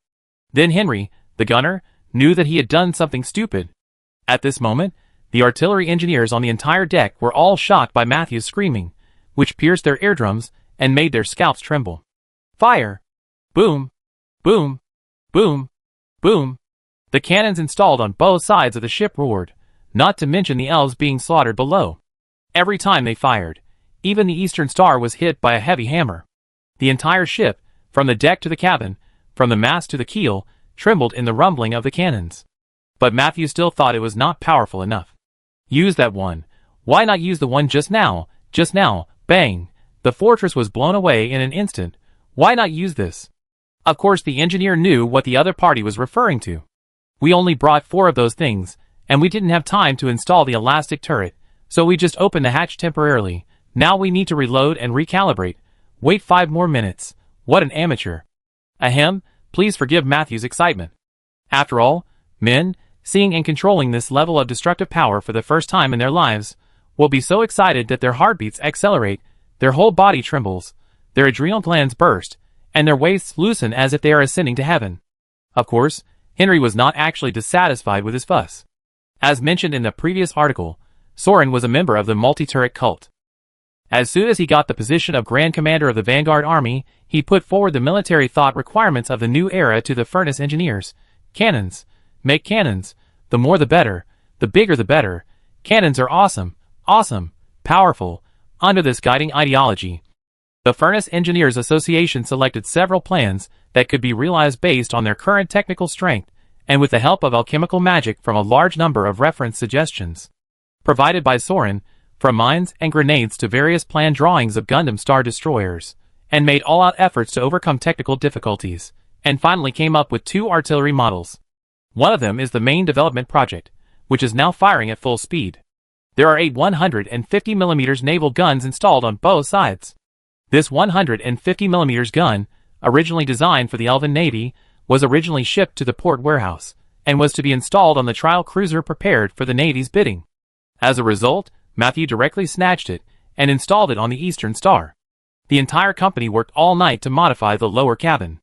The original mess of pirate bronze cannons, crossbows, machines and mortars were all dismantled and moved to the deck to make room. The prototype of the 150mm gun was originally a rapid-fire gun project proposed by Soren based on the classic 1880 150mm Krupp breech-loading gun. In fact, the prototype had been made long ago, but because the gun body vibrated and shifted after firing, the accuracy of the artillery fire was insufficient, and the trajectory needed to be recalibrated to correct the drop point every time it was fired. So the engineers wrote to Soren to ask if he had any solutions. Soren, who was full of Gundam Zaku, suddenly thought of it, and taught the engineers of the furnace to modify the hydraulic spring recoil mechanism of Schneider's 1897 75mm field gun. The gun barrel automatically resets after firing, greatly improving the accuracy and firing rate. The 150 type gun produced in this way can now fire 3 rounds per minute, and can project 50 kilograms of grenades at an initial velocity of more than 500 meters per second onto the heads of elves in a 10-kilometer battlefield. If the artillery is more professional and the position is more stable, it is not difficult to double the firing rate. Even Soren was surprised. This is already the artillery level of World War I, or even close to World War II. Even as the most talented engineer in the furnace, Henry was complacent for being able to personally participate in and create such a killer weapon. No wonder he was still shouting use that at the tons of output fired by the elf troops, who ignored the 150 guns facing the ground. Use that. Is that ready? Use that quickly. The layman Matthew was dissatisfied. So what is that? That is another type of artillery with mature technology, the 280mm caliber Fortress gun. This is a muzzle-loading mortar mounted on a turntable gun carriage. It was originally based on the research and transformation of the dwarf mortar, using the old technology of the furnace plane and the traditional dwarf route. The research and development idea is simply to project as much massive shells as possible to targets at long distances. The mission of the 280mm gun is to defend the land position and attack the fortress. It was originally intended to be deployed on the front battlefield to fight the elves. The parabola, to put it bluntly, is a gunpowder catapult, a super large mortar, but even if the technology is a bit old-fashioned, it can still be used. You are shooting armor-piercing arrows, right? Then I will shoot a 200-kilogram shell across the 5-kilometer river boundary and hit you on the head. This time, in order to win the order from the Legion for the company, a total of 4 guns were prepared, which were pulled and lifted by gargoyles and bone wings and loaded into the cargo hold in the middle section of the hull of the Eastern Star. Fortunately, the Eastern Star was cast with the spatial magic of Klein's pot by Shichiong, so it could carry such a huge artillery of this tonnage. To be honest, the firing rate and accuracy of this 280mm Fortress gun are far from comparable to the 150mm naval gun. It requires at least a 4 or 5-man gunner team to operate. Even if the skeleton is used to change the bullet, it takes 5 minutes to prepare for a single shot, not to mention the problem of recalibration after firing. There is not even enough time to modify the recoil and return mechanism similar to the 150. Moreover, the turntable gun mount has even worse mobility, and can basically only be placed in fixed positions and fortresses for bombardment in frontline confrontations. No wonder Henry didn't think much of it. Originally, the furnace was just a research project for projecting large artillery shells as a technical reserve, but there was a very unexpected selling point that the engineers and alchemists came up with by chance. The Empire did not have artillery detection and fire control radar, and the 280 also had the problem of aiming.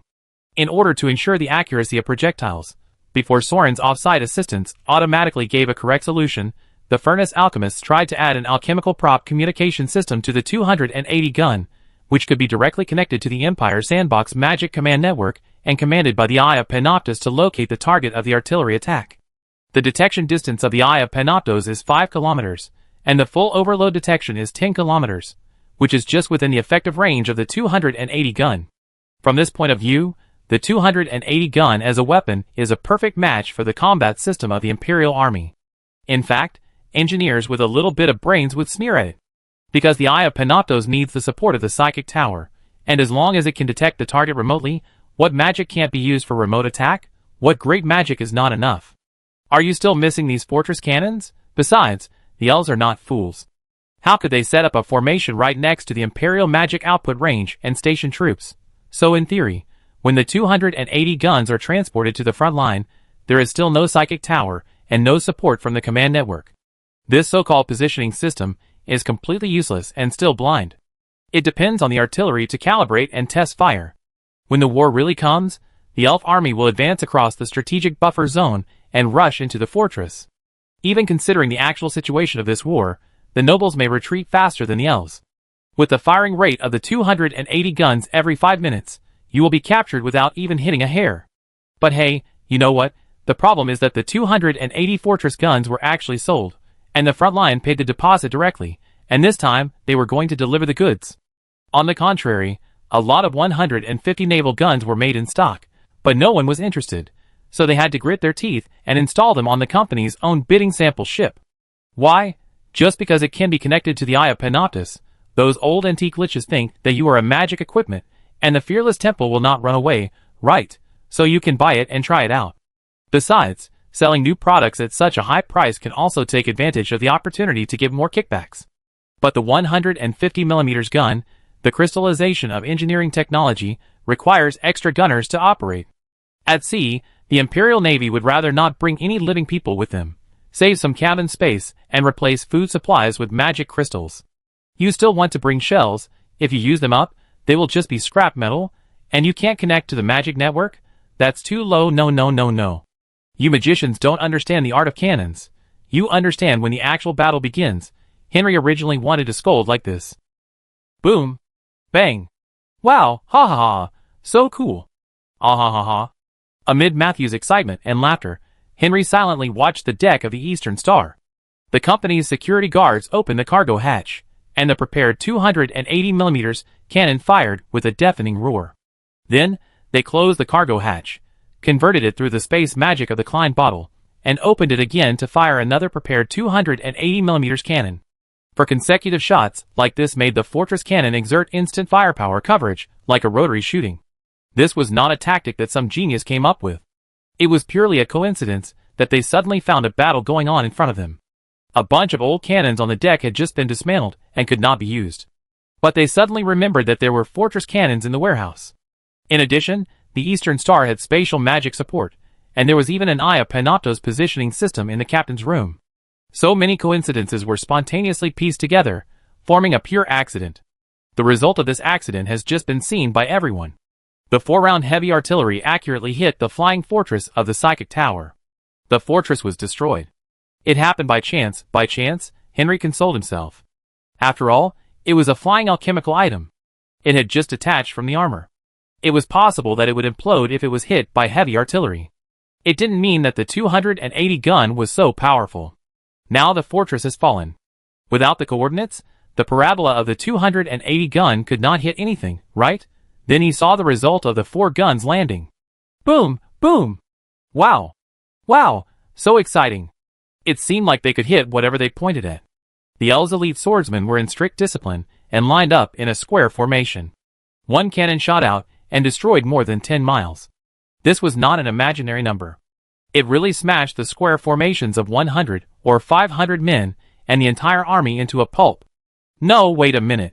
150 has been bombarding you for a long time. Disperse. Lie down. Why are you still gathered together? The engineers simply couldn't understand the scene before them. The 150mm gun was still firing non-stop, creating craters on the battlefield. Elf soldiers near the explosion were blown up into the sky with broken arms and legs. In such a densely packed battlefield, a single gun could blow up more than a dozen, but even if they were blown up, scattered, shaken to the ground, their feet were shaking, their ears were bleeding, and they couldn't even stand steadily with their broken limbs. The elves had no choice but to stand up, and they still stood up desperately, gathered together, reorganized into a square formation, and a dense square formation, a circle formation, densely packed together.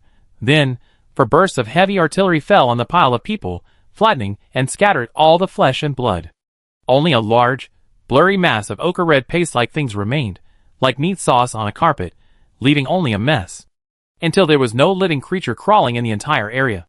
Hang, hang, hang. This cannon has too much lethality. Nonsense. It has nothing to do with the cannon. The lethality depends on the shells.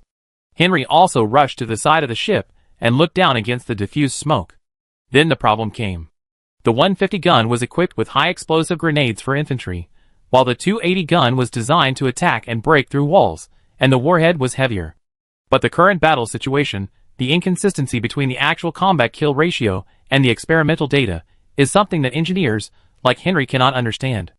The knowledge that Soren can provide is actually very easy to understand for professional engineers, but the angle is particularly novel and makes people think about it.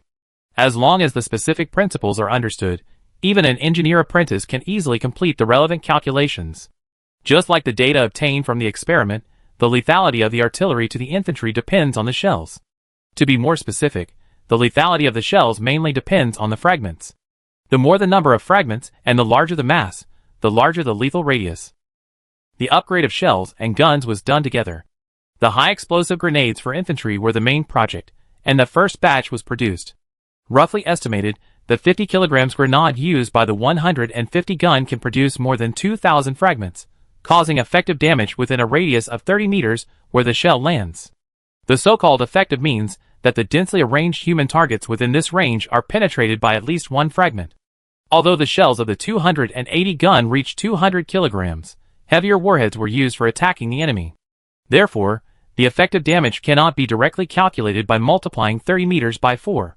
In addition, the effective damage range will change according to the angle of the projectile landing, ground obstacles, the direction of the shrapnel flying, the target's armor, magic resistance and posture, but it is no problem to cover a square formation of 100 people.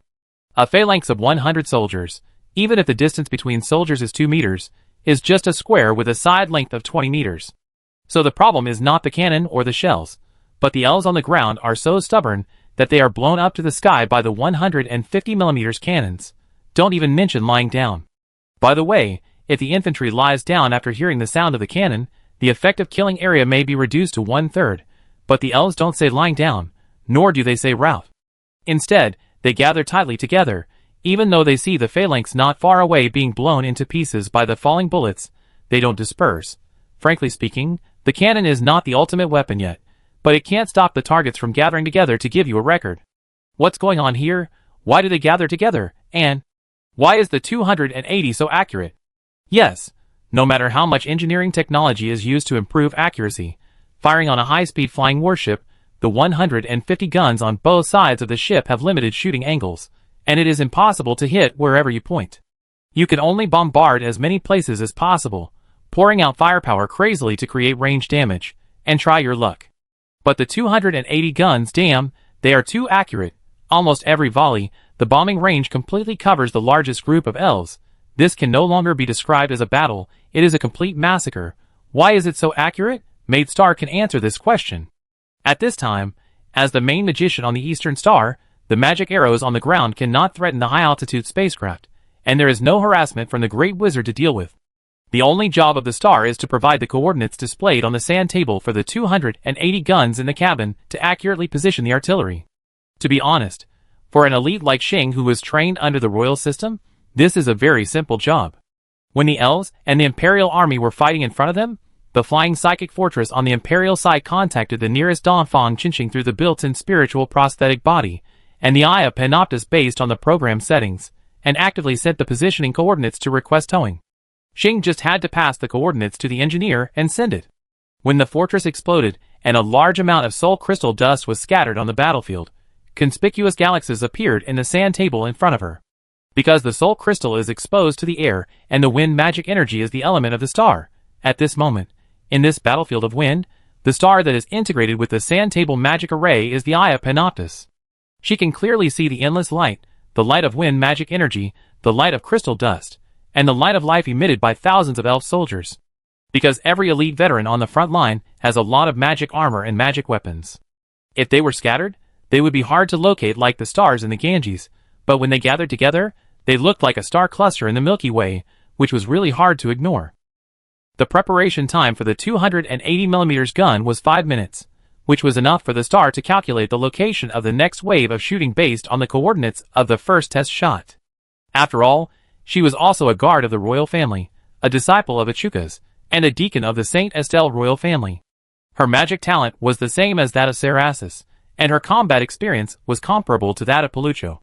Her conspiracy calculations might be a little worse than that of Saichen, but her secret inheritance was not necessarily much worse than that of guilt. Now she has given up her inheritance, her military guard, her fate and her chief, and is content to be a maid, just out of interest. So if it were another young man or woman, she might have some remorse and moral uneasiness about extinguishing the flames of life, but for her, it was nothing, just killing the pest that polluted the house. What was there to hesitate about? But Shing was indeed a little puzzled. Why did the light of the elves not stop even after being destroyed once, twice, and 3 times? And why did they keep gathering? So many lights have been extinguished. Don't you understand that the thunder and fire and iron rain poured down by the warships are not the kind of magic that can be resisted by gathering together to stack resistance? This is a simple and easy to understand truth that can be understood by just looking at the tragic scene of blood and flesh flying on the battlefield. It makes no sense not to understand it, right? Why? Why not escape? Why? Victory knelt in the flames, looking at the groups of elite elves on the battlefield with bloodshot eyes. These brave warriors, who resisted such tragic bombings and casualties, and still maintained years of battle training, and did not retreat at all, were smashed into bloody flesh by the iron hammers falling from the sky again and again. A precious life was completely wasted. Why, Fearless, Fearless, what on earth are you doing? Blessing, where is your blessing? Give me the blessing of fearlessness. Yes, not to mention the Empire, even the elf soldiers, and even Victory can't understand. Where is the blessing of fearlessness?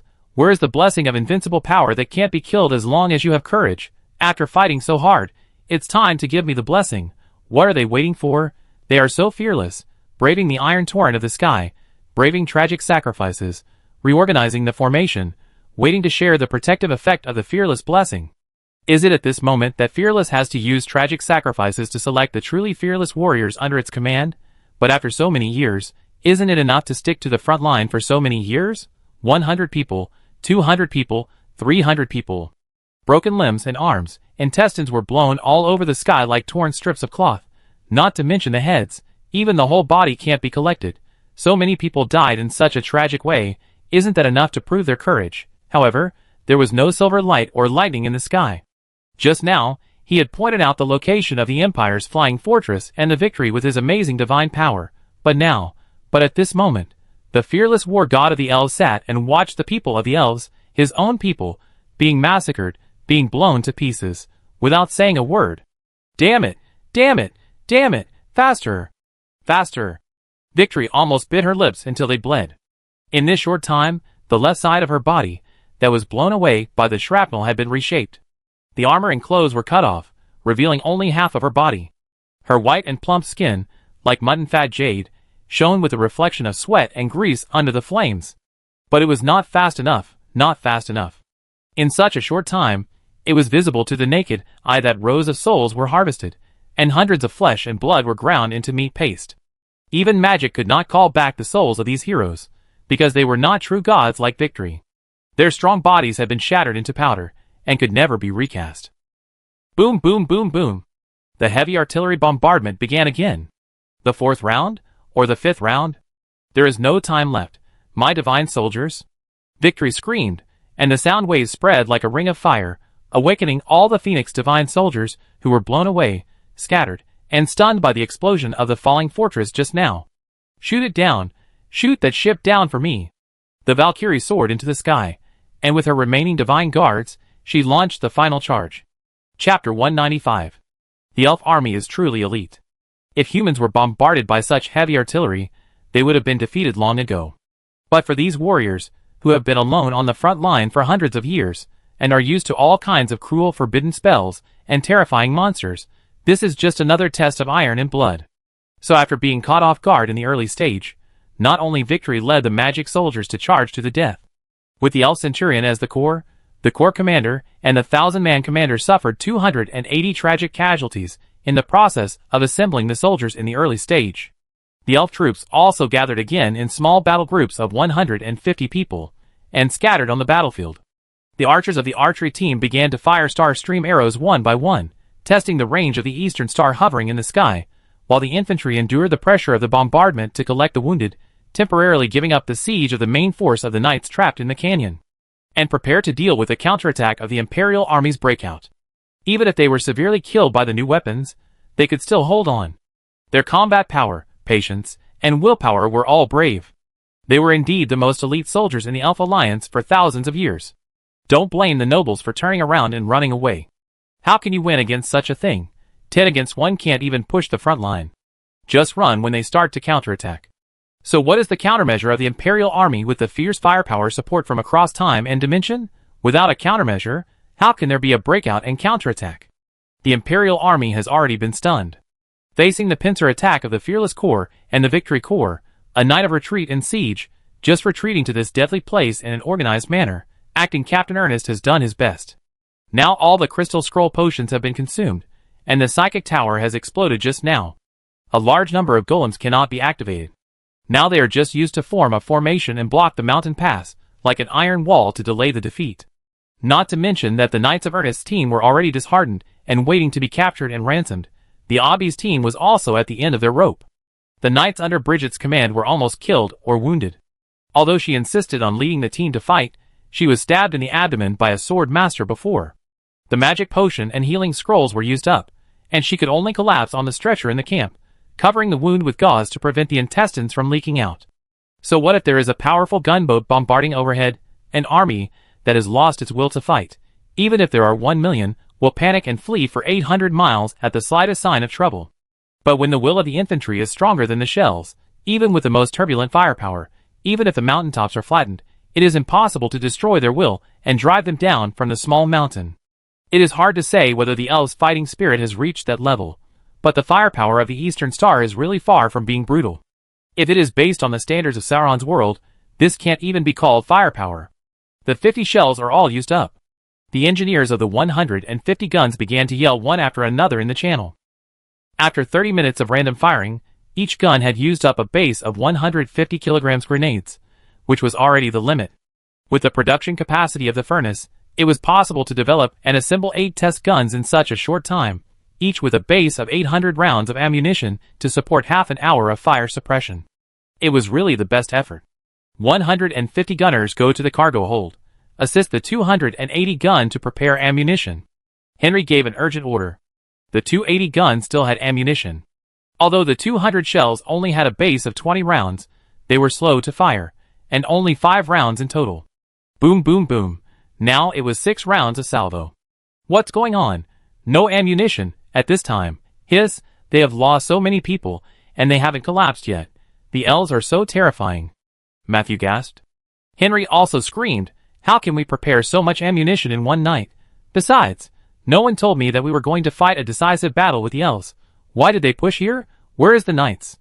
Well, except for a small part of them, who are still trapped in the battlefield below, most of them have slipped behind them.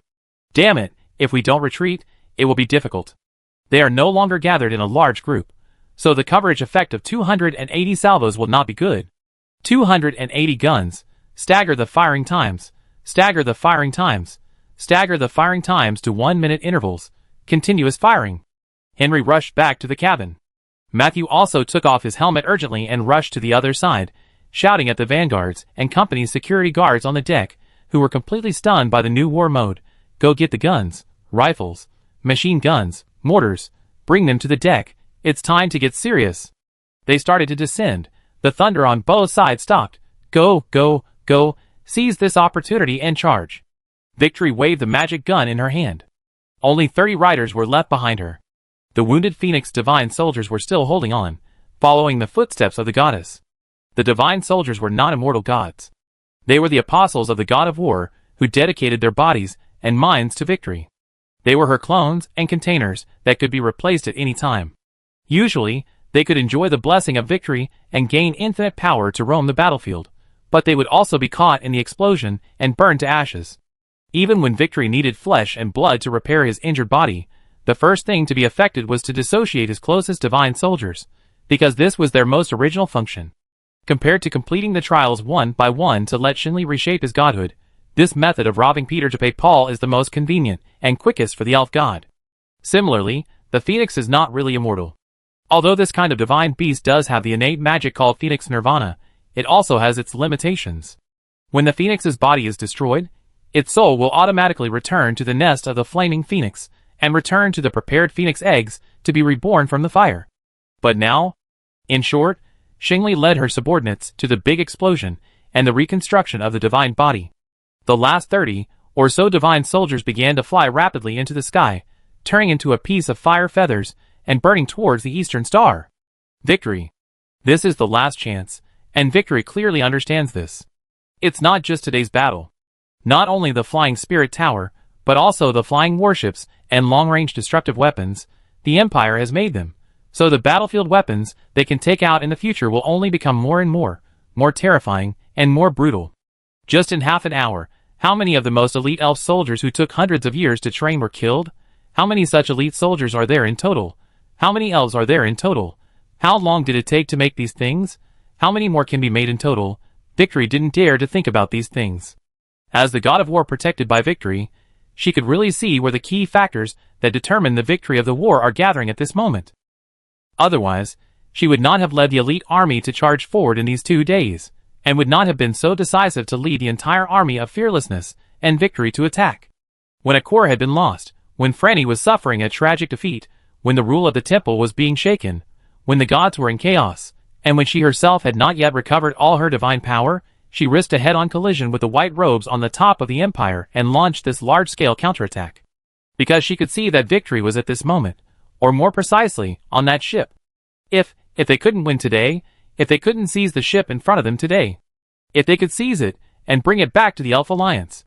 Victory would probably be forever away from the elves and fall into the hands of humans. In my hands? They were getting closer, only 500 meters away, so close that they could confirm the shapes of the Imperial soldiers on the deck with their naked eyes.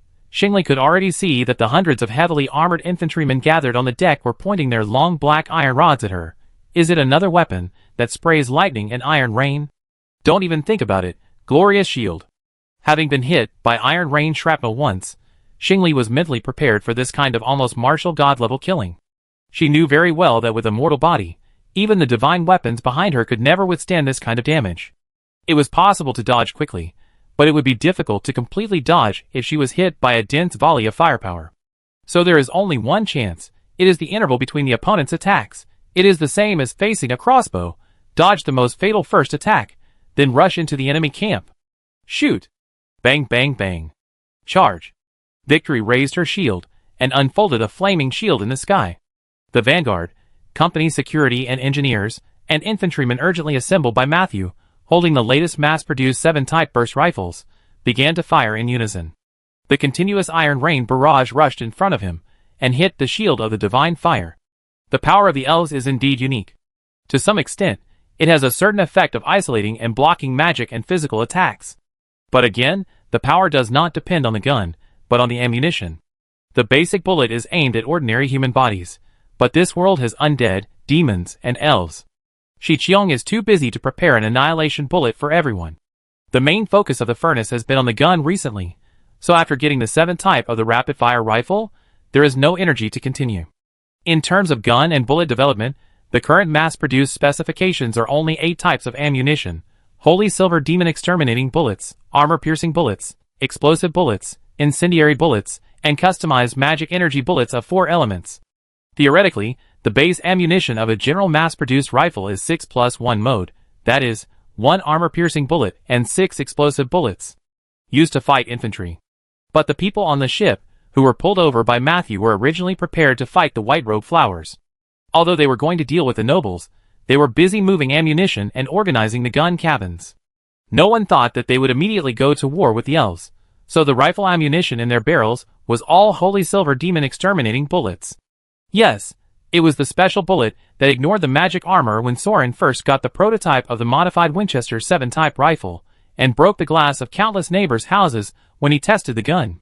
So a very interesting point is that Soren himself did not notice that the Holy Silver magic bullet and the first batch of dwarven muskets dug out from the underground of the furnace were not his designs, but were completely made by the furnace long ago. For rebellion? The fate of the vanguard army is to rebel, or to prepare for a rebellion. It is the same whether there is an extra person like Sauron or not. The engineers of the furnace are not fools. They have never thought of overthrowing the human king and his lackeys with only backward dwarf muskets and dying in vain.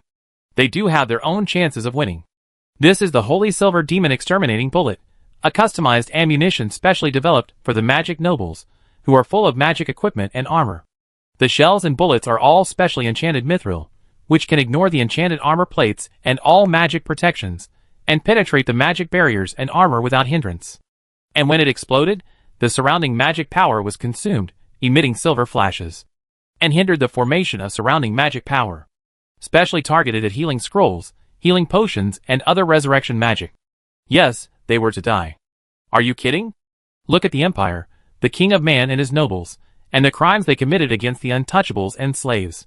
Do you really think that all this will not be punished? Do you think that a little favor, a servant, a knight, a marriage, military merit, or a title can appease their resentment? Besides, look at what has happened. It's still the same on the battlefield.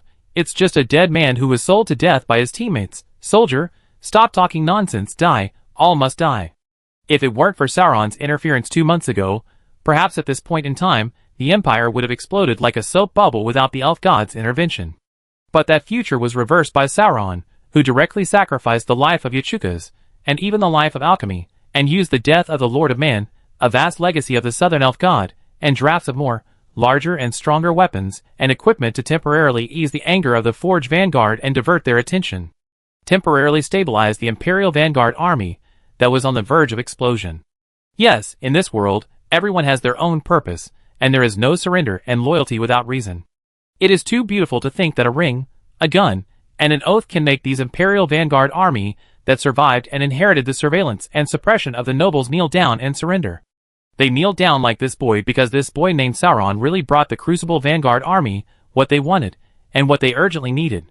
7 Type burst rifles, 150mm naval guns, 280mm fortress guns, high-intensity high-altitude flying wings, Zaku and Gundam, as well as the ideas of the new Vanguard and the new world full of possibilities of the Arishi Production and Construction Corps, a bunch of messy madman-like fantasies. All temporarily made the Vanguards restrain their anger. They stopped fighting, no, they hid their claws and began to hide behind Sauron, preparing more comprehensively and thoroughly. They hid their murderous intent, their anger, their hatred, and even the killing move of the holy silver demon-slaying bullet, and never had a chance to appear. As a result, the first time he officially went to the battlefield, he poured down on the defenseless face, chest, thighs, and shield of victory. The overwhelming silver light penetrated the brilliant shield constructed by the god of war, with divine power without any hindrance, disintegrating her shield like thin paper, and making the goddess' body full of holes, which were densely packed like a honeycomb. Ah! In an instant, Victory, who was almost inhuman, was hit by random shots and let out a scream that was also not like a human voice. From her tattered cloth bag-like body, thousands of golden and red divine lights radiated, like the light leaking out of a flame covered by a net bag, or like a balloon leaking air and spilling divine blood. No, impossible. The shield was broken. Victory slipped from the side of the Eastern Star, and the phoenix under her was killed. In order to deploy the divine shield to intercept the first wave of volleys for her divine weapon, she was the first to bear the full output. Even the shield of the artifact was broken, but this won't kill her, because the spear in her right hand is still there, and there are 30 apostles behind her who can be replaced. No, there are none now. Xingli turned her head, and saw that her divine soldiers were not completely killed in the first wave of volleys. Even though they were caught off guard, there were still a dozen people who turned in time to avoid the barrage of holy silver demon-killing bullets, and bypassed the dense rain of bullets from the flank of the rifle regiment. But the machine gun on the deck opened fire. Yes, the rotary machine gun can be used on the Zaku, which can be regarded as a relatively stable technology, at least it will not jam frequently. Because I came here to fight the Lancaster family, I took into account the possibility of direct combat and execution, so I brought more, 12 sets of 400-round rotary machine guns, with a fire rate of 400 rounds per minute. Not all of them were loaded with mithril bullets, but ordinary ammunition was enough. Dad-ada, dad-ada, dad-ada, spurting out flames, smashing the flesh and blood divine soldiers into pieces, and they fell one after another. They had already rushed to 200 meters, and they were all dressed so brightly, so I just shot them. TSK, another bunch of old antiques rushing into the muzzle of the gun. Stop, stop, stop. Save some bullets. The assault team has been smashed to pieces. Don't just stare at them. There are still many people below. Is the mortar ready? Wait a minute. Wait a minute. Open the cargo hold. Fire another round. Casually dismissing the desperate assault of the Phoenix Divine soldiers, Matthew ran around on the deck to command. The remains of Xingli fell from the sky, staring at the cargo hold that was gradually opened, revealing the short barrel of the 280 gun, which blasted out the iron cone that could smash dozens or hundreds of elf veterans into blood foam in a burst of thunder. Xingli closed her eyes, her only remaining left eye, and a round hole in her right eye was made by the bullet. She could escape. She could still escape now. Although these bullets had once again destroyed her body, and the magic effects contained in them also made it possible for her to not be able to recover and reshape her divine body in a short time. But she could not be completely killed. Gods are not that easy to kill. She still has the artifact spear full of complete divine nature, and the divine power to escape. If she retreated at this time, it would be fast, or maybe not fast, but she could still recover.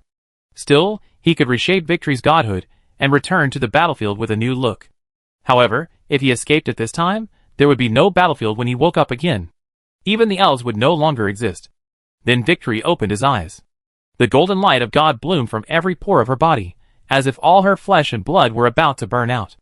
The people on the battlefield, the elves who held on under the bombardment, the nobles who were completely trapped in the camp and waiting to die, and the vanguard soldiers holding muskets, all looked up and looked at the true God who was rising in the air like the blazing sun.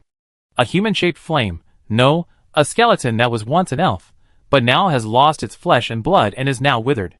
Flame wings spread out on its back, and its left eye is shining like a bright lamp. The divine spear in its right hand rises, and floats, above the mast of the Eastern Star. Matthew looked up at the rising Victory, holding a rifle in his hand, with holy silver bullets in the chamber, but he couldn't lift it at all. Divine power.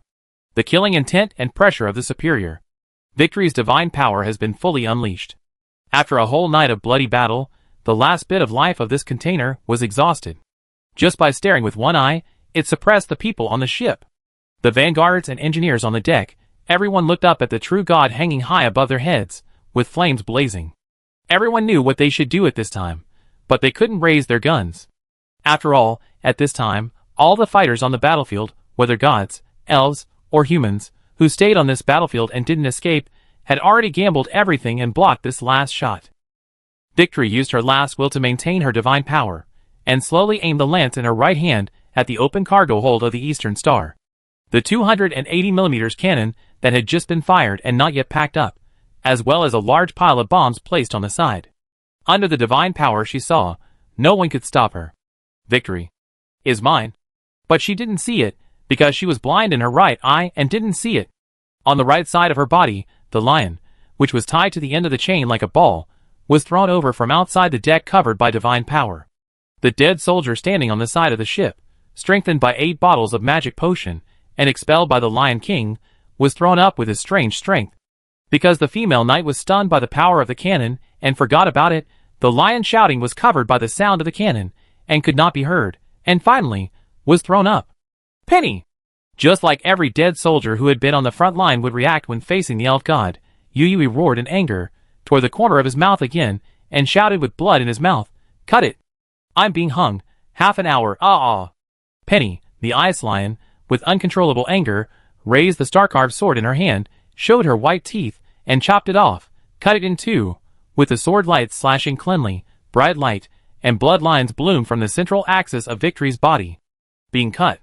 In the moment of being attacked, Victory could feel that his vision was beginning to shift, his divine power was dissipating, and his body was falling weightlessly. But there was another shot. Then she gathered all her strength, her last will, her last strength, all in her right arm. She aimed the spear in her hand, at the cargo hold full of ham? Where's the cannon? Where's the bomb? Victory struggled, moving her eyes to search. Then she saw a pigeon, a flock of pigeons, landing on the deck, surrounding an orange-haired maid with a long ponytail, who faced the direct gaze of the divine power, picked up the hem of her skirt without any hindrance, saluted gracefully to the true God above her head, and then raised her head. White doves densely surrounded her side, head, shoulders, almost drowning the maid. And in the outer circle, within an arm's length, there were layers and clusters of magic spears flashing purple light. Heavenly soldier air blade, great storm gun tornado, please teach me.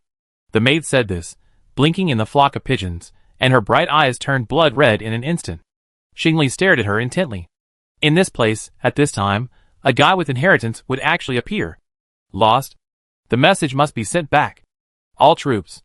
Xingli looked up to the sky and shouted, stretching his right arm like a bow, almost breaking most of his bones, and then threw the magic spear in his hand to the north, with all his strength. Return home. The magic spear drew a golden line in the sky, running through the battlefield and breaking through the sky, towards the north, towards the river boundary, towards the last hope on this battlefield, towards the fearless temple. Shoot away. Fuck. Riding the undead warhorse Midnight, floating above Fortress Number 1, Soren, who was distracted by watching the dead soldiers picking up the bodies of the defeated elves, grabbed the magic spear that was shot at him, and almost pierced him through. Huh? Isn't this the gun of the big bad god? Are all of you elven gods sick? Throw the artifact back and forth. Dwarf. One ear waved his hand on the fortress wall. The magic power is enough, and the puppets left in the fortress can be activated. Okay. Sauron didn't have time to think about why Xingli threw the artifact in his hand to him. He waved his spear and shouted at the dense army of armored demon puppets gathered under the warhorse in front of the camp of Fortress Number 1, block the river boundary. Not a single elf can be allowed to return to the north alive. All of them. Go south. March. Chapter 196. Although he was provoked to the extreme by Xingli's gun in the face. To be fair, Soren also wanted to fight this big-ass one-on-one, to teach her whose gun was thicker, bigger, more powerful, harder, and more powerful, but it's not possible yet. Soren must be patient. Now is not the time to rush into the elf army to fight one-on-one. He is not a fool. Is there anyone in this world who can rush into the elf army alone, take the head of the general in the crowd, and tear everyone to pieces? It's impossible. Although I really want to rescue the big sister Bridget from the siege immediately. Although I really want to eliminate the elves immediately. Although I really want to wipe out those nobles who betrayed their teammates.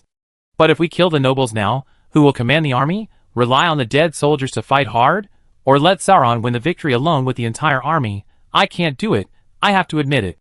Sauron is still too weak. He can only fight one wave at a time and eliminate his enemies one by one. Choosing enemies based on the degree of threat rather than personal preference, the priority of nobles is really not higher than that of elves. Sauron has not yet achieved everything at the same time, defeated everything, and manipulated the world in his palm. Not only can he not save everything, he was really just one step away from losing everything. If it weren't for Killian suddenly coming out to save the situation, then one ear, horse manure, no nose, and many other dead soldiers that Sauron couldn't even name, those young men who lived and died with him, would all have died. Although Sauron looked indifferent, he was actually a little scared. The longer he lived in the other world, the more he gained, but the more he was afraid of losing. He was still willing to risk his life now. But what about the lives of his brothers and comrades? What about the lives of his friends, who were almost the same as his? Could he easily risk them? To be honest, when Chomdo's passion faded, he recalled the fight to the death, and he was a little scared of being beaten by Fearless. Have you ever been cut into a stick? Have you ever crawled on the ground like a worm? Have you ever experienced that your brothers who had fought for your life were all lying on the ground bleeding, and you could only crawl to the phone like a worm, bleeding and calling for help, because if you were a little slower, everyone might die? And all this was caused by you, because you had no plan and were still eager to go out and see what the elf god of war looked like? Now you see it, right? The power of God. Fearless was so strong that he held on until the last moment, until the moment of death, and didn't kill anyone. So if they die, if they all die, it's your fault. Fuck, stop talking, huh?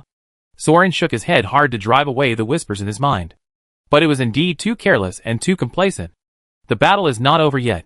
Even if he plotted against Fearless by chance, he still had a but no victory. Although the opponent has a big but, he is also an elf war god.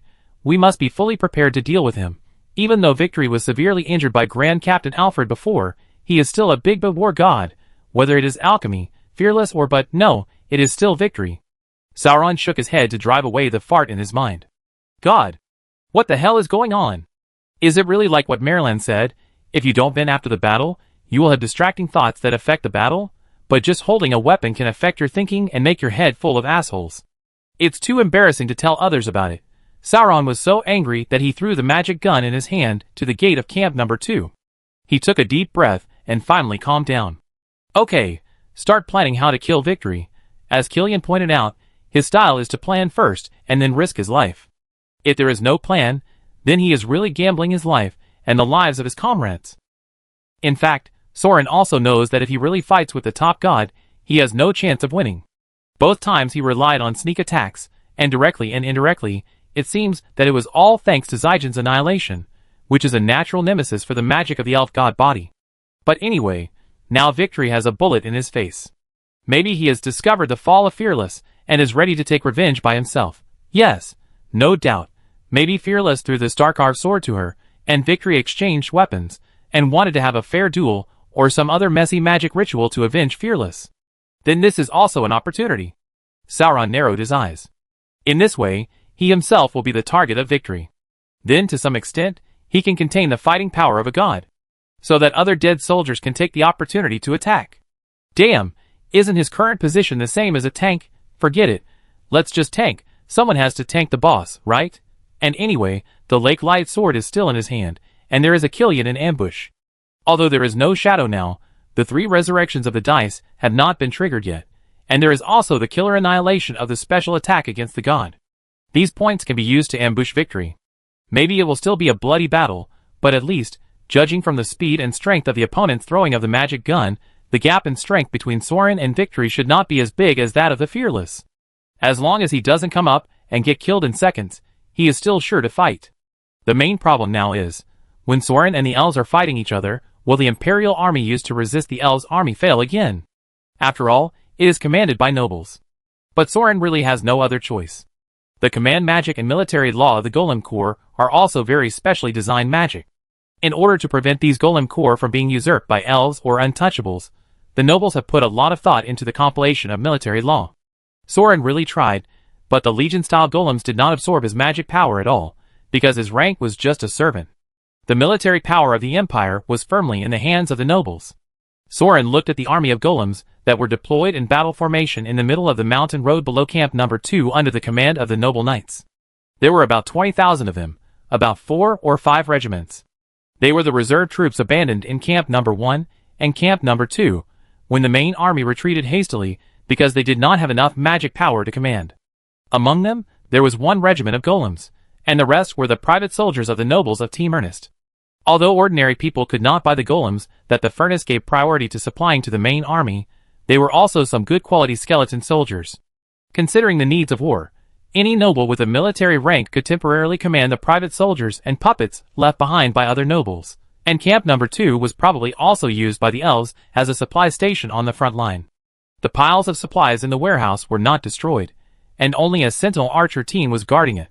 It was directly attacked and killed instantly by Soren and his dead soldiers. Only then could these Imperial troops quickly arm themselves and take action. And it was not just these 20,000 people. After Soren relieved Camp No. 1, he met up with the dead soldiers who were responsible for guarding the fortress. Interestingly, the leader of this group of dead soldiers was Jianskar, who happened to be the leader of Wubi's team. He had also heard about the bloodthirsty dwarf's martial arts from the pig, so he was easy to talk to. After a brief exchange, they reached a consensus to block the river boundary and cut off the elves' retreat. Jianskar and Wubi each led a group of dead soldiers to help escort Centurion Gottwald and several other noble knights, who volunteered to wake up the golem troops stationed in other camps on the south bank. The elves were chasing all along the line, and there was no one to defend the rear supply line. There is definitely no time to deal with those bulky iron soldiers and stone statues. In this way, other supply points and other ferry crossings must be abandoned intact on the spot, and they can be activated to join the battlefield as long as the commander gives an order. The more golems and skeletons, the better. After all, the front was broken this time, and the elves crossing the river are not just a 5,000-man army. They are the fearless Arrow Poison Wood and the victorious Sycamore Wood, the 2 main legions. According to the nobles' estimation, the number of soldiers should be between 25,000 and 30,000, that is, 5 to 6 corps. According to the organization, there are only 8 corps in total for these 2 corps, which are almost all the available soldiers. There are reasons for this speculation. First of all, there are 7 ferry crossings suitable for the army to cross the river. In addition to the main battlefield between Camp No. 1 and the Fearless Temple, the terrain is the flattest. The other 6 places are the traditional routes for feint attacks. Therefore, the dead soldiers of the Sword Scar team of Soren last night were divided into 6 groups to cross the river separately. According to Centurion Gottwald, who was previously the frontline commander of the main army of Ernest, they encountered sniping by 3 corps in the main battlefield, all of which were elites of the Fearless Corps. The captured nobles also shared intelligence. The strategy proposed by the Lancaster family before was that the nobles led the private army and evenly deployed it in 6 sub-battlefields to feint and support the main battlefield. However, the nobles who received the order were divided into 6 groups, and only half of them were captured. In other words, most of the people rescued by Soren were concentrated in the sub-battlefields of 3 ferry crossings. As for the nobles in the other 3 battlefields, they were completely missing. The chance of being killed on the spot was very small. The elves usually gathered these pigs, escorted them back to the camp guarded by the Fearless, collected the ransom, and released them back to the Empire Huahua teammates. Therefore, the nobles speculated that although they escaped at the first time, they were unlucky. Behind these 3 battlefields, there were also elves chasing them, who crossed the river at the first time, so they were captured.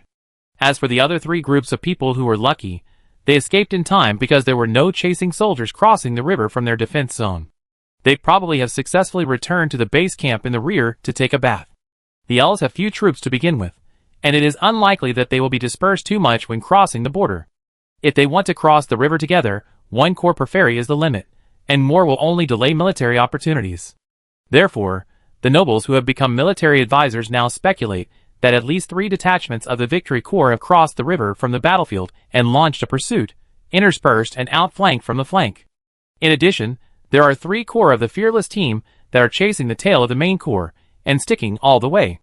This time, the elves have a total of 2 corps, and the army of 6 corps is coming. Even the nobles could figure out that the Fearless Arrow Poison Wood had 4 corps under his command, 3 of which were fighting head-on on the main battlefield, and 1 was replaced by a dead soldier by Soren and his men. And Xingli, because of the defeat decades ago, retreated to the second line to reorganize, reorganizing the 4 corps into 3 main corps and 1 new corps, and has not yet recovered its strength. This battle must have been her, personally leading the 3 corps of the Sycamore Wood Legion, launching a strategic surprise attack, advancing all the way from the second line, and then crossing the river to launch an outflanking attack. In other words, there might not be any main force left on the other side, only wounded soldiers and untrained recruits. Of course, Soren did not tell them that there were actually no old, weak, sick, or disabled people on the north bank at this moment. But anyway, after analyzing the battle situation in this way, the nobles who were just panicking were actually relieved. They felt that if they did not have to worry about the risk of being stabbed in the back, they could defend the main road for retreating troops and besiege them. Maybe they could really fight this battle, if they were not worried about the river getting higher and higher, and they could not return after crossing. They might even want to take the initiative to lead the army across the river and collect some heads on the north bank. Why did they suddenly want to fight?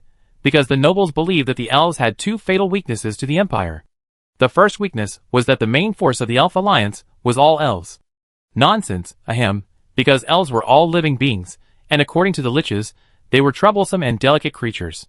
Living beings could not run endlessly, fight fiercely, counterattack, and fight non-stop like dead things. Even the apostles of the god of war, and the real heroes were the same. Living things get tired and need supplies. The elves fought all night and needed food, water, armor, weapons, and especially bows and arrows, those specially customized enchanted wooden arrows. But these military supplies were not as fast as the pursuers.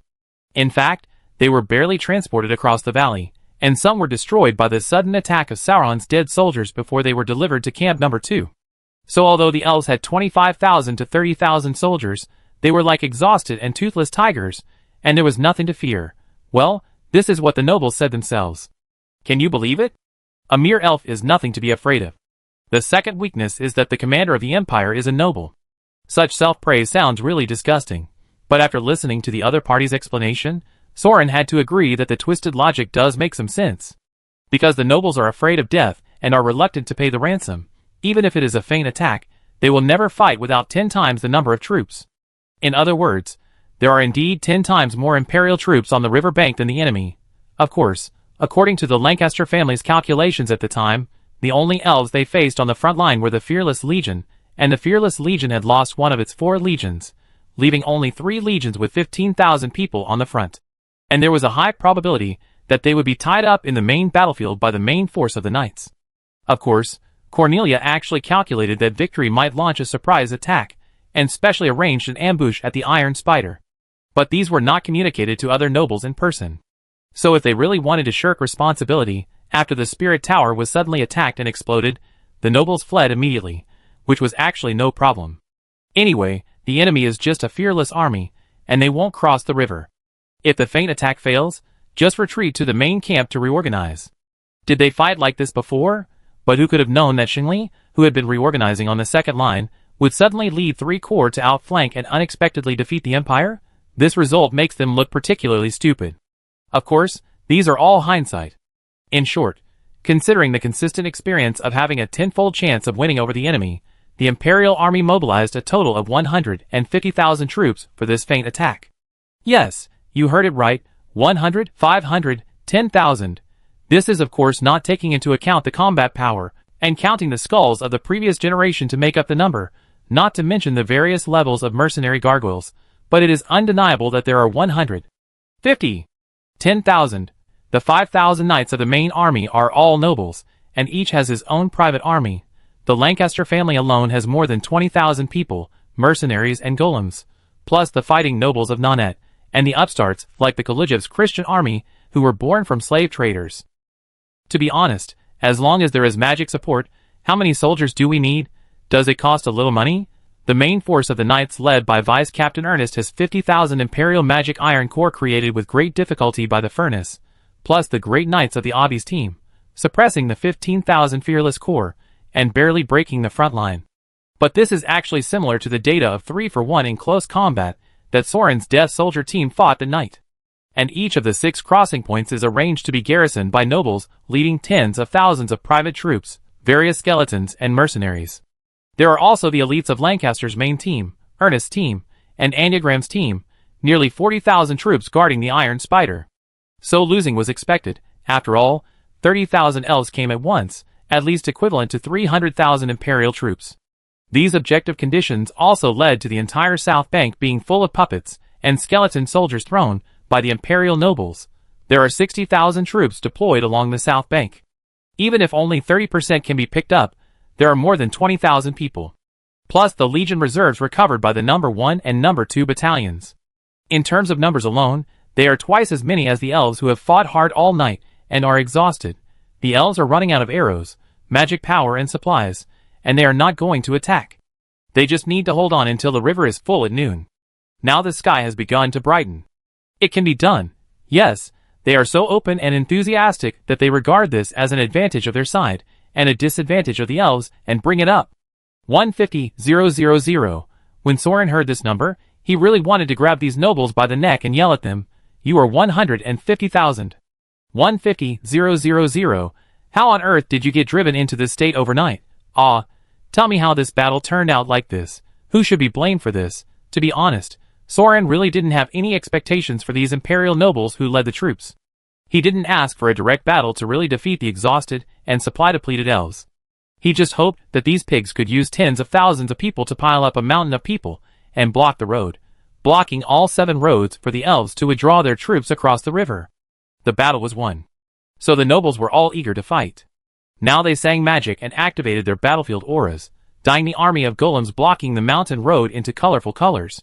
150,000 troops, only 600 dead soldiers were sent to cross the river. Before, the 5,000 elves' army could not defeat them, and were pushed back all the way. The dead soldiers had to come to recapture every hilltop.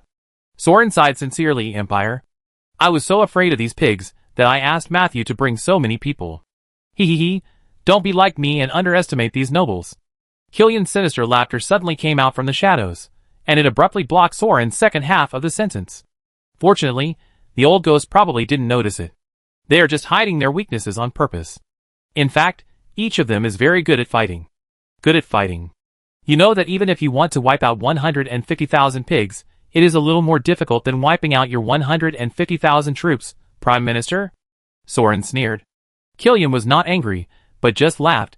Don't care about the victory or defeat at the moment. Soren, Anubis spent hundreds of years to clean up the Kingdom of Sand, and lost more than 150,000 soldiers during that time. Do you think it is a pig? Sauron, you compare a white robe with these pigs, or the next Prime Minister you chose yourself?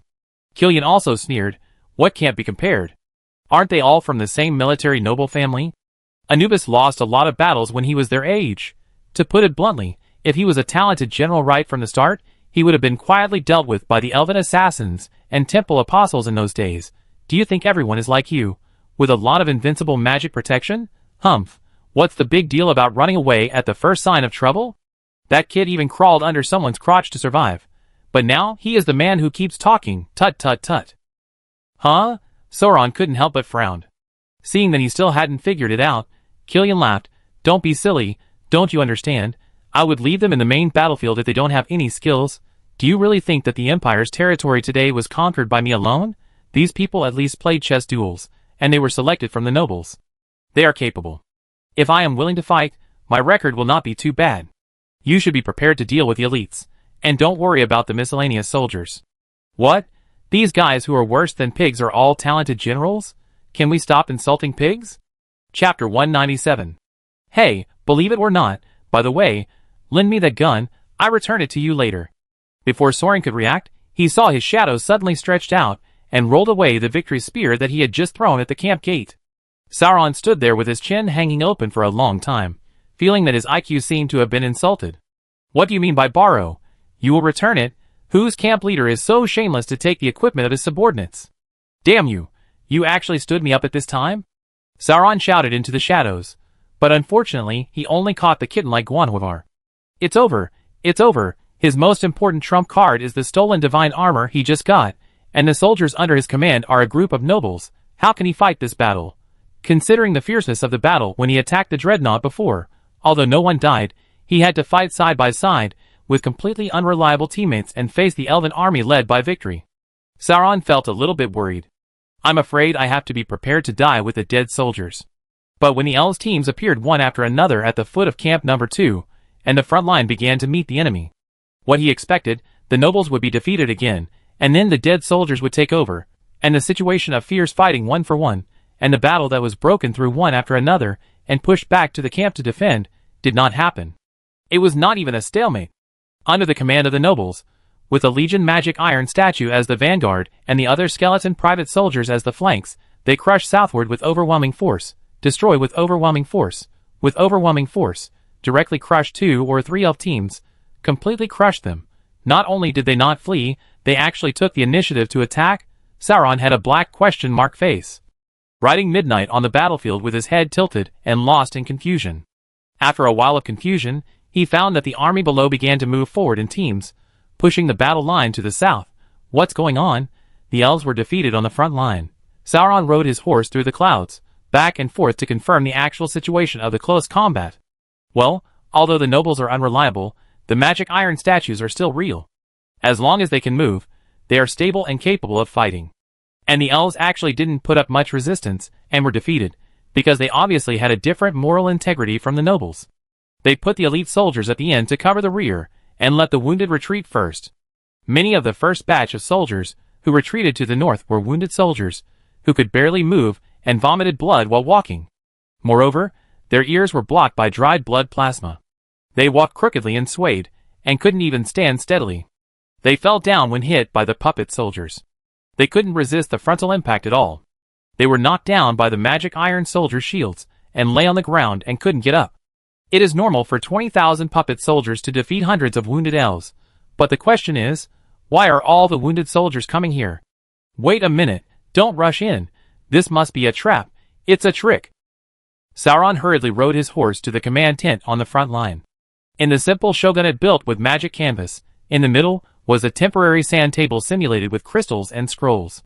A dozen commanders surrounded the sand table, and used magic circles to remotely control the actions of each Golem 100-man team. It's a bit like the micromanagement of the squad in Total War, ordering the left and right movement, charge and defend on the map. Each centurion can control 10 to 20 phalanxes of 100 men. A dozen nobles are divided into flag bearers, who are responsible for coordinating the center, frontline commanders of the left, center and right armies, and special commanders of the elite cavalry and reserve teams, establishing a miniature staff. This is how the nobles conduct war, an elegant game without any blood and mud. Don't worry, knight candidates, each of us can use spells to maintain command, and our mental strength is enough to command the army for 4 to 8 hours of continuous combat, and we can rotate at any time when our energy is exhausted.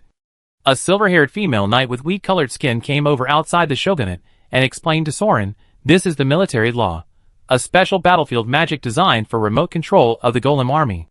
It has been improved and updated since the era of the skeleton soldiers. We have conducted simulated battles on every inch of the battlefield in the south, and are very familiar with the terrain. The target of the battle is this group of elves. As long as there is sufficient magic power supplied to keep the puppets moving under the rules of the military law, and the combat power is equal, then there is no possibility for them to defeat us on the chessboard. We are confident in our tactical strength to be assigned to the front battlefield as commanders. Sauron looked at her sideways. Then how were you captured? Why did you run away when you were so powerful? At that time, besides the golems, you should have had non-human mercenaries available, right? The female knight smiled slightly. Please allow me to explain.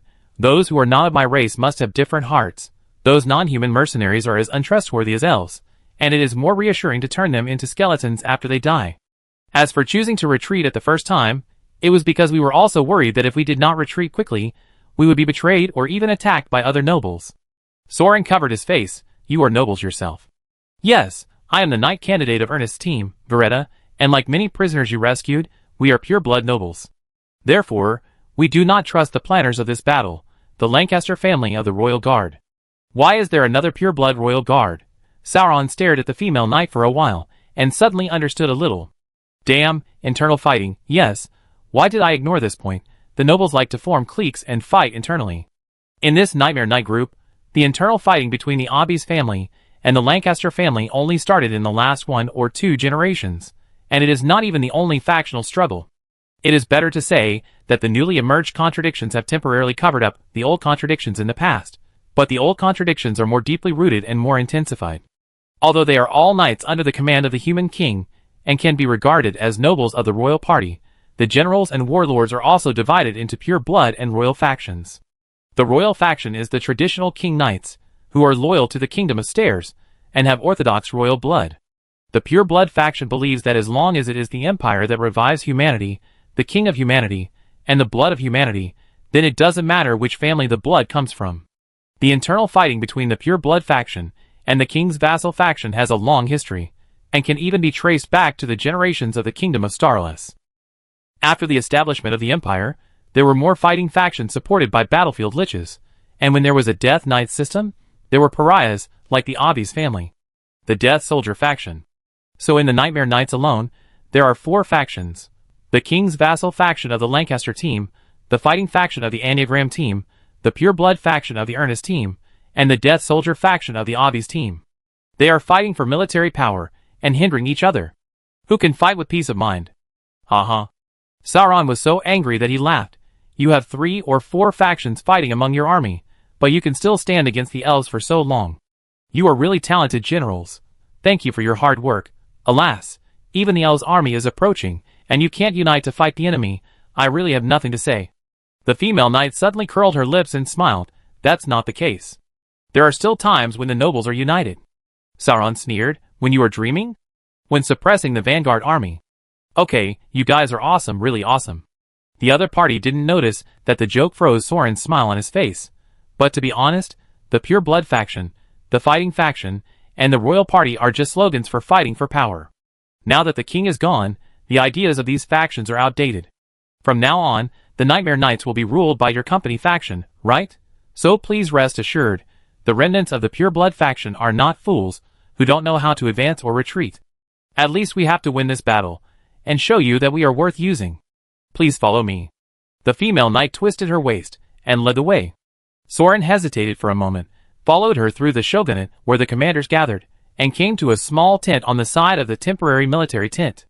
Some crystal scrolls, magic medicines, and alchemical tools were piled in this tent, which seemed to be a temporary supply warehouse.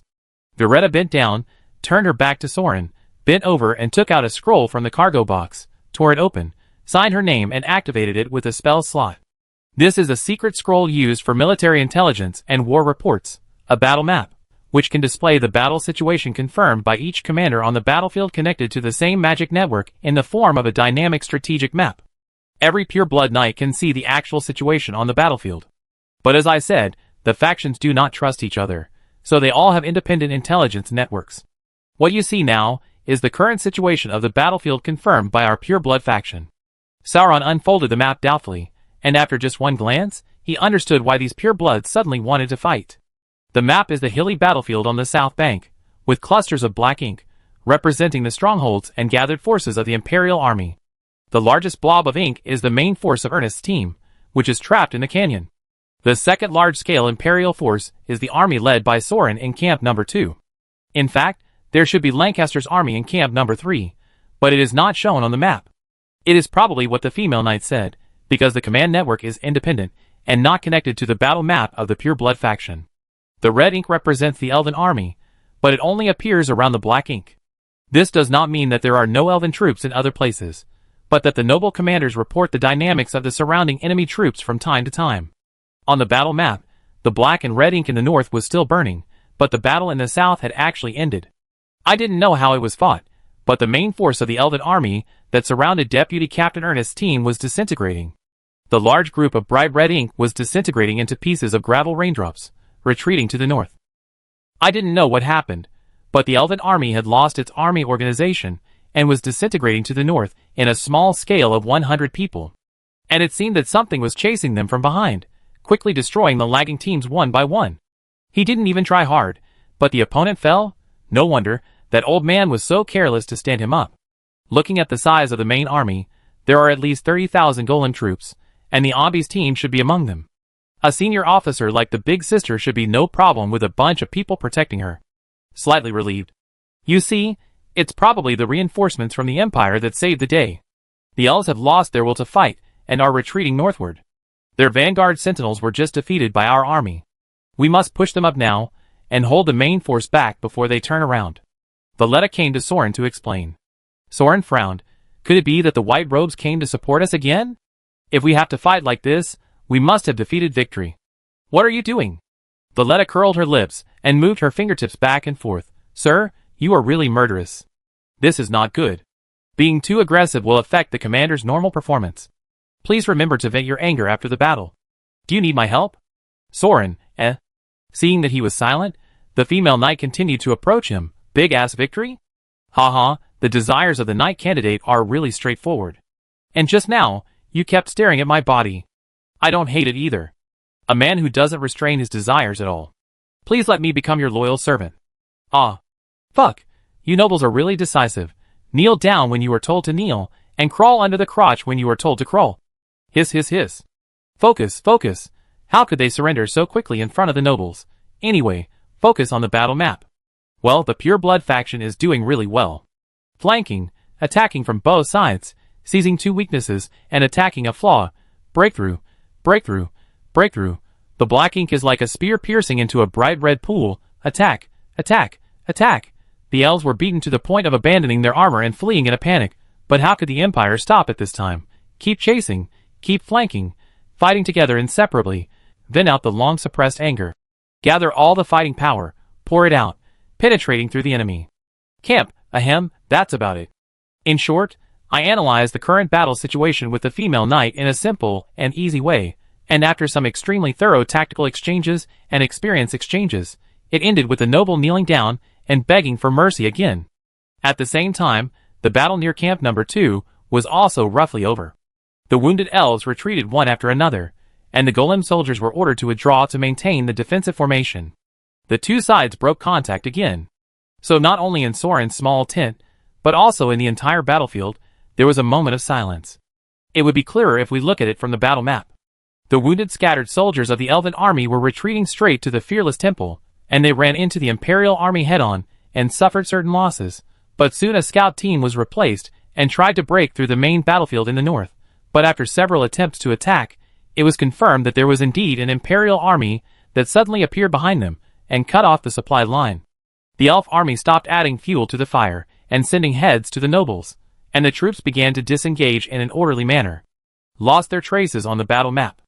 Well, at the same time, the main army of the Ernest team did nothing, just sitting back and watching a large number of elves retreating under their noses. It still smelled the same.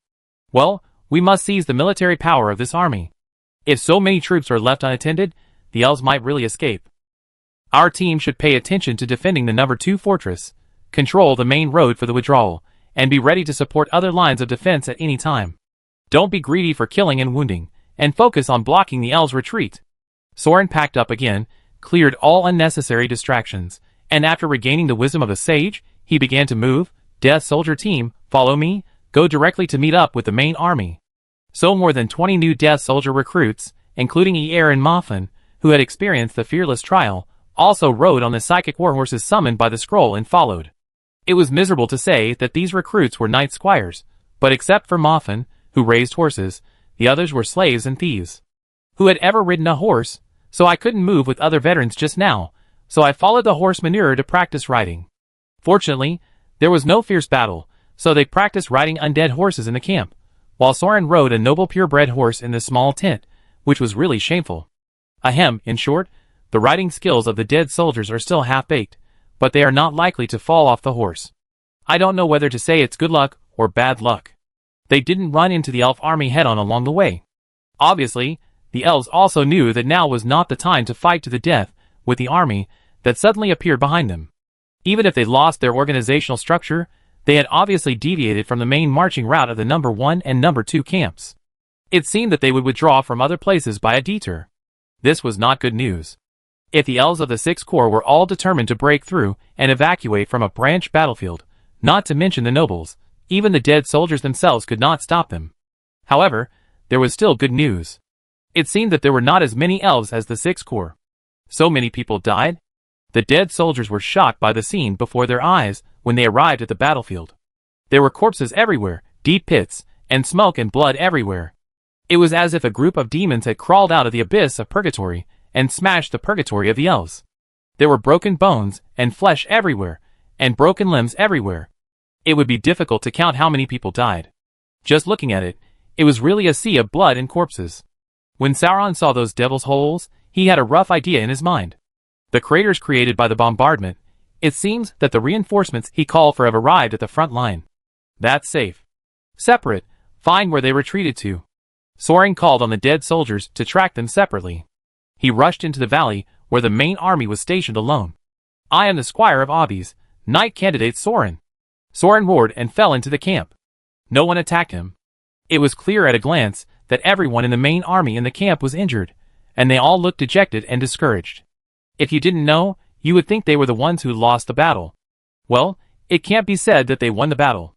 Abis, where is the centurion of Abis? Sauron shouted in the makeshift camp full of wounded soldiers.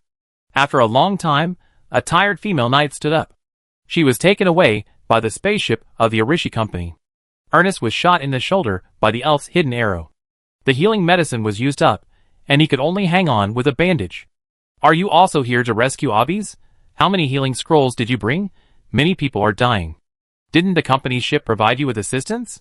Sauron was relieved when he heard that the big sister was rescued, and looked around at the wounded curiously. The people on the ship did not allow the nobles to board the ship, and only took away the people of the Abis team. The acting captain was like a defeated dog with a broken spine, with his eyes lowered and no pride in the past. A commander like her saw with her own eyes that the new weapons changed the mode of war, and saw with her own eyes that her former enemy was slaughtered by the untouchables she once despised. Her body and mind were severely damaged, and she couldn't recover for a while. Soren touched his chin and glanced at the group of people. Well, he didn't just shoot them to death. If the vanguard army could laugh off the grudges with the imperial nobles and fight the elves together for the sake of mankind, Soren didn't believe it. Otherwise, why would they bring so many cannons to support them when they heard that there was a mutiny to fight the nobles? It is estimated that they were too excited to fight the elves and didn't have much ammunition left. Well, then they have to borrow the Empire's golems to finish off and deal with the remaining elves. This, Knight Captain, what are your plans? Sauron asked the brown-skinned female knight opposite with a smile.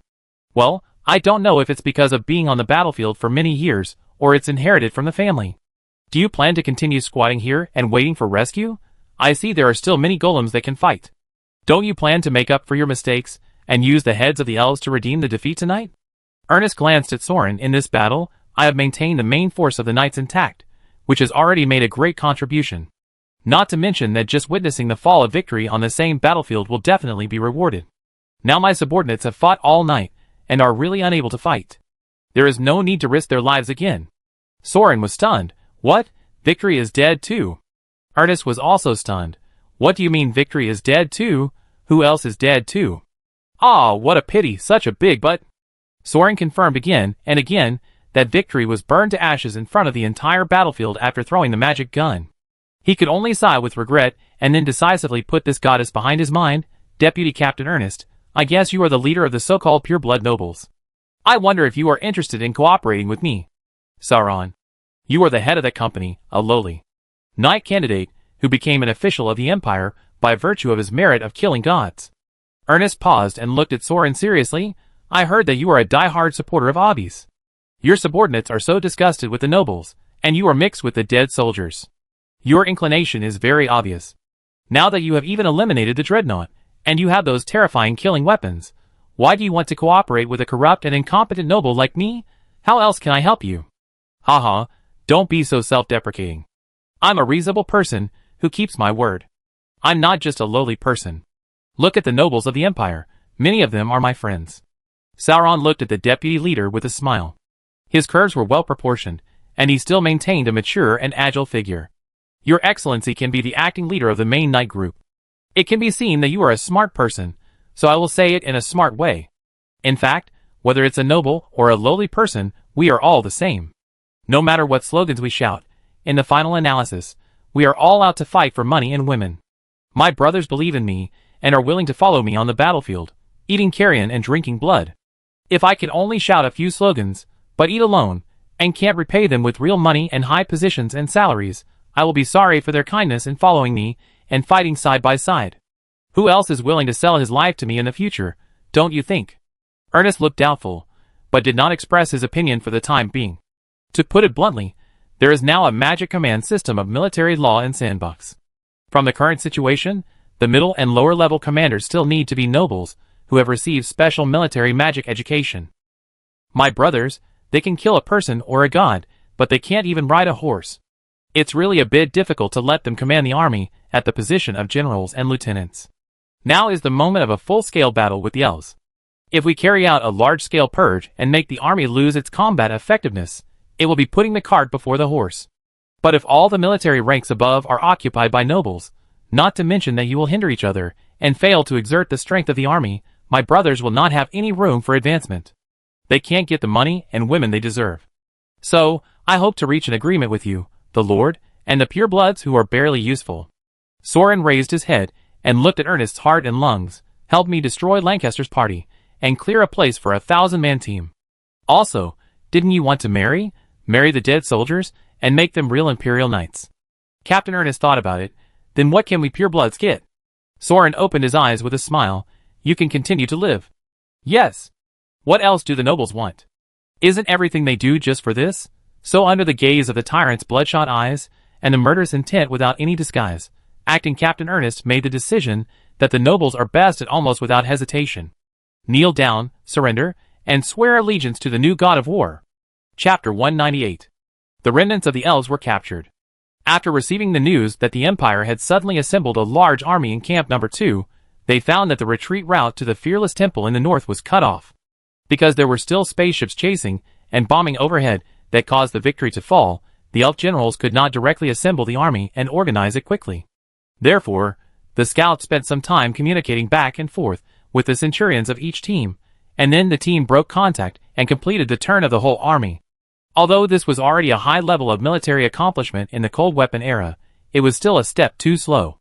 Because the Imperial army suddenly started to move. Soren also seized the time and buried several congenitally mentally retarded and seriously injured troublemakers in public.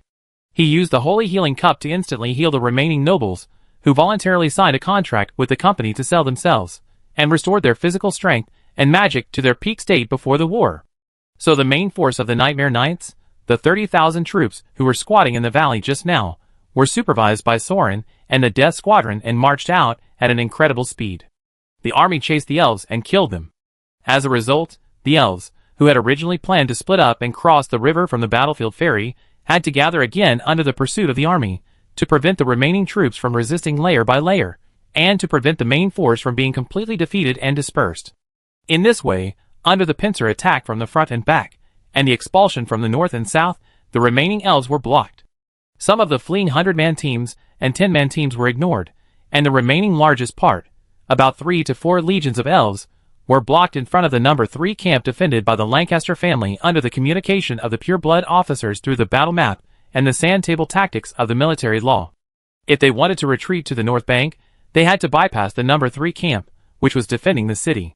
So the elves had to slow down and reorganize the scattered soldiers on the spot. Because if the Imperial army in the camp suddenly attacked them when they passed the No. 3 camp, cutting off the defenseless army in the middle or dragging them down, then the pursuers from the north and south would surround them, and the entire army would be in danger. So the elves also began to gather and line up despite the endless scattered killing of guns and cannons from the spacecraft in the sky. They forcibly assembled another corps and lined up in front of the camp to intercept the Imperial army that might be sent out from Camp No. 3 to pursue them. Will the Lancaster army attack? Soren asked Captain Ernest beside him. Although the elves' resistance was very tenacious and brave, it was still too much to think that they could use a 100-man team to intercept a 30,000-40,000-man golem corps.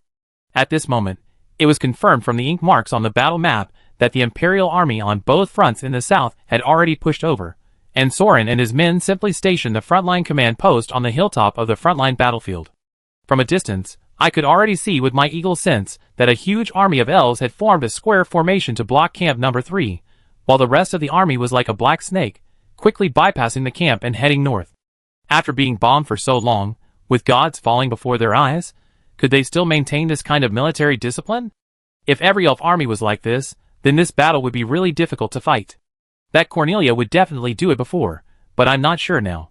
Ernest rolled his eyes. We raise the flag of the main army and blow the horn of counterattack. If we issue 3 consecutive military orders and the Lancaster team still has no response, we can record this scene as evidence of the Lancaster family's violation of military law. So what if there is evidence of guilt? With evidence of guilt, If our army needs to storm Camp Number 3, I can declare the Lancaster team guilty of disobedience and treason in the name of the acting commander, and temporarily deprive them of access to the military law magic network." The acting commander waved the whip in his hand, pointing at Fortress Number 3, which was unfolding layers of magic barriers. "Then they will not be able to use the magic circles, puppets, and fortress strongholds of the Imperial Legion." "Is it so serious? These nobles are really good at fighting among themselves. Let's do it this way. They are all those who refuse to accept a toast and drink a forfeit. They will only move if they are kicked in the ass." Sauron nodded in agreement, and then handed the army to Ernest for command, and rode his horse into the air to meet the eastern star in the sky.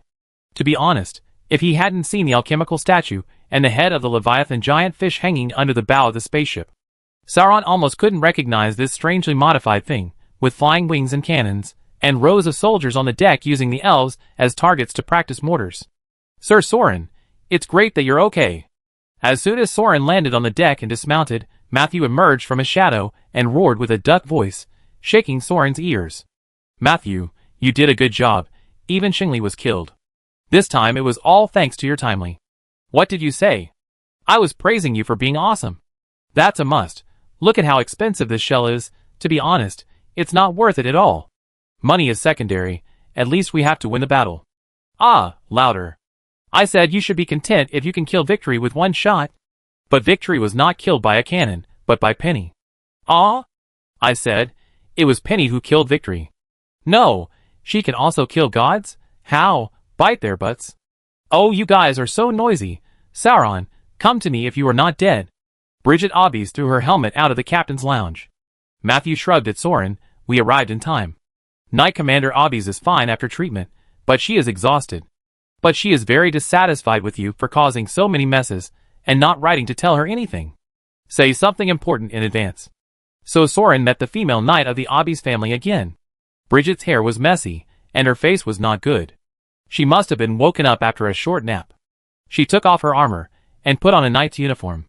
You can see that her whole body is wrapped in bandages, and can only lie in bed, but at least she has no missing arms or legs. There is no need to use the golden cup for emergency treatment. "Hey, big sister, how are you?" Soren casually put the Lake Light sword by the door. Bridget stared at him with her eyes wide open. "Is that the sword of Fearless?"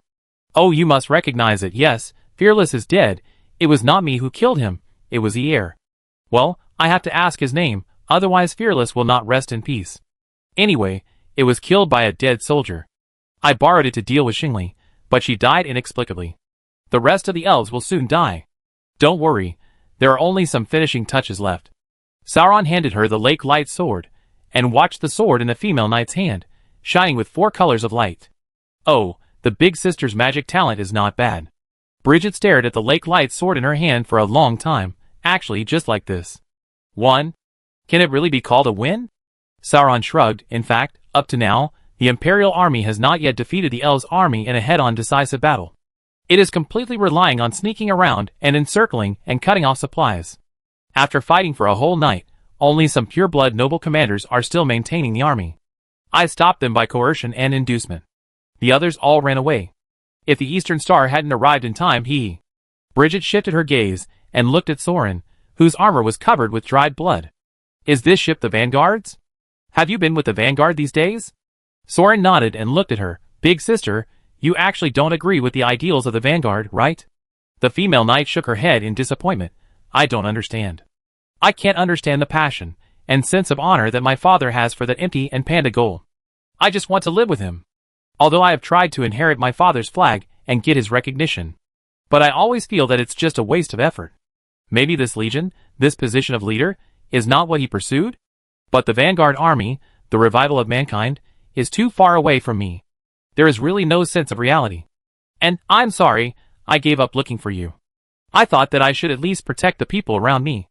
But in the end, I gave up looking for you." Sauron shrugged and comforted her. "Don't mind. I don't know if you will feel better if I say this. In fact, I also gave up the obligation of serving the Obbies family, and did not come to your side to protect my master immediately. I chose to stay on the front line with the dead soldiers and finish this battle. In fact, we are all the same. Because we are weak, we can do very little, so we can only try to protect those who are close to us. For others who are too far away, we can only sincerely hope that they can escape danger and hope to meet again one day. As for the revival of mankind, haha, this is just the romance of a small number of idealistic fools. Let the vast majority of people have the opportunity to live the normal life they want, instead of being forced to be a vanguard with no other choice. This is the meaning of the existence of the vanguard. So, big sister, you don't have to think too much. The Grand Commander's expectation for you from the beginning to the end is just for you to live well. At least let the people around you live happily. This is the dream shared by every vanguard, every knight, and every ordinary person. There is nothing wrong with striving for this goal. The female knight looked at her squire and sighed, "You haven't changed much, but I don't know why. It's hard for me to connect you with the beggar I first saw not long ago. Soren, the hero of Inter, Nair, right? Kneel down, candidate for knight." Soren knelt on one knee in front of the bed and bowed his head. Bridget held the lake light sword and touched the tip of the sword lightly on Soren's left shoulder, right shoulder, and back iron armor 3 times. I, Bridget Obbies, recognize Soren, the hero of Inter, as a qualified knight. Now go and dance with the sword for your own ideals, and turn your dreams into reality. As you command, my lady. The canonization was completed simply, and there was indeed no need for any extra ceremony. Get up, Knight Soren. Bridget returned the lake light sword to Soren. Go and finish this battle. After the battle, I will come to ask you what is going on with Marlin and Sally. Soren broke out in a cold sweat. Ah? What's going on? The female knight stared at him. You don't want to treat them as lovers, do you? These 2 stupid girls actually wrote to me to confide in me, worried that their good relationship with you would affect our friendship. I don't know how to reply to them. Hey, I haven't finished yet. I sent you so many letters. Why didn't you reply to any of them? Matthew is so noisy that I can't hear anything. Sorry. Big sister, you should rest and recover first. I go deal with the remaining elves first. Sauron fled, closed the door, and wiped the cold sweat. Matthew said behind him, "Speaking of which, Miss Salasses and His Highness Laminios both brought letters to you, sir. Do you want to see them?" Sauron glared at him with a stern face. "Matthew, you have to pay attention to your ideological awareness. Now the war is going on, and the people are living in dire straits.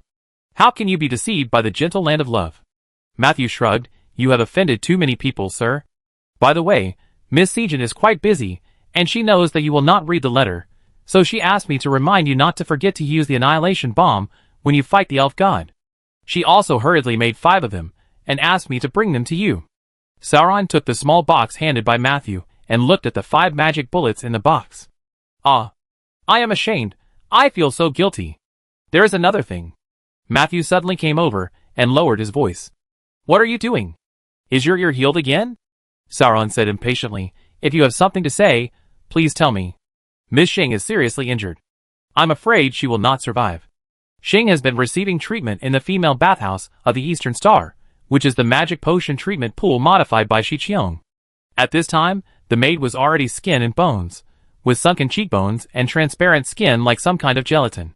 You can clearly see that the blood vessels under the skin are frantically supplying blood to the whole body. Some places with more capillaries have been bruised, and the blood vessels have been broken. Several pharmacists tried to add different formulas of healing drugs to the bath, but it was completely ineffective. Finally, Miss Shing appeared and forced Xingli to retreat, but she seemed to have used some secret technique passed down from her family, and she became like this in a short while. She was already unconscious, and the healing technique was useless. We couldn't wake her up either. We wanted to send someone to send her back to the imperial capital for treatment, but the speed of deterioration was too fast, and we didn't dare to move her out of the treatment pool casually. Do you have any solution?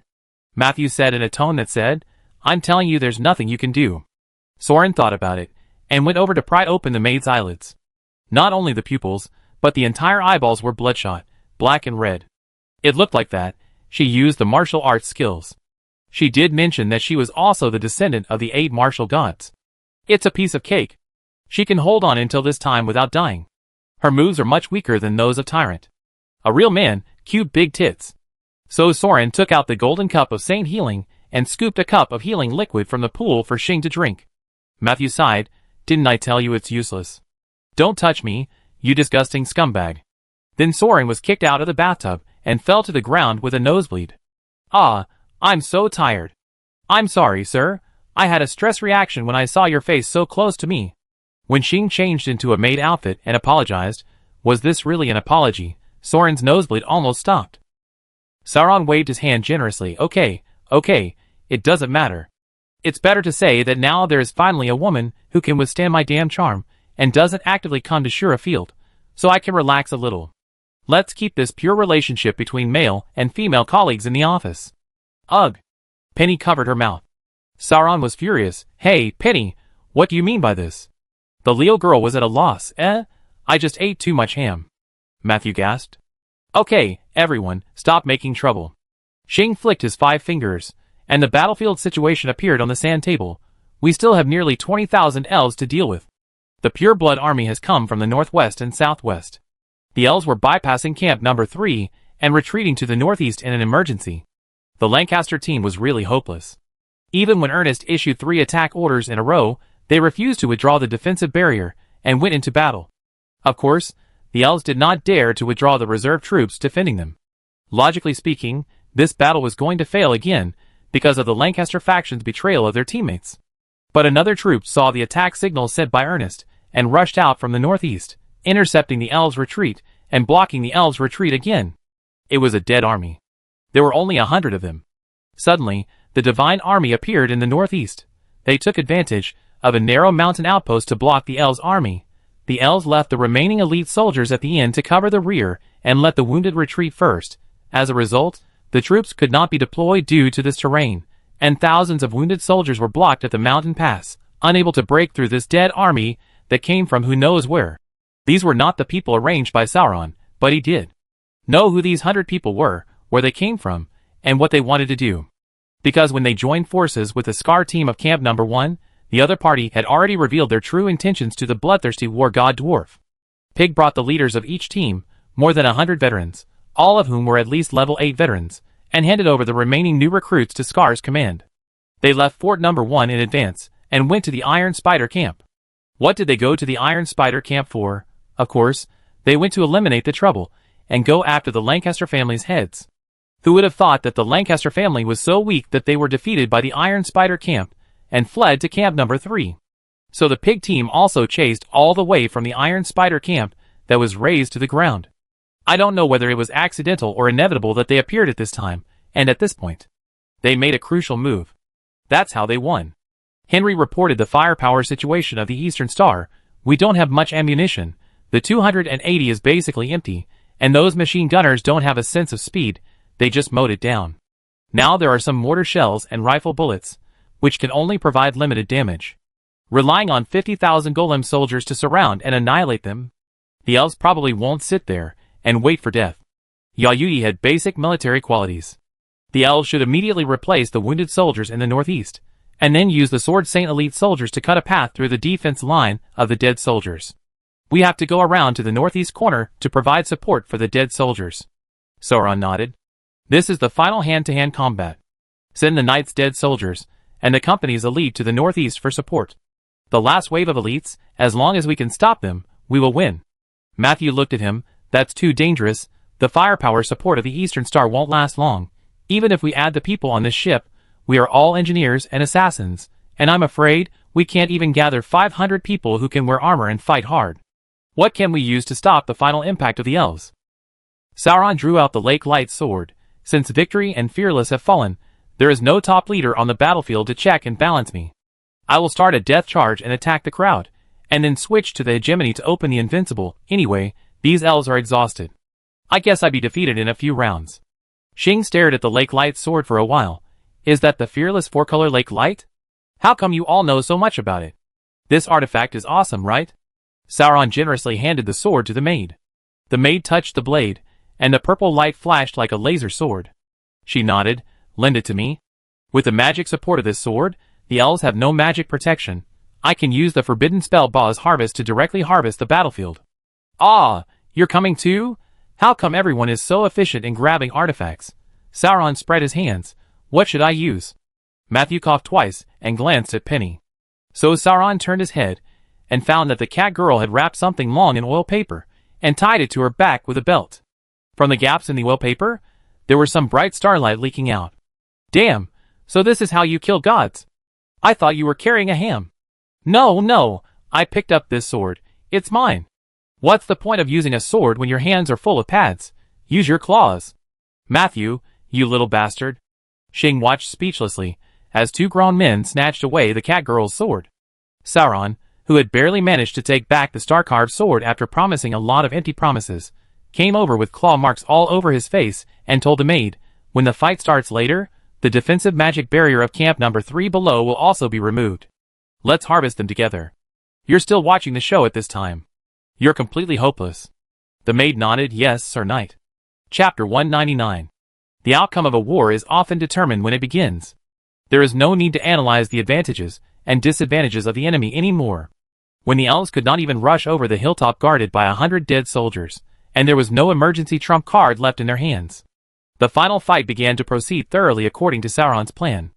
After using up the last stock of fierce artillery support, the elves' tidal attack on the retreat route of the Northeast Mountain Road was temporarily repelled. The Eastern Star landed on the mountain road and used the ship's hull as a barrier to block the road. The Imperial Army and the Elf Army tacitly stopped fire temporarily, reorganized themselves, and prepared for the final decisive battle. Sorin and the dead soldiers rode on the undead horses and assembled. They were displayed at the front line of the mountain pass, blocking the mountain road. Including the veterans led by the pig, they withstood the elves' attacks twice before the Eastern Star arrived, and lost a lot of people. There was also a horse Dung, who was left behind because he couldn't ride a horse, and followed Sorin all the way to the army's main team. There were also knights from the Abby's team who drank the holy medicine from the golden cup and revived on the spot.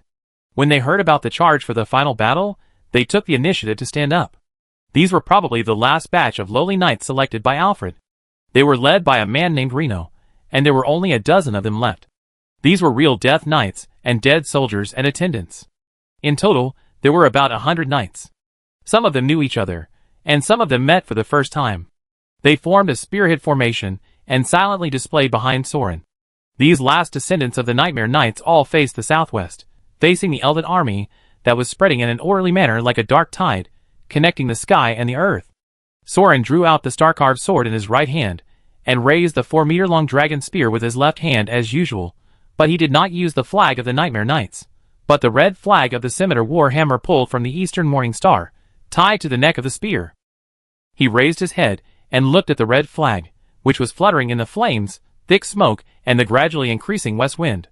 He lowered his head again, looking at the army formation that was advancing towards them in a neat and orderly manner, though exhausted.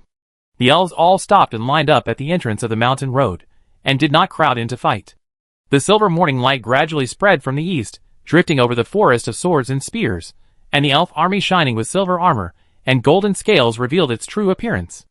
They smelled of blood and gunpowder all over their bodies, and their magic weapons were still shining, but under those enchanted armors and shields, they were covered with blood plasma and sweat, and almost mixed with blood scabs and grown into the flesh. As a result, everyone, whether from the Karari Wood Legion or the Sycamore Wood Legion, wore brown blood robes, and the military emblems of Karari Wood or Sycamore Wood were also covered with blood, and could no longer be distinguished. But each of them still had a firm face, and their focused eyes seemed to still believe that they could achieve the final victory. Believe that fearlessness and victory are still protecting them. So Sorin turned his head again, as if he wanted to confirm the expressions of the dead soldiers and knights. But he only saw the black iron helmets, which were empty as if there were no human faces inside. All the standard armors, and all the legion horses were just shadows cast by the morning light on Sorin. Well, it seems that everything is ready, so let's start. So Sauron raised the sharp spear in his left hand. As if piercing the dawn, the tip of the spear pierced into the morning light, and a dazzling iron light burst out. For a moment, it flickered like a morning star. But the next moment, a change that was completely inconsistent with the glow began. The inky black fog gushed out from the shadow cast by Sauron like a spring, spreading out, and the shadows of the Death Knights and the Death Soldiers were connected to the city, like a spreading black tide. The rolling thick fog spread, and enveloped the knights with spears. Death charge. Although the dead soldiers and servants have not yet directly contracted their own warcraft mounts, if the old rule of advancing with a head is followed, each of them has actually been qualified to use this death curse. The Legion's undead horse scroll is used for emergencies at times like this. Although a scroll can only last for a few charges, it is barely enough. The mass death charge has always been the Empire's killer weapon. As soon as Sorin and his cavalry went out to form a line, the elves knew what they wanted to do. So the Song of Resurrection was sung as expected. Sorin could clearly see that for every square formation of 100 people, a centurion would unfold the scroll of the Song of Resurrection, and for every formation of 500 people, several priests would gather together to sing. As they sang, a strange halo of mixed colors spread layer by layer, like countless colorful bubbles in the air, constantly colliding, breaking, and merging together, mixing into a huge woven and overlapping barrier. At this time, when the two legions were mixed together, Soren noticed through spiritualism that the lyrics sung by the elves were actually completely different, with many different lyrics, but the melody was the same. Of course, they came to fight, not to hold a concert, hoping for a singer to debut. As long as you know a song, you can hum along. The power of magic has always been subjective. Yes, it is particularly subjective. So Soren can obviously use psychic to hear that at a certain moment, the voice singing the song The Return of the Kurari suddenly fell down by half. Yes, by this time, probably everyone recognized it. Behind Soren, Xing, dressed in a maid outfit, stood at the bow of the Eastern Star, holding high the fearless four-color lake light sword that shone like purple lightning. The tip of the sword pointed to the sky. Soren did not turn his head to look at her, but just quietly looked at the direction where the red flag on the tip of the spear was flying, quietly waiting for the west wind to turn to the northeast. The great harvest of Ba has begun. When the wind blows, the wheat is harvested.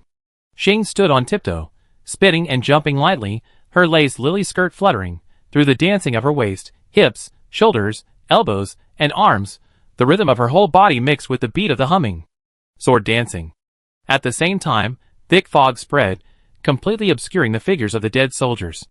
Then the wind blew over their heads, and the invisible god of death swung his sickle, sweeping across the battlefield from northeast to southwest. The blade shining with purple light roared wildly, rolling up countless flesh and blood, first colorless, then purple, and finally red, like the crescent of a blood moon sweeping across. Just like a real knife cutting through the battlefield, plowing a dead scar covered with flesh and blood. The wind of death swept through, cutting a battle formation of 500 people wide like a sickle, and plowing a bloody road along the depth. The passage to the depths was open for the Death Knights. Charge. The black sickles of the 100 knights also chopped out with the order.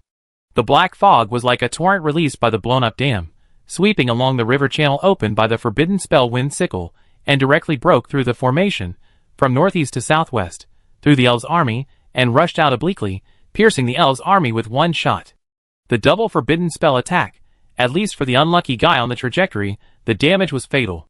Because of the forbidden spell magic power of Ba's great harvest, a large number of guards and songs of resurrection were broken, and the magic effect of the death charge, that might have been blocked at the front line in the first strike, was also completely played out. In fact, the battle was over the moment the two forbidden spells were swept out together. Those who were gathered together to charge at the end were the last group of people who could still fight. And when the elves saw at the same time that the Empire relied on the well-known Lake Light Sword of Fearless to cast the forbidden spell, the last faith, and the last glimmer of hope that supported these iron armies were cut off by the wind blade that swept across like a burnt dead tree. It's all over. Even the elves began to disperse to the edge of the battlefield. And Soren didn't know how effective and lethal this magic tactical combination was.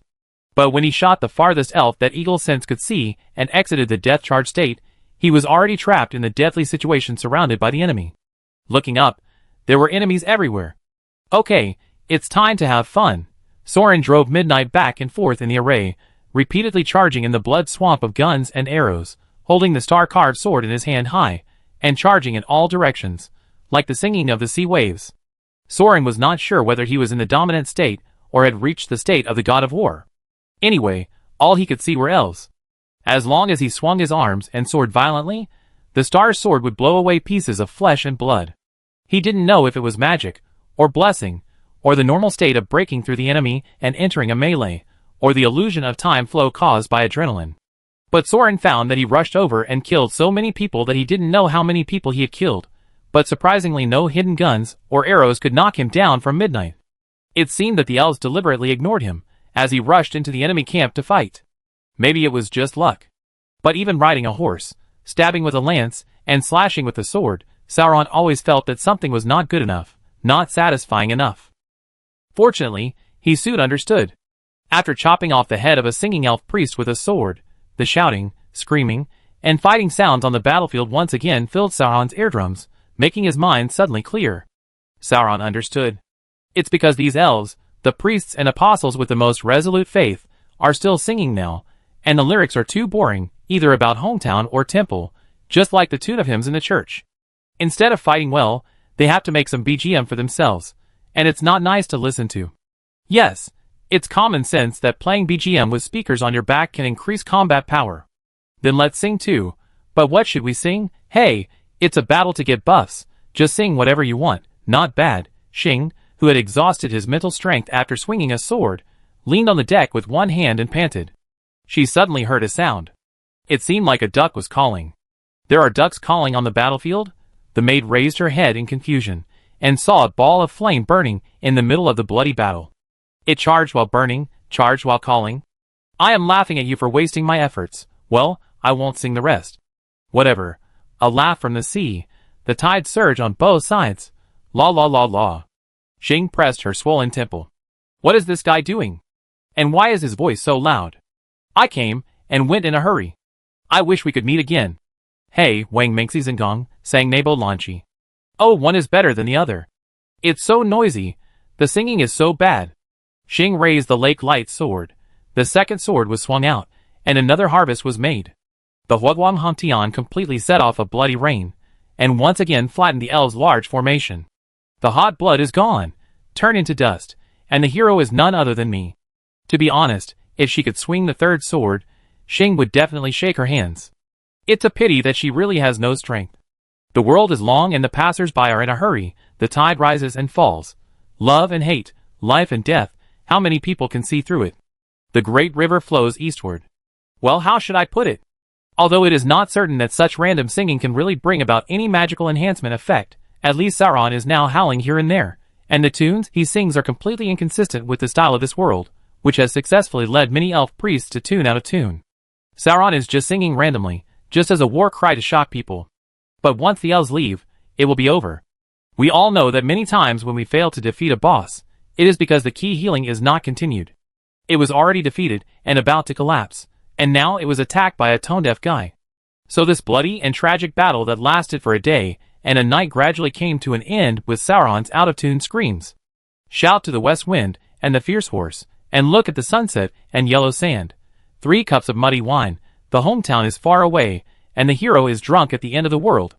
Sauron dismounted while howling, and swung his sword to cut the last priest, who was stabbed by a gun, and was still holding his neck to sing with him, in half. Ah, smell the sweet smell of blood. The world, finally, has restored peace. The piglet used a spear to stick a bunch of heads, and walked to Soren. This song sounds good. Soren shook the flesh and blood off the star-carved sword and threw it back into the shadow, stepped on the priest's head, and then pulled out the spear stuck in the bone, carrying it on his shoulder like a load, turning his head, and grinning at the leader of the dead soldiers. I teach you. The piglet looked at him, saluted him sideways over his shoulder, a squire to a knight. Soren wanted to take the opportunity to kick the old soldier in the ass, but seeing that this guy had killed so many people and put them on a string, thinking about how the lyrics were sung, he heard the sailor say in his heart, he said forget it, let it go. In short, when the 2 dead soldiers who rushed into the deepest part of the enemy camp returned to the Eastern Star, the screams of fighting on the battlefield were still endless, but the battle was basically over. The elves' formation was completely broken up. At least a dozen 100-man teams, probably rangers like assassins and sentinels, abandoned the rest of the army and fled north across the ridges and forests. As for the other infantry, most of them were killed by the golems, leaving their armor and weapons behind and fleeing as scattered soldiers.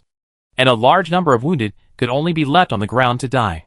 The spirit-based setting of the golem army is not to accept elf captives, so it will take some time for them to behead and clean up the battlefield. As for the troops fleeing north, they were dealt with by the Imperial army guarding the ferry. By the way, there was also news from the south bank that the river had risen above the waist, and it would be difficult for a large army to wade across. The battle was finally over. Even Soren couldn't help but breathe a sigh of relief. But before he could breathe it back, Acting Captain Ernest came over in person and secretly conveyed another important battle report to Soren. Camp number 3 has opened, but Cornelia Lancaster is dead. What? Sauron looked at him with some surprise. Are you surrendering your loyalty? We didn't do it. Ernest was speechless. Do you know why the Lancaster team didn't do anything? Their commander died last night. Yes, Captain Cornelia Lancaster, the Iron Rose of the Lancaster family, was given high hopes, and was the leader of the Royal Knights, who hoped to take back the Nightmare Knights family business. the actual planner of the entire operation, died last night. Not Victory or her phoenix, but an assassin. Perhaps because half of the loyal knights around her went to attack the god of war, the defense was relaxed. In short, the general situation is that an elf assassin sneaked into the side and stabbed Cornelia with a knife, and the knife was also made with a poison made for the Lancaster bloodline. The cornerstone potion uses plasma roses, no need to guess.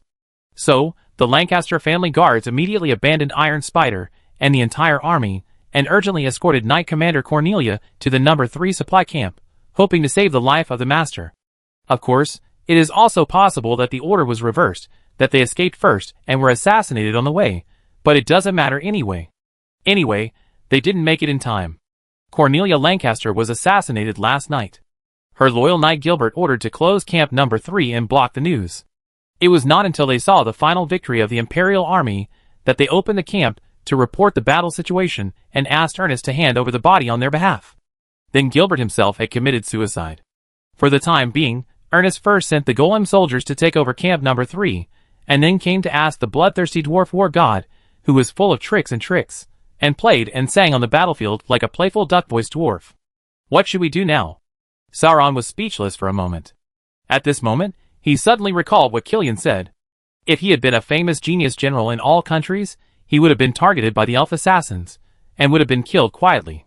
If he couldn't even save his own life, and couldn't even learn to escape, how could he fight against the gods? Alas, the elves are really principled in doing things. If they catch a good for nothing, they just take the money and send him home. As for the Empire's serious and talented commanders, with a little reputation, there is no need to hesitate. Every one of them will be wiped out. And it's not just Cornelia. The whereabouts of the militant Nonette Angigram, the captain, is unknown. No one has seen her in the prisoner camp before. The last news is that she was besieged by the victorious divine soldiers, and one of her legs was broken, and she was captured. But after chasing the elves for a long time, no other human prisoners were seen. If they can't be found, they are probably either killed or taken prisoner across the river before.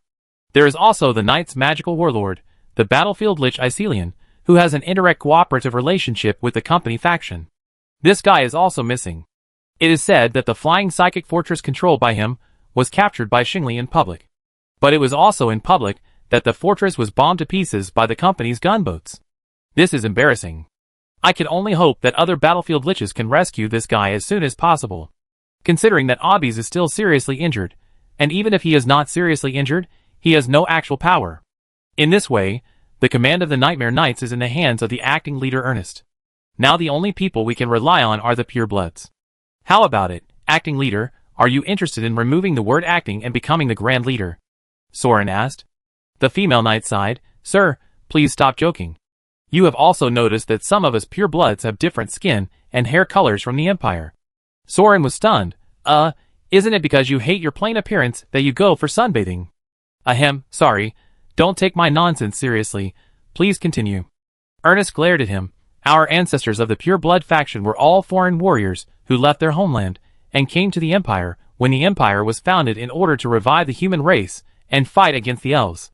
Although they joined the army and swore allegiance to the human king, they were always excluded by the mainstream nobles of the Kingdom of Stairs. Even after so many years, this is still the case, because the seats in the parliament and the title of the legionary knight are limited, and the orthodox imperial people have to compete with each other, let alone foreigners like us who are obvious in appearance. Being able to be the acting deputy leader is already the limit for someone with my background. So, sir, you can actually be more assured of our faction. Because theoretically, you are also the kind of pure blood we advocate. Soren was stunned for a moment, then he suddenly realized, yes, then he is also a foreigner, and a pariah. If you must say there is something pure, then it can only be said that he is a pure person who has escaped from vulgar tastes. Oh, humans are really, let alone class contradictions. This is a different world with extremely competitive races such as elves and orcs, and there is also regional discrimination. Speechless, this country is simply full of all problems, so tired. The acting leader coughed again to attract Soren's attention. It is the Obbies family. Not only is it an orthodox Stairs noble, but also a magic family passed down from generation to generation. The bloodline of the Obbies centurion is the most suitable for the leader of the Grand Knights. Neither the Lich nor the Parliament would have a problem with her, and she is the daughter of the previous leader, so it is legitimate. If you want to achieve something, You should continue to support the Abi centurion instead of relying on this great achievement to make a name for yourself. Sauron understood that these words were Ernest's pledge of allegiance.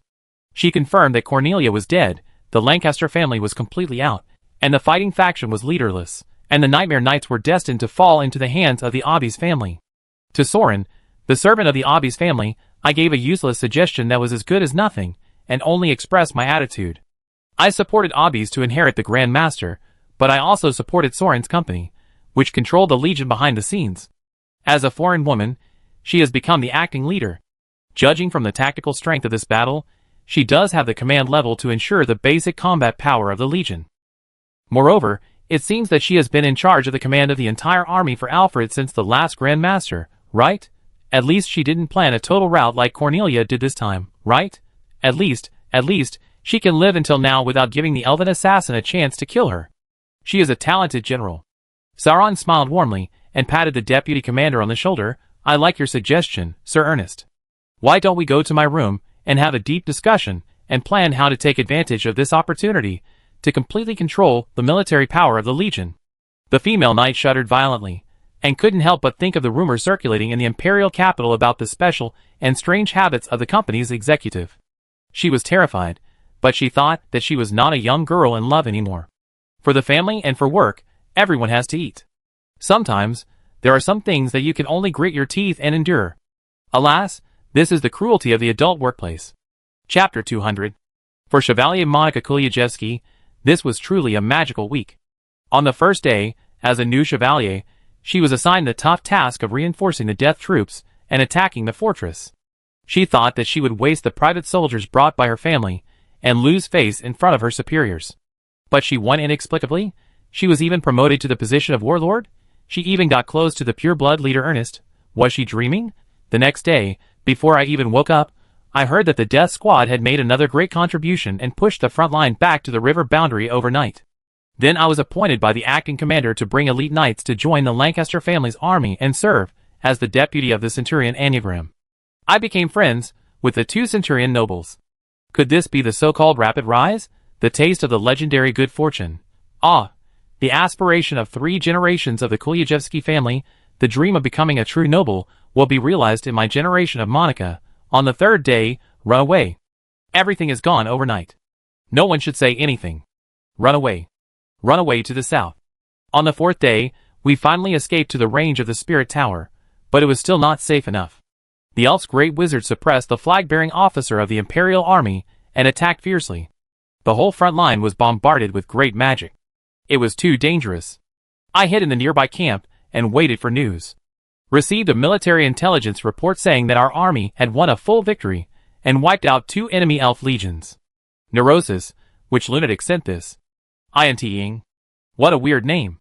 On the 5th day, the noble officers who fled back from the north brought various news.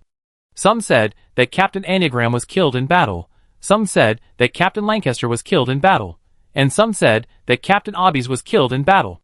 Knight Commander Ernest should not be dead yet. Many people saw that her army was surrounded. Otherwise, how could everyone have a chance to escape back? However, the Knight Commander must have really gone crazy. He wanted to drag a few people down with him before he died. He actually issued a military order, claiming that he had defeated 2 legions of the elves, and ordered all active knights and candidates of the knights to report back to Camp Number 3 within 3 days. If they fail to do so, they will be punished by military law. Haha, are you stupid? Are you going to report to the elves' prisoner of war camp? It's better to ask for help directly, although no one will come to rescue. Look at the posture of the elf wizard. He is about to capture the Empire's base camp. Someone else said that they saw a ship flying overhead. What kind of news is this? Isn't it just an airship transporting supplies? On the 6th day, today, another military order was received. Captain Ernest once again issued a message to win the victory, and summoned the knights to report to Camp Number 3. It's a bit unexpected that they can hold out for so long. It doesn't conform to the common sense of being besieged by 2 elf legions. Some people speculated that she had surrendered to the enemy and betrayed her country, and she was trying to trick a bunch of fools into returning as a token of her loyalty. That made some sense. But, in the middle of the night, the elven wizards ran away, and the liches on the entire front came out to chase them. Some people said that they saw several white lights coming from the south, and the reinforcements from the imperial capital finally arrived. On the 7th day, the final military order was issued early in the morning. If you don't report to Camp Number 3, you will violate the military order. Most officers went directly back to the base camp to rest. They said they wanted to take a shower and relax in the stables. What the hell is going to relax in the stables? Well, although it is still risky to return to the military camp now, the Kulyachevsky family has no confidence to disobey military orders. The nobles don't mind, but their upstarts might be caught and stripped of their hard-earned military ranks. Grit your teeth and try to return north. If you encounter the elf army, just escape. Anyway, the Lich reinforcements have arrived. Fuck, we actually won. On the 8th day, Monica Kulyachevsky was still in a daze, sitting on the edge of Camp Number 3 with several other knight candidates, who returned together, and the pureblood knights attacked.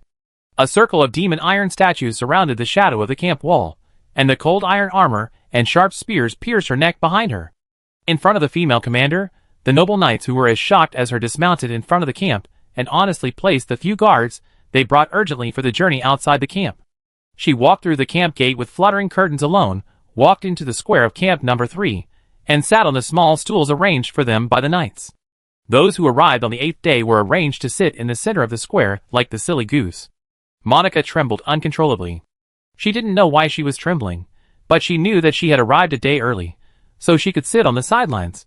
The hot wind blew from the flat ground, blowing the curtain covering the camp gate. The 3 newly dug trenches were filled with the bodies of the elves, who had been stripped naked, and all their heads had been chopped off. The blood overflowed the 3 trenches into a river. The soldiers' heads were piled up into a landscape, piled up high at the entrance of the camp.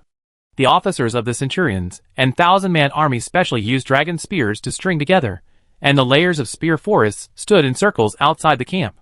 The elves of the 2 legions, the 7 legions that crossed the river, 35,000 people, were basically all here. At this time, Monica heard someone humming a song. She panted heavily, moved her pupils, and looked at the high platform on the north side of the square.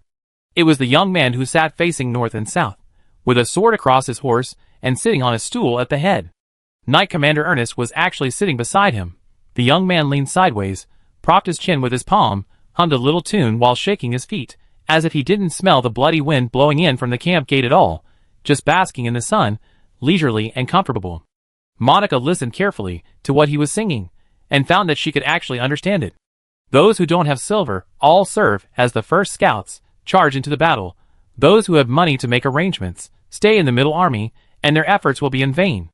Beads of sweat once again oozed from Monica's head and back.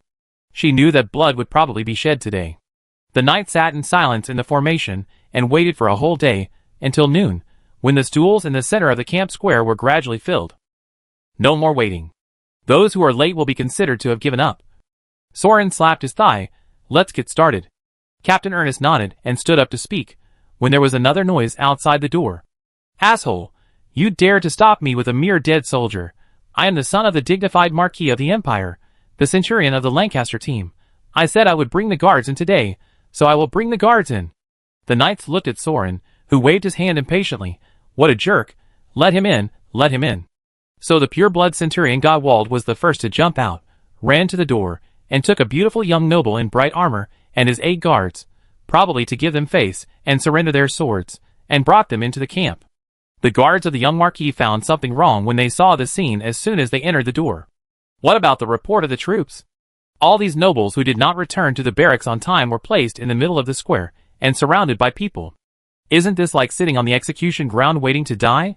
2 guards immediately tried to control the camp gate to ensure their retreat, but the magic iron statues immediately lined up and blocked them like an iron wall. And the worst thing was their master. The young Marquis looked like a victorious rooster, walking straight forward with his head held high, forcing the guards to chase him and protect him.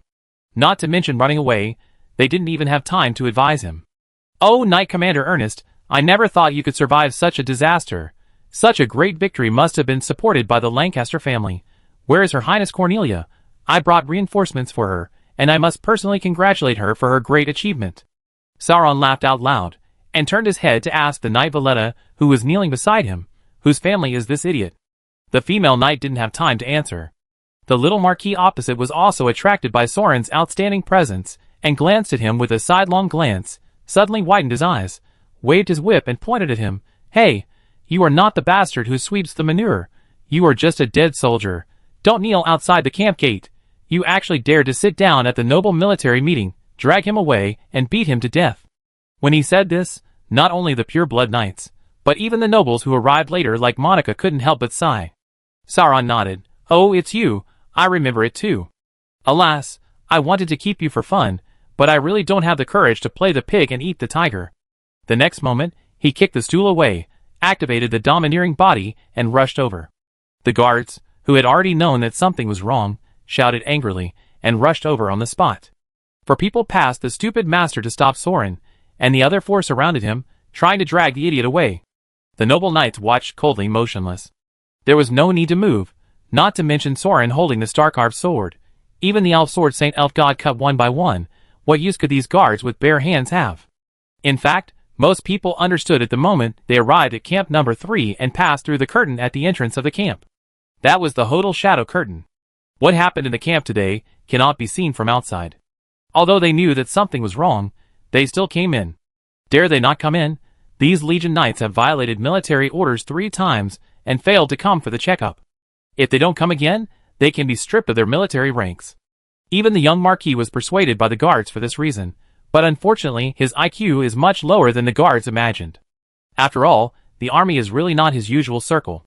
This time, he was simply sent by his family to mate with the Lancaster family, so... In a blink of an eye, Sauron, who chopped the 8 guards into 16 pieces and left them dead on the spot, mustered all his strength, tore open the young Marquis's mithril armor, and tore his head and spine from the back. Then he used the tip of the vertebra to push all the way to the bottom of the buttocks, leaving only a beautiful head sticking out of the anus between the buttocks. This is how you put a person's head into his buttocks. Ugh! Monica couldn't stand this fear anymore, and vomited in public. The nobles around him, whose heads were splashed with blood, leaned over from their stools, and fell to the ground trembling. Sauron clapped his hands, blood and flesh on his fingertips, and turned his head to walk towards the general's platform, stepping on a bloody mark. No more waiting. Close the door. Meeting. Deputy Captain Ernest stood up expressionlessly, and said loudly, "For those who have not received military orders 3 times, and have not been in the army for 3 days, I, Dorothea Ernest, will deprive you of your military rank and authority as the acting captain of the Nightmare Knights. Do you have any objections? If you have any objections, don't hold them in, speak up." Sauron jumped onto the platform and picked up his stool to sit down. The face of the pretty little Marquis, who didn't even have time to report his family name, was still blooming on his own chrysanthemum, and no one dared to object. Ernest looked at Sauron. Sauron waved his hand, so Ernest spoke.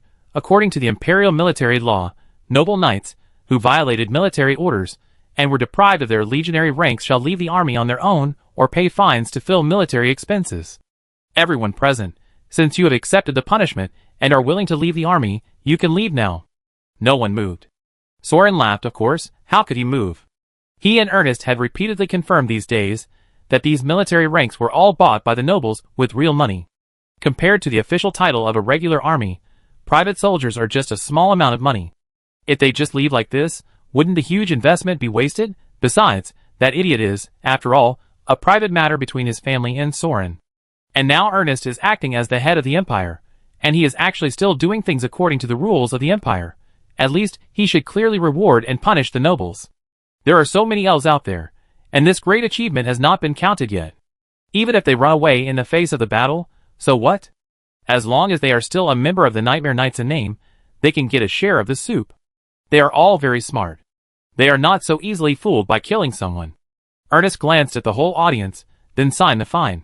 So the pure-blood knights stood up and entered the venue, took out a bunch of contracts, and entered the venue for the nobles who came later to sign. Looking at the fine contract spread out in front of them, the heavy money that had to be guaranteed to be repaid in the name of the family. This astronomical figure directly paralyzed many people, but the situation was stronger than people, and greed played a role. One by one pinched their noses and accepted it, just to expose the handle. The pure-blooded knights were all smiling. After all, it is always pleasant to see others more unlucky than oneself. Even Monica got one. Although she arrived 1 day early, which directly led to a different nature, she still ignored the military orders twice before, which was considered overdue, and she also had to pay a fine. Although this fine was less than those fat sheep waiting to be slaughtered in the venue, Monica still felt a pang of pain when she saw it. Even for a nouveau riche like her family, it would probably take 3 to 5 years to pay it off. Moreover, they actually asked for cash now. If they didn't have money, they had to mortgage their family names on the spot and borrow money from the Iali Bank. It's too shady. Ernest waited for everyone to sign and seal the deal, and waved his hand to continue the account. 5 days ago, the Lancaster centurion of the Nightmare Knights, Cornelia, betrayed his country and surrendered to the enemy. Secretly communicated with the Elven Alliance. Selling out friendly forces led to the loss of the Spirit Tower, the disastrous defeat on the front line, and watching friendly forces being killed without saving them. The Lancaster centurion assassinated the inter-hero knight. Kneel in public. Now we have the evidence. The traitor has been killed. The remnants of the Lancaster team. They are all possible collaborators. Catch them all and take them away. Dozens of people collapsed to the ground immediately, because they saw the iron statue of Demon coming out, holding a pile of heads on a plate, and showing them to everyone. It's over. It's over. The whole Lancaster team was killed. It's so fucking cruel. The noble knights of each team were silent, and almost no one could sit on the stools safely. This is too unkind. If you want a military coup, just say so. You are so awesome that you slaughtered the elves' army. Who can beat you? Now that everyone in the Lancaster family has died, everyone should just kneel down and recognize the new master. But you actually find them first? It's not enough to find them so much, you even put the big hat of treason on them? How much money will it cost to clear the charge of treason? After the Golem soldiers arrested the 200 people from the Lancaster team and pushed them out, Ernest scanned the room. Now, is there anyone who is willing to give up his military rank? Well, now I understand. It was a toast just now, but this is a penalty drink. They are forcing me to move my seat.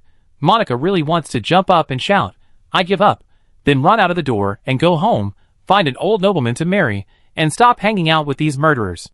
But when she looked up, she saw that the Lancaster centurion's head was on a plate, and her legs were weak, and she couldn't get up at all.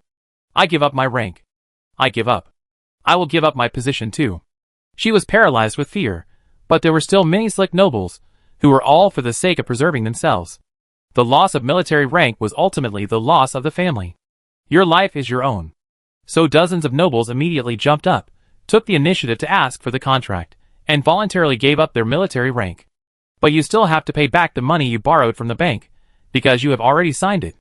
Sauron smiled and nodded with satisfaction. There are still smart people. Okay, I will let you go. You can go. So the nobles who had saved their lives thanked him profusely, and the first batch went through the curtain and left the camp. But there were still many left. After all, the Knight's Order was once full. There were more than 1,000 or 2,000 nobles left, including the fighting faction, the pure blood faction, the King's Guard faction, and many more, like Monica, who had not formally joined the faction, but were simply looking for opportunities to curry favor. Soren stood up. Ernest understood. This is the knight of the Obby's team, His Excellency Soren Inter-Hero Chief Officer Nair. Before the official appointment of the Parliament comes down, he will serve as the acting quartermaster of the Nightmare Knights. A martial god acting as the quartermaster? Yes, it is more convenient to sign all orders to the company in this way, and there will be no middlemen to make a profit. Ahem, everyone, let me say a few words. I am Sauron, the Chief Officer of the Empire, a knight, the CEO of the company, the bloodthirsty dwarf of the dead soldiers, and the acting quartermaster of the knights. That's right, it's all me. I am determined to lead the Nightmare Knights, hold the spear for the Empire, wipe out the Elf Alliance, and destroy the Elf Gods. The knights were stunned. But to be honest, all of you here are good-for-nothings. It's a burden to take you with me. I can't fight on the front line with you guys holding me back. So I hope you will voluntarily give up your military rank and retire. Give me some space to place my own confidence. If you can give me Sauron this face, I will definitely treat him as a friend. He said it so frankly that the whole audience fell silent. Sauron looked at no one inside. Since no one treats me as a friend and is unwilling to give me this face, then let's talk according to the rules of businessmen. This war has crippled the Nightmare Knights, leaving only 2 centurions. They must be reorganized. The Empire will naturally arrange for the Battlefield Lich Brigade, so now there are 4,000-man teams to be divided. I propose a plan for everyone to study. It's not really a study, it's a favor to me. To put it bluntly, I want this legion because my career has been developing too fast recently, and the company has made too much money. I can't sleep well at night without the power of the troops. I don't want the pure blood team of the 4,000 knight ranks. I will take out 500 of the remaining quotas for you to divide among yourselves. In addition, I will also name the centurions and centurions of each team. I have finished speaking. Who is in favor, and who is against? I object. Perhaps because Soren had wiped the blood off his hands and spoke so nicely, some people had an illusion, but someone jumped up at the scene. You only gave us 500 places for a night group of 5,000 people, and fined us so much money for nothing. Do you still have any humanity? A tall general, who was roughly at the level of an overlord, started to curse directly. The Lancaster family is a poor family. If they die, they die.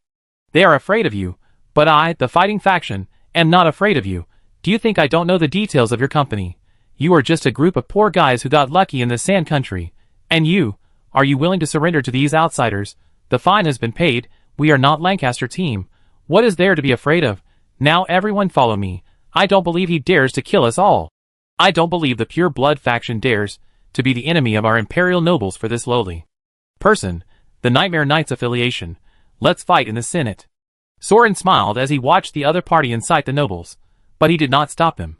However, Valletta behind him reminded him, this man is from the side branch of the Lyak family, and is under the command of the white-robed Yami family of the fighting faction.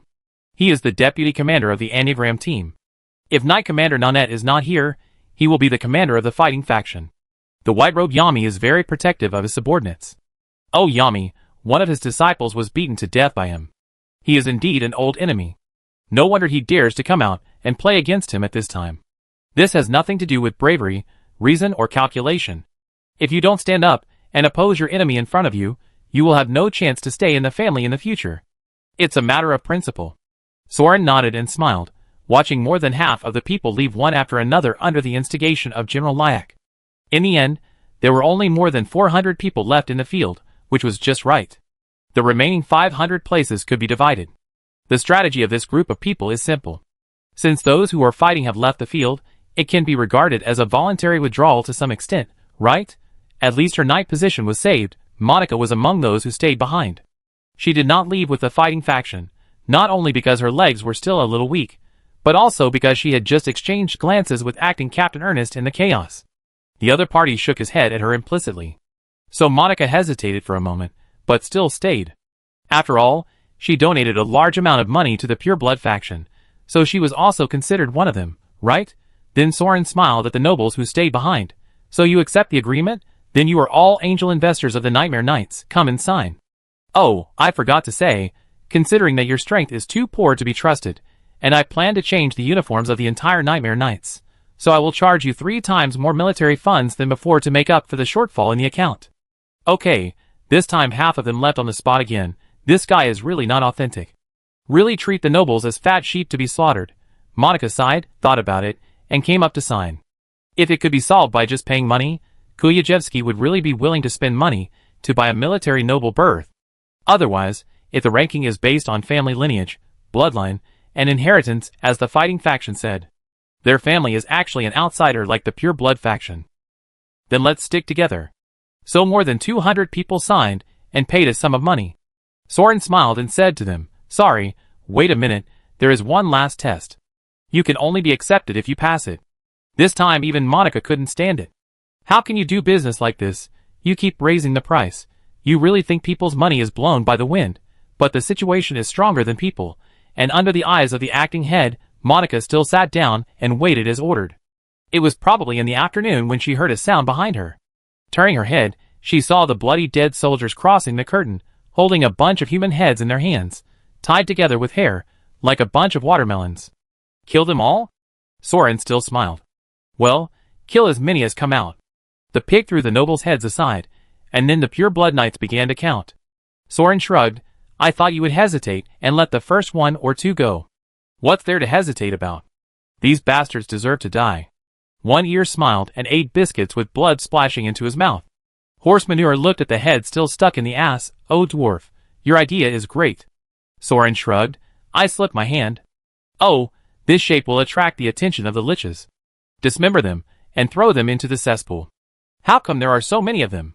The pig frowned and looked at Monica, who was shivering with fear because of the blood splashed on her face, when the dead soldiers threw their heads. Hey, isn't this that guy? He whipped me so many times. The bastard is not dead yet. Ahem, Captain Scrofa. Seeing that Monica was about to collapse, Ernest hurriedly persuaded her, Their family is very rich, and they have a lot of slaves, which can be provided to the Legion for dead soldier training. The pig looked at Sauron. Soren still spread his hands. Whatever you do, I still say that I am easy to talk to and very generous. I can forgive anyone, so as long as the dead soldiers are willing to forgive you, you will pass. Anyway, the family assets will not be gone even if the people are dead. The pigs didn't care. Since they haven't walked out of the curtain, then don't kill them. Hey, this guy is actually incontinent. Sauron didn't care, and turned his head to tell the pure-blooded knights who were trembling and registering their heads, be clear, especially those who just followed the fighting faction, they are not considered to have fought for the country and died gloriously. Well, it's not realistic to directly count the fighting faction as following the Lancaster family in rebellion. Just record it as deserting the battlefield and dying in the chaos of soldiers. Yes, cut them into pieces, don't leave them with a complete body, and throw their heads into the cesspool to feed the shit. Damn, you dare to scold me. The Lyak family, the white robe Yami, right? I will remember you.